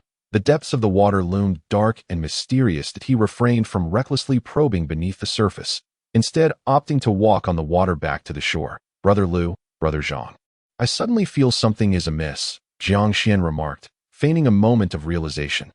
What? What is it? Lu Feihu and Jiang Xuan sprang up, their vigilance heightened as they scanned their surroundings. Jiang Xuan even positioned himself closer to the hilt of his blade, stepping in a way that created a protective formation around Jiang Xuan, with Lu Feihu in front and he behind. Lei Hong had instructed them that although Jiang Xuan possessed that extraordinary skill, his realm was too low, necessitating their careful protection. No, it's not that there is danger. Jiang Xuan quickly clarified that I merely had a sudden thought. While second-tier demon beasts are not particularly formidable, to nurture a large-sized demon beast, it is essential to have an ample supply of food rich in the essence of heaven and earth. The fish in this small lake may well be far from sufficient. The murky water giant lizard can also hunt in the terrestrial forests. It merely rests in the water, Jiang Xuan responded. Though that may be true, I have just been cultivating on the lake's surface, Jiang Xuan replied. his tone uncertain, that I feel that the spiritual energy of heaven and earth on the lake's surface is significantly more concentrated than that by the shore. Perhaps, Dio, you think there might be something beneath the lake. Upon the completion of Jiang Xuan's statement, silence enveloped the shore momentarily. Lu and Jiang exchanged a glance, their expressions momentarily frozen, as if to convey, could it be? Again, another coincidence. Perhaps Jiang Xuan's overt performance had been too conspicuous, as both men clearly sensed that he was merely putting on an act for their benefit. The two individuals were yet unable to pierce the veil of uncertainty. Ahem, Lu Feihu cleared his throat and remarked, the depths of the lake are perilous. One cannot ascertain how deep the water is. There may be lurking monsters. Jiang, my dear brother, you remain here while I descend to explore. I am much obliged, Brother Lu, Jiang Xuan replied, bowing slightly. Lu Feihu then leaped into the lake. Moments later, with a resounding splash, he erupted from the water's surface, returning to the shore, with a mere exertion of his innate strength. He swiftly dried his drenched garments, his face a canvas of astonishment, as though he had witnessed a ghost, fixating his gaze upon Jiang Xuan. Well, old Lu, what did you discover? Is there something beneath the water? Jiang Xuan inquired. Indeed, Lu Feihu nodded, pausing momentarily before continuing. The water is nearly 19 zhang deep, enveloped in utter darkness. Yet, the closer one approaches the lakebed, the more one can sense a peculiar aura, and the spiritual energy of heaven and earth intensifies. Although I cannot discern precisely what lies beneath, my intuition suggests it is a spiritual mine, not a spiritual mine. What sort of mine? Jiang Xuan pressed for clarification that a spiritual mine is a general term for ores that contain substantial amounts of the spiritual energy of heaven and earth, such as Yuanjing and Wlajing. In contrast, those devoid of such energy are considered ordinary minerals, including gold, silver, copper, and iron. The value of spiritual mines varies significantly. Some types may even be less valuable than ordinary minerals. The worth is not solely determined by the presence of spiritual energy, but also by factors such as the ability to absorb that energy, its applicability in weapon forging or array arrangements, the quantity of impurities, and the costs associated with purification, among others. I am uncertain of the specific type of spiritual mine, but from the aura, I suspect it to be Shui, Xinjing, as Lu Feihu spoke. He raised his right hand, poised to unveil the answer that I discerned a fragment by its aura. Upon concluding, he opened his palm, revealing a light gray crystal embedded within a portion of rock. Shui Qinjing. It truly is Shui Qinjing. Jiang Xuan exclaimed in astonishment. I have heard tales of this rare crystal, known for its low yield, utilized in array formation and artifact crafting. It must command a hefty price. No. How did I get so fortunate? Jiang Xuan appeared both bewildered and exhilarated. Jiang Xuan began to regard Jiang Xuan with a peculiar gaze, feigning ignorance. Are we? Continue your charade. Unable to expose Jiang Xuan, he elucidated. Indeed, it is quite valuable. Shui Qinjing is born of water, commonly found at the bottoms of lakes and rivers. This trait made it relatively easy to locate. However, several millennia ago, the easily accessible Shui Qinjing was thoroughly mined, rendering it a rare commodity in the present day. And how much lies beneath? Jiang Xuan inquired, gazing at Lu Feihu. Presumably, the entirety of the lakebed is composed of it, Lu Feihu replied. Hiss, Jiang Xuan inhaled sharply. For the prominent families of Feishua City, this may not amount to much, but for a tribe or an innate practitioner, the value of an entire lakebed of Shui Qinjing is staggering. This is a fortune that is nearly unattainable for someone at the innate level. Jiang Xuan had fortuitously stumbled upon treasures several times over the past half-month, already having struck it rich, but the worth of this Shui Qinjing mine dwarfs the cumulative value of his previous fortunes by several dozens of times. Jiang, my dear brother, you, Lu Feihu glanced at Jiang Xuan, nearly posing the question, yet he refrained. The laws forbade him from probing into the cultivation techniques of any members of the tribe, as per the usual practice. Similar to the previous minuscule Uri crystal mine, I request you to contact Lord Lei Hong for me. The mine will be sold to him, and I shall receive 80% of the market price converted into yuan crystals. Jiang Xuan addressed the Toot. The customary rule for external training is that whichever individual discovers a treasure first is entitled to it. In truth, discovering a mine in Heightened Mountain is inherently a challenging affair, as it is a desolate land without a master, and mining requires time, making disputes and bloodshed all too likely. Thus, Jiang Xuan intends to convert the spiritual mine he has discovered into yuan crystals. He is aware that Lei Hong will not assign his own personnel for the mining. Instead, it will be resold to the Tongtian Pavilion in Feishua City. Ultimately, it is the people of the Tongtian Pavilion who will undertake the mining operations, allowing Lei Hong to effortlessly profit from the price difference, while Jiang Xuan utilizes his identity to remain concealed and avoid unwanted attention. No one dares to investigate Lei Hong, the Tongtian Pavilion, with its presence in every city across the vast Qian dynasty, is a pinnacle force renowned for its integrity. Once I have completely absorbed the yuan crystals converted from the water mine, I shall be able to directly break through to the mid-stage of the innate realm, as the unique characteristic of the Heishuan Gong allows one to transcend boundaries during the innate stage, provided that sufficient resources are available, albeit the required resources are somewhat excessive. Jiang Xuan mused quietly. 13 days later, on the 7th day of September, Jiang Xuan returned to the Jiang Clan's earthen city, commencing a new round of life-and-death battles. 3 days, 30 consecutive victories. After eliminating his opponents, Jiang Xuan retraced his steps in a heightened mountain to continue his arduous training. Half a year later, on the 19th day of the second month of the following year, a grand procession approached the earthen city of the Jiang Clan. Chapter 35. The unparalleled woman of divine and demonic grace. Before the gates of the earthen city lay an expanse of open ground. As the imposing troop advanced from a considerable distance, the contingent comprised over 50 individuals, all mounted on fine steeds, with most adorned as guards, likely hailing from prominent families of the great cities. A man and a woman rode at the forefront. The man possessed a jade-like visage, while the woman had her face veiled in delicate gauze. This is the earthen city of the clan, which appears to be smaller than our family branch's residence. Chen Yuanzhou gazed from afar, attired as a scholarly youth, with a long sword suspended at his waist like an accessory. However, the surrounding walls were taller than the courtyard, likely reaching 3 zhang, providing a meager defense against low-level monsters that we are nearly there. I must caution you. Once inside the city, be mindful of your words and refrain from discussing unnecessary matters. Chen Yuanzhou, clad in a black fitted gown, cinched at the waist with a red belt, exuded an air of grace and valor. What, sister, are you still fearful of encountering danger within the clan's earthen city? Would they dare? Chen Yuanzhou spoke with an air of arrogance. The clan's territory possesses self-governance, and there are many taboos. Perhaps a single misstep in your words could breach their customs. Chen Yuanzhou's tone was frigid. We need not fear the clan's folk. Should it come to blows, the dozens of innate warriors we have brought could easily annihilate the Jiang clan. However, we refrain from such actions when in another's domain. It is imperative to adhere to their rules. That is fundamental. Indeed, your wisdom is undeniable, esteemed elder sister. Chen Yuanzhou nodded repeatedly, for this sister of his relished imparting her teachings. Moreover, Chen Yuanzhou cast a piercing glance at her younger brother and continued.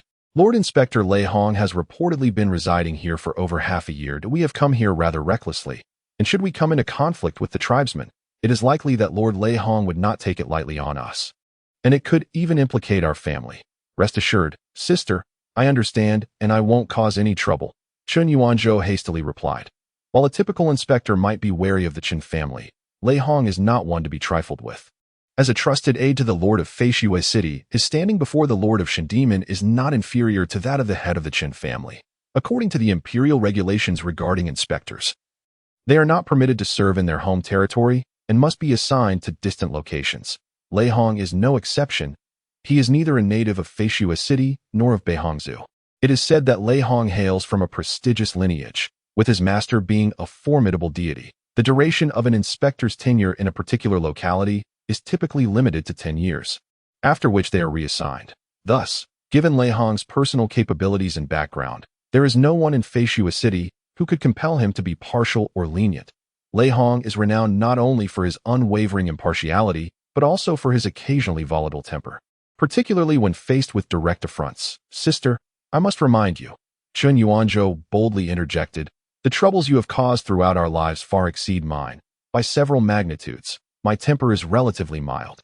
It is you who should exercise caution and temper your demeanor. Upon finishing his words, Chen Yuanzhou quickly pulled the reins, steering his horse to the right, creating a distance of about 10 feet between him and Chen Yuanzhou, fearing that his sister might retaliate with a punch, which could leave him bloodied. Remarkably, Chen Yuanzhou displayed no significant reaction this time.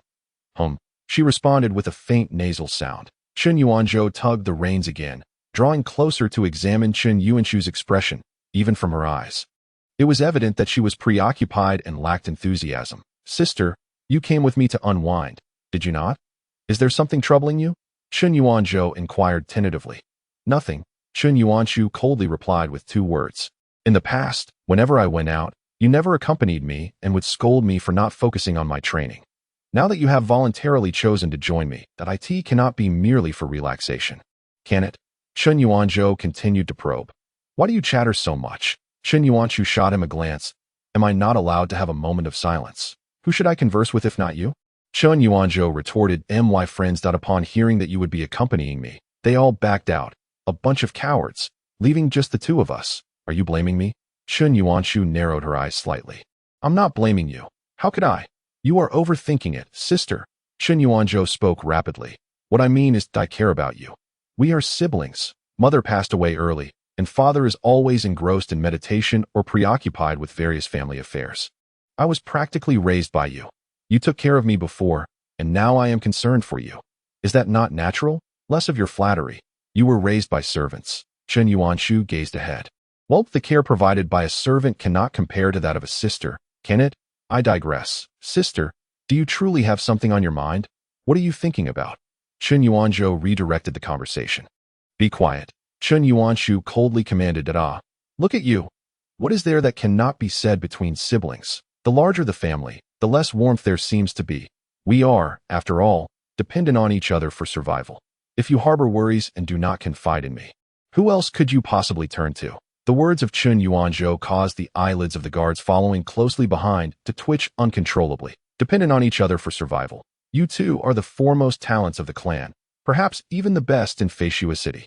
One of you is the current #1 talent of the family, while the other, once the champion of Feishua City, has seen a significant decline in ability due to past injuries, yet remains the second best in the family. The clan has practically nurtured you both like precious gems, and the resources consumed during a year of your training, along with the expenses incurred, surpass the annual income of an average family. Is this what you call dependence? Sister, just say it. Sister, there are no outsiders here. Sister, I doubt you are so annoying. Chen Yuanzhou remarked, casting a sideways glare at his younger brother, then continued, you just said that you were raised by me, that we are dependent on each other. Does that mean I am like your mother? A big sister is like a mother. Sister, you say it. And it shall be so, Chen Yuanzhou quickly replied. Yes, I am your mother. Chen Yuanzhou said while looking ahead. As of now, the family is preparing to find you a husband. Cough, cough. The guards behind them struggled to stifle their laughter. 2 of them, unable to contain themselves, quickly pretended to cough, while others turned their heads, rubbing their faces in an effort to hide the flush of embarrassment. Chen Yuanzhou fancied himself a cultured scholar, though his studies were rather lacking. In contrast, Chen Yuanzhou was well-versed in knowledge, possessing a remarkable talent for witty retorts that often left others astonished. Chen Yuanzhou's expression momentarily froze before he feigned nonchalance, muttering to himself, so the rumors are true. Chen Yuanzhou suddenly turned to his brother, scrutinizing him before asking, what rumors? The family intends to find you a husband. Of course, they say you are already 26 this year, and it would be impossible for you to marry outside the family. With your talents, no one would be worthy of you. Hence you must take a husband into your home, a son-in-law that I've heard they are already scouting candidates, looking for someone between the ages of 25 and 40. With talents at least sufficient to make it onto the selection list of the Star Pavilion. They need not be from Feishua City. Those from the county seat are acceptable as well. And while there seems to be no requirement for appearance, they must not have tribal bloodlines. Chen Yuanzhou appeared fully informed, counting on his fingers as he spoke. You attended that meeting, didn't you? Chen Yuanzhou suddenly interjected coldly. Chen Yuanzhou flinched, sensing the genuine anger in his sister's tone, yet he could only brace himself and reply, I did. Then why didn't you tell me sooner? I didn't dare. Not only had Chen Yuanzhou participated in the meeting discussing his sister's marriage, but when the family learned that Chen Yuanzhou would be traveling with her, they tasked him with persuading her and doing some ideological work. Deep down, Chen Yuanzhou was reluctant to take on this task, yet he could not defy the elder's orders. However, he understood his sister's temperament. The more he pressed her, the more she would resist, preferring gentleness over force. After a brief silence, noticing that Chen Yuanzhou had turned away, Chen Yuanzhou spoke again. Sister, do you truly not wish to marry? He asked, instinctively lowering his voice. Chen Yuanzhou chose to ignore him. There is nothing inherently wrong with marriage.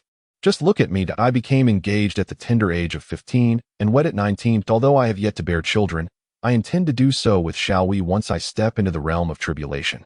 And I plan to have several. Chen Yuanzhou rambled on, a smile gracing his face as he spoke of his wife. You and she share a childhood bond. While her talents may not match yours, she is nonetheless qualified to be on the alternate list for the Starry Pavilion. The Qian family, though not one of the four great families, ranks just beneath them among the prominent clans and currently even has the opportunity to contend with the Wei family. You are 23 this year, and she is 22, merely a year apart. Since the first day I saw her playing with you, she has followed you closely, calling out Yuanzhou Gij, Yuanzhou Gij. Your marriage is satisfactory to both of you and your families. Even the storyteller at the tea house on North Street in Feishua City is pleased, declaring you both a match made in heaven. Chen Yuanzhou turned her head, speaking rapidly. Of course, you find nothing wrong with marriage. It's not as if you are sharing a bed and raising children with a complete stranger. Chen Yuanzhou was already startled, having retreated several paces, pulling the reins so abruptly that even the steed was alarmed. Once Chen Yuanzhou finished her tirade and turned back, he dared to approach again. Sister, don't you have a childhood sweetheart? The moment the question left his lips, he regretted it, hastily adding, Sister, please don't be upset. Forget I asked. His regret was not due to the notion that Chen Yuanzhou had a childhood sweetheart who was then separated from her or had met an untimely end. There was no such tragic tale. It was simply that there was none. At the age of 6, Chen Yuanzhou was acclaimed for her divine and demonic grace, swiftly leaving her peers in the dust. Her innate talents had already placed her in a position of unrivaled excellence among her contemporaries, rendering those her age almost insignificant in her presence. Thus, she had no childhood sweetheart. It was not until her 12th year that she entered the innate realm. That same year, 12-year-old Chen Yuanzhou and 9-year-old Chen Yuanzhou were ambushed. Chen Yuanzhou sustained injuries while protecting Chen Yuanzhou, severely damaging a crucial meridian and causing a significant decline in her innate abilities. Yet, even after such a setback, she remained the second most gifted disciple of the Qin family in the Starry Pavilion. This was precisely why the Qin family would never allow her to marry outside their lineage. She embodied hope, the hope for the Qin family to ascend to a divine and demonic status, as long as the family could produce a deity or demon. Although Chen Yuanzhou's injured meridian is incredibly difficult to heal, the family even sought the expertise of the Lord of Feishua City. To no avail. But what if, after surpassing the innate realm, Chen Yuanzhou were to restore herself? The lingering potential of her exceptional talent, coupled with the elusive aspirations of divinity, compelled the Qin family to tightly grasp Chen Yuanzhou and indulge her immensely. Even when she ventured out to eliminate a core disciple of another prominent family, the Qin family smoothed things over. However, they could not allow her to make every decision. Matters concerning the inheritance of family talent are significant. Given her extraordinary gifts, she ought to marry and bear children to perpetuate her legacy. Sister, if you had been injured while protecting me with your talents, you would have surpassed the innate realm years ago, possibly becoming the youngest to reach the tribulation realm in the history of Feishua City. The family certainly wouldn't dare to pressure you into marrying. Chen Yuanzhou lamented, burdened with guilt. If that day I hadn't suggested we dismiss our guards, we wouldn't have. Enough of this nonsense. Chen Yuanzhou turned her head and shot a glare at Chen Yuanzhou, then gestured forward, signaling that they had arrived. The procession halted before the earthen gates of the tribe. The spectacle overwhelming, with dozens of individuals emanating the aura of innate mastery. Long before they approached, the guards at the entrance had already gone to relay the news, and by the time they arrived, Jiang Tian was also present at the gate. This is the territory of the Jiang Clan. No outsiders are permitted. Who dares approach? Jiang Tian frowned as she observed them. Yet, she remained unfazed, for within the city were the black armored guards. And the inspector, Lei Hong, was also present, truly unperturbed by anyone. From the Qin family of Feishua City, I, Chen Yuanzhou, have come to pay my respects to clan leader Jiang Xuan. I come in peace.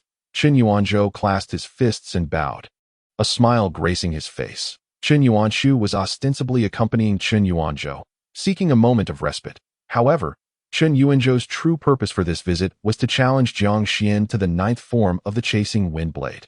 Chapter 36. Breakthrough. Late innate stage. In the humid, stifling depths of the forest surrounding the rock ridge of Heightened Mountain, dusk had fallen once more. The crackling of burning wood resonated in the air. Lu Feihu and Jiang Xuan sat by the campfire, relishing the succulent roasted hind leg of a fourth-tiered demonic beast, the aroma wafting delightfully around them. The strength of a third-tiered demonic beast equated to that of the innate realm, with the strongest even comparable to the mid-innate stage, while a fourth-tier beast, at its weakest, possessed the strength of the late innate stage. The iron barbarian thunder rhinoceros they had slain today was of the peak innate perfection. This horn alone was worth no less than 30,000 taels of gold. If exchanged directly for elemental crystals, it could fetch 300 mid-grade elemental crystals, or at the very least, 260 or 70. Jiang Xuan skillfully sliced meat from the hind leg, which towered over him, while simultaneously toying with a rhinoceros horn as thick as a human leg. This was the most valuable item from the iron barbarian thunder rhinoceros. The Great Qin dynasty boasted a plethora of circulating currencies, with official coins alone numbering over a dozen types. Common folk relied on copper, iron, and silver coins, while gold was predominantly used in commercial transactions. Practitioners who reached the innate realm would begin to trade in elemental crystals, and those who surpassed the innate stage would use even higher forms of currency. However, the exchange rates between currencies were not absolute and depended on market conditions. Typically, nurturing an innate practitioner from their entry into the realm to perfection took decades, and it would cost, at most, 1,000 mid-grade elemental crystals. Lu Feihu remarked, in just these past 6 months, relying solely on hunting demonic beasts, we have earned no less than 3,000 elemental crystals each. Selling the materials from these beasts has netted us over 10,000 mid-grade elemental crystals in total.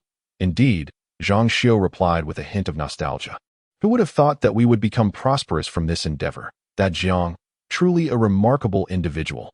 As they spoke, both turned their gazes toward the figure seated beneath the distant trees, eyes closed in meditation. Over the past 6 months, Jiang Xuan had discovered mines and ancient ruins in the mountains, claiming all he could manage, while sharing the spoils of what he could not with Lei Hong. Split 80-20 AS for encounters with demonic beasts, they had agreed from day one that the profits would be evenly divided. Not all demonic beasts bore valuable materials. Yet, each time Jiang Xuan ventured deeper into Heightened Mountain, he seemed to effortlessly locate beasts of worth. Lu Feihu, Jiang Xuan, and even Lei Hong were tacitly aware of Jiang Xuan's possession of some powerful perceptual secret technique.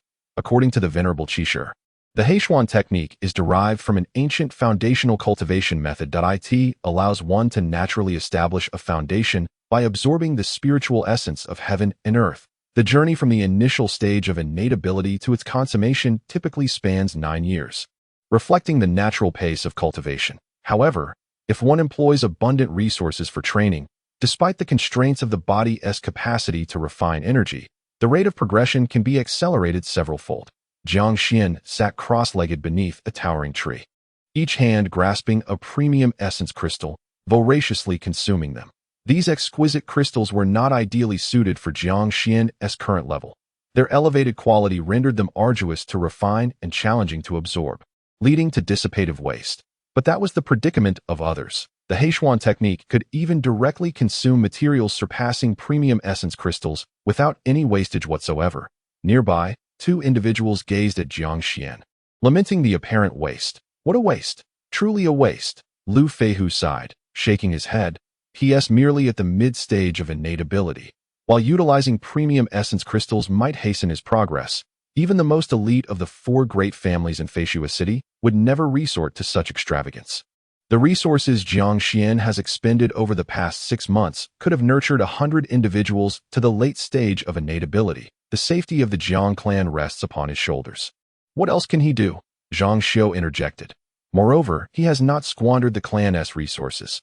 All he employs for his cultivation are the gains from treasure hunting, mining, and hunting beasts over the past 6 months.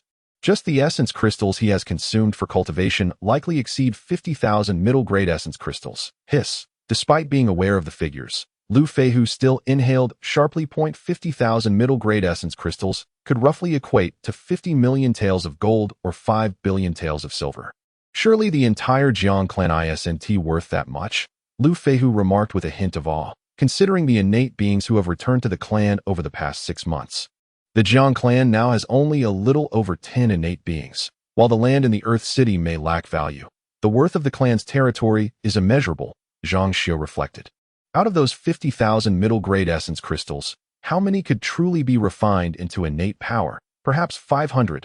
Lu Feihu harbored doubts, suspecting that Jiang Xuan had wasted 99% of the resources for cultivation. Yet, from another perspective, it could hardly be deemed wasteful, as his growth rate had indeed surged. As for whether this approach would impair his innate talent, that remained uncertain. Even though Jiang Xuan was wholeheartedly engrossed in his cultivation, his acute perception allowed him to overhear the conversation between Lu Feihu and Jiang Xuan with clarity. What do you mean? 99% waste? I assure you, not a single bit has been wasted. Such is the formidable aspect of the Heishuan technique. It demands vast resources for cultivation.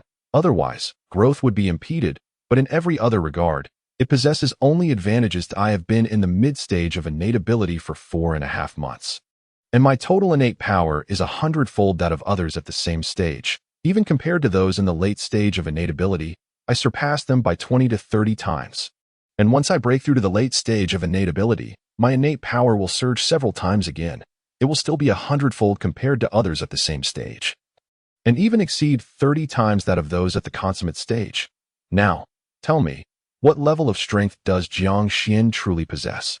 Lu Feihu inquired, as he sliced into the roasted meat, in his early innate stage.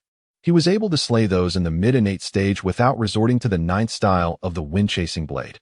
Now, being in the mid-innate stage himself, his conventional strength must be nearing the late innate stage, approaching the realm of innate perfection. That if we factor in the 9th style of the wind-chasing blade, Jiang Xuan elongated his tone. That I must remind you, during these past 6 months, he has mastered the entirety of the wind-chasing blade, including proficiency in the 9th style. His aptitude for swordsmanship undoubtedly rivals that of his ancestor, Jiang Zhengwu.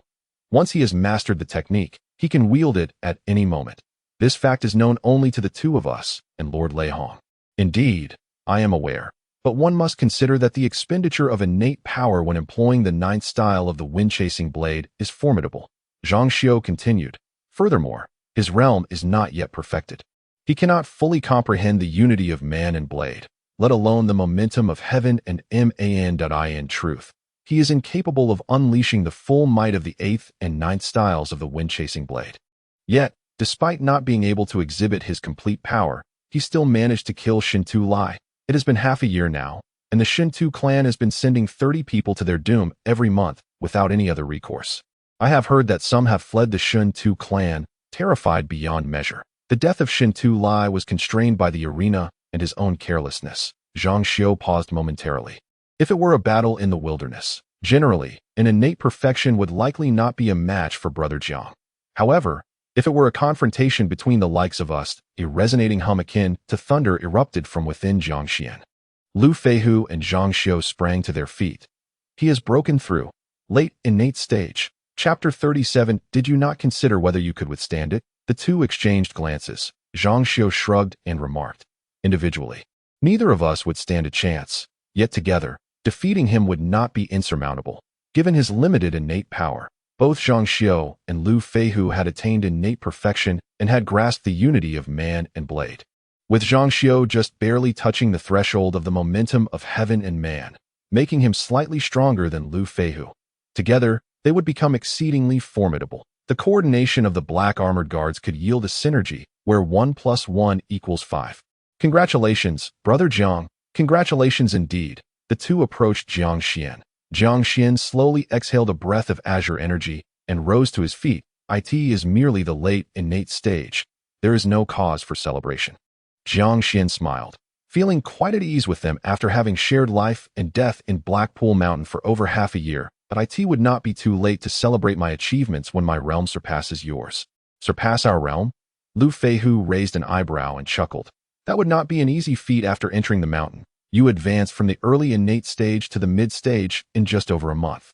And in less than 5 months, you reached the late stage. Such a terrifying rate of advancement is achieved through resources unimaginable to others. By this pattern, you will likely require an additional 200,000 mid-grade essence crystals and 2 years to attain innate perfection. Moreover, the mines in the periphery of Blackpool Mountain have largely been exhausted by you. Venturing deeper, the territories of 5th and 6th tier monsters make it quite difficult to seek treasures under their very noses.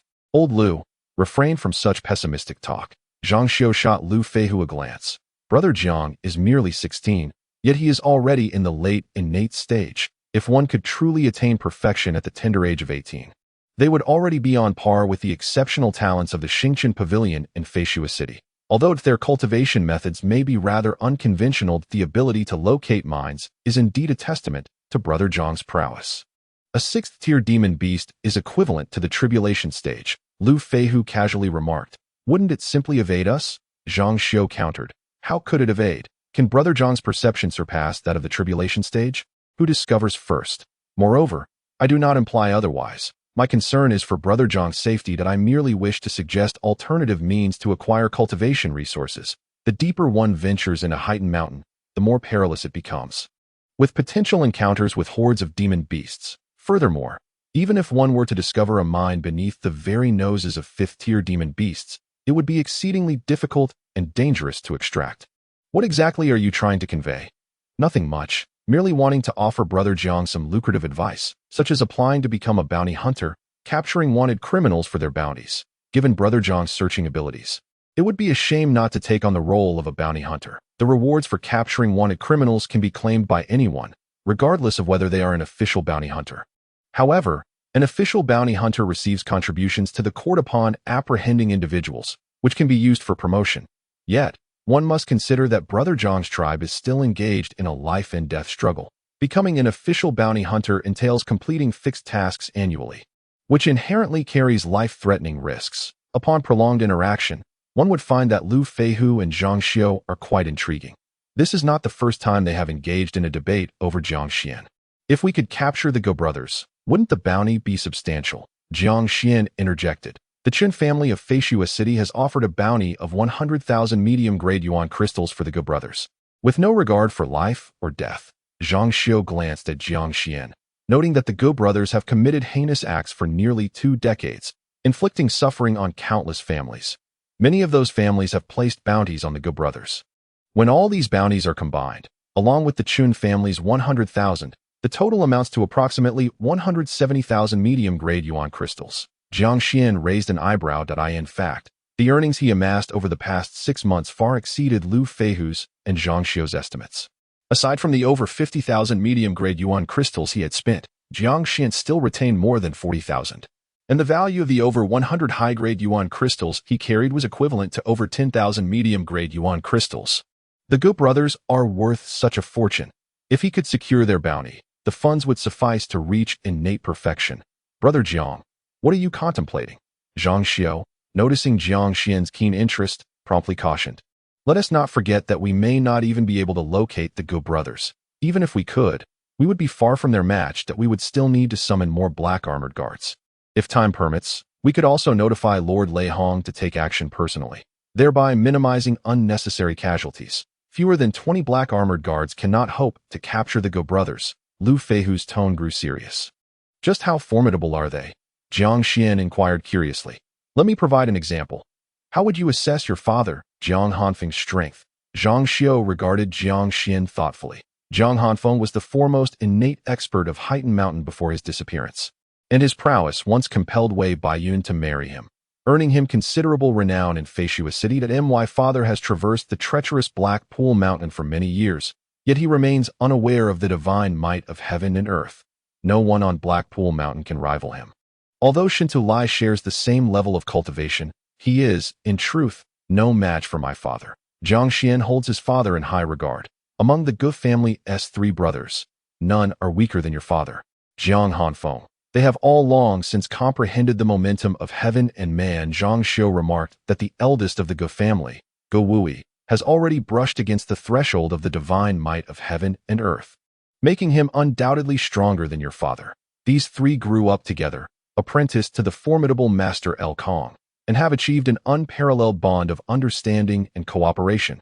Furthermore, as disciples of the nefarious El Kong, they possess a repertoire of sinister techniques that are exceedingly difficult to defend against. To put it plainly, even 10 innate experts who have grasped the momentum of heaven and man may find themselves outmatched by the combined might of these 3.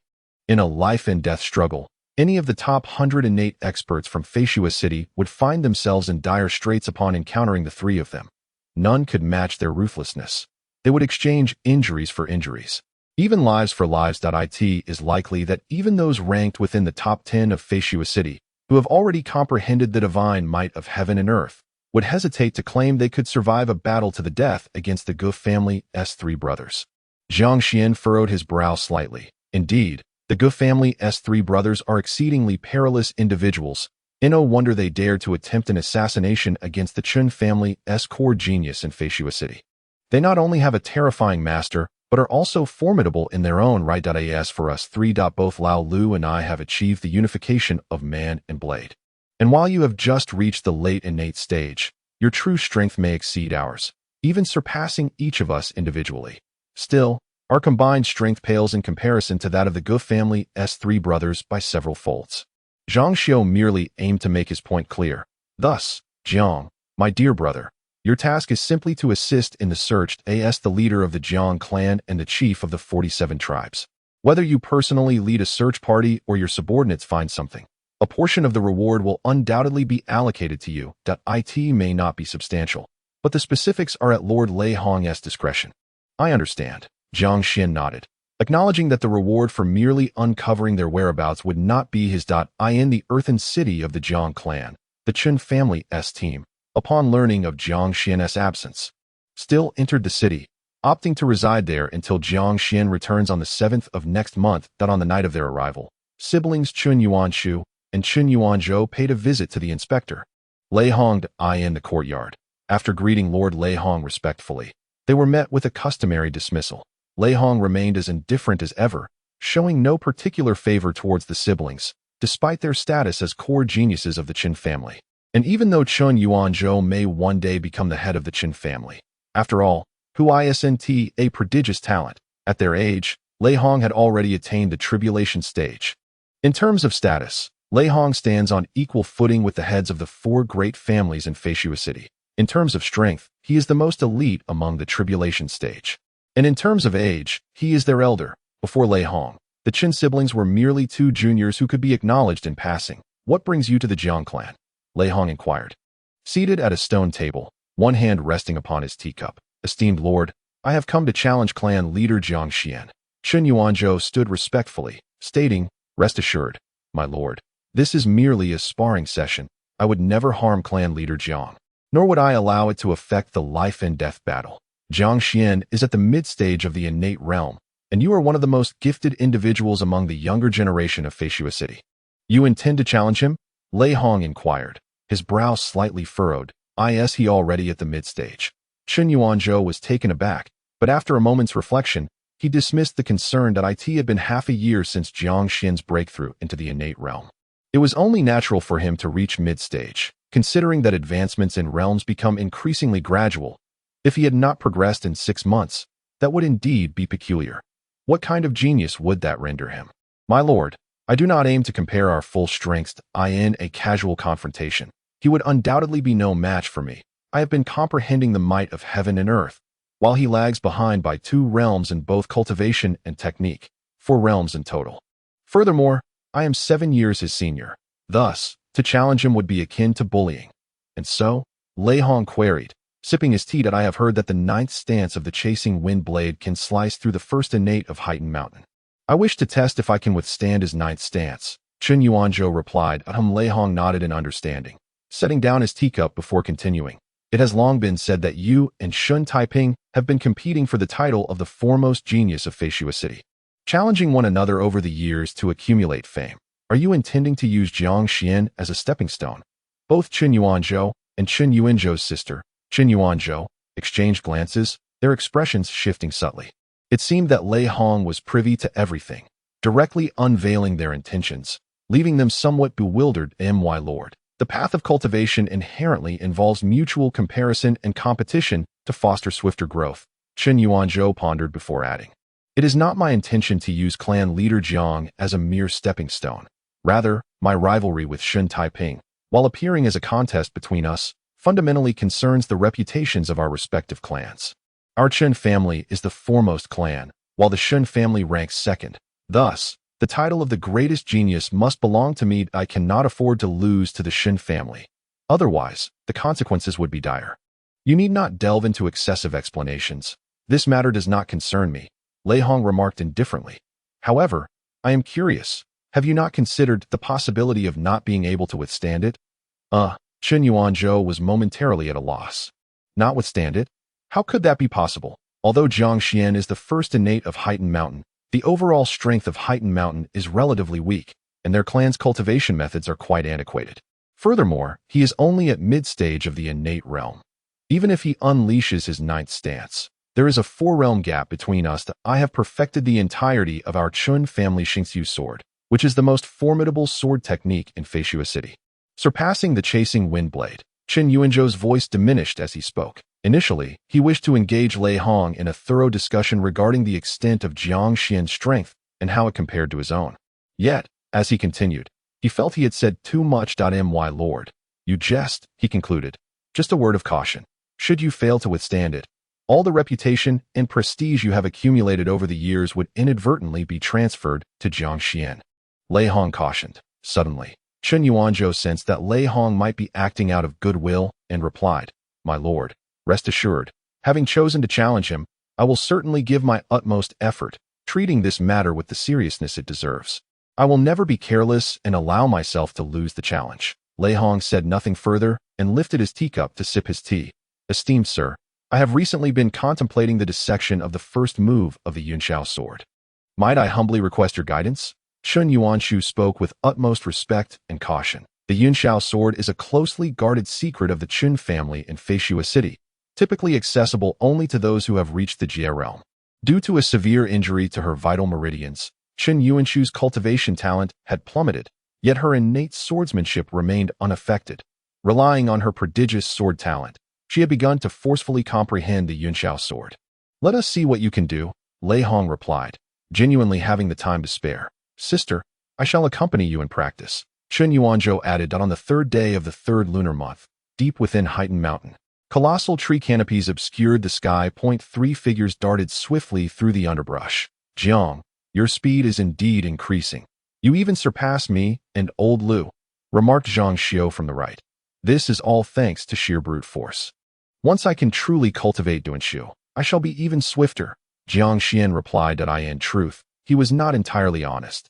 Jiang Xuan was currently employing a form of Dunshu. 6 months prior, when he first returned to the Jiang Clan from the mountains, he had shamelessly requested a method of Dunshu from the elder Qishir, citing that his low cultivation level hindered his speed compared to Lu Feihu and Zhang Xiao, severely affecting his treasure-seeking efficiency in Heightened Mountain. The elder Qishir had not pressed him further and imparted the Wuxing Dunshu to him. According to the elder, Wuxing Dunshu was not an exceptional form of Dunshu. Advanced techniques include body movement and feature diagrams that cannot be conveyed through sound alone, which is the norm for Dunshu. The elder could not provide Jiang Xuan with standard Dunshu.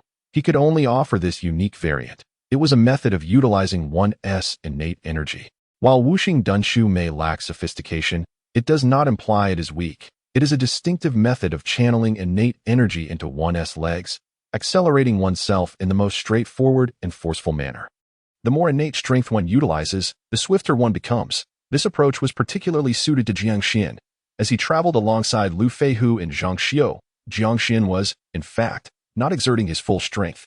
He was unaware of how fast he could run at full capacity, as his innate energy was vastly abundant, dozens of times greater than that of an ordinary person. Suddenly, a resounding vibration echoed.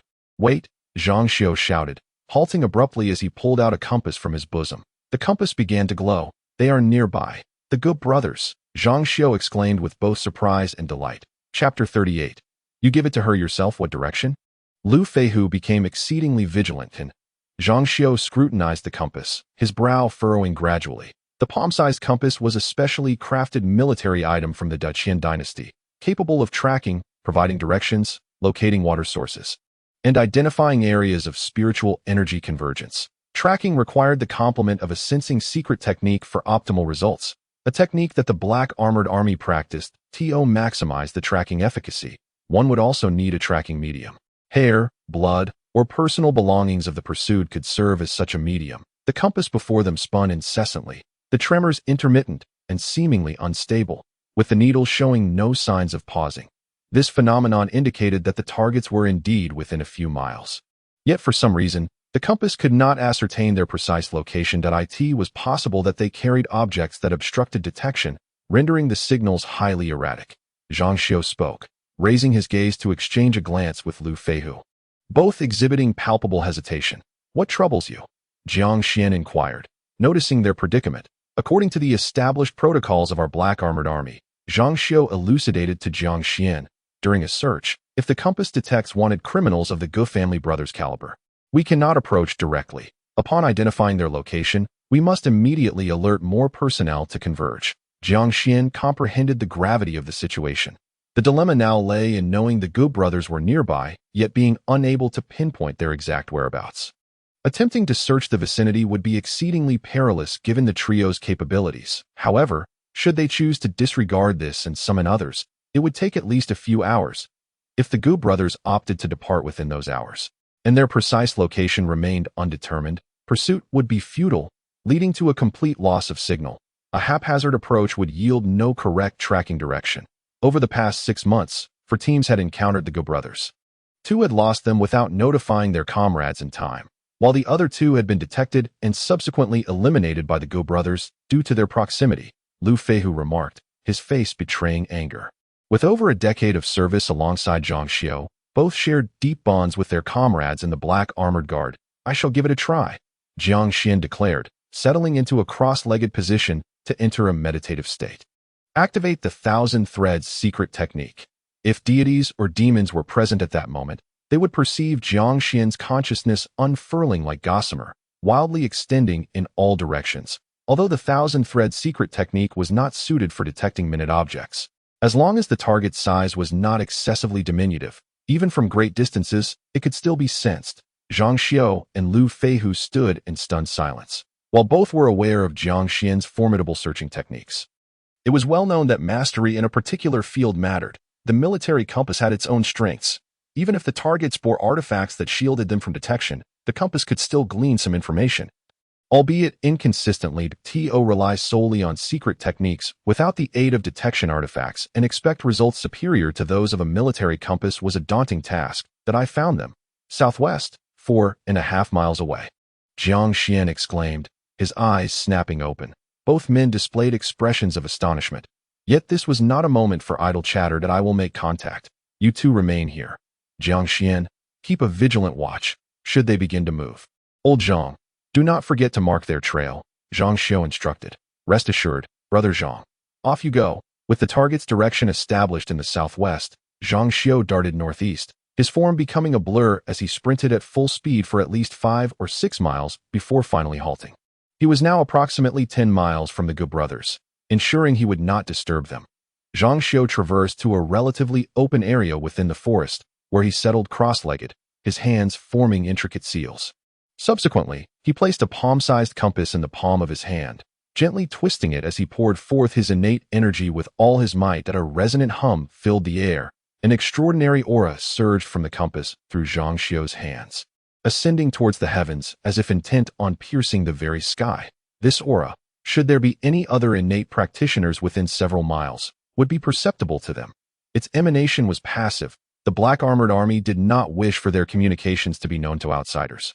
Yet their cultivation levels were insufficient for long-distance communication, leaving them with no alternative. To the east of Jiang Xuan's location, within a valley of heightened mountain, 480 miles away, lay a temporary encampment housing over 100 individuals. Among them were more than 20 Black Armored Guards and over 90 tribesmen from the Jiang Clan. Several cooking pots simmered over multiple campfires, filling the valley with an enticing aroma as mealtime approached. Before a large stone laid with a beast skin map, several individuals congregated. "Sir, we have thoroughly searched this area, and the old cliff mountain does not seem suitable for hiding individuals. That I suggest we venture deeper. The 3-ditch area is the territory of the 6th-tier beast, Wind Chaser Leopard, and we must avoid it." The leader of the Black Moon Tribe, Mingda, pointed at the map. "Indeed," replied Wu Jia, one of the vice-captains of the Black Armored Guards, nodding repeatedly. There were a total of 5 such encampments scattered throughout Heightened Mountain, each no more than 1,000 miles apart, ensuring that any group that discovered a wanted criminal could receive support within a day. I believe our next step should be, Mengda cautiously articulated, frequently gauging Wu Jie's expression. He was aware that Wu Jie was not just any black armored guard, but among the strongest, reportedly on par with the long-missing Jiang Hanfeng. Having comprehended the essence of heaven and man suddenly, the compass that hung from Wu Jie's waist vibrated, radiating a powerful aura and brilliant light. He swiftly grasped the compass, observing the outermost layer rotating. The needle indicating the number 2, the next layer also turned, pointing to 17, and several inner layers indicated various directions and distances. That Wu Jie's heart soared with joy. Gather, quickly, put aside what you are doing. Danger level 2. It's the Gu brothers. Group 17 has spotted them. It's Jiang Xuan and his companion, along with Chief Jiang. Wu Jie shouted to those around him, suddenly recalling that this was the group led by Jiang Xuan. Haha, you Jiang Clan members are impressive. You've truly found them. Wu Jie exclaimed, clapping Mengda on the shoulder in delight. Mengda, in his 50s, quickly waved his hands, visibly anxious that we cannot take credit. We are but a tribe.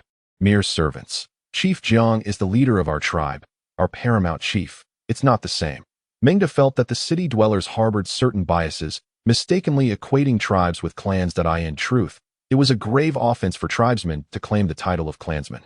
Punishable by death. Wu Jie rallied his 24 companions. Not a single black armored guard shall be left behind.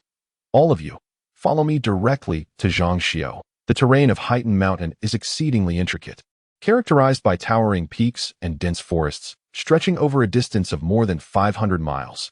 Jiang Xuan, at regular intervals, sends directional information to Wu Jie to prevent the He Jia guards from straying off course.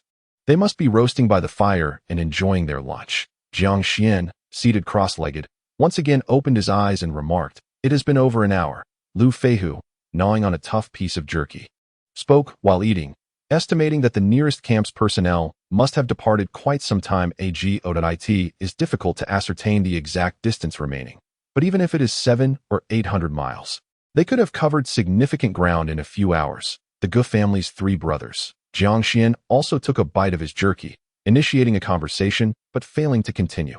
What is the matter? Jiang, if you have something to say, just say it, Lu Feihu urged. It's nothing, just pondering their strength. Jiang Xuan considered, 3 individuals with the might of celestial beings, skilled in coordination, such formidable power. He still did not complete his thought. Indeed, such strength, which is precisely why we must exercise caution, Lu Feihu echoed with a sigh. Unbeknownst to him, Jiang Xuan had left his thought unspoken. Jiang Xuan was uncertain whether he could truly contend with the Gu family's 3 brothers. In the past 6 months, he had not encountered any formidable opponents and had long since lost his sense of crisis, particularly after his recent breakthrough to the late innate stage, making it difficult for him to gauge his own strength. Such a situation had never arisen in the history of the Jiang clan, leaving him with no reference to ascertain his capabilities. Moreover, he felt uncomfortable comparing himself to the Gu family brothers, as he himself was uncertain about his own standing. Voicing such doubts might lead to ridicule or be perceived as arrogance, so he chose to remain silent, waiting for the arrival of the He Jia guards. Believing that in a sufficiently safe environment, he might dare to test his abilities. In a secluded valley, beside a stream at the base of a slope, there lay a small clearing, sheltered from the wind. Seemingly an ideal spot for a picnic. The 3rd brother, clad in animal skins like a savage, was feasting on grilled fish. What a predicament this is. We killed the Chun family's genius, thinking our master would back us up. Yet it turns out he has lost his mind. How long must we hide in these mountains? The 3rd brother of the Gu family exclaimed, throwing the grilled fish down in frustration, only to retrieve it moments later. If it weren't for you getting stabbed and leaving blood at the scene, would we be forced to hide in Heightened Mountain? The more robust 2nd brother of the Gu family replied. And that Lei Hong, what madness drives him to hunt us down? Their people are everywhere in these mountains. It's been so long. The 3rd brother seethed with anger. Lei Hong is not after us. He is seeking our master. We are merely collateral damage. Damn it. Our master has lost his mind and even wants to kill us. We have to evade not only the officials but also our own kin. What sort of predicament is this? The 2nd brother of the Gu family joined in, equally exasperated. Enough, enough. You 2 should speak less. The eldest brother, Gu Wui, glared at them. What good does whining do? If you're feeling unsatisfied, go find a few He Jia guards to vent your frustrations on. Don't whine in front of me. Can killing alleviate our grievances? If I have the chance, I would tear them limb from limb. Skinning them and stuffing them with straw would be more satisfying. The two individuals exchanged a few more words, yet hesitated to speak further, both fearful of the eldest brother. You too, not be hasty. This time, as we venture in a heightened mountain, they believe we are merely evading capture. In truth, we are here for this, Go Wui declared, slapping the black beast skin in his hand. Once we locate Heightened Palace, what have we to fear from them? The second and third brothers exchanged glances, remaining silent. It had been half a year since they had come to Heightened Mountain, searching for the beast skin taken from the Qin family's prodigy. And they had yet to find any leads. They even began to doubt whether it truly had any connection to Heightened Palace. If there were indeed a link, how could the Qin family be unaware? It was merely an ancient artifact understudy. Ji Wui tucked the black beast skin into his robe, took a few bites of the roasted fish, and suddenly seemed to recall something. Third brother, have you released the mist serpents? Yes, I've released them. The third brother of the Gu family, startled, hurriedly opened the nearby cage, and 4 small snakes slithered out, disappearing in a flash. The Qingwu serpent, a venomous creature, could also serve as a warning. What else can you do? Go Wui glared fiercely. If the black armored guards come upon us, we won't even know how we met our demise. The third brother dared not retort. Remaining silent, useless wretch, Go Wui muttered in frustration. Enough, elder brother. The third brother knows his mistake. The second brother interjected. After a brief moment, a rustling sound was heard. Suddenly, a Qingwu serpent darted back, wrapping itself around the third brother's arm, flicking its tongue and shaking its head. Someone is nearby. The third brother of the Gu family sprang to his feet. 2 of them, black armored. Damn it, the black armored guards are near. The third brother, Go Wuji, was burning with rage, exclaiming, just 2 of them? I'm going to take them down right now. Wait, the eldest brother, Go Wui, stood up, insisting, we should go together. Don't go off alone, under the shade of towering trees. Due to the fear of being detected, Jiang Xuan and Lu Feihu could only consume the cold, hard jerky they had prepared at dawn, which was not entirely unpalatable. After they had eaten, Jiang Xuan remarked, let me take another look, and then sat cross-legged to meditate once more. He closed his eyes, only to snap them open abruptly, leaping to his feet. Brother Lu, they are coming our way, Jiang Xuan exclaimed. Lu Feihu, who had just finished eating and was using a grass stick to clean his teeth, displayed a look of alarm, springing up and spitting out the grass stick. How far away? They are already within 3 miles, heading straight towards us. They must have discovered our presence, Jiang Xuan replied. It's over. Lu Feihu quickly grasped the gravity of the situation. There was no escaping. The 3 brothers of the Gu family were seasoned assassins. And when it came to tracking skills, the black armored guards might not surpass them. Furthermore, they possessed higher cultivation levels and swifter speeds, making escape nearly impossible. We cannot let them discover old Jiang. Lu Feihu clenched his teeth, his gaze resolute. Jiang, you go ahead. I will lead them in another direction. With that, he set off to confront the 3 brothers of the Gu family. Just as he took a few steps, as if remembering something, he pulled a pendant from around his neck. Jiang, have someone deliver this to my wife. The mortality rate among the black armored guards was exceedingly high, and Lu Feihu had evidently braced himself for what lay ahead. You keep it. We'll part ways. Jiang Xuan did not take the pendant. Instead, he turned and vanished into the forest, becoming a fleeting shadow. Boom! A terrifying aura surged from Jiang Xuan, vast and substantial. It resembled a beacon, drawing in any potential beasts and humans within several miles. Chapter 39. Merely a late, innate stage. Lu Feihu stood frozen in place, gazing at the pendant in his hand, then looking towards the direction Jiang Xuan had disappeared. His expression torn. He thought of his wife, his 7-year-old son, and his daughter, who had just celebrated her first birthday. Gritting his teeth, Lu Feihu pocketed the pendant and sprinted away in the opposite direction of Jiang Xuan. His figure gradually faded into the depths of the dense forest. Boom! An even more formidable aura emanated from the direction Lu Feihu had fled. As a member of the black armored guards, Lu Feihu could survive, but he could not live a life of cowardice. The two separated, both releasing their auras, gauging which of the Gu brothers would pursue whom. Ordinarily, the stronger presence would attract more attention. To slay one's enemies, surely one would not waste effort on the weak. Hurry, they must not escape. The Gu brothers moved swiftly through the mountains and forests, yet they restrained their auras to avoid alarming the prey. The youngest Gu brother was evidently brimming with pent-up frustration, Leading the charge despite his weaker strength, as a heavy wave of aura approached. This aura, he intends to flee, the youngest Go brother exclaimed urgently. Though this aura was indeed substantial, it felt like nothing more than a late innate stage. Ji Iwui remarked. What does it mean to actively release one's aura? Is it to lure us in? To cover another's escape? The youngest Go brother scoffed in disbelief. How arrogant, so presumptuous. A mere late innate stage dares to act as bait, clearly underestimating us three brothers. Was another surge of innate aura arose. Moving in the opposite direction of the first, the youngest Go brother grimaced, his expression contorted with rage. These two black armored guards are quite amusing. They both wish to save each other's lives? Ha ha! Now this is entertaining. They shall all perish. The second aura was that of a perfect innate stage, Ji Iwujian said, turning to his elder brother Go Wui. Which one shall we pursue? I will chase after that one at the perfect innate stage. The third brother Go Wuqin interjected. You two pursue the late innate stage. We shall capture them alive. And then, no. Go Wui interrupted with a frown. Be wary of traps. If we three brothers split up, our strength will be greatly diminished. Together, we are invincible. Below the realm of robbery, there are no foes. Let us first capture the weaker one. As a late innate stage, his speed is at most 3/10 of ours. And he is no more than 2 miles away. Within 100 breaths, we shall have him. And then we can turn our attention to the perfect innate stage. Elder brother is right. Very well. We shall heed your command. Ha! None of them shall escape. Once we capture them alive, I will surely crush their bones inch by inch. Come catch me. Come catch me. Come on. Lu Feihu continued his frantic dash.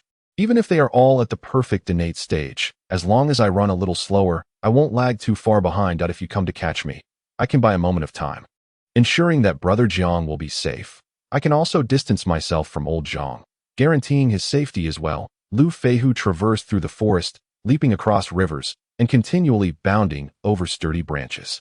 Unbeknownst to him, after running several miles in a frenzy, Lu Feihu came to a halt, his expression grim. The Go brothers did not pursue him.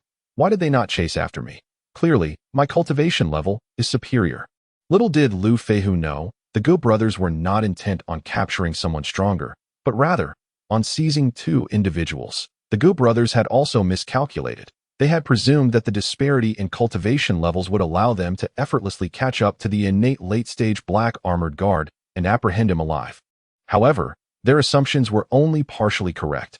While they easily closed the distance, when they were merely a few dozen zhang away from their target, the silhouette of the boy, who was only at the innate late stage, suddenly surged in speed. Damn it, how could he have accelerated so drastically? He is practically on par with us. Despite being just 30 zhang away, we cannot catch up. Go San exclaimed in frustration. It seems he did this deliberately. Go Air interjected. He intentionally slowed down earlier to let us catch up, teasing us as he ran. He still aims to protect that innate perfected black armored guard. Toying with us? Go San's anger intensified. To be played with by an innate late-stage individual, it would be a laughingstock if word got out. The Go brothers were aware of their notorious reputation, but their fearsome renown was not to be underestimated. They were indeed the terror of the night. This LAD.is not a black armored guard. Go Wui, the eldest brother, suddenly spoke, his expression shifting subtly. His aura, though unknown in its nature, differed from any black armored guard I have encountered. He is not clad in black armor. While black armored guards may not always don their heavy armor, especially in these mountains, he appears, seemingly, too youthful. Though he is not short, judging by his visage, he can only be around 15 or 16 years old.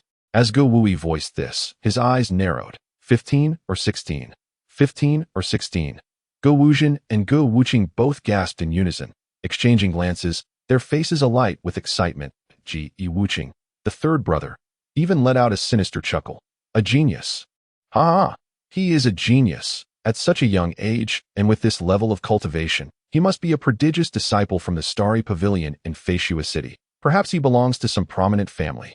Judging by his attire, he does not seem like a city dweller, G.E.R. remarked. It's customary to adapt to local customs. A city genius comes to Blackpool Mountain for training. Coincidentally, the black armored guards are searching in Blackpool Mountain, and it is not unusual for families to leverage connections for assistance. Besides, aside from Feishua City, where else could one find such innate talent? The more Gu Wuqing spoke, the more animated he became. Even the usually composed eldest brother, Gu Wui, had a flush of excitement on his face. If we killed Chen Yinyang, the Chen family has placed a bounty of 100,000 mid-grade spirit crystals. That is an astounding sum. Gu Wui continued. I believe this lad is even more talented than Chen Yinyang, regardless of his family background. If we capture him, we shall reap a significant reward. Surely, it would surpass 100,000 mid-grade spirit crystals. Moreover, if he hails from a prominent family, we could negotiate with his family on behalf of the Chen family. Offering sufficient benefits to the Chen family could persuade them to abandon their pursuit of us. If we were to acquire over 100,000 mid-grade spirit crystals, it would be more than enough for us to leave Beihang continent at that point. We could assume new identities, erasing all our crimes. What a delight that would be. Gu Wuqing declared. Indeed, indeed. What a delight. Ha! The three brothers erupted into laughter to encounter a prodigious talent of such caliber from the Starry Pavilion, especially one who is merely 15 or 16 years old and yet to fully mature. In Blackpool Mountain was truly remarkable. Yet again, he finds himself isolated. For the Gu family's three brothers, who are accustomed to engaging in underhanded dealings, this is akin to manna falling from the heavens. Chase him. We absolutely cannot allow him to escape. He may possess innate abilities, but when it comes to endurance, how could he possibly rival us? Jiang Xuan sprinted with fervor. The reputation of the Gu family's three brothers is indeed well-deserved. Even the one with the weakest aura surpasses that of my father in his prime. According to Lu and Zhang, when the three of them join forces, their power can multiply several times over. It seems Jiang Xuan mused, still uncertain whether he could contend with them, that in circumstances where it is unnecessary, he would not recklessly risk his life, bearing the fate of his entire clan upon his shoulders. He cannot afford to falter. The more innate power the invisibility technique consumes, the swifter one becomes. Although it is not difficult to learn, others would not achieve the same results as I do.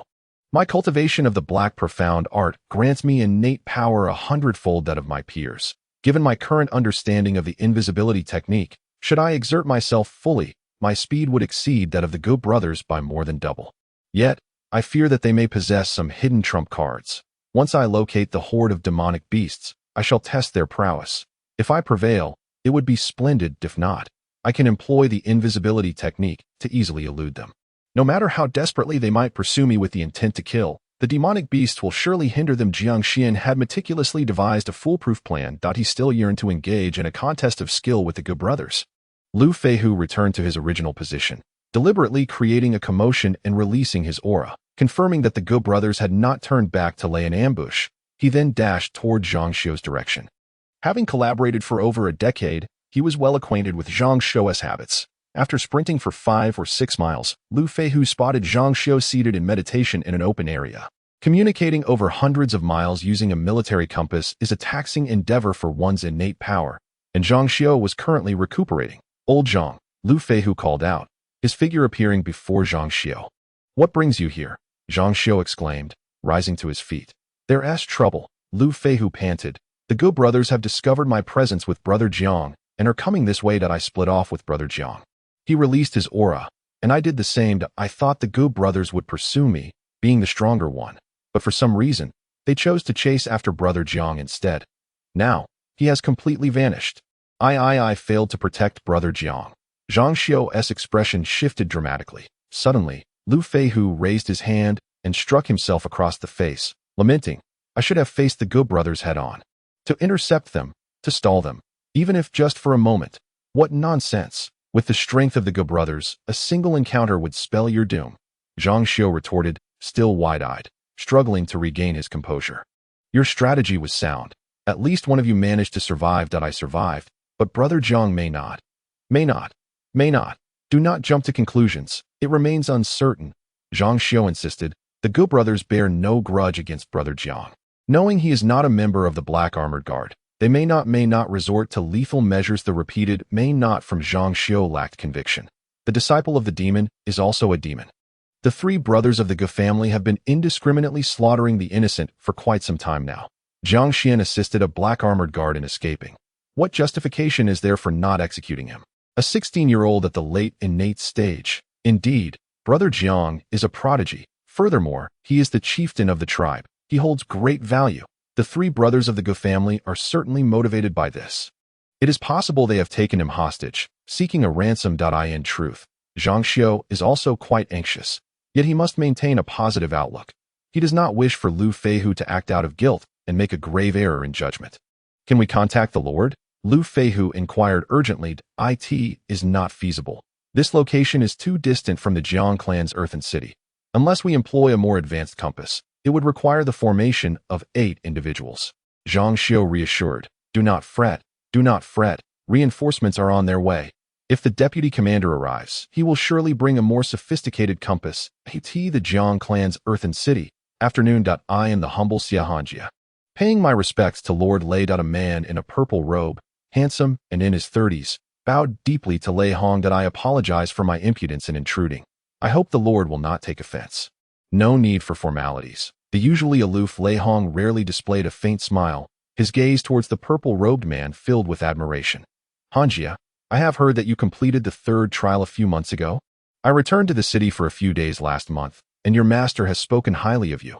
You are indeed the youngest inspector in the history of Feishua City. Quite formidable. Lord Lei, you flatter me.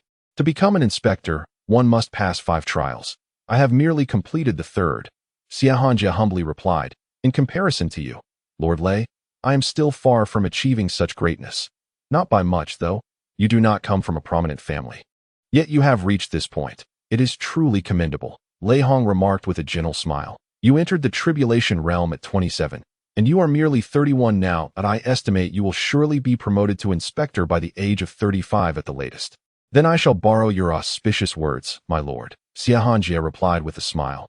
Please, have a seat. Lei Hong gestured. Xiahonjia took a seat on the opposite side of the stone table. Despite his esteemed reputation in Feishua City, he dared not act presumptuously before Lei Hong, sitting only halfway on his seat, fully embodying a subordinate's demeanor. Did your master send you to seek me out, or was it your own volition? Lei Hong began to pour tea from the teapot, but Xiahonjia suddenly stood up, saying, Allow me, allow me. He carefully took the teapot and poured tea for Lei Hong first. My master is nearing the end of his 10-year term in Feishua City. He wishes to resolve all major cases in his charge before departing. He is quite busy. After pouring 2 cups of tea, Xiahonjia sat down and continued. I have come to the Jiang Clan primarily for Miss Chun Yuanju. Lei Hong was momentarily taken aback, then quickly came to a realization, yet he regarded Xiahonjia with a hint of disbelief. A disciple from the Starry Pavilion, the youngest inspector in Feishua City. He is fortunate to have been mentored by Zhou Kong, the first inspector of Feishua City, having served as a capture officer and a special capture officer, and due to his outstanding performance, he was directly promoted to inspector, wielding great power over the inspections of various counties and cities. Lei Hong held this younger generation in high esteem, but he has chosen. Have you thought this through? Lei Hong inquired. I have contemplated thoroughly. My feelings for Miss Yuanju are unwavering and without regret, Xiahonjia declared resolutely. Lei Hong lifted his teacup and silently took a sip. This matter is of no concern to him. And upon closer reflection, it may not be a misfortune for Xiahonjia. As long as he remains indifferent to his reputation, it can only yield benefits. Have you met Qin Yuanshu? Lei Hong inquired. Not yet. I have just entered the city, and I thought it prudent to pay my respects to you first, Xiahonjia replied with a smile. Once I have enjoyed this cup of tea, I shall no need. They have arrived. Lei Hong interjected, waving his hand. Recently, the siblings have been coming to consult me about sword techniques every afternoon. Yes, he spoke. Footsteps echoed. Qin Yuanshu and her brother Qin Yuanzhou entered the courtyard. And upon seeing Xiahonjia, they were momentarily taken aback. They approached to pay their respects, saying, We greet you, Lord Lei Hong and Lord Xia. Lei Hong nodded in acknowledgement. Yuanshu, why so formal? Yuanzhou, you too. Why act as if we are strangers? Xiahonjia stood up and stepped forward a couple of paces. Qin Yuanzhou hesitated, casting a glance at his elder sister. He was quite familiar with Xiahonjia. Xiahonjia had been ingratiating himself with Qin Yuanshu for quite some time. Although Qin Yuanshu was not a childhood acquaintance and belonged to an extremely prestigious family, making her difficult to approach, there were still a few exceptional individuals worthy of pursuing her. Yet, she had consistently maintained a stance of equal rejection towards all suitors. Xiahonjia was well aware of Qin Yuanshu's temperament. To avoid annoying her, he often spent time with Qin Yuanzhou. Lord Xia, please call me Qin Yuanshu, she stated plainly and calmly. Very well. Chen Yuanshu, Xia Hanjie responded without offense. Stepping forward again, that I have come seeking you. What is the matter? Chen Yuanshu inquired, taken aback, wondering if she had violated some imperial law to know. You have done nothing wrong. Xia Hanjie chuckled. Is it not true that your family has recently announced plans to find you a suitor? I, Xia Hanjie, have decided to marry into the Qin family. I have already visited your home at Heighten Mountain, met with several elders and your father, and they seemed quite pleased with me. Your family intended to send someone to inform you to return and discuss this matter. But I insisted on coming personally. That a flicker of incredulity crossed Chen Yuanshu's eyes. Xia Hanjie was actually willing to marry into her family. As a son-in-law. Chen Yuanshu's eyes widened in astonishment, his expression resembling that of someone who had seen a ghost. He was a formidable figure. Moreover, he was destined to become an inspector. What did he mean by seemed quite pleased? Chen Yuanshu could almost envision the expressions of the elders. Seemed quite pleased. Surely, they were grinning from ear to ear. The Qin family had not produced an inspector in far too long. The last one was over 200 years ago. The criteria for becoming an inspector were exceedingly stringent. One needed to be an extraordinary talent, complete numerous tasks over a decade, and ultimately succeed in 5 rigorous trials. Throughout this process, one could not afford to fall behind in their cultivation. They must progress by leaps and bounds. It can be said that to become an inspector, not only must one possess remarkable talent and an unyielding work ethic, but also a considerable stroke of luck. For the top families in the main city, an inspector might not be a necessity, but having a family member become one would undoubtedly bolster the family's stature. The Qin family's prominence as the foremost family in Feishua City was closely tied to the fact that they had produced an inspector over 2 centuries ago. Yuanshu, Xia Hanjie was greatly pleased with Chen Yuanshu's expression at that moment. He must have felt quite moved, wouldn't he? He couldn't help but take a couple of steps forward, raising his hand to grasp Chen Yuanshu's. Sir Xia, please restrain yourself, Chen Yuanshu replied, her voice turning cold. Xia Hanjie's hand abruptly halted, deterred from making contact, fully aware of Chen Yuanshu's temperament. He knew that being rebuffed would only make his expression more unflattering, especially in front of Lei Hong. Miss Yuanshu, your family is quite satisfied with me, Xia Hanjie stated candidly. Moreover, prior to my departure from Feishua City, I had already instructed someone to disseminate the news. I, Xia Hanjie, shall marry into the Qin family and unite with you. Chen Yuanshu by now. The entirety of Feishua City must be in an uproar, and no other suitors will dare to emerge. The candidates previously considered by the Qin family are no match for me. You and I are a match made in heaven. I understand that we lack a foundation of affection, but feelings can be cultivated. Sir Xia, Chen Yuanshu interrupted him, her demeanor softening. You expressed your intentions a decade ago, and I turned you down. Then I have observed your actions over the years. If I held any feelings for you, I would not have waited until today. You are a good man, yet I do not feel a spark. Our fates are simply not intertwined. It would be best for you to relinquish your aspirations. Her refusal was resolute and decisive. Xia Hanjie's countenance darkened significantly, perhaps due to Lei Hong's presence, as a flash of indignation crossed his eyes.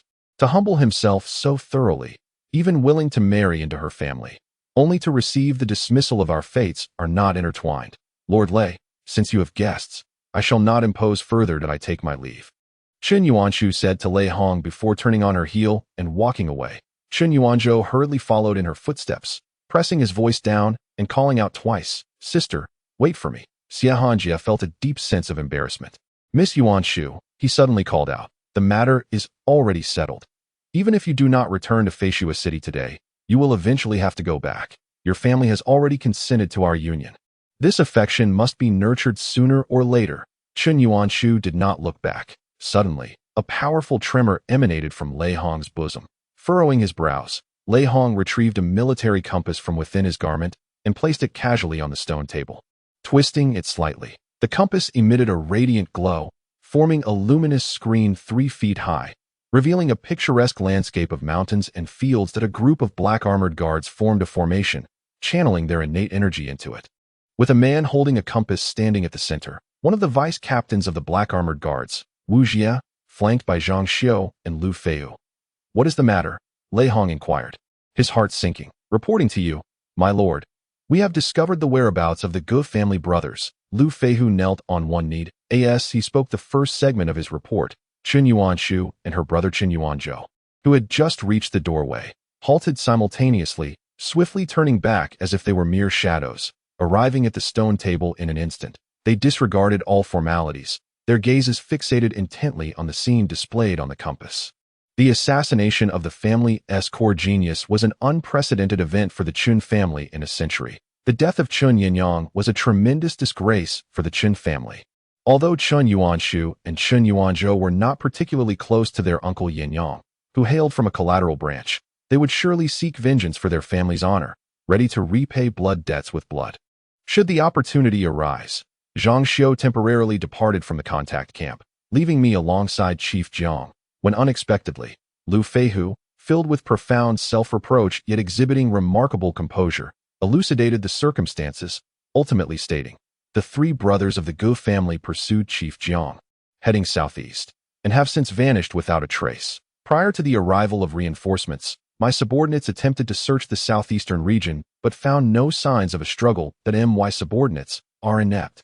Lei Hong furrowed his brow slightly and rose slowly, inquiring, "What is your current location?" "The vicinity of Wufeng Ridge. Some of our brothers have begun searching in the southeastern area of Laoyangou, Mopanshan, and Hualongkou," Lu Feihu replied. "Indeed," Lei Hong responded. "I shall proceed there immediately." With that, Lei Hong pressed his hand against the compass and twisted it, subsequently tucking the compass into his bosom. "I have matters to attend to." He began to speak that my lord. "We shall also venture into the mountains," Chun Yuanshu interjected. "Yes, we shall accompany you," Chun Yuanzhou affirmed. "Our Chun family bears an irreconcilable enmity with the three brothers of the Gu family. Now that we are aware of their whereabouts, we must not let them escape. You may go. I shall not hinder you." "This blood feud must be avenged," Lei Hong remarked, casting a glance at the siblings. "However, I must caution you. My journey into the mountains is for the purpose of rescuing individuals and attending to official business. Your journey is driven by personal vendetta, should you fail to keep pace with me. I cannot guarantee your safety. My lord, rest assured. We have brought ample manpower to heighten mountain be it the three brothers of the Gu family, or even 5 or 8 brothers. We are capable of encircling them." Chun Yuanzhou asserted. "Very well." Lei Hong nodded, then turned to Xia Hanjia, saying, "Hanjia, you." Chun Yuanshu and Chun Yuanzhou vanished like fleeting shadows. Xia Hanjia cast a glance in the direction the siblings had disappeared, then addressed Lei Hong. "The three brothers of the Gu family are notorious criminals of the empire. As an inspector, it is my duty to apprehend them. Since we are on their trail, I shall naturally accompany you, my lord." "Excellent. Let us set forth at once." As Lei Hong spoke, he transformed into a fleeting shadow, appearing outside the Earth City in a mere breath. My lord, I have a humble request. Following closely, Xia Hanjia also materialized outside the Earth City in a flash. "Speak." Lei Hong again became a fleeting shadow. "Once we locate the three brothers of the Gu family, may I take the initiative to subdue them alone?" Xia Hanjia inquired, insisting, "I do not seek to claim credit or profit. The merit of capturing 3 innate realm-wanted criminals is surely of little value in your eyes. You have observed Miss Yuanshu's attitude. If I can redeem the honor of the Chun family by personally delivering the 3 into her hands, my prospects with her will undoubtedly be much smoother. Of course, this must precede the interrogation of the 3 to extract the whereabouts of the fiend Lu Kong." Meanwhile, within the Earth City, the Chin siblings rallied the several dozen innate warriors they had brought along, preparing to embark. Several hours later, deep in the night, within the heart of Heighten Mountain. Finally, there it is. To the north, 3 miles away, there exists a group composed of at least 100 demonic beasts. Jiang Xuan sensed it. Since being pursued, he had sprinted for 6 or 7 hours, traversing thousands of miles within Heighten Mountain, not in a straight line, but in circles, searching deeper into the wilderness. Along the way, he had sensed numerous clusters of demonic beasts, but they lacked sufficient strength. Now, at last, this group is formidable enough. If it comes to a confrontation, these demonic beasts should be able to hinder the 3 brothers of the Gu family. Jiang Xuan pondered, several dozen zhang behind him. He marveled at how swiftly his pursuers moved. It was likely that they had mastered some extraordinary escape technique, allowing them not only to move with great speed, but also to conserve their innate energy. Once he captured them, he would certainly demand the secrets of this art. The 3 brothers of the Gu family were fixated on Jiang Xuan's retreating figure, their expressions akin to those of ravenous wolves. Thankfully, having comprehended the momentum of the heavens and the earth, they could traverse with the aid of natural forces, which greatly conserved their strength. Otherwise, after such a prolonged chase, their innate energy would have been entirely depleted. In a sudden burst of velocity, Jiang Xuan leapt upward, bounding nimbly from branch to branch until he alighted on a tree limb more than 30 zhang high.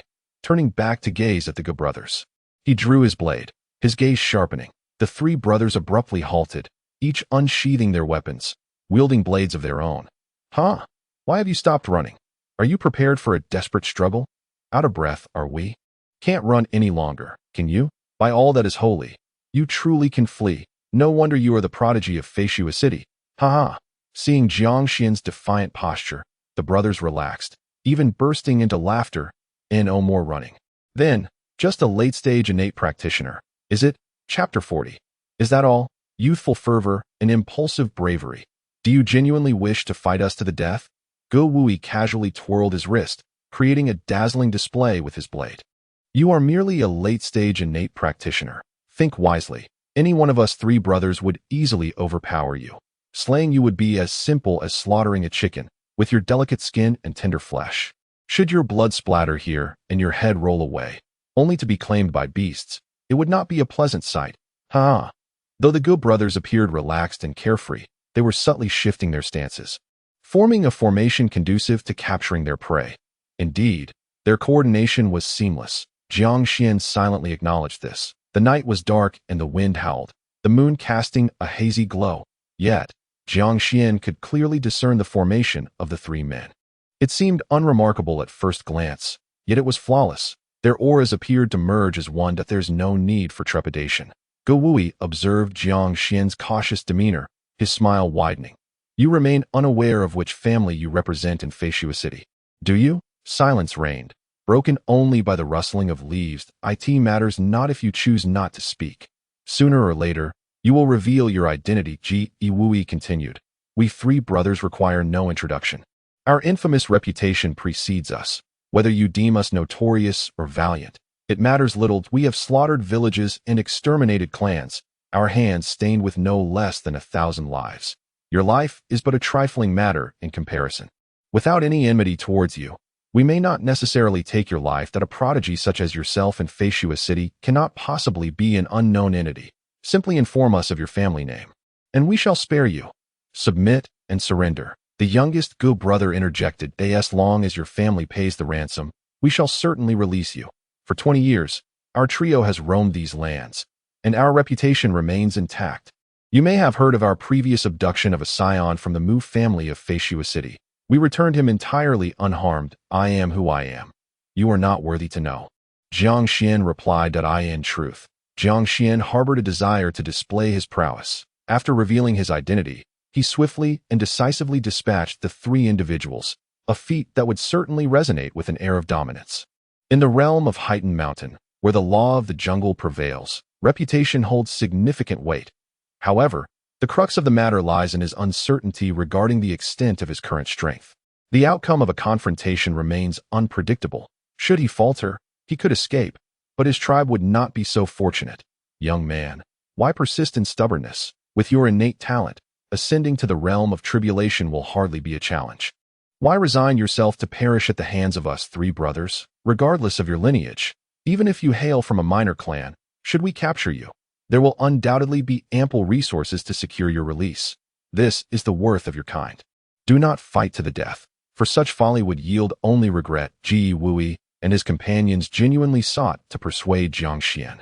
They feared that a skirmish could lead to unintended consequences.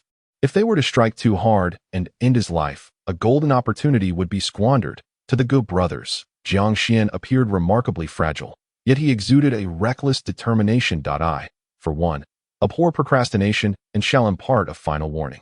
Ge Wui fixed his gaze upon Jiang Xuan, stating, We three brothers possess formidable skills, cunning and ruthless. Should a conflict arise, even if we wish to spare your life, survival may not be guaranteed. That I shall grant you 3 breaths' time.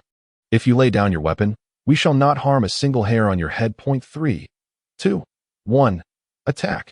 The 3 men transformed into fleeting shadows, lunging toward Jiang Xuan. Ge Wui was resolute, having spoken his piece. If the other party remained obstinate, they would proceed to capture him. If not alive, then dead. How unfortunate. Ge Wuji lamented. As the blade's radiance mercilessly slashed toward Jiang Xuan's position, it was time to test his mettle. Jiang Xuan mused silently. With a whoosh, he vanished. A sinister wind swept through the forest, emanating from the branch upon which Jiang Xuan had stood as he disappeared. The wind surged diagonally downward toward the Gu brothers. A tempest rising, accompanied by the gleam of blades. It was as if the wind had coalesced into a line of cutting light, densely packed and indiscriminately obliterating all that obstructed its path.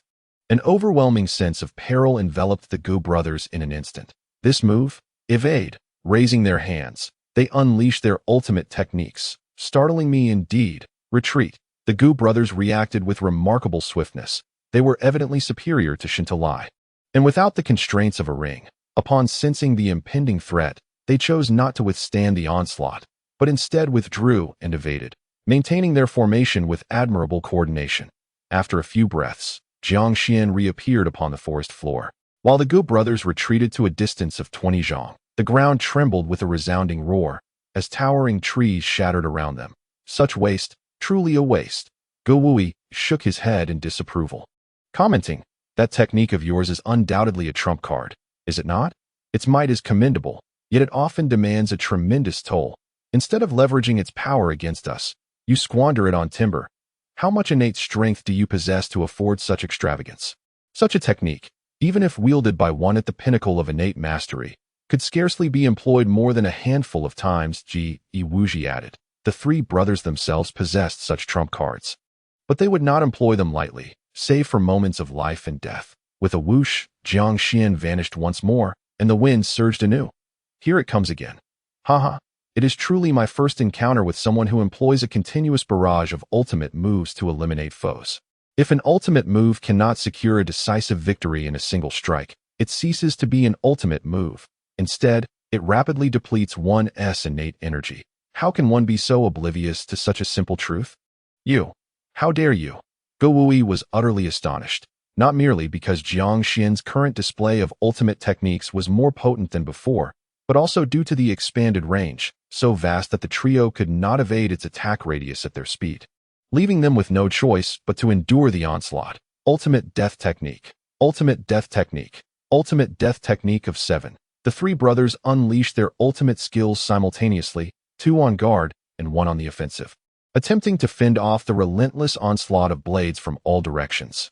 Yet, the encircling blades merely receded momentarily, only to surge forth again in an unyielding whirlwind. The 9th style of the chasing wind blade it ought to conclude within mere breaths, as each usage consumes a significant amount of innate energy and cannot be employed excessively. But I am different. Having cultivated the black mysterious art, my innate energy is abundant, and my meridians possess exceptional resilience, allowing me to wield the chasing wind style in an unbroken, frenzied succession. Jiang Xuan mused inwardly. Though they appear to be receiving a single strike from me, in reality, it is not merely one strike. It could be 10, 30, 50, or even 100. I shall refer to this move as the infinite chasing wind style. The swordplay encompasses cunning, swiftness, and ferocity, yet the chasing wind blade is renowned for its sheer destructive power. The technique is intricate, but the resultant effect is stark and brutal. Unless they possess the absolute capability to counter the chasing wind style or hold a hidden trump card, they can only clash head-on, whether in defense or in a tit-for-tat offensive. To continuously execute techniques capable of resisting the onslaught of the chasing wind style imposes a burden that their meridians may not withstand, and their innate energy will be consumed at a terrifying rate. Shentu Tribe, unable to escape the attack radius, could barely endure for several breaths. Such techniques are not meant to be weathered. The Gu brothers, now trapped within the same confines, how long can they endure? Or will they attempt to wear me down first? The wind howls, and the blades fall like rain. Boom, boom, boom, boom, boom, boom, boom, boom, boom. Within a mere 10 breaths, the Gu brothers recognized the gravity of their predicament. Employing their ultimate trump cards in succession, they, who had traversed for 20 years, had never encountered such a scenario. This technique was utterly unprecedented, a carpet bombing of indiscriminate attacks, far too extensive to evade in an instant, akin to the overwhelming firepower of a concentrated artillery barrage, completely devoid of reason. The technique itself is not particularly bizarre. Some moves allow one to create 9 illusory forms during execution, a mere semblance rather than true duplication. Yet, the technique could be executed in a continuous, uninterrupted flow, with the 9 illusory forms persisting. What distinction remains from true duplication? He remains within the technique. This is impossible. The speed, such speed, it is not the speed of bodily movement. It is the velocity imparted by the technique itself. He can alter his position at will within the technique. I cannot even employ my own body technique. It is futile. I can only counter with ultimate moves. I sense the wind style within the momentum of heaven and earth. Just how much innate energy does he possess? I can no longer endure. Curse it. In the 52nd breath, Gowuchi, faced with the precipice of life and death, chose to flee alone. This instinctive response for survival widened the distance between him and his 2 elder brothers, shattering the formation they had maintained. At the 55th breath, the wind ceased. Jiang Xuan appeared behind the 3 brothers, his back turned to them. As a droplet of blood slowly slid down the tip of his blade, the trio stood frozen. Perhaps due to the swiftness of the blade, or perhaps because even when decapitated, one does not instantly perish. The 3 brothers' eyes flickered, sensing the chill at their throats, and then their gazes dimmed.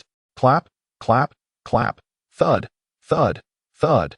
3 heads fell first, followed by the headless bodies of the 3, collapsing forward, blood pooling around them. The Gu family brothers, who had terrorized the region for 2 decades, thus met their demise at the hands of a 16-year-old youth. Jiang Xuan turned to look at the lifeless forms of the 3, raising an eyebrow in surprise. The Gu brothers, is this all there is? At last, Jiang Xuan gained a relatively clear assessment of his own strength. The Gu brothers were indeed formidable, yet they had only managed to endure for a mere 50 breaths under the relentless pursuit of his wind-chasing technique, though it had indeed drained him significantly. Even more so than running for several hours, he was still far from reaching his limits. This was not even the full extent of the wind-chasing technique's power. As my realm elevates, so too shall the technique grow stronger. If I were to comprehend the unity of man and blade, the might of heaven and man. Jiang Xuan mused as he approached the corpses. It was time to reap the spoils of battle. Jiang Xuan rummaged through the 3 bodies, recognizing items such as gold, silver, and crystal stones, but also encountering unfamiliar bottles, tokens, and hides, along with rings and bracelets of uncertain worth. He lacked the time to discern their value. So he gathered them all into his pack. He did not spare the brothers' weapons either. Iwui's blade was a deep crimson, inscribed with the words Dark Rain at the hilt. Iwujian's sword gleamed in dark gold.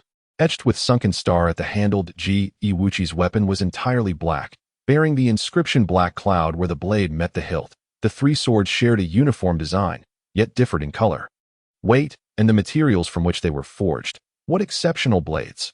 Truly splendid. They surpass even the weapons of a tribal chief. The swords appeared to be the work of the same master craftsman, and their most valuable possession was undoubtedly these 3 blades. No, it was their heads. Jiang Xuan bound the 3 swords together and slung them across his lower back. Finally, he wrapped the 3 severed heads in the brothers' garments. This was the most crucial prize, worth a staggering 170,000 mid-grade elemental crystals. Suddenly, the ground began to tremble, the vibrations growing stronger, accompanied by a rumbling sound from the north. Indeed, they had been detected. Jiang Xuan leaped onto a tree branch, gazing northward. According to his original plan, if he could not secure victory, he would flee northward, using the horde of beasts lurking several miles away to delay the Gu brothers. Now, although he had triumphed, the commotion of battle had still alerted the beast horde, and they were approaching.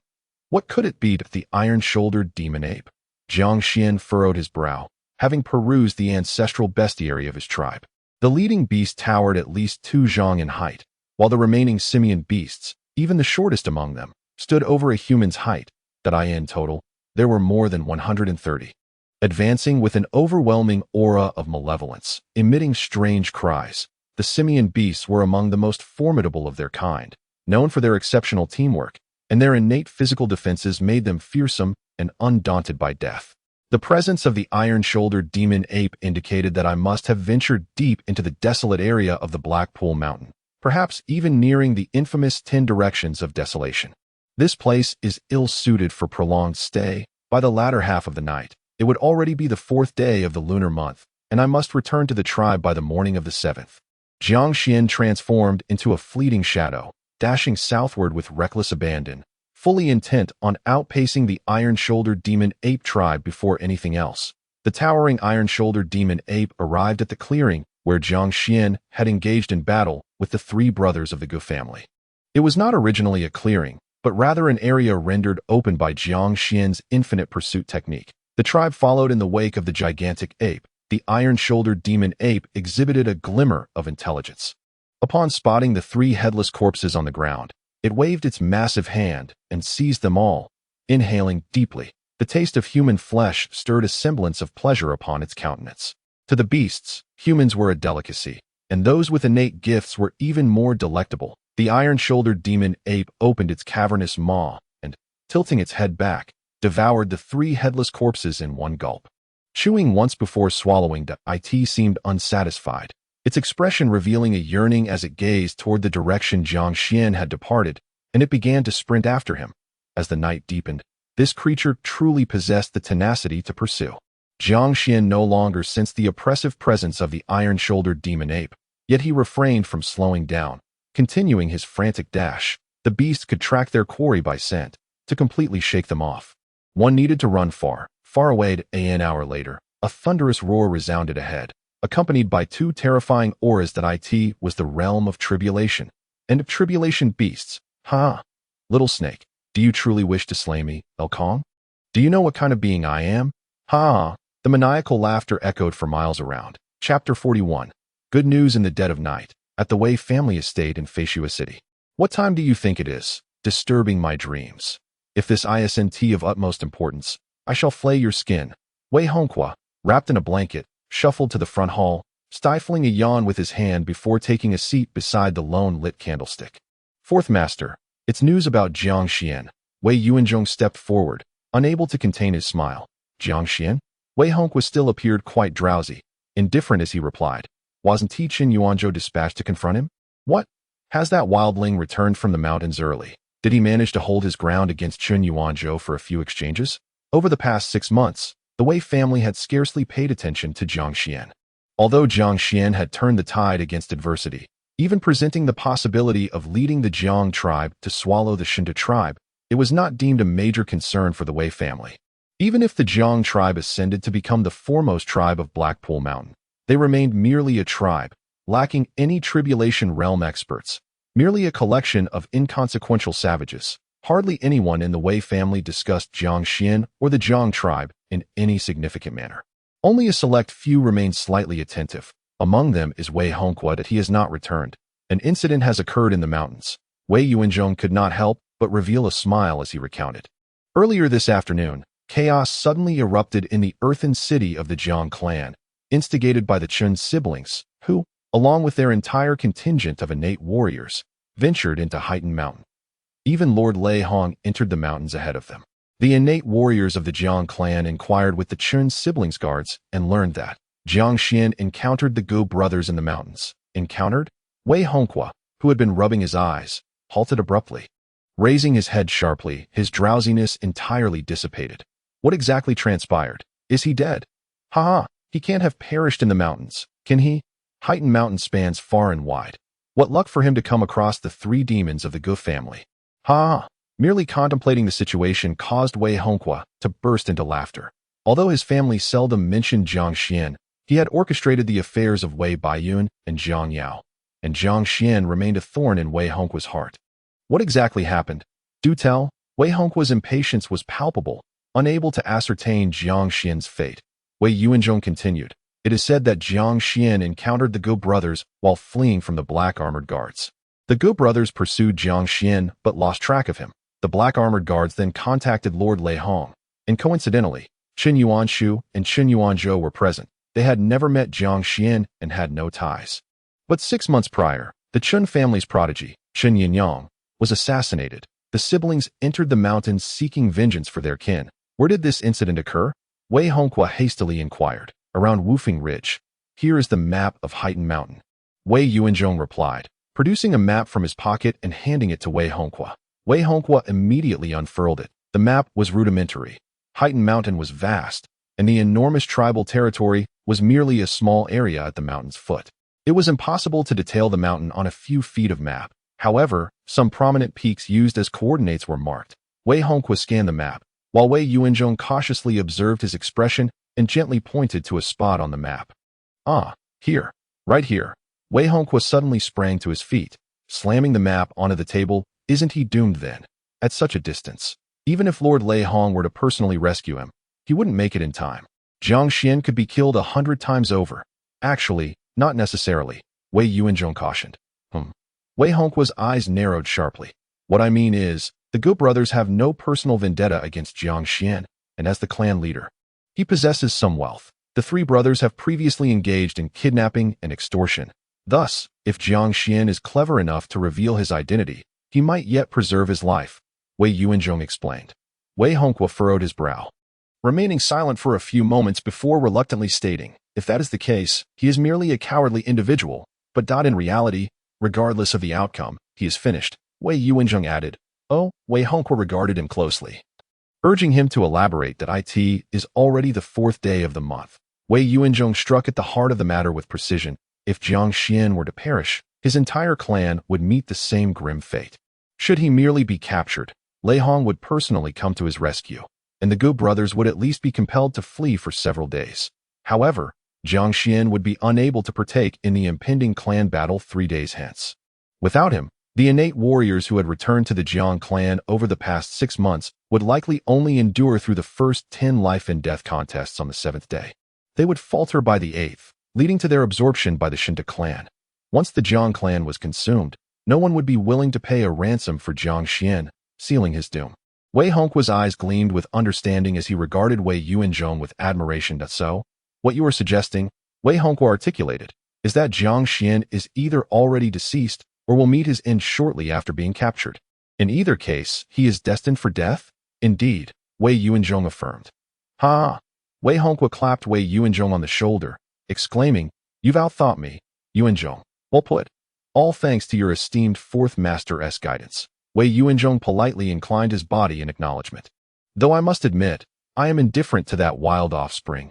It still weighs on my mind. My concern does not lie with him, but rather with my obstinate niece. Wei Hongqi took a step forward, relaxing his tone to, I am unsure which loose tongue in the family informed Wei Baiyun about that wild child's victory over Shentu Tribe. Not only has she ceased her fasting, but for the past 6 months, she has been training relentlessly. As if possessed, I genuinely fear that on the day Wei Yao is wed, Wei Baiyun will feign compliance, deceive the old master, and cause some calamity during the wedding procession. She must be harboring some ill intentions, he continued. Now, with Jiang Xuan's death, her aspirations will vanish, a splendid piece of news indeed. A truly monumental revelation, Wei Hongqi murmured to himself as he ambled toward the side door, seemingly intent on resting. Just as Wei Yuanzhong prepared to take his leave, Wei Hongqi abruptly halted, contemplating for a moment before turning back. Wait for me to put on a coat. I shall pay my niece a visit immediately. She must be informed of this wonderful news at once. In a secluded corner of the Wei family estate, within a guarded courtyard, Wei Baiyun twirled her sword under the moonlight, clad in a white dress. Ever since the mysterious individual delivered the news of her son's slaying of Shentu Tribe, hope had been rekindled within her. Inspired by her son's heroic deeds, she had embraced a renewed vigor. During her 6 months of house arrest, apart from a couple of hours of sleep before dawn, she had devoted herself almost entirely to her training. Her current spirit and vitality surpassed even her days within the Jiang clan. After all, she remained the young lady of the Wei family. Unless the clan had intervened personally, none would dare to impose hardships upon her regarding her sustenance and attire. Truly, she was the cherished 9th sister of the family. Even if her talents had lain dormant, they could be revived. After 6 months of diligent practice, she was not far from comprehending the Tianrenji Shi, having been married to the clan for so many years. Her character had remained unchanged. The greater the pressure imposed upon her, the more fiercely she resisted, growing ever more resilient. Excellent, excellent. Clap, clap, clap.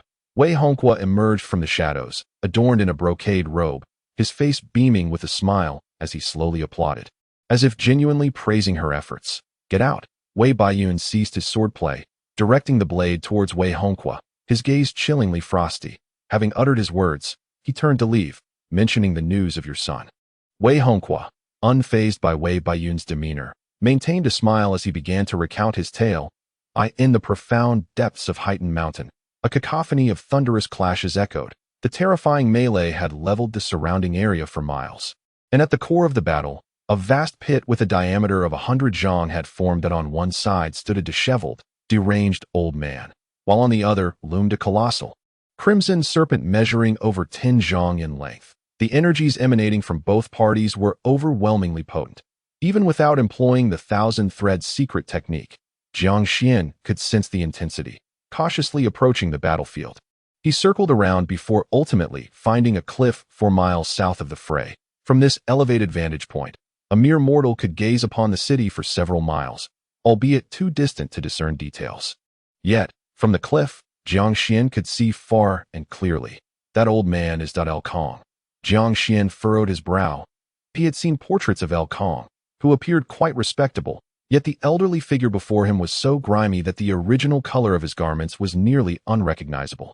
Half of his face bore signs of decay, and his mental state seemed quite unstable. Lord Lei Hong had mentioned that the villain El Kong had retreated into Heightened Mountain due to a mishap in his cultivation, resulting in a foul stench that forced him into seclusion, thus granting the inspector the opportunity to capture such a fiend. It appeared that his descent into madness had worsened.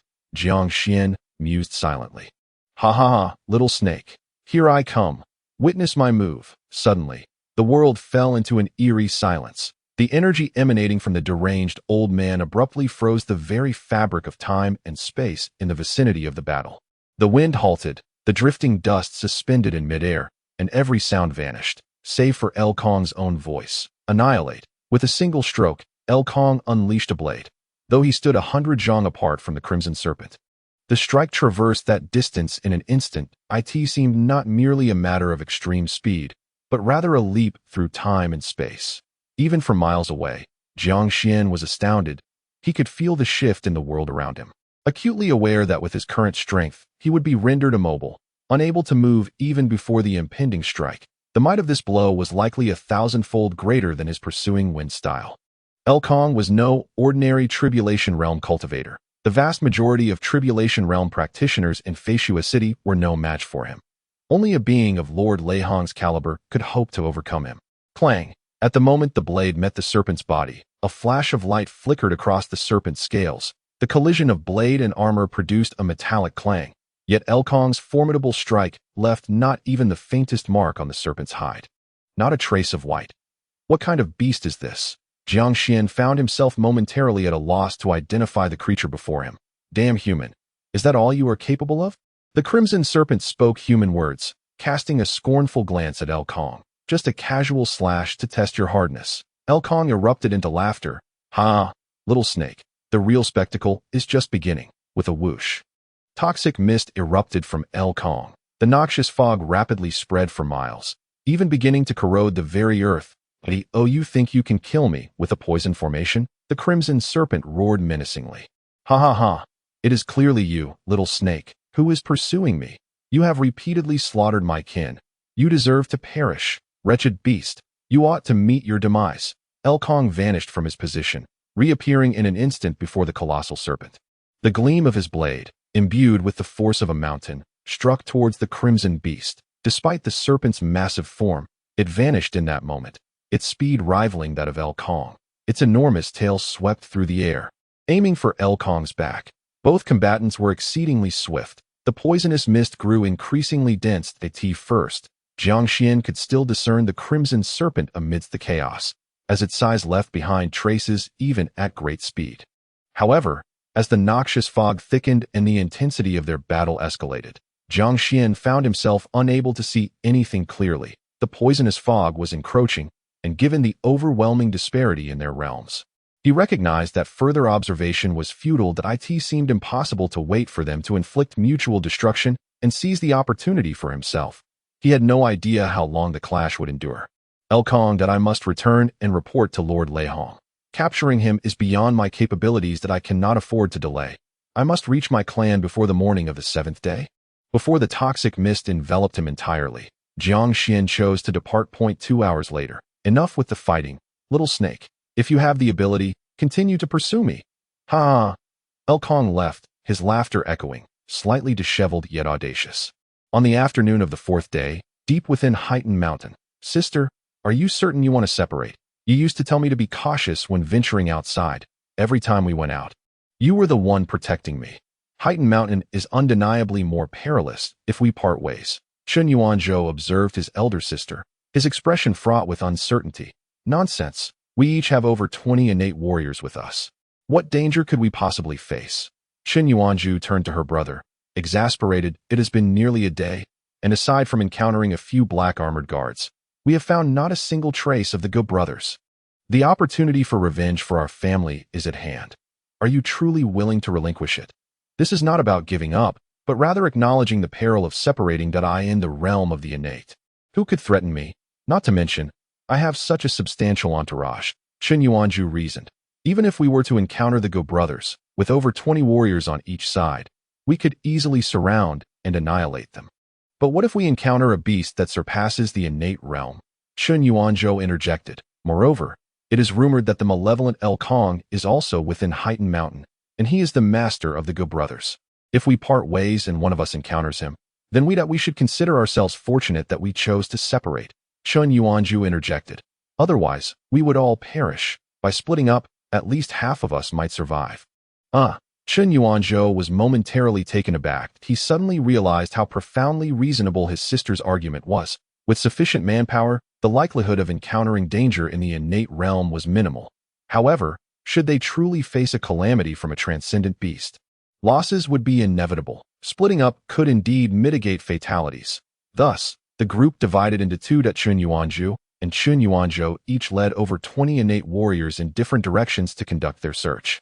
Chen Yuanzhou even contemplated a further division, but ultimately decided against it. Reducing their numbers to a mere 10 might jeopardize their chances against the Gu brothers. 4 hours later, beneath the shroud of night, the contingent led by Chen Yuanzhou came to a halt to rest, igniting a campfire. "Ha!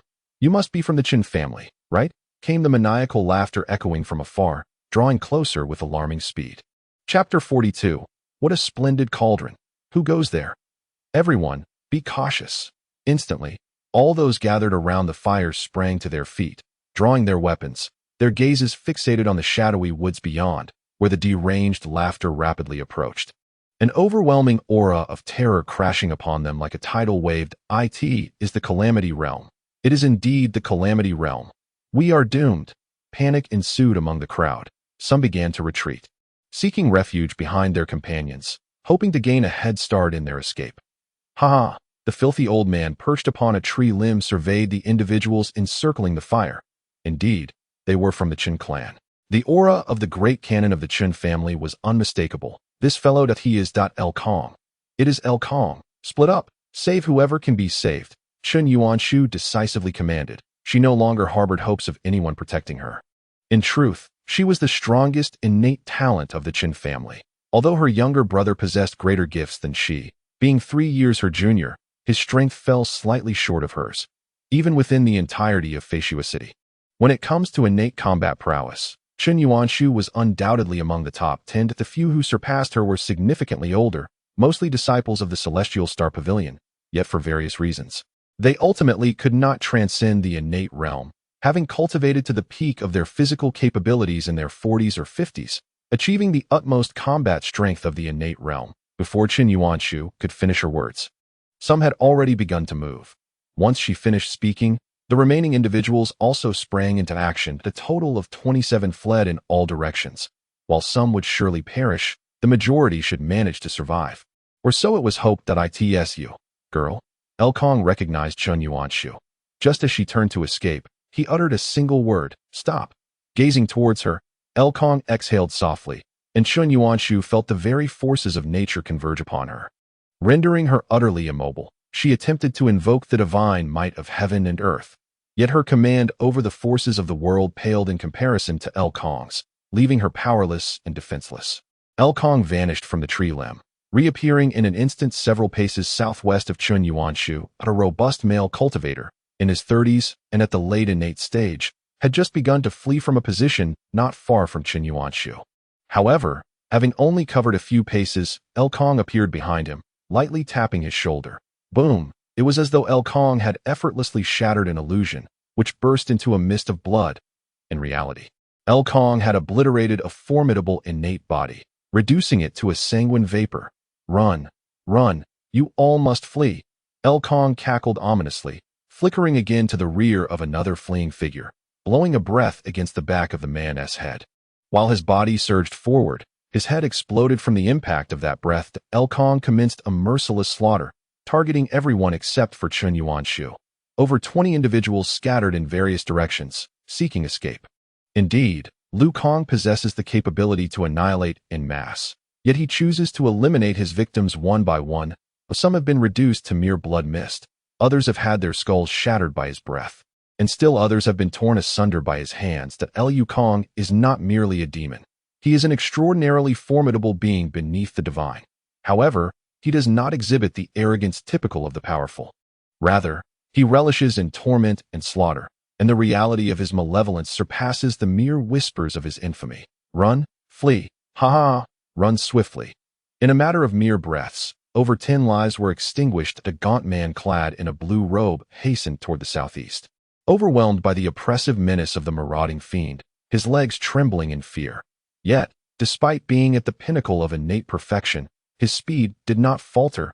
Bang! The figure ahead of the blue-robed man was overtaken by Lu Kong, who transformed him into a mist of crimson in an instant. Thud! The blue-robed man collapsed to his knees, cradling his head in despair. Spare me! Spare me! Spare me!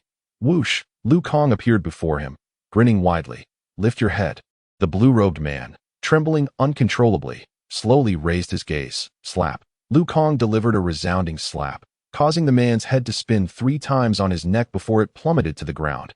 Whoosh! Lu Kong vanished once more, pursuing the Chun family's guards who had fled to a greater distance. Chen Yuanshu stood beside the fire, immobilized. Though her vision was limited to one direction, she was acutely aware of Lu Kong's actions. With her eyes reddening and her body trembling, she felt a glimmer of relief for having parted ways with her brother. Otherwise, whether 30 or 50, none would escape if Lu Kong truly wished to kill. Not a single soul would evade his grasp. Even the black armored guards, capable of surrounding and slaying ordinary marauders, would prove futile against Lu Kong. No amount of innate prowess would suffice against him.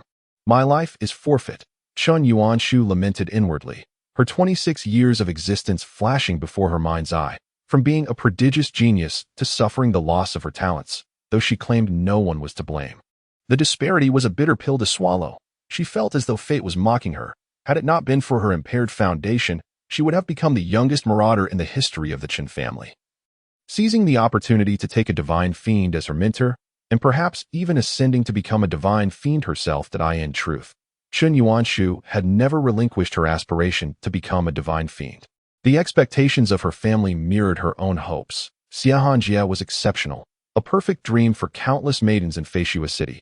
Yet, Chen Yuanshu deemed him unworthy of her. She had always believed that had she not been injured, Xiahanjia would not have possessed the courage to express his affection for her. Chen Yuanshu steadfastly believed that her future husband need not be handsome, nor tall, nor a paragon of virtue. He could be flawed, and even one who harbors grudges may not necessarily be malevolent. He could possess many shortcomings, but he must undoubtedly be someone with the potential to become a divine fiend.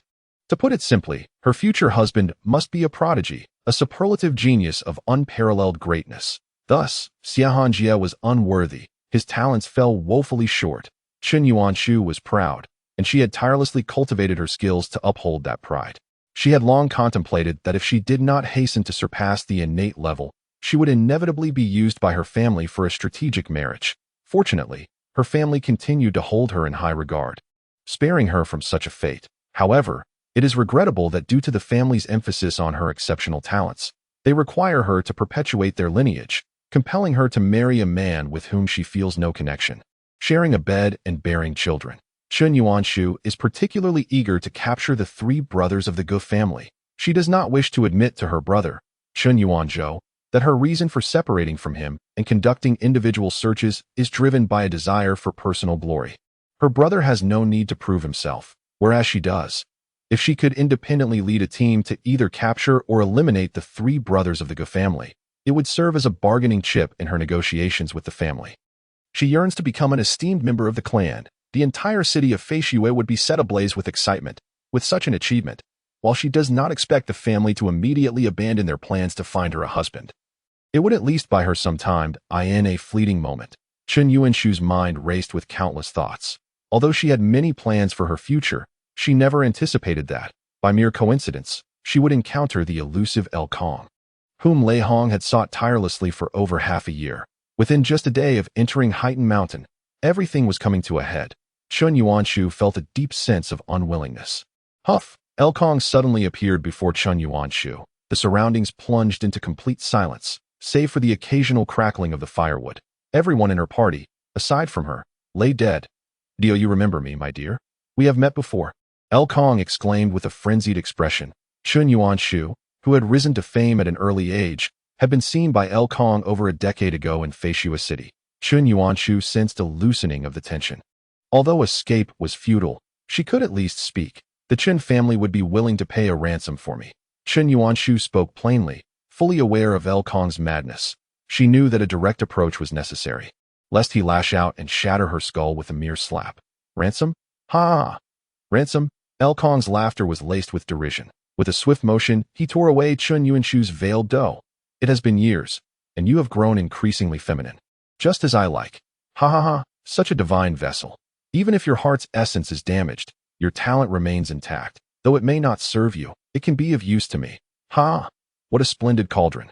Chen Yuanshu had initially maintained her composure, concealing her fear within. However, upon hearing El Kong's words, her expression shifted, her eyes filled with terror. If she had previously felt an unwillingness to face her impending death, at this moment, she longed for death itself. What a splendid cauldron! "Come, grandfather will take you to a good place." El Kong transformed into a swirling miasma, akin to a demon, whisking Chen Yuanshu away into the depths of the forest. Vanishing swiftly, in an unnamed valley within Heighten Mountain, inside a cavern that innate strength has nearly recovered, it is time to set forth. Jiang Xuan opened his eyes, exhaling a breath of relief. He retrieved the map of Heighten Mountain from his pocket, utilizing the moonlight to examine it. Jiang Xuan was reluctant to acknowledge, yet he could not deny that he was somewhat lost, although he belonged to the tribe residing at the foot of Heighten Mountain. His life took a drastic turn when, at the tender age of 12, his tribe was thrust into a life-or-death struggle. Prior to that age, he often ventured into the mountains, yet he had never approached the perilous vicinity of the 10 directions of desolation. Therefore, he was confident that he would not lose his way on the outskirts of Heighten Mountain. However, navigating the depths would require the aid of maps and the arcane art of sensing. As he sought a path to safety, he should still have time, as long as he maintained the correct general direction. Jiang Xuan carefully stowed away the map and rose to depart. Just then, he sensed something and abruptly turned his gaze southward. Though he could not see, he felt the presence of El Kong. He was already within a 2-mile radius, drawing nearer at an alarming speed. Jiang Xuan realized he had insufficient time to escape the cave. The pace of danger was relentless, yet the labyrinthine structure of the cave provided him a moment of respite. He concealed himself behind a pillar, completely suppressing his aura. "Surely, this fiend would not venture in here. I practice the Heishuan Gong, which allows me to thoroughly conceal my presence. Even Lei Hong could not perceive my half-step innate realm. However, the demon El Kong that his methods are insidious, and if he discovers me, the consequences would be dire." Suddenly, a swirling green mist of poison infiltrated the cave that a figure was hurled out, rolling twice upon the ground. "Ha ha ha, my beauty, wait for me.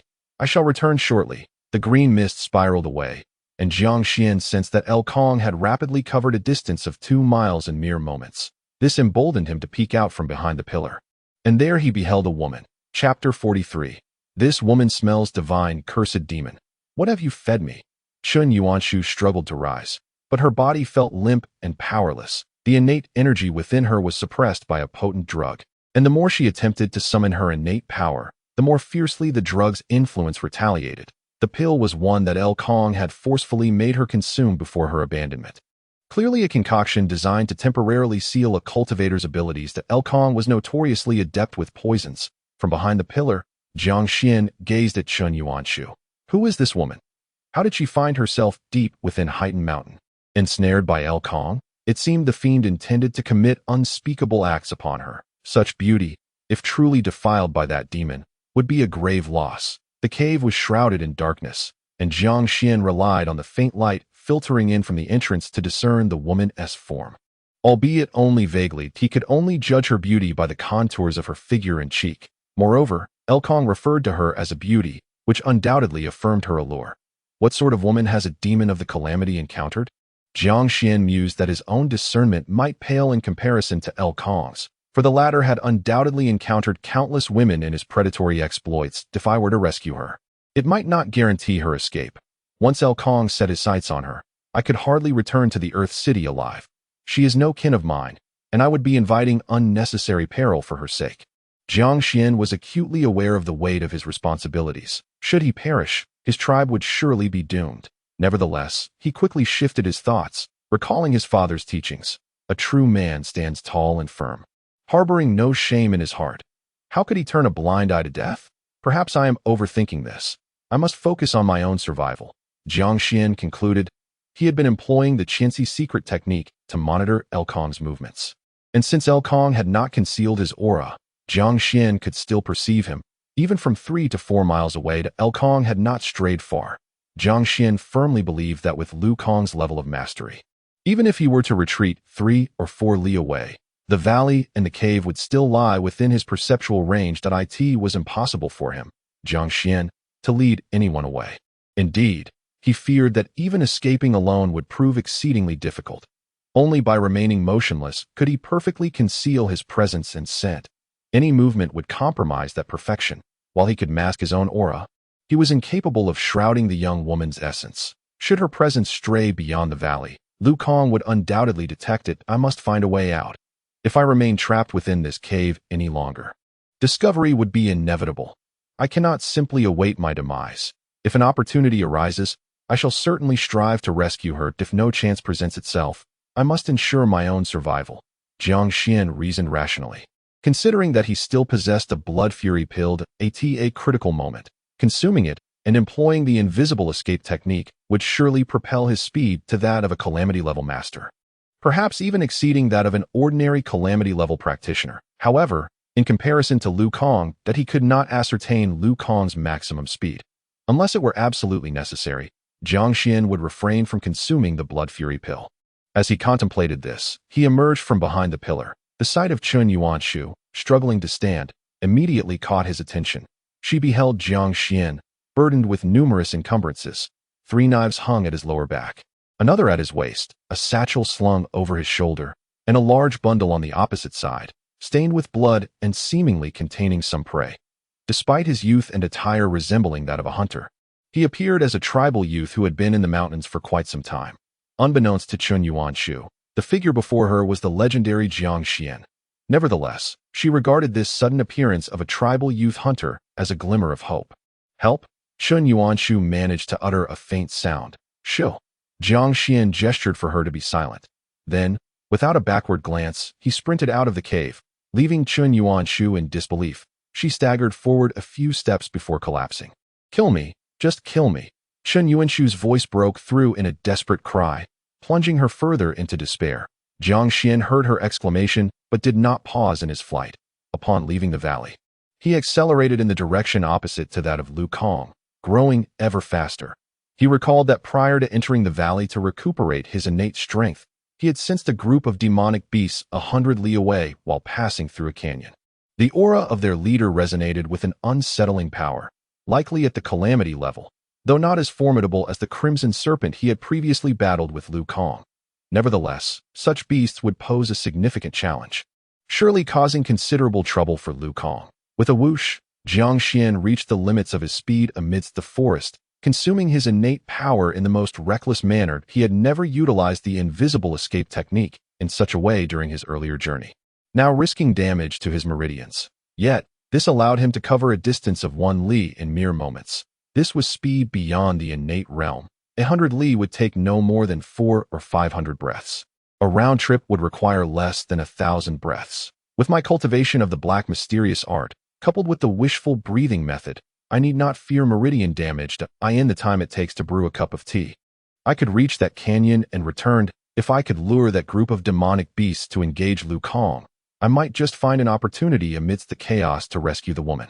However, If by the time I return she has already been violated by Lu Kong, she may very well choose death. Jiang Xuan pondered for a moment, realizing that it might not be entirely hopeless. Lu Kong had abandoned the woman and departed, seemingly in search of something, clearly preparing for an impending event. As long as he took a bit more time to prepare, he should be able to arrive in time, one would hope. Regardless of the circumstances, it ultimately came down to saving her life. Jiang Xuan found it exceedingly difficult to stand idly by in the face of death, yet he could not risk his own life for a stranger. Thus, he opted for a middle ground. Jiang Xuan harbored a profound disdain for men who tarnish women, which brought to mind the women of his own tribe. Those who suffered defeat in life and death battles would endure the most heinous of fates. He firmly believed that men who defile women deserved a fate of 1,000 cuts. Moments later, Jiang Xuan had sprinted nearly 60 miles when, suddenly, he felt an overwhelming aura of murderous intent enveloping him. From 3 miles away, upon detecting his presence, the foe had also spotted him and was closing in at remarkable speed. Within mere breaths, the colossal creature appeared before Jiang Xuan. It was the great crimson serpent. Its massive body moved faster than Jiang Xuan, and its cold, triangular eyes were filled with lethal intent. Human, this is not your place to tread. The serpent's voice resonated like a declaration of judgment.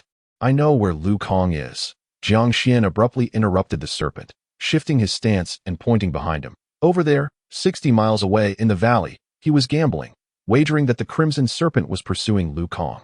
The murderous intent in the serpent's eyes diminished somewhat as it scrutinized Jiang Xuan, then inquired, "Do you know Lu Kong?" "I killed 3 of his disciples," Jiang Xuan exclaimed, patting the large bundle at his waist. "The heads are here. Care to see?" The serpent's murderous intent further dissipated. With a thunderous rush, the crimson serpent darted past Jiang Xuan, racing toward the valley with murderous fervor.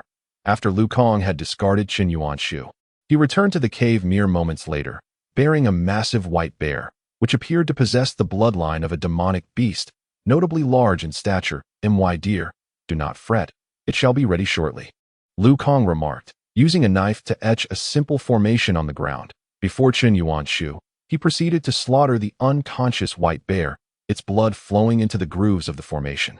Subsequently, he skinned the bear, the pelt unfurling to a circumference of 2 yards, laid upon the blood-soaked formation.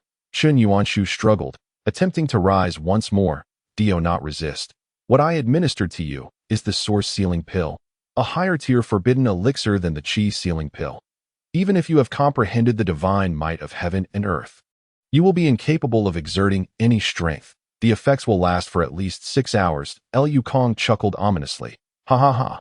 Let grandfather take good care of you," with a wave of his hand. A force enveloped Chen Yuanshu, lifting her onto the bear's pelt. The fur was delicate and soft, rivaling silk in quality. "Regrettably, I could not find a suitable demonic beast. I simply could not wait any longer and was too lazy to search far." Lu Kong grinned maniacally. "However, this white bear possesses the bloodline of the moon-backed silver bear, which will have to suffice." Lu Kong flicked his fingertips again, releasing streams of emerald light that cascaded around the formation. Igniting into flames, the total of 12 towering flames illuminated the cavern. "No, you cannot do this. You mustn't." Chen Yuanshu had never felt such terror. This was far more severe than mere defilement. Lu Kong had previously mentioned that he intended to use her as a cauldron. That was the art of extraction. Moreover, Lu Kong was evidently versed in some ancient dark sorcery. The current scene in the cavern. A colossal white bear's head loomed beside the formation, baring its teeth and wide-eyed, a greenish glow flickering within its gaze. The entire cavern was bathed in a ghastly green flame as the formation began to radiate brilliance, seemingly striving to pierce through the bear's hide. Everything appeared profoundly sinister and bizarre. "O Ma La Hong," Lu Kong chanted an incantation of peculiar nature. He then produced a small vial from his bosom, hurling it to the ground with a resounding bang. A wisp of crimson smoke spread, transforming the cavern into a chaotic blend of red and green hues. Chen Yuanshu caught a faint whiff, instinctively holding her breath, but it was already too late. Her body began to heat up, a buzzing filled her mind, and her heartbeat grew increasingly pronounced. Deep within her consciousness, another voice emerged, incessantly alluring her, urging her with lewd whispers, as the world she perceived descended into chaos. What is that?" Chen Yuanshu inquired. "My dear, I prefer the proactive approach," Lu Kong replied with a sinister grin. standing there watching as Chun Yuanshu began to unravel. He desired her to crawl towards him, pleading. Yet, he did not receive what he awaited. Damn. Lu Kong suddenly sensed something amiss, his figure flickering and vanishing within the cavern, only to reappear moments later on a cliffside outside the cavern, his gaze icy. Whoosh! The immense form of the crimson serpent flickered into view mid-air before the cliff, its colossal tail sweeping directly towards Lu Kong. Lu Kong drew his blade. Boom! Boom! Boom! Boom! Boom! Boom! Boom! Boom! Boom! Little serpent, you have interrupted my affairs. I shall retaliate. You shall pay for the slaughter of my kin. The battle for dominion once again erupted. We cannot fight here. If my beloved is unintentionally harmed, it would be disastrous. I must skin this foolish serpent. Lu Kong feigned retreat, luring the scarlet serpent swiftly away from the valley. As they clashed, destruction followed in their wake, the landscape marred by chaos, even the earth riddled with chasms. The frenzied Lu Kong engaged the crimson serpent with reckless abandon, fully aware that, as a human, his regenerative abilities paled in comparison to that of a beast. The deranged old man and the scarlet serpent soon clashed over 10 miles away. Finally, Jiang Xuan arrived. His speed could not match that of the crimson serpent, thus he was a step behind. Observing the traces of battle extending northward beyond the valley, Jiang Xuan knew his plan had succeeded. He dashed into the cavern, immediately sensing the toxic gas within, and held his breath. A fleeting silhouette darted past the white bear's hide as he scooped up Chun Yuanshu and retreated from the cavern. Exiting the valley, he surged to his utmost speed, racing southward with all his might. This woman smells exquisite. Wait, how can she smell this intoxicating? Jiang Xuan soon realized he had been poisoned, with soft jade cradled in his arms. A certain sense within him heightened, allowing him to perceive Chun Yuanshu's faint fragrance with extraordinary clarity. Indeed, what a formidable adversary. Even after being captured, they resorted to administering drugs. The faint crimson poison mist within the cave infiltrated my senses, and the potency of the concoction is truly terrifying. Despite practicing the Rui breathing technique, my mind has been shaken to its core, compelling me to suppress it with all my might, albeit at great cost. Fortunately, the Heishuan skill has endowed me with ample innate strength, allowing me to resist for several hours at the very least. Jiang Xuan struggles to endure. I should be able to withstand this. After a brief interval, Jiang Xuan has already traversed over 100 miles. His pace has slowed due to the effort of resisting the drug, and at this juncture, he feels he can no longer hold on. He must halt and find a place to sit cross-legged and muster all his strength to resist. Should he lose himself and have no outlet for his turmoil, he would inevitably fall into madness. There, a source of water. It appears to be a small stream. After a brief moment, Jiang Xuan, cradling the woman in his arms, arrives at a small stream at the end of a valley. He gently sets her down, discards his burdens, and leaps into the icy waters, the frigid shock awakening him considerably. The stream is not deep. Jiang Xuan sits cross-legged, with the water lapping at his chest, entering a state of meditation as still as a mountain. His innate strength is being consumed at a frantic pace, and his breath begins to rise. This poison, when applied to those in the tribulation realm, would surely be effective. Its potency, when unleashed upon those in the innate realm, might drive one to madness or even lead to total loss of self. Only those with formidable inner strength can endure it.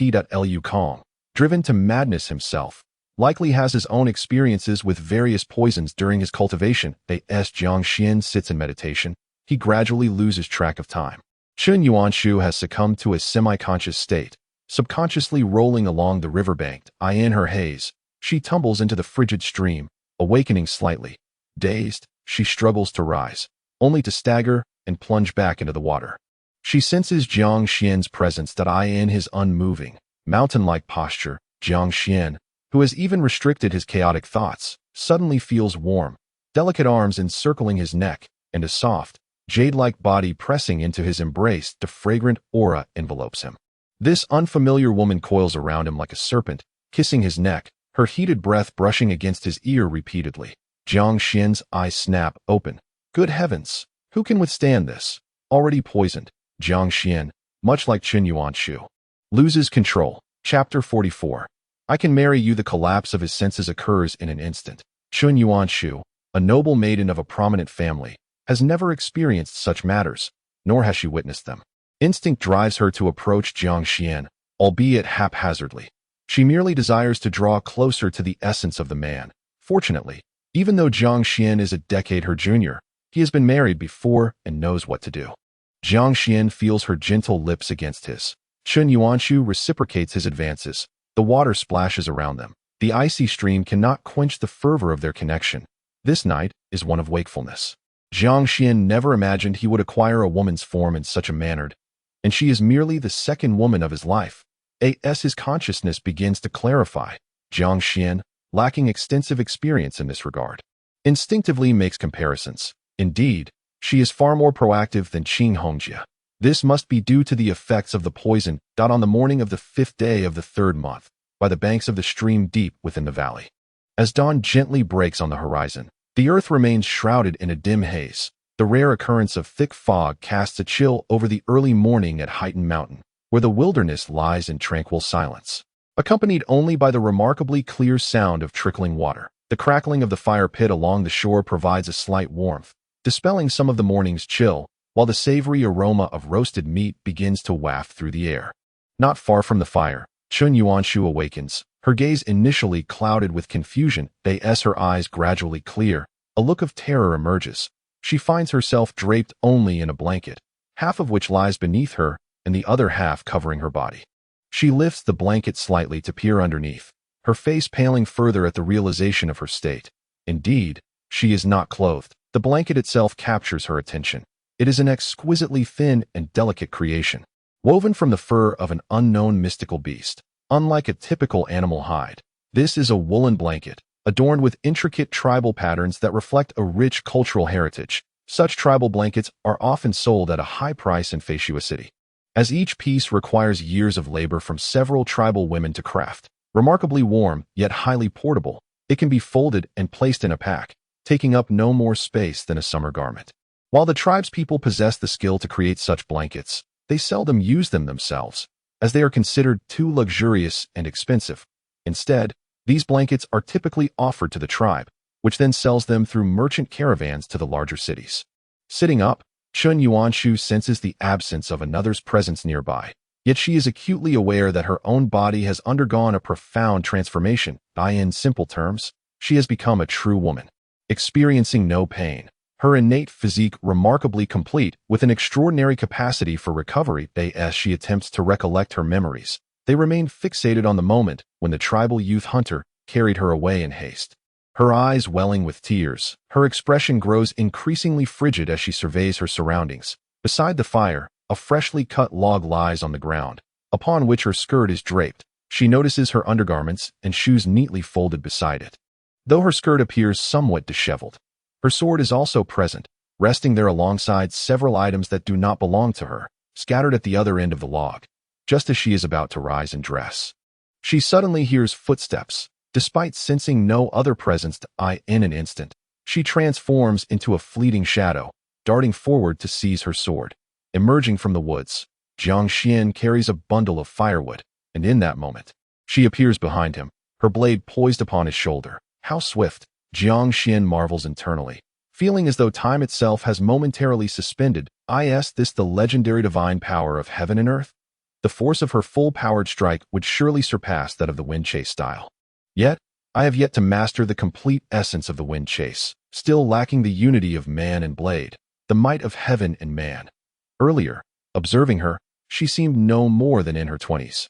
Yet her level of prowess is extraordinary, and her beauty is strikingly unparalleled. She is certainly no ordinary individual. This could be troublesome. Jiang Xuan realizes the potential complications that lie ahead, particularly considering the significance of chastity to women. He has devised a strategy to address the situation, though he feels a pang of remorse. Jiang Xuan does not believe he is at fault. You're awake. I see. Your affliction runs far deeper than mine. I am quite taken aback by your early awakening. As Jiang Xuan spoke, he surveyed the rug on the ground and the garments draped over the wooden post. This woman is entirely unclad behind her. What have you done to me? Chen Yuanshu inquired coldly. I saved you, Jiang Xuan declared, moving forward, allowing the sword to graze his neck, leaving a slight cut that healed within a few breaths. Approaching the fire, he set down the dry twigs. Is this how you treat your savior? Chen Yuanshu's gaze fixed on Jiang Xuan's retreating figure. She could discern that this tribal youth was considerably younger than herself. Likely still in his teens, he was not short, yet exceedingly slender, a stark contrast to the man she had envisioned possessing her. He hardly qualified as a true man, merely a boy, and a savage tribal boy at that. She was well-bred, at least in her notions of right and wrong. Jiang Xuan formed a preliminary judgment of Chun Yuanshu, noting that she refrained from further attempts to assault him as he distanced himself. The morning breeze swept along the creek's edge, causing Chun Yuanshu to feel a chill, plunging her into an indescribable embarrassment, standing there, sword in hand, facing the unfamiliar youth's back. This scene was profoundly mortifying for her. Should Jiang Xuan turn around, she would be at a loss for how to react. Even donning her clothes presented a daunting challenge. She could hardly approach him nonchalantly to dress before the stranger. Jiang Xuan crossed to the opposite side of the fire and picked up the blanket from the ground. Subsequently, he tossed the blanket behind him. Chun Yuanshu caught it with a swift motion. Glaring at Jiang Xuan, who had retreated to sit by the wooden post, taking up her clothing but showing no inclination to hand it to her. "Give me my clothes," Chun Yuanshu demanded. "Can you mend garments?" Jiang Xuan questioned over his shoulder, pausing before continuing. "I knew it. Women of your ilk from the city possess great talents, accustomed to having everything at their fingertips, dedicated solely to their cultivation. It is only natural that you lack skills in needlework.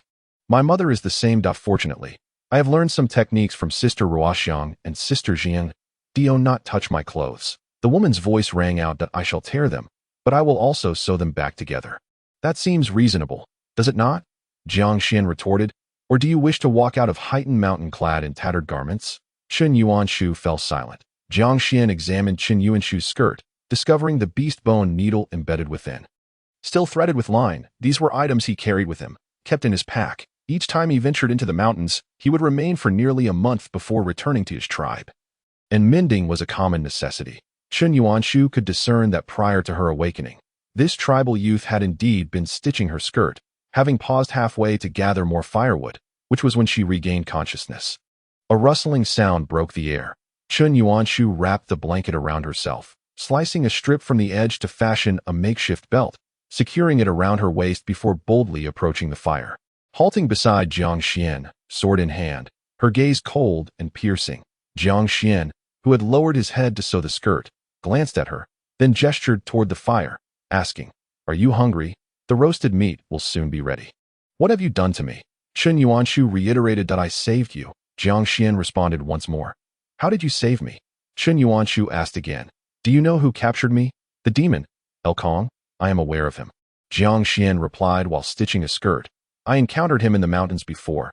I saw him from a distance battling a formidable serpent. After I left the cave, I intended to lure a pack of monstrous beasts here. But unexpectedly, I encountered the crimson serpent on the way. It was pursuing El Kong, and I informed it of the cave's location. The great serpent led El Kong away, and they fought far off. Seizing the opportunity, I carried you away from the cave. By that time, you were already in a delirious state. You intended to lure a pack of beasts?" Chun Yuanshu expressed her skepticism. "What courage does a mere boy of a dozen years possess to confront the wicked El Kong? Believe it or not." Jiang Xuan dismissed further explanation. "And then?" Chun Yuanshu inquired again. "Then I ran with you, continuously fleeing until we reached this place." Jiang Xuan paused momentarily. "And then?" Chun Yuanshu pressed on. "While I was carrying you out of the cave, I was afflicted by that demon's vile poison. Though I inhaled only a trace, it proved difficult to expel. Upon reaching this location, I had no choice but to set you down and plunge into the stream to regain my composure. And then," Jiang Xuan glanced at Chun Yuanshu and returned his focus to the skirt. "You swam over and embraced me. It was your initiative. I thought I could maintain my composure through those hours. But you, are you implying that I was the one who initiated, that it is my fault?" Chun Yuanshu struggled to remain calm. "It is not about blaming you. Why must one person be at fault?" Jiang Xuan insisted. "If someone must bear the consequences, it certainly should not be you or me, but El Kong, for he is the true architect of this calamity." However, Jiang Xuan looked earnestly at Chun Yuanshu and stated, "My father taught me that a man must take responsibility for his actions. My mother also taught me to treat women kindly, unlike the other men in our clan, and that chastity is of utmost importance to a woman. Since I have acted, I must accept it, though we are mere strangers, lacking in mutual understanding. I can see that you are a woman of reason. Deep down, You know I saved you. I am your savior. Hence you have never truly wished to harm me. You are merely deeply distressed. What exactly do you wish to convey? Chen Yuanshu interrupted coldly. What I wish to express is that as a man, should you require it, I will take responsibility. Jiang Xuan regarded Chen Yuanshu earnestly. I can marry you. Chapter 45, He could never have killed the good brothers marry me. Chen Yuanshu was momentarily stunned. She had envisioned countless scenarios, pondering how this tribal youth would apologize to her, pleading for her forgiveness. She had even prepared herself to be magnanimous and let go of everything. Yet she could never have anticipated that this tribal boy would propose marriage to her. What audacity and confidence did he possess? Yet the sincerity in his eyes was unmistakable. When the absurd reaches its zenith, what initially seems ridiculous transforms, akin to a beggar proposing to a fallen princess. This absurdity, once fully realized, caused Chen Yuanshu to perceive this tribal youth as remarkably innocent, perhaps even naively so. He viewed everything through a simplistic lens that he may have lived a sheltered life, untouched by the tempests of the world. Perhaps venturing into the mountains for hunting was the most perilous experience he had ever encountered. It is not uncommon for a prodigious talent of a tribe to be raised under such protection. Chen Yuanshu could clearly discern that the youth before her was genuinely willing to shoulder responsibility. This was his most sincere expression of remorse. It even stirred a twinge of guilt within Chen Yuanshu. For she was 26 years old, while the boy before her was likely a decade her junior, evoking a sense of a young lad sacrificing himself to save her. Jiang Xuan noticed the shift in Chen Yuanshu's demeanor and spoke. I am merely willing to bear the responsibility, should you require it enough. Chen Yuanshu coldly interrupted, taking a deep breath as her gaze towards Jiang Xuan gradually softened. Jiang Xuan shrugged slightly, then resumed mending his skirt. This was an unforeseen circumstance. After organizing her thoughts, Chen Yuanshu began, I will state 3 points. Speak. Jiang Xuan replied without lifting his gaze. First, retract your earlier statement about marrying me. We are mere acquaintances. You may feel that you have caused me harm. Yet you have also saved my life, so you owe me nothing that I will not marry you for such reasons. We inhabit entirely different worlds, and it is utterly impossible. Chen Yuanshu's demeanor had changed, though she remained frosty. And what follows? Jiang Xuan nodded. Second, I am profoundly grateful for your life-saving grace. Chen Yuanshu's tone remained cold. I possess a wand Jingling from the Tongtian Pavilion of Feishua City, which gathers the essence of heaven and earth, valued at 18,000 middle-grade yuan crystals. Take it, and we shall clear our debts. Your life is indeed quite valuable. Jiang Xuan chuckled softly. Third, I hope you can forget about last night. Chen Yuanshu fixed her gaze on Jiang Xuan. This is our shared secret, one that shall never be spoken of to outsiders. Treat it as if nothing ever occurred. I do not wish to know who you are. I will not pry into your identity, and you must not attempt to uncover mine. We must never meet again. At last, Jiang Xuan raised his head, locking eyes with Chen Yuanshu. That a few moments of silence ensued. I understand your concerns, Jiang Xuan smiled. Initially, I worried that you might go mad and kill me. You are far more clear-cut in matters of grudges than I had anticipated. I comprehend your fear that this incident might tarnish your reputation, which indeed holds great significance. I concur. With that, Jiang Xuan severed the thread, stood up, and shook off the skirt. It is repaired. He tossed the skirt to Chen Yuanshu, then turned the meat roasting over the fire before adding, I shall fetch some dry twigs. Do not fret. I will not pry into your affairs. I have already observed you closely. Watching Jiang Xuan stride into the woods, Chen Yuanshu found herself momentarily dazed. What did he mean by I have already observed you closely? This remark seemed somewhat innocuous, albeit too blunt, yet it eased her guard. Once Jiang Xuan's footsteps faded, Chen Yuanshu unfurled the blanket wrapped around her and began to dress. First donning the undergarments that had dried on the wooden stake. Moments later, Jiang Xuan returned to the riverbank, holding a bundle of dry twigs. Chen Yuanshu was already fully dressed, and upon seeing Jiang Xuan, she remarked, Your skills are commendable. Jiang Xuan's needlework is indeed commendable. Were it not for a meticulous inspection, one would never discern that Chen Yuanshu's skirt had ever been torn. Let us eat. Jiang Xuan gestured towards the fire. No, thank you. Chen Yuanshu's gaze was complex as she looked at Jiang Xuan. After today, we shall never meet again. With that, she vanished like the wind. Jiang Xuan could sense Chen Yuanshu's presence rapidly receding. This must be what the esteemed elder Qishe referred to as fleeting passers-by in one's life, he mused, a subtle emotion blossoming within him. feeling as though he had suddenly become a person of experience. After finishing the roasted meat, he considered that he had 2 days to return to his tribe, and along the way, he might seek out some treasures. Jiang Xuan set off once more. He should have inquired about his name and from which tribe he hailed. Should he ever pursue him in the future, it would be prudent to know where to extinguish him. Point 1. Not to place such trust in the tribesmen who harbor savage and bloody traditions. Perhaps he should return and seek clarification from him. Meanwhile, Chen Yuanshu moved swiftly through the forest, pondering, "What am I thinking? He is merely a boy of a mere decade or so. I have heard that women of his tribe are quite easy. Once he reaches maturity, he will not lack for female companionship and will soon forget me. Curse it, why can I not recall anything from last night?" With a tumultuous mind, Chen Yuanshu raced towards the outskirts of Heightened Mountain. Unbeknownst to her, a day had passed. Under the nocturnal sky, she sat cross-legged beside the fire. "That I did not bring anyone to the agreed-upon location to rendezvous with Yuan Zhou. He will undoubtedly gather a search party for me. It is only natural that they will scour the site of our ambush, but whether they can discern that it was El Kong who abducted me is uncertain. Yuan Zhou and the others must be frantic with worry. I must return swiftly." Chen Yuanshu had traveled all day without pause, now focusing her efforts on restoring her innate strength. 2 hours later, in the deep of night, she resolved to take a brief slumber of half an hour before departing. Her consciousness swiftly descended into silence. Suddenly, a chaotic series of images flooded her mind. Entwined arms, the rising warmth of bodies, the rushing stream, labored breaths, and swaying movements. The scenes grew increasingly vivid, though ever more distressing. Chen Yuanshu abruptly opened her eyes, her gaze wide with shock, as she recalled the memories. Her eyes flickering, she dreamt and remembered the fragments of that process, however it unfolded. "What have I done? What have I done?" She instinctively cradled her face, on the verge of collapse. Her cheeks flushed, for it was she who had taken the initiative, and in such an excessive manner. There was even an element of pleading. This realization filled her with dread. She longed to ask that tribal youth whether he had been fully conscious in the stream last night. The thought that he might remember everything was utterly mortifying. Recalling the calmness with which he had treated her that morning, devoid of any unnecessary teasing or offensive glances, she felt a flicker of gratitude rising within her. "It is fine. It is fine. We shall never meet again. It is all over. No one knows what transpired after El Kong abducted me. And that is all right. That is all right."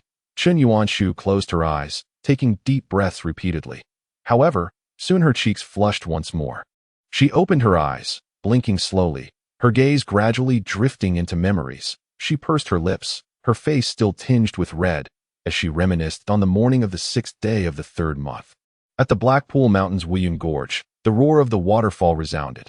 After splashing her face under the waterfall, Chen Yuanshu set off again, her shadow flickering among the trees. Suddenly, Chen Yuanshu appeared on a branch 2 zhang high.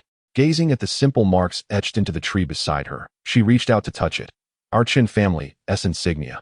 Chen Yuanshu was overjoyed. Following the direction indicated by the mark, she soon discovered the same insignia on another tree 100 zhang away. Half an hour later, "Who goes there? Be cautious." 2 innate guardians of the Chun family sensed someone approaching at great speed, leaping away to create distance, turning back to draw their weapons, their eyes vigilant. "It is I." The shadow of Chen Yuanshu coalesced before them. "Miss Yuanshu, Miss Yuanshu, you are alive." The 2 Qin family guardians were filled with immense surprise and excitement, nearly moved to tears. It was not that they held deep feelings for Chen Yuanshu, but rather, the first to find her would receive a substantial reward promised by Chen Yuanzhou. Furthermore, should Chen Yuanshu perish in Blackpool Mountain, those guardians who had departed from Feishua City with her would face execution upon their return. In the afternoon, at the Sunset Valley of Blackpool Mountain, this was already the outer perimeter of Blackpool Mountain, in the Black Armored Guards camp. Within the tent, Yuanzhou, do not act impulsively. I ask you to return to the camp for your own good. You have seen the state of the guards by your sister's side. That kind of power, that frenzied manner of slaughter. Your sister has undoubtedly encountered LV Kong, but LV Kong may not necessarily kill her. Perhaps he will demand a ransom from the Qin family. Xia Hanja gazed at Chen Yuanzhou. "Then why don't you go? What are you staying here for?" Chen Yuanzhou shouted at Xia Hanja. Xia Hanja narrowed his eyes slightly. Chen Yuanzhou's gaze faltered for a moment. Then he lowered his head. "Apologies, my lord.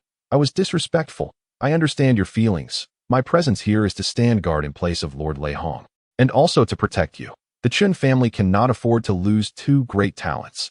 This is both Lord Lei Hong's intent and my own. Xia Hanjia patted Chen Yuanzhou's shoulder again, preparing him mentally, stating that even if he could not become his brother-in-law, they could still refer to each other as brothers. That I cannot allow you to recklessly put yourself in danger, young master. Young master Yuanzhou, Miss Yuanshu has returned. Excited shouts echoed from outside the tent, growing closer. In just half an hour, having received notification from the compass, Lei Hong hurried back to the camp and found Qin Yuanshu, who appeared to be in good spirits and unharmed, alongside Qin Yuanzhou and Xia Hanjia. Did you encounter LV Kong? Lei Hong asked directly upon seeing she was unscathed. Yes, my lord. Qin Yuanshu rose from her seat. How did you escape from him? Lei Hong inquired further that a crimson calamity serpent was pursuing LV Kong. After LV Kong abducted me, he was caught up by the serpent and had no choice but to abandon me. Originally, LV Kong had even administered a source-sealing pill to me, making escape difficult, yet he fought with the crimson serpent until they retreated far. Hours passed without his return. Qin Yuanshu spoke fluently. Before Lei Hong's return, she had conveyed similar sentiments to her brother Qin Yuanzhou and Xia Hanjia. After the medicinal effects waned, I departed from that place. The crimson serpent. Excellent. Lei Hong nodded repeatedly as long as the crimson serpent continues to pursue El Kong. In the vast expanse of Heightened Mountain, tracking a colossal demonic beast is far easier than pursuing a mere individual. Half an hour later, Lei Hong, Xia Hanjia, Qin Yuanshu, Qin Yuanzhou, along with all the Qin family guards within the camp, set forth towards the outskirts of Heightened Mountain. Some Qin family guards who were absent from the camp had not received news, but the black-armored guards would notify them. Have we been able to locate the whereabouts of the Go brothers these past few days? Qin Yuanshu inquired. No. Qin Yuanzhou shook his head. Lord Lei Hong's 300 black-armored guards, my 20 or so guards, along with the thousands of tribesmen under the Jiang Clan's jurisdiction, have all been searching to the best of our abilities. According to Lord Xia, even Lord Lei Hong has employed a certain secret technique to track the Go brothers, yet to no avail. Lord Lei Hong truly wishes to rescue clan leader Jiang. Since clan leader Jiang assisted him in searching for the Go brothers and encountered misfortune, it has affected the life and death battle. So, of course, Lord Lei Hong desires to remedy the situation, Qin Yuanshu remarked. What a pity, Qin Yuanzhou sighed.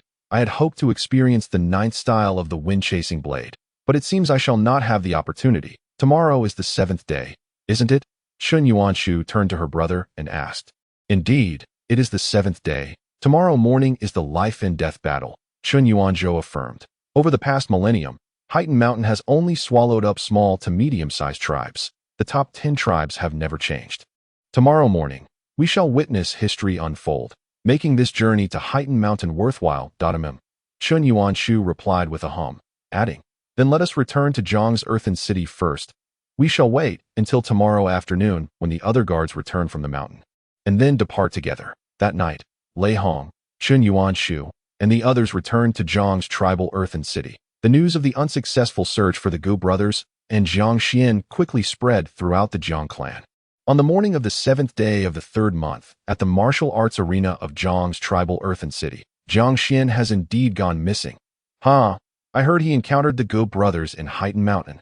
Heaven is favoring our Shentu Tribe. On one side of the arena, dozens of Shentu Tribe warriors, shedding the bitterness of the past 6 months, were filled with excitement, pointing and gesturing towards the opposing Jiang Clan's team. Some even making exaggerated throat-cutting motions. Only Shintu appeared remarkably composed. After the death of Shintu, Shintu had been faring poorly within the tribe. Without her father's protection, her status as a girl rendered her vulnerable. Some clansmen began to regard her with disdain. Some resented her father for initiating the life and death battle and consequently directed their ire towards her, publicly humiliating her. There were even instances where intoxicated individuals barged into her room with ill intentions.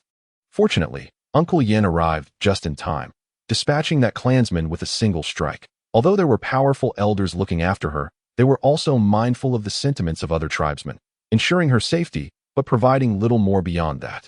She faced exclusion, insults, the worst food, the most arduous tasks, and even had her face slapped by older women in the tribe. Shintu silently bore the weight of it all. She believed that this way of life would persist until the men of the Shentu tribe perished, leading to their eventual annexation by the Jiang clan at times. She even wished for that day to arrive sooner. Little did she anticipate that Jiang Xuan would unexpectedly meet his demise at Heighten Mountain. Victory still belonged to the Shentu Tribe. Shentu knew she ought to rejoice. Her father's murderer had died, and her tribe was on the brink of triumph. Yet, she felt no overwhelming joy. Yinshu, can't we refrain from celebrating too exuberantly after our victory? Shentu inquired of her companion. Shentu Yin turned to face her, paused momentarily, and slowly shook his head, replying, "This is our tradition. It is a reward that our warriors deserve. No wonder the townsfolk deem us barbaric." Shentu thought with a self-deprecating smile that on the opposite side of the arena, the Jiang Clan's team was shrouded in despondency, particularly the recently returned tribesmen, whose regret was etched upon their faces. Last night, someone had fled for the second time, and today, fewer than 10 men from the Jiang Clan remained capable of fighting. With a leap, Shentu Yin ascended the platform. Now serving as the deputy leader of the Shentu Tribe, he would not normally have taken to the arena. It was not his place to face death until the final moment. However, with Jiang Xuan dead, his presence on the platform signified not a sacrifice, but a harvest. Today, he would annihilate the men of the Jiang Clan upon this stage. Who among the Jiang Clan dares to fight? Thundered Lei Hong from atop the platform.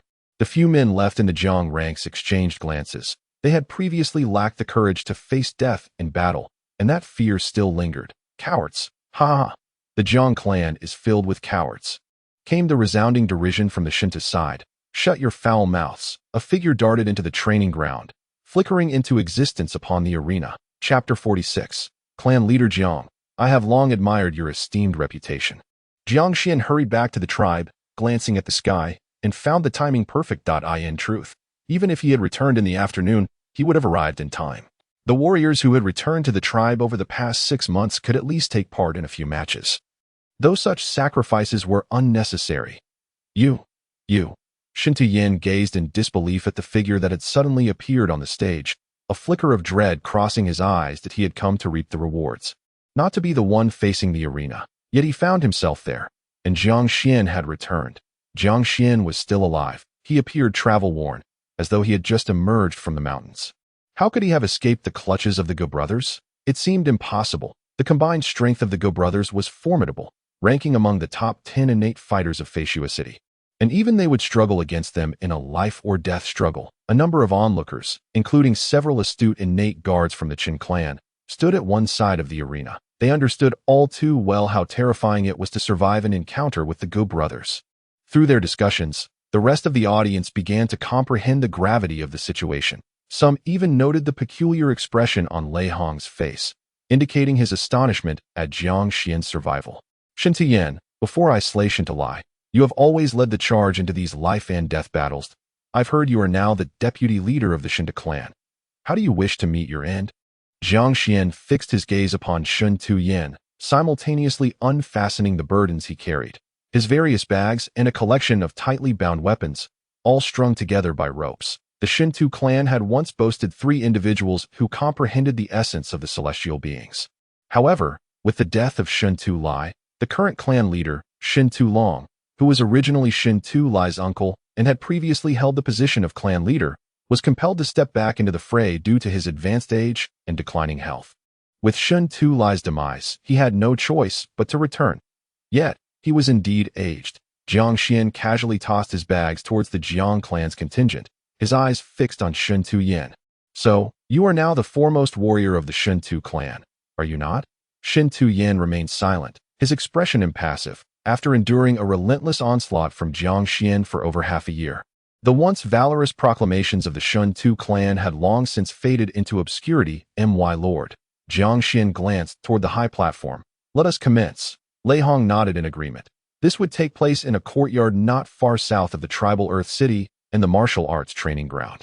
Yuan Shu, this book of sword calamity will greatly benefit your cultivation. As you are aware, items such as the calamity books are often serendipitous finds, rarely available for purchase. They are typically valuable yet elusive that I managed to procure this through a friend in Feishua City. Intercepting it before the auction, Xia Hanjia held a palm-sized array plate, eager to hand it to Chun Yuan Shu. That I intended to present this to you that day, but the incident at Heighten Mountain occurred unexpectedly, and everyone departed in haste. This is my sincere offering. You must accept it. Chun Yuan Shu cast a sidelong glance at the object in Xia Hanjia's hand but did not take it. Meanwhile, Chen Yuanzhou watched with great intrigue. Sir Xia, we are not related by blood. Such a precious gift is beyond my means to accept. Chen Yuanzhou replied coldly, and then left him standing there to practice her sword forms beneath a nearby tree. Xia Hanjia awkwardly stowed the item away, a flicker of malice crossing his gaze. Then I shall not intrude any further, he said, sweeping away. After his departure, Chen Yuanzhou approached her. Sister, why did you not accept it? That is Book of Sword Calamity. He exclaimed that a practitioner in the Calamity realm can forge only one Calamity book throughout their lifetime, encapsulating all their insights from their cultivation journey. Our Chen family has only acquired one such book in the past decade, which I have already utilized. Had that book been given to you, you would have likely entered the Calamity realm at least 3 years earlier. By now, you would have already attained that level. Such a valuable item, and Sir Xia was willing to part with it, precisely because of its value. I cannot accept it. Chen Yuanzhou shot him a sharp look. But Sir Xia, his intentions towards you are. Chen Yuanzhou hesitated. Are you genuinely oblivious to Xia Hanjia's intentions, or are you merely pretending? Chen Yuanzhou queried, her gaze fixed on him. Chen Yuanzhou remained uncertain, yet under his sister's piercing gaze. He finally spoke. I understand. Xia Hanjia's master, Lord Zhou Kong, is nearing the end of his tenure in Feishua City. Once Lord Zhou departs, Xia Hanjia will no longer have his backing. Though his status may not diminish greatly, he will still be the youngest inspector in Feishua City. With boundless prospects, his connections, influence, and resources for cultivation will undoubtedly be reduced. Thus, he seeks to marry into the Chen family as a son-in-law. He would not be looked down upon and would be treated like a beloved son, whilst also gaining you as an ally. Chen Yuanzhou's voice trailed off, growing quieter. He is the Chen family's brightest talent, perhaps even the most gifted individual in all of Feishua City. He possesses sufficient acumen to grasp the situation. Since you are aware, sister, although Xia Hanjia has ulterior motives, it is possible that he holds genuine feelings for you. His affection for you has not been a fleeting sentiment. He expressed his intentions a decade ago. Chen Yuanzhou, with a determined demeanor, asserted that the family is resolute in seeking a suitor for you, and there is no better choice than Xia Hanjia. This matter is inherently mutually beneficial, both for our Chen family and for Xia Hanjia. It is a win-win situation. Family? Xia Hanjia? A win-win situation? Chen Yuanzhou gazed at her younger brother, asking, and what about me? Am I not part of this equation? Brother, that is not what I meant. Realizing his misstep, Chen Yuanzhou hastily clarified, yes, it was the elders who urged me to persuade you. That was my assignment. What I said earlier was not my true sentiment. Please do not take it to heart. He swiftly distanced himself from the elders' influence, not wishing for his sister to misconstrue his stance. Sister, no matter what you choose to do, I will support you. You are my beloved sister. Disregard my previous words as mere folly. Please do not be upset. Support me in whatever I do. Chen Yuanzhou retorted. Indeed, I shall support you in all endeavors. If you command me to confront Xia Hanjia, I shall do so without hesitation. I would confront him fiercely, Chen Yuanzhou declared, raising 2 fingers in a solemn vow. At least you possess a conscience. Chen Yuanzhou seemed to have calmed down, casting a sidelong glance at her brother Haiti that moment. Footsteps echoed through the air. Young Master Yuanzhou, Miss Yuanzhou. A tall and lean innate guard rushed in. Has the first battle concluded?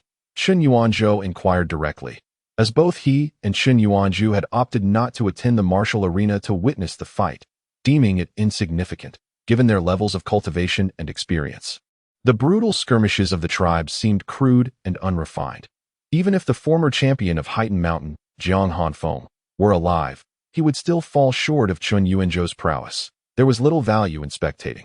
They had already agreed to attend the final battle in the afternoon, as the pivotal aspect was not the clash itself, but witnessing the process of a great tribe being devoured.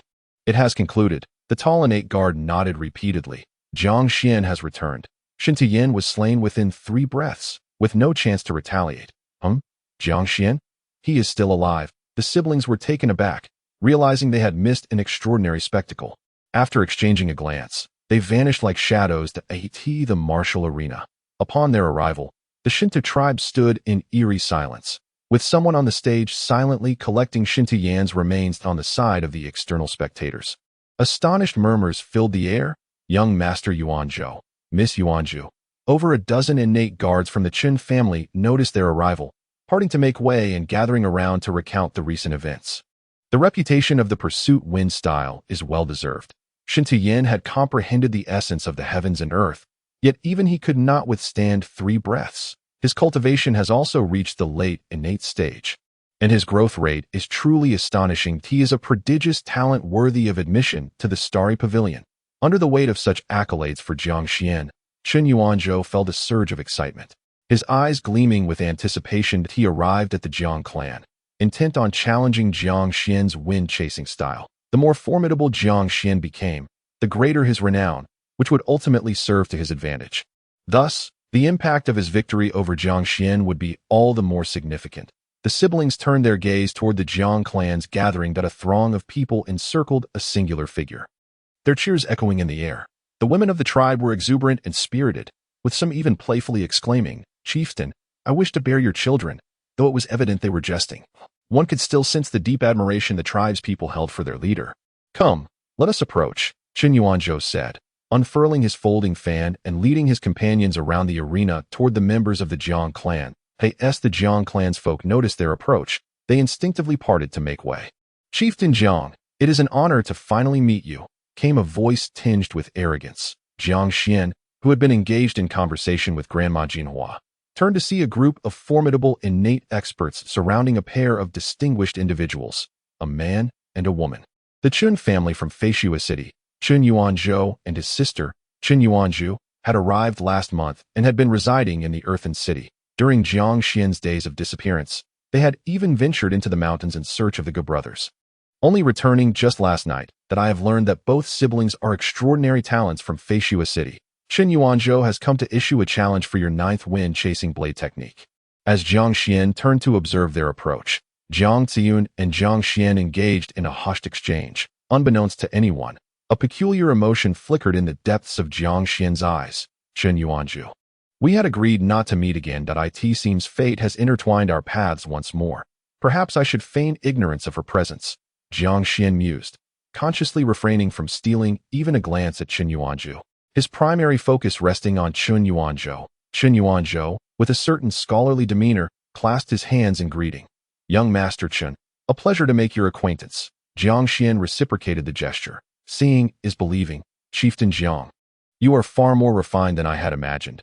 A graceful youth." Chen Yuanzhou intended to deliver some courteous remarks, yet he was abruptly interrupted by an angry outburst. "What did you just say? Who are you calling refined? Are you insulting us?" Hundreds of Jiang Clan's folk were incensed. In their culture, it was utterly unacceptable to describe a man, especially the chieftain, as refined. The reaction from the Jiang Clan's people caused the Chun family's guards to instinctively grip their weapons. Chen Yuanzhou quickly raised his hand in a calming gesture and explained, "What I meant was, Chieftain Jiang is a graceful young man." Praising his handsomeness, in Chen Yuanzhou's mind, the men of the tribe were rough and rugged. With it being commonplace for a 15-year-old to appear as if he were 25, exuding a distinctly coarse demeanor, "I understand your intent," Jiang Xuan responded, also gesturing to calm the crowd.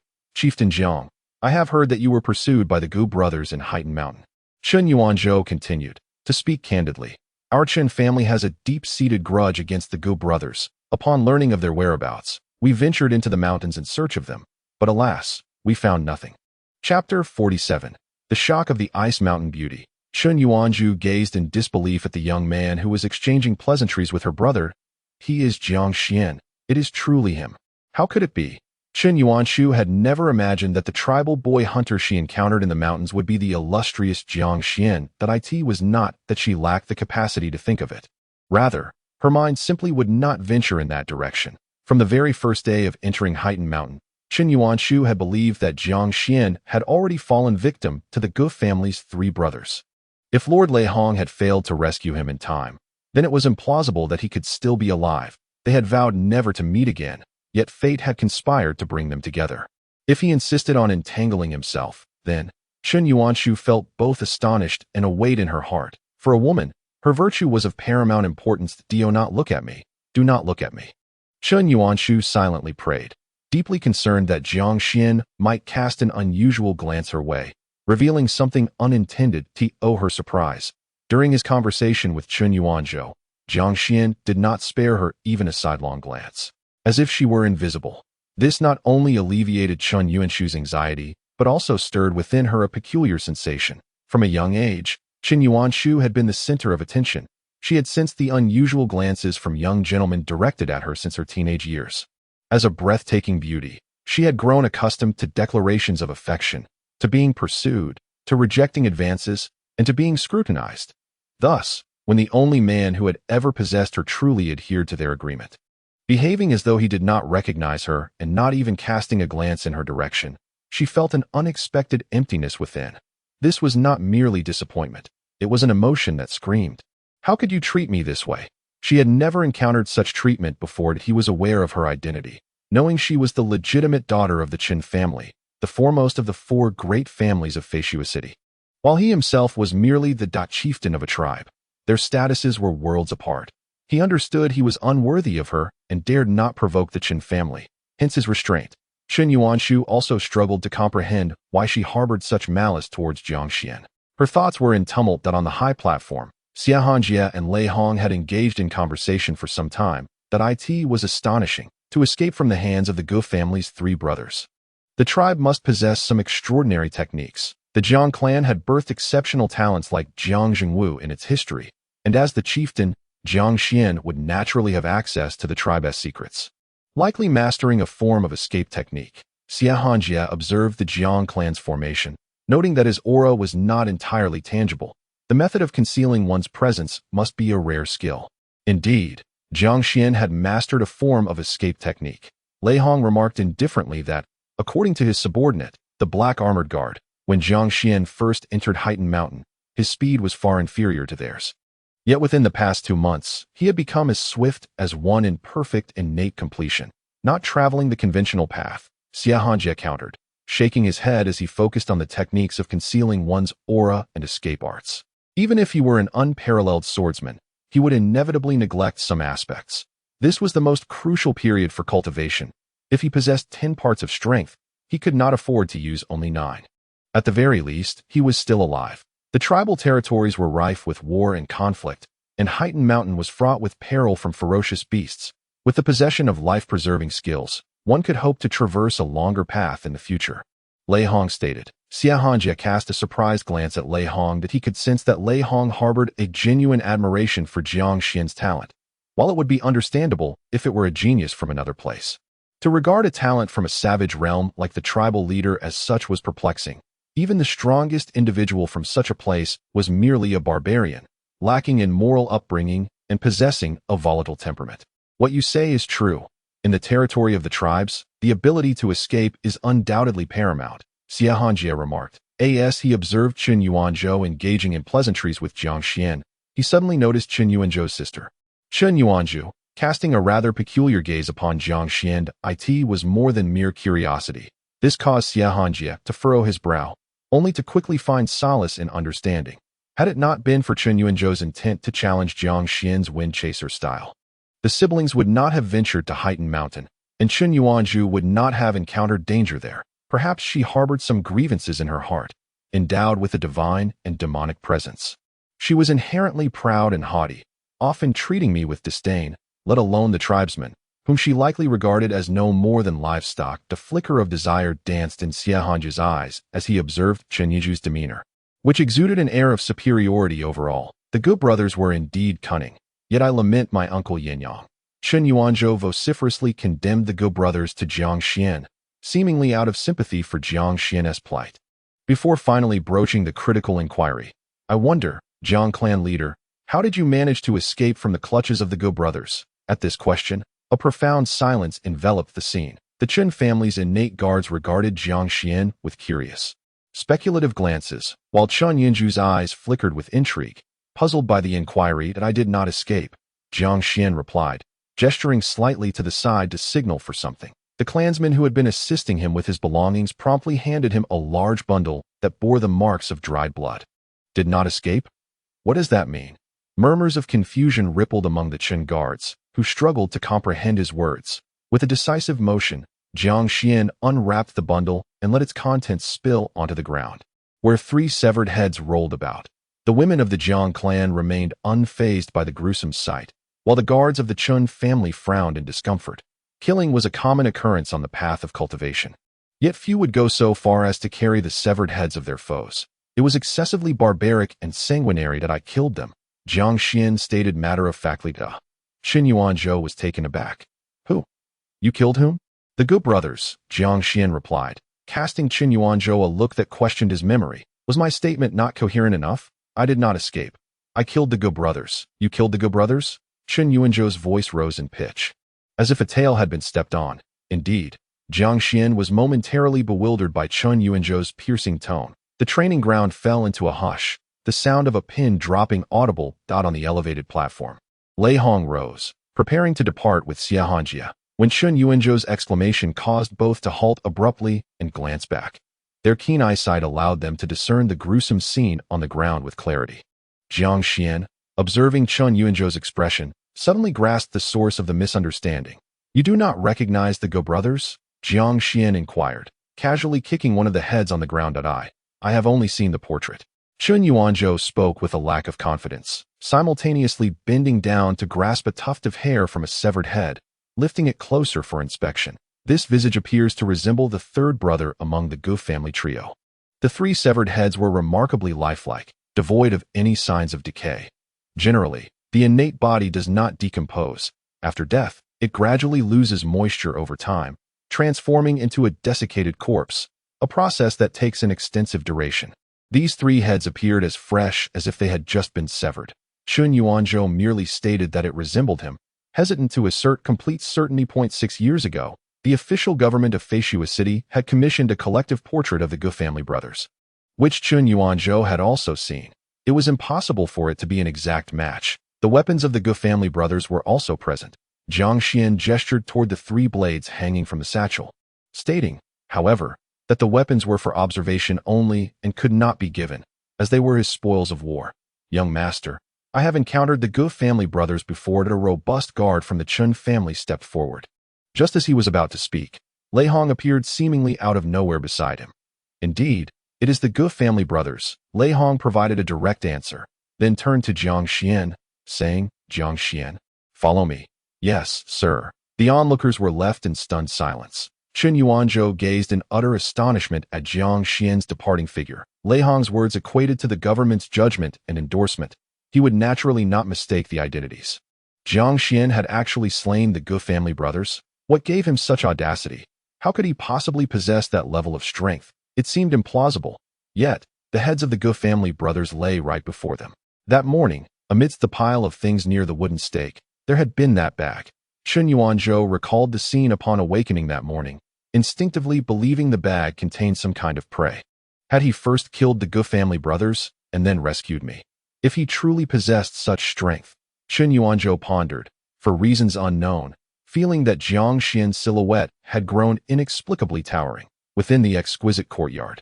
The three severed heads rested upon a stone table, while the black armored guards were preparing wooden boxes, which would soon be delivered. The heads of the Gu family brothers, being notorious offenders of the imperial court, would undoubtedly be taken by the authorities. Lei Hong, Xiahanjia, Qin Yuanzhou, and others either sat or stood, all observing Jiang Xuan. After leading the three brothers near the den of the demon beast clan, I utilized my trump card, a secret technique, to slay the Gu family brothers. Jiang Xuan succinctly elucidated the situation to Lei Hong. Trump card technique? Lei Hong inquired, gazing at Jiang Xuan. What might that be? This. Jiang Xuan elongated his response, then remarked, Sir, this is not something easily articulated. The so-called trump card is a decisive move to turn the tide in critical moments, not to be revealed lightly. The fewer who know, the better, to prevent it from being countered or anticipated. Jiang Xuan comprehended this principle and trusted that Lei Hong would as well. He could not possibly demonstrate his infinite pursuit technique to Lei Hong, as that would lead to inquiries regarding his abundance of innate power. Xiahanjia regarded Jiang Xuan with a furrowed brow. He had never encountered a tribesman bold enough to disregard the inquiries of an inspector. Audacious. To withhold information was an astonishing act. Lei Hong, however, remained indifferent. The heads of the Gu family's three brothers were brought back by you, and regardless of what transpired in between, the bounty rightfully belongs to you.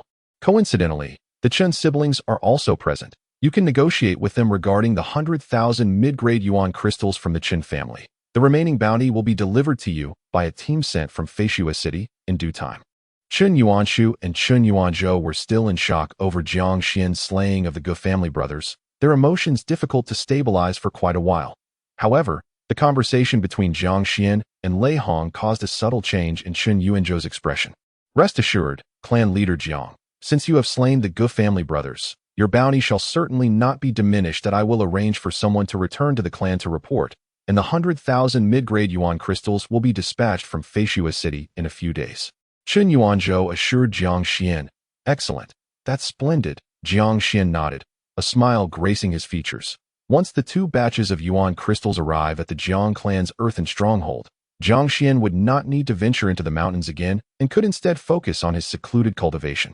Zhang Xiao and the others speculated that Jiang Xian would require 2 years to attain complete mastery of his innate abilities, yet Jiang Xian himself estimated that he would need just over a year.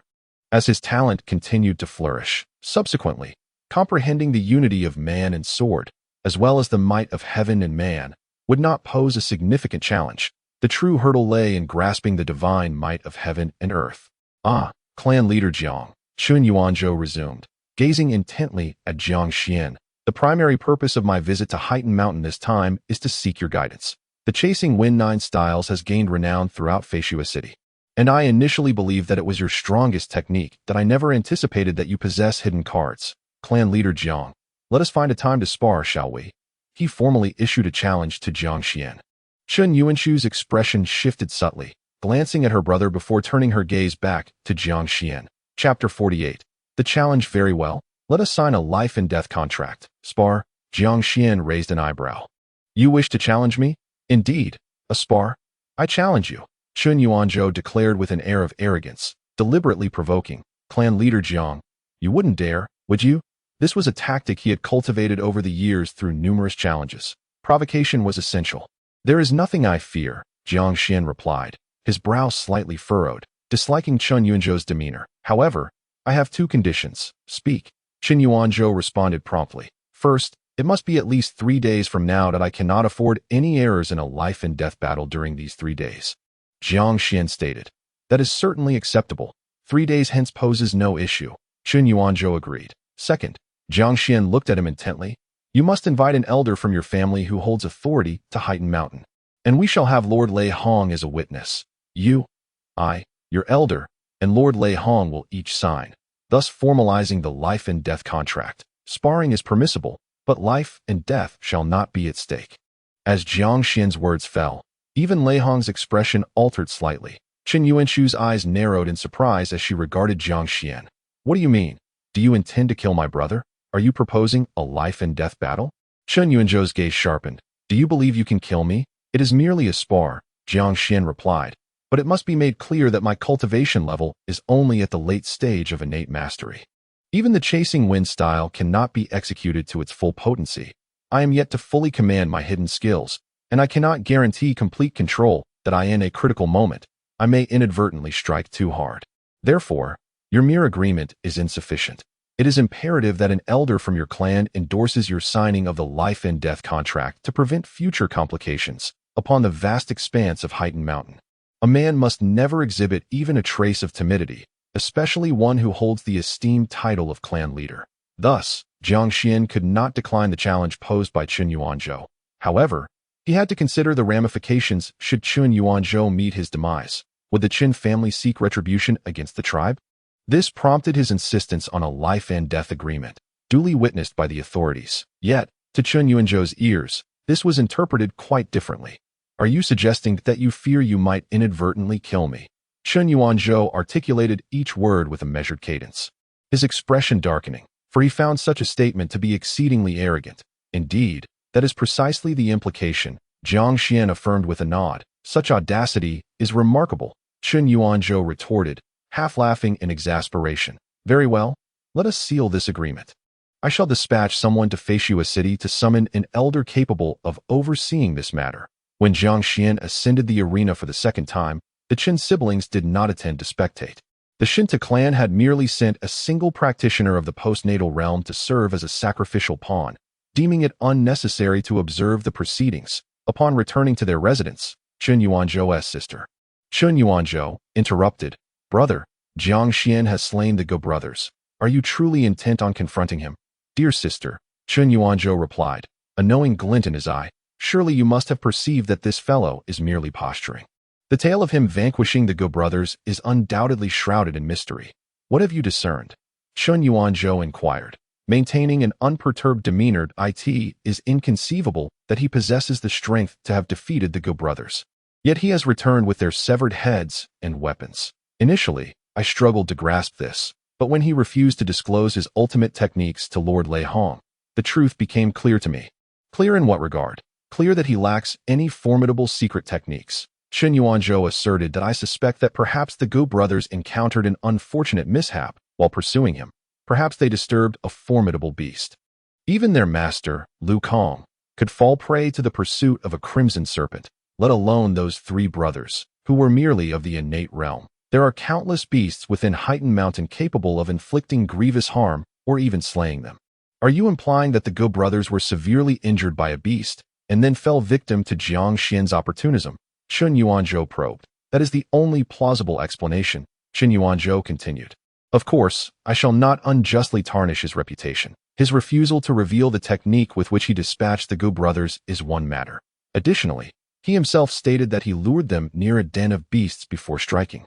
And furthermore, the insinuation that he fears he might accidentally kill me, that I believe he is acutely aware of the clan's regulations, anticipating that our family would never dispatch an elder to facilitate this agreement. Therefore, he contrived such a clumsy excuse, seeking to portray himself as formidable and inscrutable, while leaving me with little recourse to expose him. It is a well-known principle among prominent families that their descendants are forbidden from engaging in private duels to the death outside the clan, as it is deemed foolish. Should any exceptionally talented individual perish in such a manner during their growth, it would be an act of folly compounded and a source of ridicule. Yet, I can also empathize with his position. Chen Yuanzhou, showcasing a folding fan, was merely 16 years old, yet he bore the heavy burden of leading his clan against the current. He aspired to become a hero, to attain greater renown, and to earn the admiration of all. Thus, he audaciously claimed the monumental achievement of slaying the three brothers of the Gu family as his own, while it is indeed shameful to seek glory through such means for the sake of his tribe. There was little to critique. Oh, what do you plan to do? Chen Yuanzhou inquired. That I shall defeat him, Chen Yuanzhou declared, his eyes ignited with fierce determination. The underhandedness surrounding the demise of the Go brothers was likely evident to the discerning among the noble clans. Yet the vast majority would only hear of Jiang Xuan, the foremost innate master of Heightened Mountain, slaying the three demons of the Gu family. They would remain oblivious, caught up in the fervor, and would elevate Jiang Xuan to legendary status. In a matter of days, the 100 cities under the jurisdiction of Feign City, along with the surrounding regions of Heightened Mountain, the river valleys, the scarlet grasslands, Yinlongku, and even the military city, would be abuzz with the news of the Gu brothers' death. The 16-year-old boy from the tribe who killed them would become a legend. At that moment, I shall strike him down. Chen Yuanzhou gazed solemnly at his elder sister. Sister, our duel to the death will undoubtedly draw the attention of the masses. If I defeat him, I shall be recognized as the foremost prodigy of Feign City. Undisputed, Shen Taiping will no longer have any chance. This would be my most glorious moment before stepping into the realm of tribulations. Chen Yuanzhou could feel her brother's heart ablaze with passion. Yet, for reasons unknown, she wished for him not to engage with Jiang Xuan. Though it was merely a spar, signing a life-and-death contract transformed it into something altogether different, stripping away any inclination for mercy in pursuit of victory. Can you be certain that Jiang Xuan lacks any hidden trump cards? Chen Yuanzhou probed her brother. It is impossible, Chen Yuanzhou replied earnestly. Sister, what kind of technique could allow a late innate master to kill the three brothers of the Gu family? You possess a divine and demonic aura. Your innate talent may have been impaired, but your swordsmanship remains unscathed. When you were at the late innate stage, could you have slain the Gu brothers? I could not, Chen Yuanzhou answered decisively. Not only had she been unable to do so in her prime, but even now, facing the three Gu brothers, she would only have a 50% chance of victory. If you cannot, what right does he have? Chen Yuanzhou pressed further. Is there truly such a technique? Chen Yuanzhou pondered for a long while before ultimately shaking her head. No, I cannot conceive of any possibility, even with the use of a highly costly forbidden technique. Thus, how could he possibly possess such a hidden card? Chen Yuanzhou, unable to contain his excitement, declared, I shall send someone. No. Sending someone would likely be futile. I must return to Feishua city myself, that I shall employ every means at my disposal to invite an elder over. The sixth elder dotes on me, and should be amenable to my request. Sister, please do not hinder me. Wait here for a few days, that I promise to return within 3 days at the utmost. With that, Chen Yuanzhou hurriedly retreated to his room to gather his belongings. Half an hour later, he departed from the earthen city, accompanied by 10 guards. That in the afternoon, just before dusk, amidst the cheers of the women of the Jiang Clan, Jiang Xuan descended from the arena, where yet another corpse of a man from the Shentu Clan lay. With 10 matches concluded today, the forthcoming life and death battles posed no uncertainty, enveloping the entire Jiang Clan in an atmosphere of jubilance. As dusk falls, the women begin to prepare a sumptuous feast. Jiang Xuan, on the other hand, retreats for a bath. The warmth envelopes him. In the room, Jiang Xuan reclines in the steaming bath, letting out a long sigh. A shadow flits through the window, appearing like a wraith in the corner of the room, sword in hand, gazing at Jiang Xuan with an icy stare, as beautiful as an ethereal being, as cold as a frigid pool. I am taking a bath, Jiang Xuan laments, opening his eyes to meet Chen Yuanshu's gaze. Let us converse. Chen Yuanshu replies impassively, there is always someone by your side. Only now are we free from interruptions. What shall we discuss? Jiang Xuan responds with a smile, suddenly rising from the bath. Chapter 49. Chen Yuanshu, bewildered by Jiang Xuan's reprimand. Jiang Xuan swiftly stands, reaching for a towel from the rack. The water in the tub barely covers his knees, leaving him unclad. Chen Yuanshu's eyes widen in realization, her pupils constricting sharply, yet her expression remains unchanged as she does not avert her gaze, instead stating coldly, I did not expect the esteemed leader of the Jiang clan to resort to such antics. You barged in without notice. Who is the real scoundrel here? Jiang Xuan retorts, you are a man. Surely, this cannot be to your detriment. If it is a detriment, why are you staring so intently? Who is staring intently? Chen Yuanshu can no longer maintain her composure. Hush! Jiang Xuan gestures for silence, then reclines back into the tub, towel in hand, wiping at his shoulder, eyes closed as he casually inquires, so, what shall we discuss? There are 2 matters. I shall leave once I finish. Chen Yuanshu states, first, you feign ignorance of our prior acquaintance, which is commendable. Let us maintain this, that in this matter, we have no disagreement. When we meet again, it shall be beyond our control. Regardless, let us leave what transpired in the mountains behind. That it seems you do not trust me, Jiang Xuan observes, tilting his head to glance at her. If you truly lack trust, we ought to interact more. What do you mean? Chen Yuanshu is puzzled. You simply wish to keep our mountain affairs concealed. Yet, you cannot ensure that each time we meet, your expression remains unaltered. The more you avoid, the less we communicate in public. Does that not invite further suspicion? I do not know about your fatigue, but I am quite weary. Chen Yuanshu appears to grasp Jiang Xuan's implication that we cannot perform for others every time. Can we? When you first learned of my identity today, your expression nearly screamed our past acquaintance. Furthermore, before Lord Lei Hong, when I requested your brother to sign a death warrant, your gaze was not that of a stranger. A member of a tribe challenging your illustrious brother, should you not have been cold and disdainful? Do not deny it. Those from your main city regard us tribe folk in such a manner. But why were you so incensed? Do you believe I intend to provoke you? Your observations are indeed astute. Chen Yuanshu remarks with a hint of sarcasm that it is merely the downside of being overly perceptive. Do you think I wish to pay such close attention to you? Jiang Xiandao, it is evident that you have never encountered such a situation before. Your panic is palpable, your performance is lacking, and your heart remains unsettled. You seem to believe that apart from yourself, there are no virtuous individuals in this world. Am I not allowed to be a person of integrity and honor? It is not anyone's fault when we unexpectedly meet after agreeing never to see each other again. We could simply reacquaint ourselves with grace, yet you cannot even utter a word, and I hesitate to initiate conversation, fearing it may portray me as lecherous. If you can persist in avoiding me, so be it.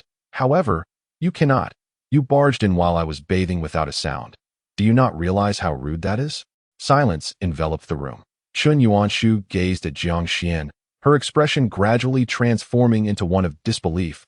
If her hearing served her correctly, Jiang Xuan was admonishing her. Clearly, her intrusion during Jiang Xuan's bath, driven by concern over his character, had provoked his ire. Their debts of gratitude and grievance had been settled within the depths of Heightened Mountain. Jiang Xuan would not tolerate any affront from her. The stillness lingered for several breaths that I apologized. Chen Yuanshu was genuinely taken aback. Perhaps she felt there was merit in Jiang Xuan's words. She instinctively sought to apologize, but quickly halted as her pride forbade her from continuing. Frustration welled up from within her. She never anticipated being intimidated by a 16-year-old tribal youth. No one had ever dared to speak to her in such a manner, neither her peers nor the formidable Xiahanjia. Yet this boy, who was a full decade her junior, reprimanded her without a hint of hesitation, offering no adulation. Chen Yuanshu had been nurtured amidst the praise of elders, the admiration of her contemporaries, and the reverence of those younger than her. Jiang Xuan presented her with an entirely new experience. This incited both anger and a subtle emotional turmoil within her. He is so assertive, this thought flickered through Chen Yuanshu's mind, yet her pride compelled her to continue. I accept your apology. Jiang Xuan interrupted what could have been an indignant retort, forcing her words back down. Chen Yuanshu felt a surge of ire, yet her ingrained decorum prevented her from behaving like a shrew. After taking 2 deep breaths, she coldly remarked, I admit I was indeed flustered. So what is your solution? To engage more, so that we can mature into adults. Jiang Xuan replied, at the very least, we should appear as acquaintances in the eyes of others. I need to sign a life and death agreement with your brother. Whether you are here to observe me for your brother or to warn me, it is all quite normal. We need not evade one another. The more candid we are, the fewer vulnerabilities we expose. Very well, I agree, Chen Yuanshu mused, conceding. Had she heard these words before the reprimand, she might have suspected Jiang Xuan had ulterior motives. However, Jiang Xuan's unabashed reproach, unafraid of offending her, oddly reassured Chen Yuanshu. It seemed he truly wished to resolve their matters in this manner. The more candid we are, the fewer vulnerabilities we expose. Well said, Chen Yuanshu added. Aren't these 2 separate issues? Jiang Xuan no longer regarded her, sliding into the bath, facing the beams, and closing his eyes. What is the second issue? My brother has returned to Feishu City to summon the elders. It appears he is resolute in signing a life and death agreement with you, and no one can dissuade him. Chen Yuanshu repeatedly inquired. About the second matter that I simply wish to ask, did you truly kill the 3 brothers of the Gu family? Jiang Xuan opened his eyes, turned to look at her, paused for a moment, and sighed. I must admit, I am quite taken aback by you, woman. It's not merely a question of doubting my character, but also my abilities. My dear sister. You really have no understanding of who I am, do you? In truth, Jiang Xuan comprehended the reason behind Chen Yuanshu's disjointed questioning. He then spoke plainly. Go back and inform your brother that he is no match for me. With not the slightest chance of victory, that I might very well accidentally kill him. If he wishes to preserve his reputation and his life, he should find a reason not to return. Your reaction is rather extreme. Why do I feel you are merely posturing? Chen Yuanshu furrowed her brow slightly, her gaze scrutinizing. Moreover, you have not directly answered my question. Did you indeed kill the 3 brothers of the Gu family? Jiang Xuan's expression hardened for a moment. He was reluctant to continue the conversation. It was utterly exasperating. He turned his back and lay down, placing a hot towel over his face. Jiang Xuan raised his hand, signaling to Chen Yuanshu that she could leave. Upon returning to her own room, Chen Yuanshu approached the table. The sky was dim, and after lighting the oil lamp, she sat down, took out paper, picked up a pen, dipped it in ink, but paused before putting pen to paper. How foolish of me to believe his nonsense. He pretends to be formidable, but it is merely bluster.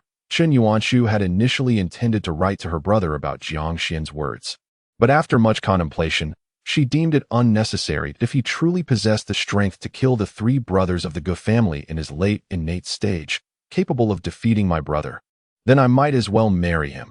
Chen Yuanshu had long hoped for a man with greater innate talent than her own to become her husband. Yet at this moment, the thought of Jiang Xuan brought forth a sense of mockery. At 16, it was improbable for anyone to possess such talent and strength. That night, in the Wei family's old residence in Feishu City, news regarding Jiang Xuan had been circulating for some time. Within a secret chamber of the Wei family, apart from a few who had reached the tribulation stage, all the core members of the Wei family were present, with Wei Hongqua subtly taking the lead. Over Chapter 50, the sensation of Snowfall City, even within the esteemed halls of the Starry Pavilion, Chen Yuanzhou stands as an unparalleled figure, unmatched among his peers, save for the likes of Shun Taiping from the Shen family. An elderly woman with silver hair remarked, not to mention, He is 7 years senior to Jiang Xuan, and thus he does not consider Jiang Xuan a true rival, merely a tool for garnering prestige. Qin Yuanzhou is likely more aware than we are of the underhanded tactics employed by Jiang Xuan in the demise of the Gu brothers. It is entirely reasonable for him to extinguish Jiang Xuan's burgeoning reputation. Amidst the murmurs of the crowd, a smile gradually spread across Wei Hongqia's face. Although he initially felt somewhat displeased upon hearing news of Jiang Xuan, the adulation from those around him was quite gratifying. He chose not to interject, as his power has grown. His voice within family meetings has become increasingly scarce. Speaking of Qin Yuanzhou and his sister, Qin Yuanzhu, the silver-haired matron continued, the Qin family has indeed been fortunate, producing successive generations of prodigies. Particularly in the recent youth cohort, there are as many as 6 individuals qualified to enter the Starry Pavilion, with over a dozen capable of making the alternate list. The Chun family's position as the foremost clan becomes ever more secure, while the Shun family has long aspired to challenge them. Yet I see no hope for success. The Shen family is not without merit. Aside from Shun Taiping, there are talents like Shun Ling and Shun Bing'a. However, when compared to the Qin family, they undeniably fall short. The Chun family's foundation is the most substantial, yet there is no need to bolster other spirits. A tall, slender man interjected, asserting that while the Chun family has enjoyed good fortune, they have indeed begun to decline compared to previous years. Qin Yuanzhu was once heralded as possessing a divine and demonic presence. Yet a mishap in her teenage years severely hampered her talents, rendering her inferior even to her brother, Qin Yuanzhou. Furthermore, the demise of Qin Yinyang, a top-tier genius nurtured by the Chun family for over 2 decades, is a significant loss. With the fierce rivalry between the Chun and Shen families, who knows what further developments may arise? It is not inconceivable that one day, the 2 families might clash, resulting in the loss of several calamity realms. Now, let us turn our gaze to our Wei family. The tall, slender man cast a glance at Wei Hongqia, stating that while our Wei family ranks last among the 4 great clans, following the passing of the 3rd master, we were compelled to adopt a more humble demeanor, and our family's fortunes have only worsened. However, that was all a matter of 6 months ago, under the strategic guidance of the 4th master.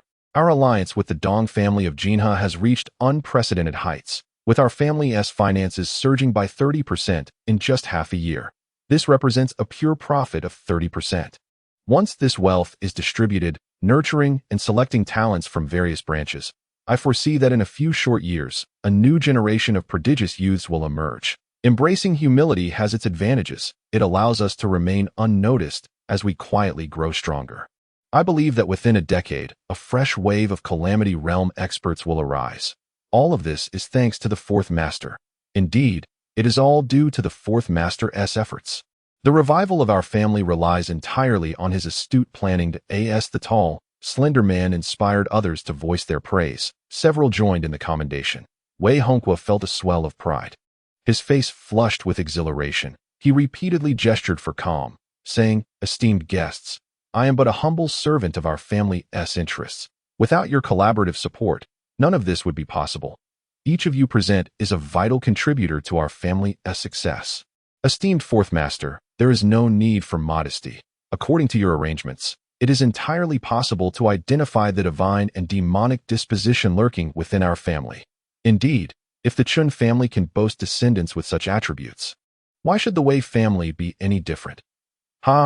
Possessing the divine and demonic disposition is what truly defines a prodigy. If we could uncover just one would suffice. Our Wei family could achieve a complete revival. Not merely a revival, mind you. Should such an entity be discovered, our Wei family may even ascend to the ranks of a divine and demonic clan, eternal and everlasting. The more the crowd spoke, the more fervent the atmosphere became within the secret chamber. On the 8th day of the 3rd month, news spread that Qin Yuanzhou was returning to Feishua City, and the tidings that Jiang Xuan insisted on signing a life-and-death agreement before engaging in sparring also circulated. As the Chun family did not conceal it in the Wei family's ancestral residence, the back garden flourished with blossoms, a sight to behold. 8th granduncle, please accompany me to Heighten Mountain. The round trip will take no more than 2 days. Shen Taiping implored the elderly figure in black, who was sipping tea in the pavilion. What is it that worries you? If Jiang Xuan truly killed the Gu brothers, how could Qin Yuanzhou dare to issue a challenge? His willingness to challenge implies he knows Jiang Xuan is deceiving him, does it not? Surely, eighth granduncle, you do not genuinely believe that Jiang Xuan possesses the strength to harm me. The elder in black set down his teacup and shook his head at Shentu Tribe. Eighth granduncle, I am aware that our family has its customs. However, I am on the verge of fully comprehending the might of heaven and earth. Jiang Xuan is merely at the late stage of the innate realm, while we stand 3 or 4 realms apart. Furthermore, eighth granduncle, you have been in the robbery realm for 40 years. Do you truly worry that Jiang Xuan could inflict harm upon me while you are present? Taiping, the elder finally spoke. You may proceed to Heighten Mountain. Challenge Jiang Xuan if you wish. Even if you were to accidentally kill him, the family would support you. However, the signing of a life and death agreement is something the family will never condone. Rules are rules. If we were to break them for you today, how could we manage those beneath us? Do you realize how many clan members might recklessly rush to their deaths over meaningless private duels if this precedent is set? Without a life and death agreement, no matter who you spar with, even those far superior to you, they will hesitate. They may defeat you, but they would never dare to kill you. This is the family's way of protecting you. But there are no buts. The elder shook his head and continued. In truth, you could easily consider alternative methods. The life and death agreement was proposed by Jiang Xuan to Chen Yuanzhou, not to you. Shin Taiping appeared deep in thought.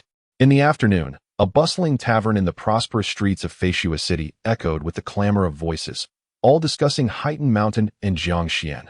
Those were the Gu brothers, the 3 great fiends who wreaked havoc for 20 years. To think they were slain by Jiang Xuan alone, who within the innate realm could possibly rival him. I have also heard that the Jiang Clan has produced a figure of such prowess in history. Named Jiang Zhengwu, revered as the ancestor of the Black Pawn Blade. What does Jiang Zhengwu amount to? I believe Jiang Xuan is even more formidable, a hero who single-handedly salvaged his clan. Jiang Zhengwu thrived during the zenith of the Jiang Clan. Yet the circumstances were vastly different from now. Jiang Xuan is indeed a true hero. I dare say that even those prodigies from the Xingqian Pavilion in Feign City may not measure up to him. The Wei family truly lacks vision.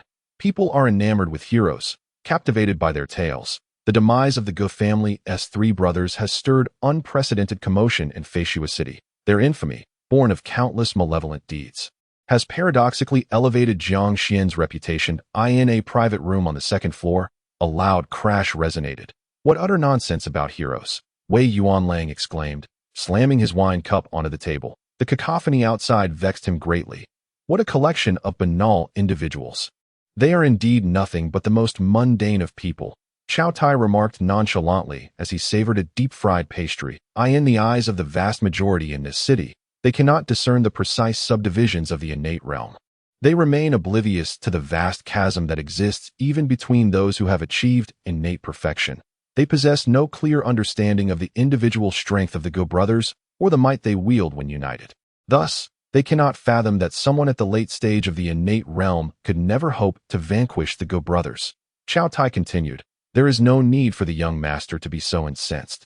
Humph, Wei Yuanlang scoffed, picking up his chopsticks. In truth, this may be a blessing in disguise. The more renowned Jiang Xuan becomes, the harder he will eventually fall. Chao Tai cast a glance at Wei Yuanlang.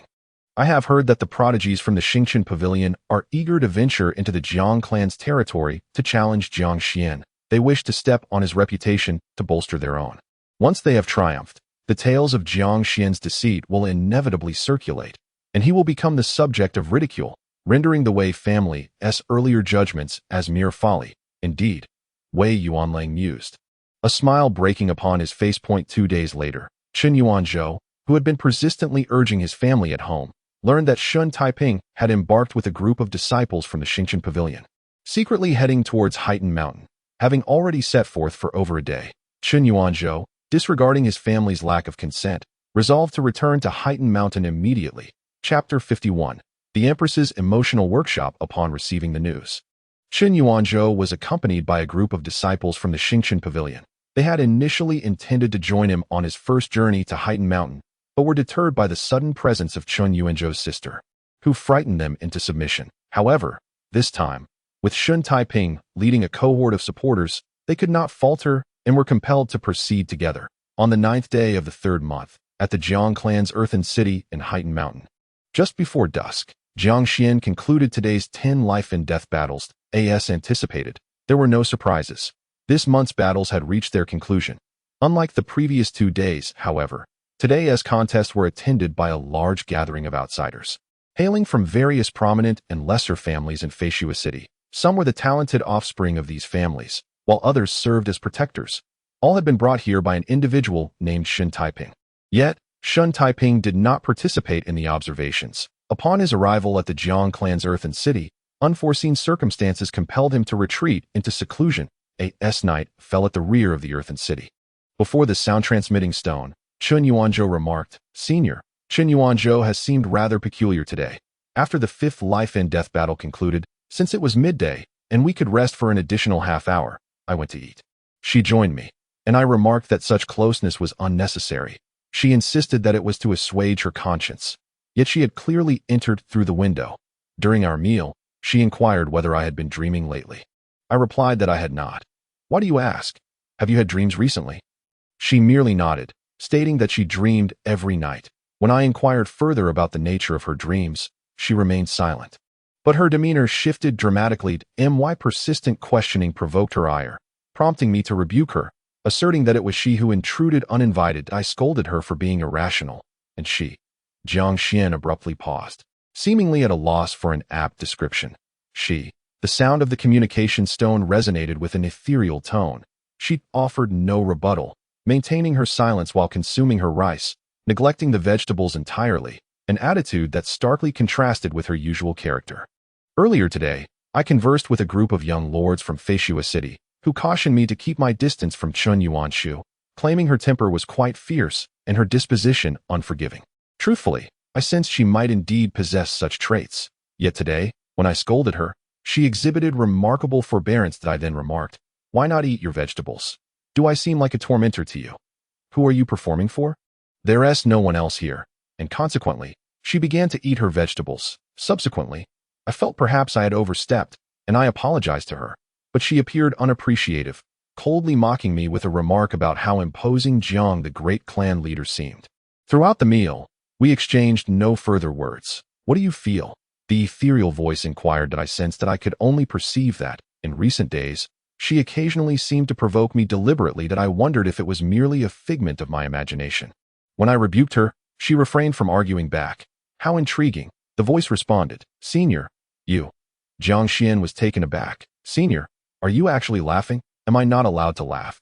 The Qian Huang retorted that it's just after 9 years. "This is the first time I've heard you laugh like this," Jiang Xuan remarked. "Indeed, 9 years have passed." Qian Huang's voice carried a note of nostalgia. "When we first met, you were merely a 7-year-old child. I imparted much knowledge to you, yet I never anticipated, nor had I contemplated, that one day I would find myself instructing you on matters of the heart." Matters of the heart? Jiang Xuan was momentarily taken aback.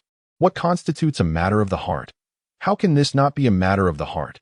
You appear rather oblivious. The ethereal voice brimmed with unprecedented excitement, as if this subject was far more engaging than teaching Jiang Xuan martial techniques. Consider this. Had it not been for your encounter in Heighten Mountain, how could you have possibly met in private repeatedly over the past few days? Qian Huang was well aware of everything that transpired in Heighten Mountain, as Jiang Xuan had visited the back mountain on the night of the 7th day, divulging everything. Jiang Xuan continued to ponder the underlying logic, whether she despises you or harbors trepidation towards you. Any interaction with you will inevitably stir unusual emotions within her. You are her first man, and currently, the only one. Thus, within her heart, 2 extreme thoughts are at odds. Either she wishes for your demise, or, perhaps, she does care for you to some extent, a realization she herself may not even recognize. Qian Huang elucidated. Not necessarily. Take, for instance, the women of our tribe. Do not compare the women of your tribe to those from the city, especially those from prominent families. They are entirely different. Well, what I just mentioned serves merely as a prelude. The woman, Chen Yuanzhou, as you have described over these past few days, is an exceedingly proud individual who harbors an intense desire to prove herself. Her diminished talents only serve to amplify her resolve. In truth, such formidable women often find themselves destined for a life of solitude, even if they ascend to the heights of divinity or demonhood. They remain solitary figures, reveling in their own company. Qian Huang continued. Such a woman is more inclined to seek out strength than the average woman. It is said that social status should align. However, she would disdain such notions, as she requires no pity, nor does she seek mutual support. In fact, she would detest the flattery of her admirers. She seeks the favor of those who are even stronger. Convinced of her own worth, suddenly, the communication stone fell silent. The ethereal voice did not convey a sense of completion, but rather an abrupt halt. Within the palace, the enchanting woman, shrouded in an air of dreamlike grace, gazed at the communication stone, momentarily lost in thought. Nothing extraordinary transpired. She merely realized, as she spoke, that she embodied such a woman. Now, she stands as the sole sovereign of this world, having never known a man in the past, and likely won't in the future. This world does not permit the existence of a man of such strength. Senior, Jiang Xuan hesitantly called out twice. Having been interrupted, I shall continue. Qian Huang resumed. Thus, in truth, you had no possibility whatsoever, at least not at this moment. However, due to the night you spent in Heightened Mountain, a connection was forged, and within this interaction, you inadvertently unearthed her unique proclivity. Hidden deep within her heart and unbeknownst to her. Proclivity? Jiang Xuan blinked in confusion. What proclivity? Masochism. Qian Huang replied, in an instant. Jiang Xuan's expression froze, his entire demeanor rendered dumbfounded. He would not inquire further about the nature of such a proclivity, for he was well aware of the tribal customs, which are open and unreserved. No, it can't be. Jiang Xuan exaggeratedly elongated his words. The more formidable a person appears on the surface, the more likely they harbor an extreme opposite within. It is not an absolute rule, yet such individuals do exist. Chen Yuanshu was raised amidst the adoration and accolades of the masses, perpetually elevated to a lofty position, where few dare to admonish her without regard for her status, beauty, or talents. You are the first to do so, without reservation. No, senior, Jiang Xuan suddenly thought. If she truly possesses such a proclivity, the Chen family must have rival families. The Shen family, represented by Shen Taiping, who visited last night, seems to have indeed affronted Chen Yuanshu, and it stands to reason that public verbal attacks against her have occurred in the past. Yet, she is different. I have stated that what transpired in the mountains serves as a precondition. The ethereal voice interrupted Jiang Xuan, continuing. Chen Yuanshu is exceedingly proud. She cannot tolerate insults. If others dare to offend her, she would wield her sword and take lives. But you are different. You have already insulted her in the most extreme manner. For an entire night, with that connection established, should you further offend her, for instance, by reprimanding her for any missteps, she would be more amenable to accepting it in the presence of others. Her pride is formidable. Yet before you, it is considerably diminished. Thus, you are both the discoverer of her peculiarities and the sole individual capable of acting upon them at this moment. Jiang Xuan was utterly astonished. Could it truly be so? Such marvels existed? Yet, upon reflection, it seemed that Chen Yuanshu had indeed been somewhat deliberately provoking conflict in recent days. Senior, that you are a woman, are you not? Jiang Xuan inquired abruptly. After a prolonged silence, the ethereal voice of the communication stone resonated. Why do you ask that? My mother once said that women understand women better, Jiang Xuan replied. This was the first time he discerned a hint regarding the gender of the enigmatic senior, and only a woman would exhibit such keen interest in emotional matters, would she not? Whether I am male or female is of little consequence. I am speaking of you. Qian Huang decisively redirected the conversation. Understanding the temperament of his senior, Jiang Xuan refrained from pressing further, though a vague answer began to form in his mind. Then, senior, if you believe Chen Yuanshu to be as you suggest, what should I? Jiang Xuan queried. First, answer me one question, the ethereal voice inquired. Do you have feelings for Chen Yuanshu? Do you desire her? Jiang Xuan fell into silence for a full 5 breaths before finally articulating. She possesses remarkable talent and beauty. She would indeed make a suitable partner. Your thoughts are quite naive, Qian Huang mused, and then added. In that case, be more proactive. How precisely you proceed is for you to determine, but I must advise you that a gradual approach is essential. And she is quite proud, so do not embarrass her publicly. Handle matters discreetly, Jiang Xuan contemplated, ultimately posing one final question. Senior, what if you are mistaken? Would I not be? You seem unwilling to bear any risk at all. You are already 16. Act like a man. Have the courage to take responsibility, Qian Huang insisted. If you can entice her into your embrace, a woman of her stature will remain loyal to you. At that point, I would permit you to pass on the Rui breathing technique to her. Her innate talent is already substantial. While the technique may not significantly enhance her abilities, its supplementary effects could gradually mend her injuries, thereby restoring her original potential. Jiang Xuan felt that the senior truly cared deeply for his well-being. In the dead of night, a grand procession of hundreds entered the Jiang Clan's earthen city. The gate guards allowed them passage without consultation, for the leader of this entourage was a familiar face, the renowned prodigy Chen Yuanzhou. He arrived with a cadre of talents from Feign City, each accompanied by their own protectors, culminating in a contingent of several hundred. After enlisting the aid of acquainted Jiang Clan members to arrange lodgings for the hundreds, Chen Yuanzhou sought out his sister, Chen Yuanshu, at the earliest opportunity. The moonlight was dense in the courtyard. Beneath the shade of trees, a gentle breeze stirred so. It seems that Shun Taiping had an epiphany on the way here, leading him to seclude himself upon entering the city. He even neglected to pay a visit to Lord Lei Hong. Chen Yuanzhou mused, exhaling in relief that Shun Taiping had not preempted him. It appeared that he had been away from the city for too long, and the scenery of the clan's territory had stirred something within him.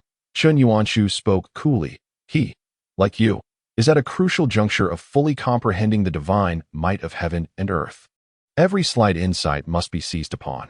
Only through such accumulation can a breakthrough be achieved in due time. To fully grasp the divine might of the heavenly emperor is to reach the same realm as Chen Yuanshu, with only the final breakthrough remaining before transcending the innate. As long as he is yet to challenge Jiang Xuan, all is well. As Chen Yuanzhou rose, he remarked, "Sister, it is getting late. You should cease your sword practice, and instead." Suddenly, a powerful surge of energy emanated from a courtyard 2 streets away, sweeping across a significant portion of the tribal Earth City, creating an immediate sensation of spatial condensation. This overwhelming feeling rendered Chen Yuanzhou unable to break free at once. However, Chen Yuanshu merely raised a finger slightly, instantly dispelling the sensation. Almost simultaneously, the two ascended to the rooftop, gazing in astonishment at the source of the energy. "Sister, could that be?" "Yes, it is Shun Taiping. He has broken through. He has comprehended the divine might of heaven and earth before you." Chen Yuanzhou's complexion darkened considerably. He had not felt such urgency in a long time. Initially, the two were evenly matched, capable of defeating Jiang Xuan in the same manner, with the outcome resting solely on who engaged first. Whosoever struck first would gain the greater renown. Yet now, with Shun Taiping achieving a breakthrough first, even if Chen Yuanzhou were to triumph over Jiang Xuan, his realm would still be inferior to Shun Taiping's, and he would not be recognized as the foremost genius of Feign City. He could not persuade anyone otherwise, and Chen Yuanzhou was certain he could never surpass the newly ascended Shun Taiping. Conversely, had Shun Taiping engaged Jiang Xuan first, his victory would have been even easier, and coupled with his prior breakthrough, the title of the greatest genius would be rightfully his. The rivalry between the two, spanning over a decade, had been a relentless pursuit. Yet now, at this critical moment, the situation was exceedingly unfavorable for Chen Yuanzhou. He closed his eyes, absorbing the relentless sensation of spatial condensation that continued to wash over him. Chapter 52. The Black Abyss Palace Banner and the Blade Calamity Tome. After conversing with the esteemed Elder Qishir, Jiang Xuan devoted the entire night to cultivation. That on the morning of the 10th day of the 3rd month, Jiang Xuan arrived at the back mountain. "Xiao Xian, I can identify all these items. Some are highly toxic, while others can be used for cultivating specific techniques. I have detailed everything in this list." Jiang Xuan handed Jiang Xuan a bundle along with a handwritten note for his review. This was the spoils obtained from the Gu family's 3 brothers, a collection of bizarre and peculiar bottles and jars, the specifics of which Jiang Xuan entrusted to Jiang Xuan for identification. Opening the bundle and examining the note, he remarked, "These 2 items, even with the help of my familiar black armored guard, could not be identified." Jiang Xuan then produced a piece of black beast hide and a dark red compass from her bosom. However, they mentioned that this compass should be a type of array disc, and advised me to consult Lord Lei Hong for guidance. That I do not wish to disturb him with such trivial matters. Whether or not I can approach Lord Lei Hong regarding these minor concerns is a decision solely for the clan chief. Jiang Xuan contemplated the 2 items and responded, "I shall ascertain the nature of these myself. Thank you, Aunt Ting. There's no need for such formality." Jiang Tian gazed at Jiang Xuan with eyes full of affection and said, "By the way, Xiao Xian, last night that Shun Taiping broke through. It is said he has fully comprehended the divine might of heaven and earth, surpassing even Chun Yuanzhou. He has come to challenge you." And I doubt a hint of concern crossed Jiang Tian's face. And no matter how strong Jiang Xuan was, he remained merely at the late stage of the innate realm. Should he engage in battle and face an unforeseen mishap? At times, Jiang Tian even entertained the thought of wishing Jiang Xuan would leave. This child bore too great a burden, single-handedly supporting the clan, with no one to share the weight of his struggles. "I understand, Aunt Xian. Please do not worry. I am fully aware of my situation," Jiang Xuan replied with a smile. After Jiang Xian departed, Jiang Xuan meticulously examined 2 items. The first was a piece of black beast skin, approximately 1.5 feet wide and 4 feet long, one side adorned with golden threads, while the other bore incomplete patterns, with a design resembling a well at its center. The second was a dark red compass, appearing much like an ordinary array disc. Yet when Jiang Xuan employed the 1,000 threads secret technique to peer into the disc, he sensed an overwhelming intent to kill. In that instant, he felt as if he were plunging into an icy abyss. "Elder, are you there?" Jiang Xuan called out. "Yes, what is it?" came a languid voice. "That I have 2 items that I do not recognize. You do not recognize them, and I cannot see them. Shall I attempt to describe them?" "Proceed." Jiang Xuan then described the 2 objects in detail. The ethereal voice inquired further about numerous specifics, and soon after, the Qian Emperor provided an answer. "That piece of beast skin is the banner of the Black Pool Palace. The well-like design you mentioned corresponds to the ancient character for pool. It is said that the banner of the Black Pool Palace was divided into 3 parts. The piece you possess is likely the central portion. The golden patterns on the back of the beast skin represent a fragment of the map leading to the Black Pool Palace. The Black Pool Palace, the one from legend, does it truly exist?" Jiang Xuan's spirit surged with astonishment. The tales of the Black Pool Palace had long circulated around Black Pool Mountain, reputed to be a powerful sect from ancient times. The mountain derived its name from this palace, which supposedly perished in a cataclysmic battle that ravaged the heavens and the earth, leading to the formation of the 10 directions of absolute desolation. Yet, according to legend, the true Black Pool Palace still exists, giving rise to tales of ancient relics that it exists, hidden deep within Black Pool Mountain.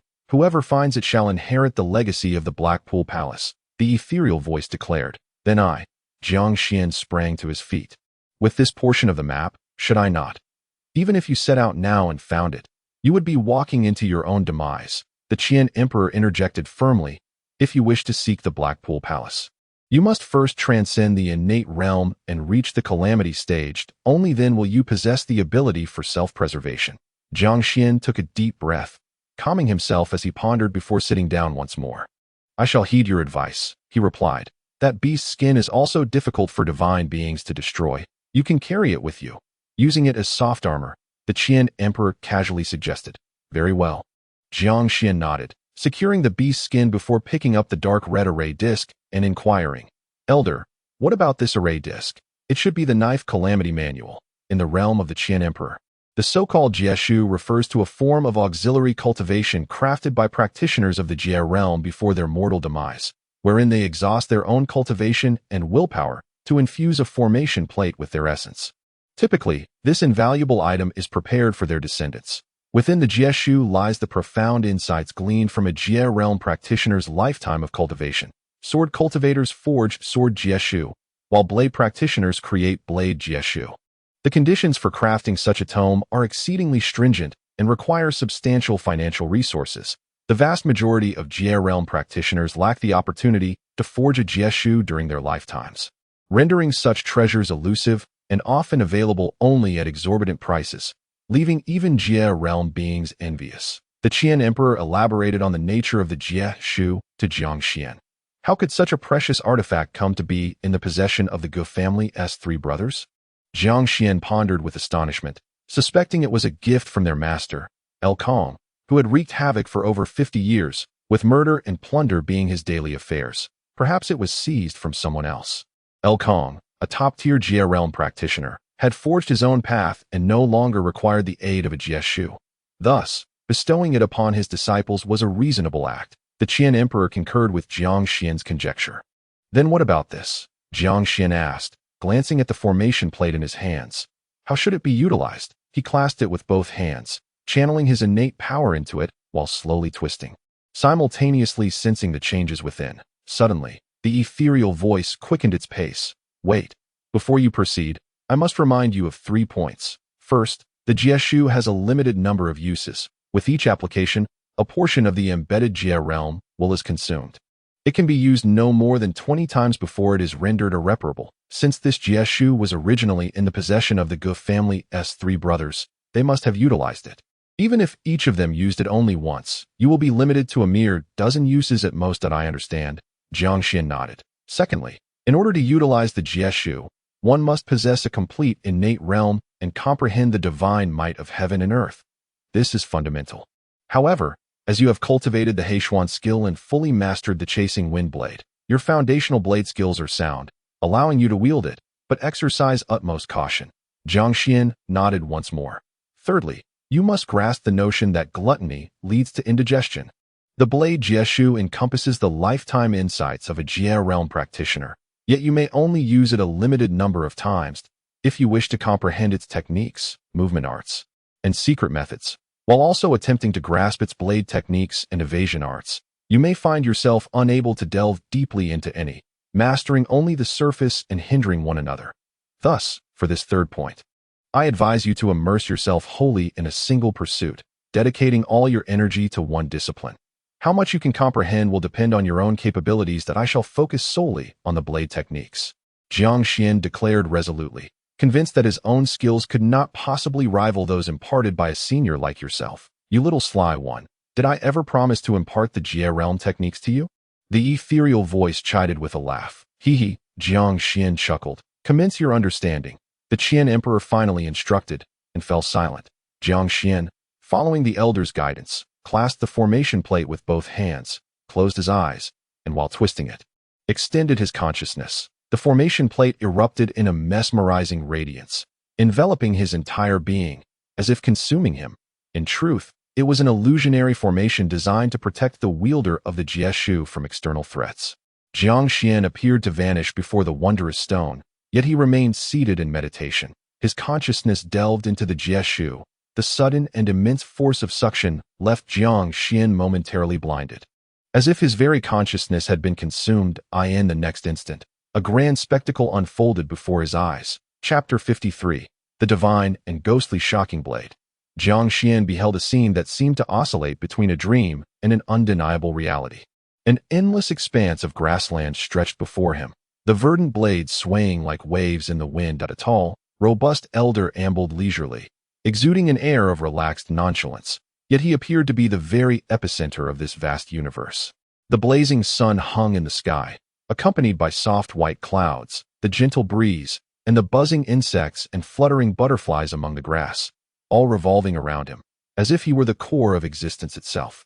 My name is Qin Yuan. I began my blade training at the tender age of 4, and it has been 103 years since then that I rose from obscurity, considering myself a prodigy, and once dared to dream of transcending into the realm of gods and demons. Yet, fate has played its hand.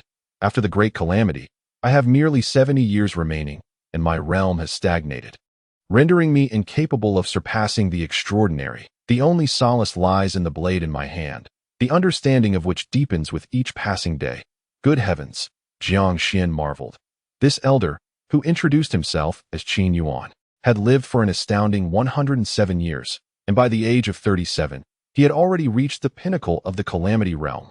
Jiang Xuan continued to listen intently. I initially practiced the 7 lives of reincarnation blade, and later mastered over a dozen supreme techniques, including the flowing sand slash, the phantom convergence blade, and the thunderstorm blade. After 70 years of arduous training, I finally synthesized the entirety of my blade techniques into a singular, unparalleled art, which I named the Divine and Ghostly Shocking Blade. Alas, on the day of my achievement, my time was drawing to a close. The blade is my life. In pursuit of mastering the blade, I severed all emotional ties, living a solitary existence, traversing countless rivers and mountains, committing numerous acts of slaughter, and bearing deep-seated sins. Yet, I harbor no regrets. My blade is one of destruction, a blade of malevolence. It is the most sinister and ferocious form of blade technique. Should one lack a resolute heart, do not undertake this training. lest you waver and succumb to madness like I did. I belong to no school or sect. Nor do I have any disciples that I do not wish for the 5 techniques I have comprehended in my life to fade into obscurity. Thus, I have inscribed this calamity tome, hoping that the divine and ghostly shocking blade may endure through generations. I shall first demonstrate this blade technique, followed by the accompanying techniques of power and movement. Suddenly, Jiang Xuan felt the world spin around him, and in the next moment, he found himself standing upon the grass. His body beginning to move of its own accord, with an energy surging within him that surpassed even the innate force. Calamity power, have I merged with this elder's essence? Jiang Xuan was astounded. Indeed, this was the formidable power of the Calamity Tome.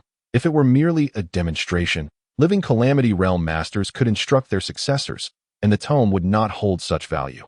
Its rarity lies in its ability to temporarily fuse the user's will with that of the tome, creating an effect akin to embodying a Calamity Realm master. The first technique of the divine and ghostly shocking blade, Phantom Ghost Slash, with an unprecedented surge of powerful energy coursing through him.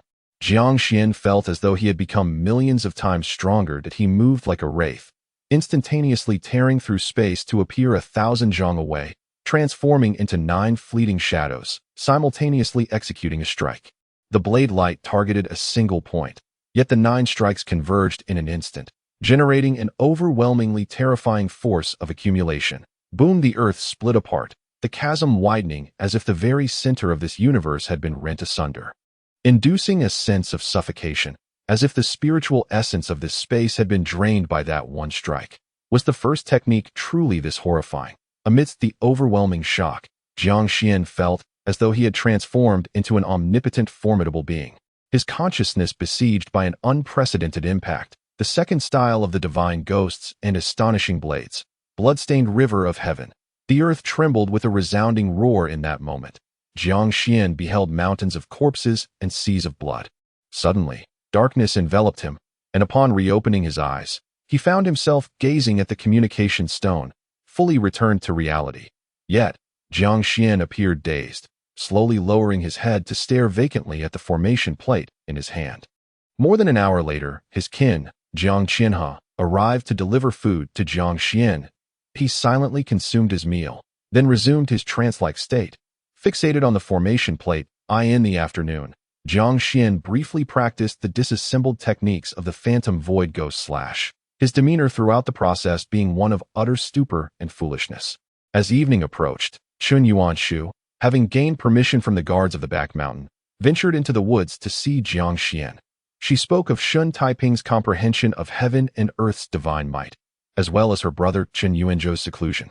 Jiang Xuan, offering little more than nods and shakes of the head, remained largely silent. Perceiving his indifferent demeanor, Chen Yuanshu departed before nightfall. 3 days later, Chen Yuanshu returned with news of Chen Yuanzhou's emergence from seclusion, along with his own understanding of the divine might of heaven and earth. On the 17th of March, Jiang Xuan spat a mouthful of blood onto the communication stone, collapsing to his knees, blood streaming from his 7 orifices. Yet, in that moment, his gaze regained clarity, albeit laced with fear and disbelief. This blade calamity manual had rendered him in a daze for 7 days, his consciousness nearly on the brink of collapse. Thankfully, having practiced the re-breathing technique, his injuries gradually healed on their own. Had it been another, they might have succumbed to a complete mental breakdown and death, reflecting on those 7 days of being like a walking corpse. A wave of dread washed over Jiang Xuan. He had lost himself in meditation at the back mountain. Had such an incident occurred during his trials at Heighten Mountain, he would have been utterly oblivious to his demise. He had not even completed the viewing of the second style before he had reached his limit, with a total of 5 styles to master. The good brothers, having failed to comprehend the divine might of heaven and earth, likely could not withstand the entirety either. However, as they faced the trials together, they provided mutual support, ensuring their safety even in the depths of Heighten Mountain. Jiang Xuan mused, I surmise they have each only utilized it at most once. When I confronted them, I did not witness them employing any techniques infused with the essence of divine ghosts and astonishing blades. Given their innate talents, they are unlikely to grasp such a terrifying blade technique. The divine ghosts and astonishing blades is a technique of the Calamity Realm. Generally, only those in the Calamity Realm may begin its cultivation, for those in the innate realm to achieve even a modicum of understanding. They must be extraordinary geniuses, akin to Chun Yuan-shu. The Gu brothers, though formidable when united, are vastly inferior in innate talent. If a total of 20 uses is permissible, that leaves 16 remaining. Each use diminishes the count. Given my current state of cultivation, utilizing the second one immediately would be a squander. Regardless, I have thoroughly comprehended the first style, sufficient for my practice. In the afternoon, Jiang Xuan conveyed his circumstances to the esteemed elder Qishur. The Qian emperor offered him some guidance that a Calamity Realm powerhouse capable of leaving behind a Calamity manual is anything but ordinary. They are among the elite. However, the potency of the divine ghosts and astonishing blades took even the Qian emperor by surprise, as this technique may surpass the inherited sword arts of the four great families of Feishua City. Nevertheless, the Qian emperor also cautioned Jiang Xuan. The technique of this blade is undeniably sinister. Should this robbery manual be sold, its worth would be significantly lower than that of other manuals. After all, those capable of affording such tomes are invariably from prestigious clans, and these elite families prohibit their descendants from practicing techniques that carry such adverse repercussions. There are too many potential dangers. However, for Jiang Xuan, who cultivates diligently, it poses little issue. With his breathing technique to safeguard him, he can withstand it. In fact, it even serves to temper his consciousness somewhat. Thus, Jiang Xuan embarked on an even more arduous period of secluded training. By day, he practiced his swordplay, and by night, he refined his martial arts using top-tier essence crystals, allowing himself only 1 or 2 hours of sleep in the late hours that he would rest during meals, rarely leaving the back mountain, save for 2 occasions when he departed to receive the bounty sent by the Chun family and the officials of Feishua City. Half a month later, on the 2nd day of April, in the afternoon, the Jiang Clan's earthen city was abuzz with activity. Talented individuals and bodyguards from various families in Feishua City, numbering around 500 to 600 in total, had gathered to accommodate them. The Jiang Clan summoned a host of servants from various tribes, restoring the once desolate earthen city to its former vibrant chaos, a stark contrast to the 3 years of the life and death battle that had left it nearly empty. The visitors from Feishua City were not there to enjoy free lodging and meals. They were generous with their spending, oblivious to the local prices. The earnings of the Jiang Clan over these past 20 days nearly rivaled their total income from the previous year. With over 90% being profit. It was indeed a remarkable sight for a small tribal earthen city to attract the cream of the crop from Feishua City. Accompanying this influx were countless competitions and sparring sessions. Under the blazing sun, in the martial arts arena, Chun Yuanzhou leaped down from the stage, narrowly evading a perilous strike from Shun Taiping. Ha! Young Master Taiping has triumphed once again, just 25 to 28. What is there to boast about? The crowd erupted around the arena as the supporters of the 2 great talents nearly engaged in a war of words, while it appeared to be a mere dispute among the youth. It was, in truth, a clash between 2 clans and their subordinate families. Ha, brother Yuanzhou, I concede. Shin Taiping approached with a beaming smile.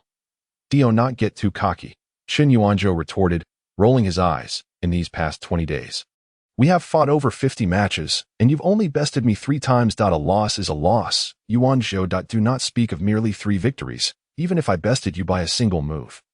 It still counts as a victory. A figure stepped beside Shin Taiping, smirking in a peculiar manner.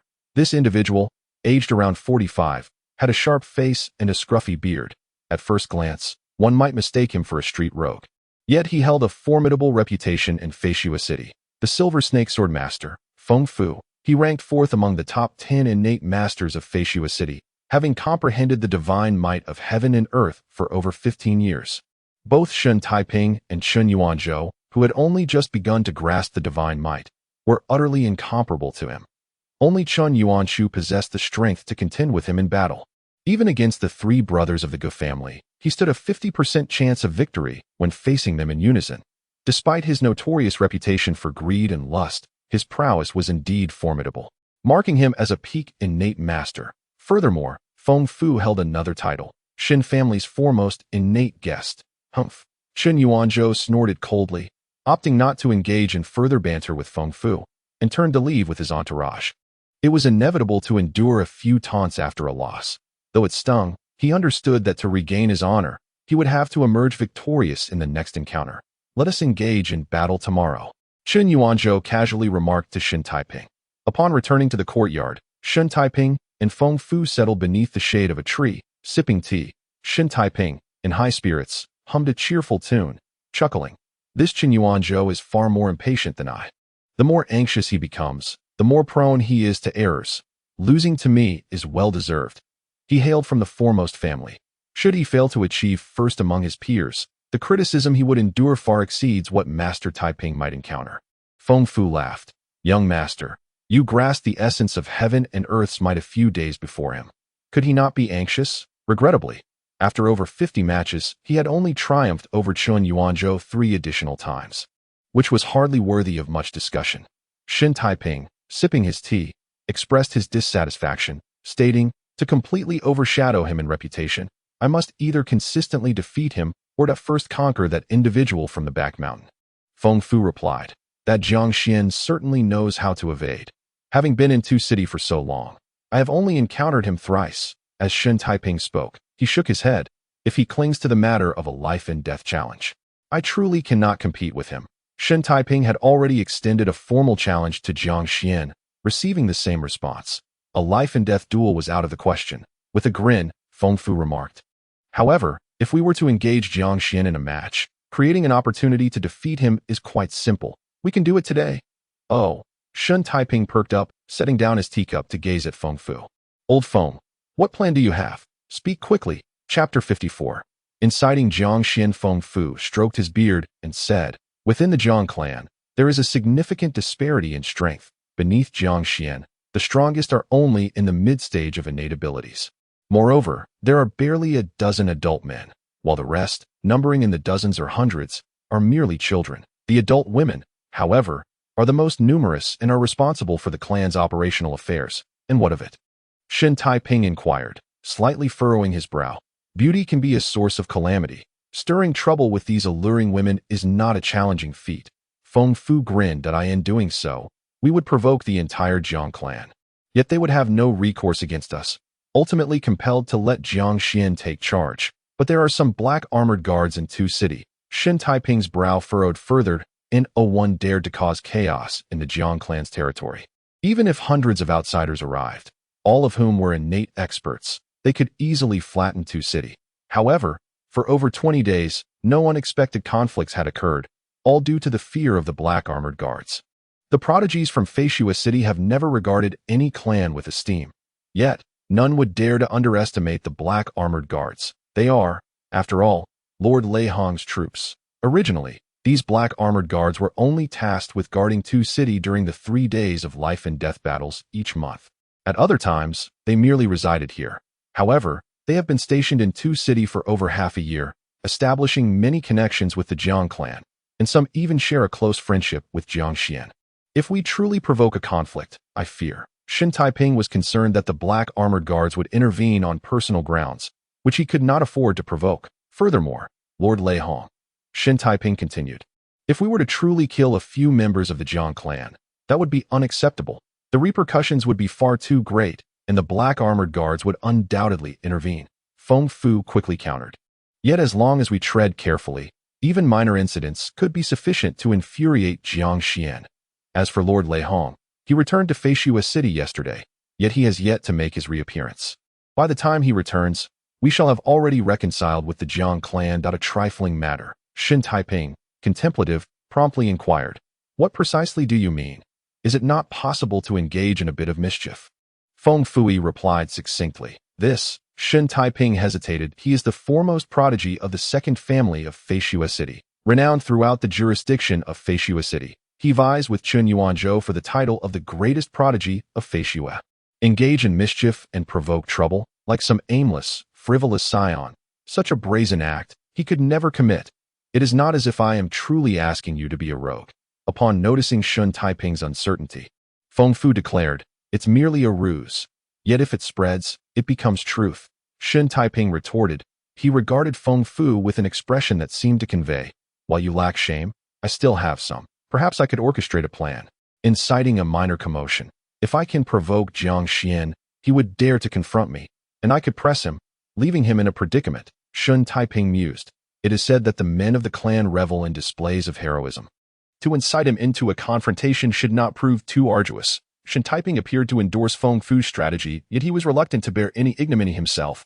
How troublesome. Would it be feasible to arrange everything by this afternoon? However, Feng Fu reminded him, Lord Lei Hong may return as soon as tomorrow. This, Shen Taiping hesitated once more. Feng Fu gazed at him with a knowing smile. Suddenly, Shen Taiping comprehended. Old Feng, do you have a clever stratagem? Speak quickly. Shen Taiping, invigorated, even took up the teapot and poured tea for Feng Fu. I shall engage in the mischief, and you shall shield me. Feng Fu chuckled. After all, my reputation is already tarnished. I have long since been immune to the bites of lice. As your family's guest, it is only fitting for you to provide me protection from a familial perspective. If Jiang Xuan wishes to contend with me, he must first triumph over you. Shen Taiping's eyes sparkled ever more brightly. Haha, splendid. Old Feng, splendid. Then this time, I shall impose upon you the burden of infamy, once I vanquish Jiang Xuan and claim the title of the greatest prodigy of Feishua City. You shall be handsomely rewarded. Shen Taiping exclaimed with laughter. Alleviate the worries of the young master is my duty. Feng Fu replied with a smile, then raised his teacup. Shen Taiping mirrored the gesture, and they clinked their cups before drinking. The tea was truly delightful.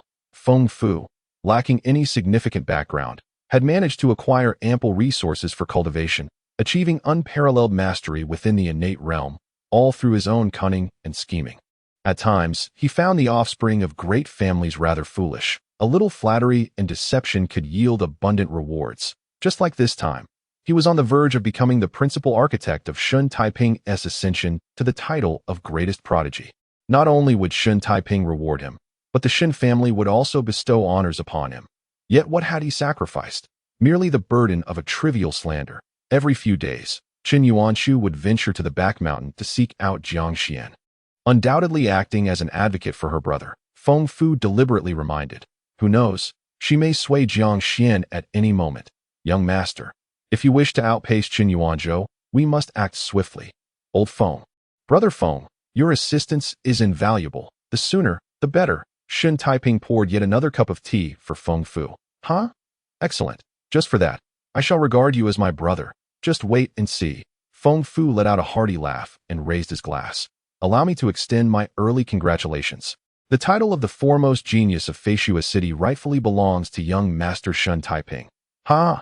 Shen Taiping joined in the laughter. The two clinked their cups and drank heartily. In the afternoon, as the sun began its descent, it was indeed a season of delightful temperatures. The picturesque scenery of the back mountain was adorned with blooming flowers and the sweet melodies of birds. On the edge of a clearing, a beast skin rug was laid out, upon which various food boxes were arranged. In addition to an array of pastries, there were exquisitely cooked game birds and beasts. A feast of unparalleled abundance. My brother suffered yet another defeat to Shen Taiping this morning. Qin Yuanshu stood by, sword in hand, her expression aloof. Their current strength should place them among the top 30 in Feishua City. Although they had only just grasped the might of the Heavenly Emperor, they were both prodigious talents. The breakthrough in their realm would undoubtedly elevate their prowess to the forefront of that stage. Come, have a bite. Jiang Xuan offered a piece of beast milk pastry, extending his hand toward Qin Yuanshu. I have already had lunch. Qin Yuanshu coldly declined. One bite won't kill you. It's delicious, and I assure you, you've never tasted anything like it. Jiang Xuan raised an eyebrow. Come, let me feed you. The atmosphere suddenly turned peculiar. In truth, the tension between them had begun to manifest in such a strange way over 2 weeks prior. When Jiang Xuan had even scolded her for not finishing the contents of her bowl, this was not the first time Jiang Xuan had attempted to feed her. Qin Yuanshu, with her legs perfectly straight, slowly bent down, brushing aside her naturally cascading long hair, and opened her mouth to bite the pastry, her red lips brushing against Jiang Xuan's fingertips before retreating instantly. Quite good. Qin Yuanshu straightened up, consuming the delicacy and nonchalantly remarking, as if nothing extraordinary had occurred. Between them now lay a delicate veil, a subject neither wished to broach. The mere interlude. Jiang Xuan continued to eat, while Qin Yuanshu resumed her discourse. I will seek an opportunity to persuade my brother to abandon his fixation on challenging you. Qin Yuanshu continued. Both he and Shen Taiping are true prodigies. In 2 years, they will undoubtedly enter the cataclysmic realm. Their challenge is merely a matter of pride, a desire to make a name for themselves once more before ascending to that realm. Whether or not they challenge you will not affect their entry into the cataclysmic realm. But if you were to lose, the repercussions for you would be monumental. The entire world would know you lack the strength to defeat the Gu family's 3 brothers. Thus, I will advise my brother. And as for Shen Taiping, simply ignore him. Have you sold your brother out for this wild man? Jiang Xuan teased with a sidelong glance at Chen Yuanshu. Why do you speak so harshly? Chen Yuanshu retorted, her irritation evident. Moreover, I am not doing this for you. During my stay here, I have grown quite fond of your tribe. So many women, united and strong. They require your protection, and thus your current reputation must not be tarnished. So do not flatter yourself. I.com. This one is delicious too. Jiang Xuan interrupted her, offering another piece of pastry. Chen Yuanshu bent down once more to receive it. Xiao Xian, Chief, Xiao Xian. Urgent shouts suddenly rang out. Chen Yuanshu abruptly straightened, turning her back, hastily covering her mouth to swallow the morsel, pursing her lips before nonchalantly turning back. This is bad. Chief. Rushing towards him was Jiang Qianhe, breathless and agitated, exclaiming, something serious has happened. You must go and see. Chapter 55. To die, as a deterrent. Something serious has happened. Hurry and take a look. Answered she. Huh? Jiang Xian's brow furrowed instantly as he transformed into a fleeting shadow, appearing before Jiang Qianhe in an instant. Grasping her shoulders with urgency. What has happened to Aunt Soon? There is someone. Someone was peeping at Aunt Soon while she was bathing. Jiang Qianhe replied indignantly. Jiang Xian was momentarily taken aback. What constituted a serious issue? Such occurrences were not uncommon within the tribe. Even though most of the men of the Jiang clan had met their demise, there remained a group of 13 or 14-year-old boys, precisely the age most prone to causing trouble. While this situation was indeed inappropriate, it hardly reached the level of warranting the patriarch's attention. Jiang Xuan was the captain of the patrol team and could directly administer punishment. Those who deserved a beating or a fine would receive it. At 36, Jiang Xuan had already lost 3 husbands and possessed a fiercely robust character typical of tribal women. If she were truly spied upon by some mischievous lad, it was uncertain who would be teasing whom. And then, Jiang Xuan inquired, his curiosity piqued, as he pulled Jiang Qianhe along. Come, speak as we walk. As they made their way toward the back mountain, Jiang Qianhe recounted the events. Essentially, Jiang Xuan had been practicing in the afternoon, sweating profusely, and upon returning to bathe, she noticed movement by the window as she was dressing. Grabbing her blade, she rushed out, only to catch a glimpse of Feng Fu, a guest from the Shen family. Feng Fu swiftly vanished before she could catch him, prompting Jiang Xuan to rally others to confront Shen Taiping about the matter. This incident had already escalated. Feng Fu? Is he the first innate guest from the Shen family? The one with a sharp face? Jiang Xian's brow furrowed deeper. He recalled Feng Fu being present the first time he met Shen Taiping. This situation felt amiss. Chen Yuanshu, who was trailing behind, quickened her pace to walk alongside Jiang Xuan. Feng Fu is greedy, lecherous, and cunning, yet it is common knowledge throughout Feishua City that he has a particular fondness for young maidens in their prime and would hardly be inclined towards a woman in her 30s. Are you implying that my Aunt Suyun has wronged him? Jiang Xuan shot a sharp glance at Chen Yuanshu. No. Chen Yuanshu quickly clarified. What I mean is that Feng Fu did it deliberately. He is the 4th among the top 10 innate experts of Feishua City. Having lain dormant for years, he made a stunning debut, defeating 16 individuals on the innate ranking with a single move. Sanhai Guiji. Even I, the strongest innate of the Qin family, would not dare claim an assured victory over Feng Fu. The top 3 of the innate ranking are all affiliated with the court. Feng Fu, being the 4th, can be considered the foremost civilian innate expert in Feishua City. With such strength, if he truly wished to spy on Jiang Xuan bathing, it would be impossible for him to be discovered. Even if, for the sake of argument, he were detected, he could not possibly have been seen clearly. The Shun family aims to provoke me into action. A sudden realization struck Jiang Xuan. Indeed, Chen Yuanshu nodded, looking at Jiang Xuan earnestly. Therefore, you must not fall into their trap. Shen Taiping desires to publicly defeat you. Do not give him the opportunity. Jiang Xuan fell silent, neither affirming nor denying Chen Yuanshu's final remark.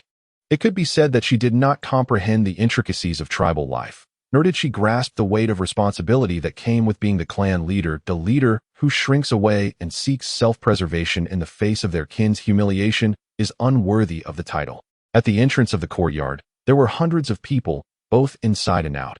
Upon arriving, Jiang Xuan and Chen Yuanshu could still hear the cacophony of insults echoing from within the yard. Did you just spy on me while I bathed? Spare me your nonsense. You think you're so beautiful. I've heard whispers that you've caused the demise of 3 husbands. And what do I think of you? Am I to fear the threat of a sty in my eye? Feng Fu's voice dripped with sarcasm. An old wretch. Don't assume that just because you occupy a higher realm, I'll cower before you. Such a shameless display. Don't obstruct me. I'm ready to confront him. Jiang Xuan's voice rang out. Oh, look at you. Acting like a shrew. Are you so unfulfilled that you're imagining things? Have you started seeing visions of me spying on you? If you had mentioned it earlier, I would have obliged. Just consider it a brief visit to the restroom. You wretched creature. I'll have your head. Let me go. Have I struck a nerve? Are you enraged out of shame? Let me tell you, I can't be bothered to stoop to your level. A woman like you, long deprived of male companionship, surely harbors some psychological issues. With so many men arriving in the city, are you not overwhelmed? Do you fantasize about someone watching you every time you bathe? Annie, release me. I'm going to confront him. Today, I shall risk it all. Feng Fu displayed not a shred of dignified superiority. His words were particularly venomous. Jiang Xuan, typically bold and unrestrained, would not have lost her composure over mere spying. Yet now she seemed utterly infuriated. It was evident that she had quarreled and failed to best Feng Fu. In the courtyard, people gathered beneath every eave and on the rooftops, including the talented heirs from other families and Flying Snow City and their guards. All drawn to the spectacle, Chen Yuanzhou stood atop a roof, observing. Outside the walls of this residence, a large tree loomed, with the inspector Xie Hanjia also watching the situation unfold in the courtyard. He not only grasped the overall scenario, but also noticed Jiang Xuan arriving alongside Chen Yuanzhou, which caused him to furrow his brow, though he understood that Chen Yuanzhou could not possibly have any romantic involvement with Jiang Xuan, as she was merely assisting her brother. Seeing her with another man stirred discomfort within him. Once Jiang Xuan was defeated, there would be no reason for Chen Yuanzhou and Chen Yuanzhou to remain in the Earth City. They would have to return to Flying Snow City, and my marriage to her should be brought to the forefront. Xie Hanjia mused. The leader of the Jiang Clan has arrived. Make way. As Jiang Xuan entered the courtyard, the crowd parted like a tide, clearing a path for him. The members of the Jiang Clan gathered closely, with Grandma Jinhua maintaining a stoic expression as she tightly gripped Jiang Xuan's wrist. Jiang Xuan, fearing for Grandma Jinhua's well-being, dared not struggle too forcefully. 20 to 30 black armored guards stood firmly on the side of the Jiang Clan. However, they could not resort to attacking Feng Fu over such trivial matters.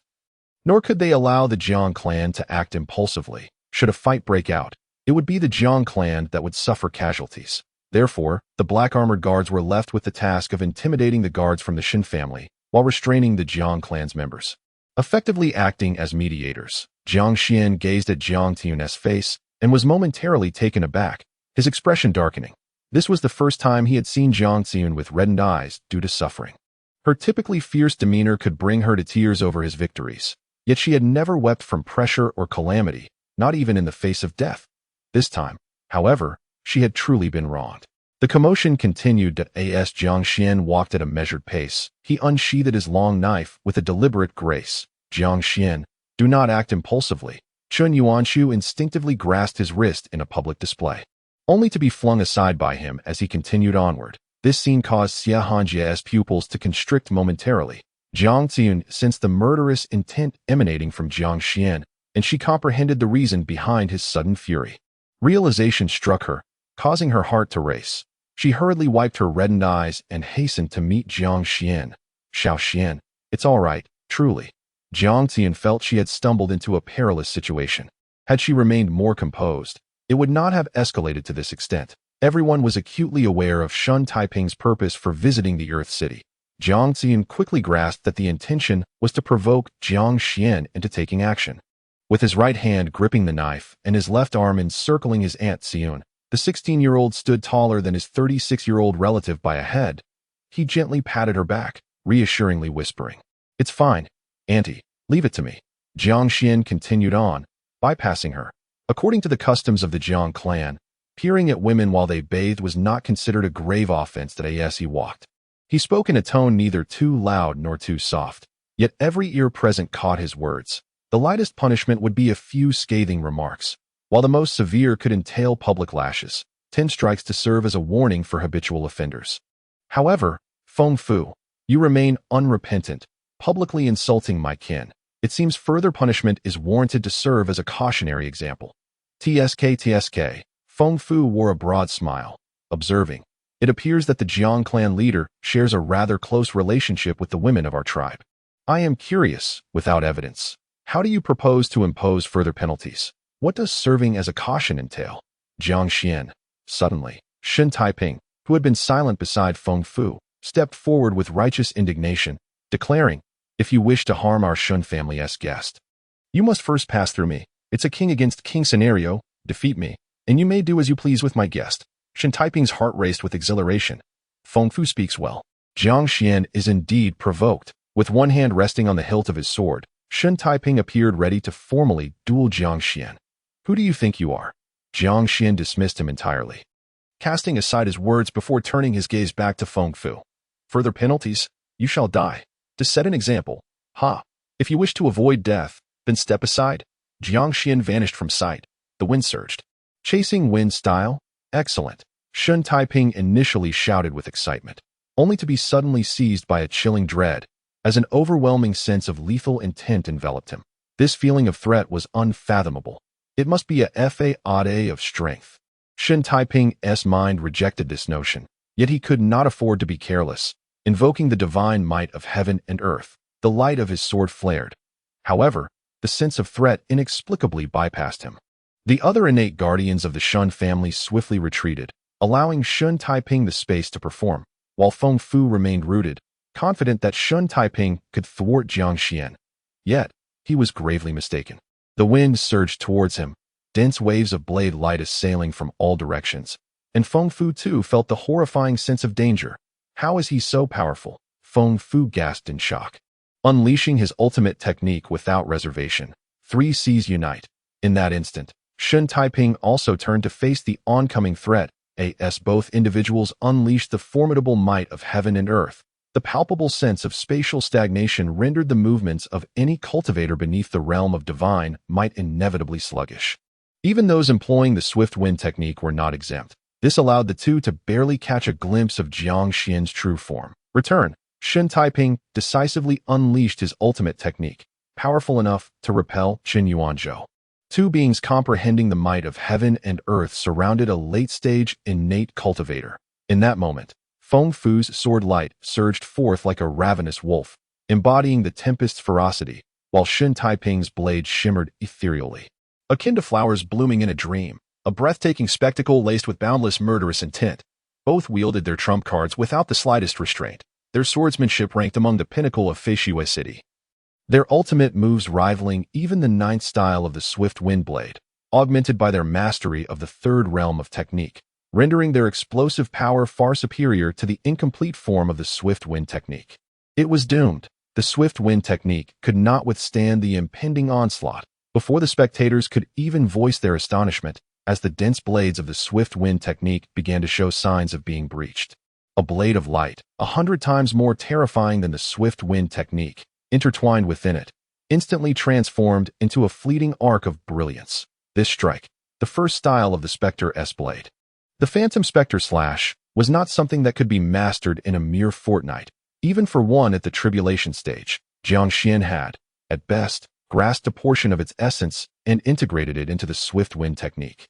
The hallmark of the swift wind technique is its speed and elusiveness, while the Phantom Spectre Slash epitomizes extreme swiftness, intangibility, and the layering of blade light. That it was precisely due to these shared attributes that Jiang Xuan could rapidly combine and innovate a new technique. He named this new move Phantom Swift Wind Technique. This strike transcended the realm of the swift wind blade, employing the principles of tribulation stage swordsmanship, essentially embodying a diluted version of the Phantom Spectre Slash. Lacking tribulation power, Jiang Xuan could only forcibly channel a fraction of its might using his immense innate energy. In comparison to the swift wind technique, its instantaneous explosive power surged by more than 100-fold. This blade light flickered into existence and vanished in the blink of an eye, seamlessly interwoven with the dense blade light of the swift wind technique, moving with an uncanny swiftness that seemed illusory. Feng Fu wore a sinister smile that seemed to mock fate, believing it to be mere illusion, unable to react in time. The moment the wolf-like sword light was obliterated, he sensed a chilling breeze at his neck. "This is bad." From a distance, Xie Hanjie appeared in the courtyard, swiftly grasping Shen Taiping by the nape and retreating over 10 paces. The blade light halted. Jiang Xuan turned coldly to regard Xie Hanjie. Everyone was left in a daze, having anticipated Jiang Xuan's demise. Yet the inspector Xie Hanjie had unexpectedly intervened to rescue Shen Taiping. Curiously, upon Shen Taiping's removal, why did Feng Fu remain motionless? With a thud, Feng Fu's head fell to the ground, eyes wide open, rolling several feet away, while the headless corpse, still gripping the blade, toppled straight back, crashing onto the ground with a resounding thud, blood swiftly pooling around it. Clang! Shen Taiping's sword clattered to the earth. Crack. Cough. Gurgle. Shen Taiping's eyes widened in sheer terror of death, his hands desperately attempting to stanch the torrent of blood gushing from his throat, collapsing to his knees. One dead, one gravely injured. Chapter 56. Jiang Xuan. In the midst of divine and demonic forms, a cacophony of coughs and gurgles escaped Shen Taiping's lips. He could sense the rapid passage of his own life, inducing an unprecedented dread within him. Initially, his plan was merely to defeat Jiang Xuan and comprehend the divine might of the heavens and earth, which would amplify his strength manifold. He felt assured that he could easily vanquish Jiang Xuan without resorting to any lethal techniques. However, Feng Fu raised his hand and unleashed the ultimate move.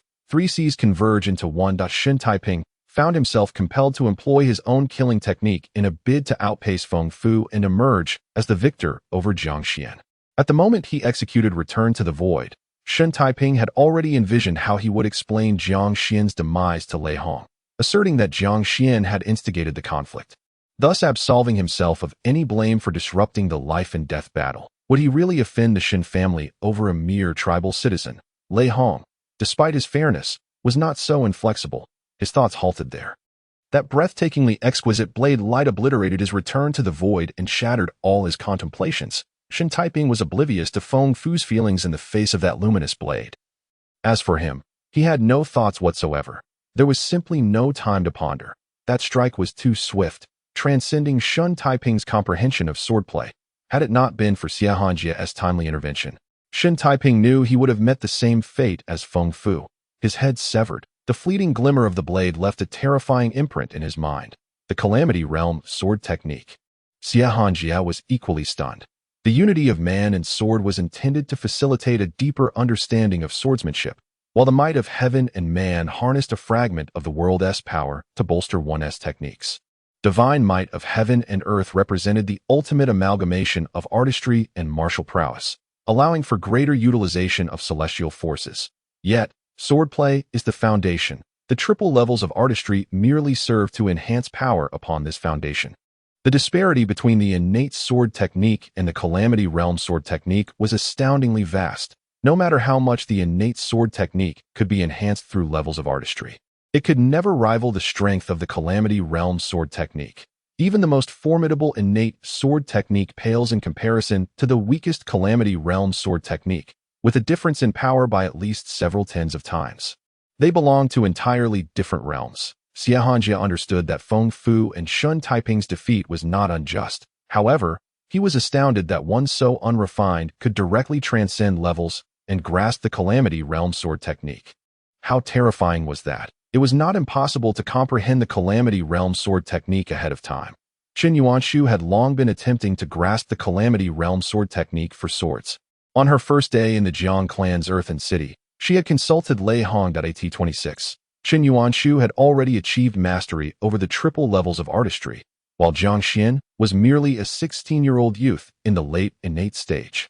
His aptitude for swordsmanship far surpassed Yuanshu's for swordplay, a rarity indeed. Fortunately, he had only entered the innate stage at 15, and his aptitude was notably inferior to Yuanshu's, who had entered at 12. Even if he forcibly advanced to the late innate stage within 6 months through an extravagant expenditure of resources, aspiring to reach the Calamity Realm would still be fraught with challenges. Achieving breakthroughs in higher realms fundamentally relied on comprehension. Mere resources were insufficient. Perhaps his age of transcending into the Calamity Realm would not be significantly earlier than mine. Ultimately, he would be hindered by his innate aptitude. Even if his artistry progressed rapidly, the likelihood of becoming a divine demon remained exceedingly slim. Xie Hanjie was aware of the secret behind Jiang Xuan's recent elevation in realm over the past 6 months. Lei Hong did not conceal the truth from him. Xia Hanjia, being one of the inspectors, was involved in the matter concerning Lei Hong's acceptance of 2/10 of Jiang Xuan's mining profits, a subject on which Lei Hong had always been forthright. Xia Hanjia harbored malicious thoughts regarding Jiang Xuan's future. His disdain for Jiang Xuan stemmed not only from the deep-seated prejudices that the townsfolk held against the tribespeople, with some even believing that those not of their kind must harbor ulterior motives, but also due to Chun Yuanshu's recent closeness with Jiang Xuan. Nevertheless, despite his spiteful conjectures, Xia Hanjia was compelled to acknowledge two undeniable truths. First, Jiang Xuan possessed an unparalleled talent for swordsmanship, a gift that might only arise once in a millennium. Second, Jiang Xuan exhibited the potential of a divine or demonic being. The likelihood of becoming a god or demon was exceedingly slim, yet this very statement implied that he indeed had the potential to ascend to such heights. As long as there exists even the faintest chance, it can be deemed that he possesses the qualities of a divine or demonic entity. To have the potential to become a god or demon is the utmost accolade aspired to by cultivators across the realm. As for the Jiang sword technique, Chun Yuanzhou, perched upon the rooftop, was struck with profound shock. He could hardly discern Jiang Xuan's strike, which instantaneously dismantled two formidable skills, leading to the demise of Feng Fu.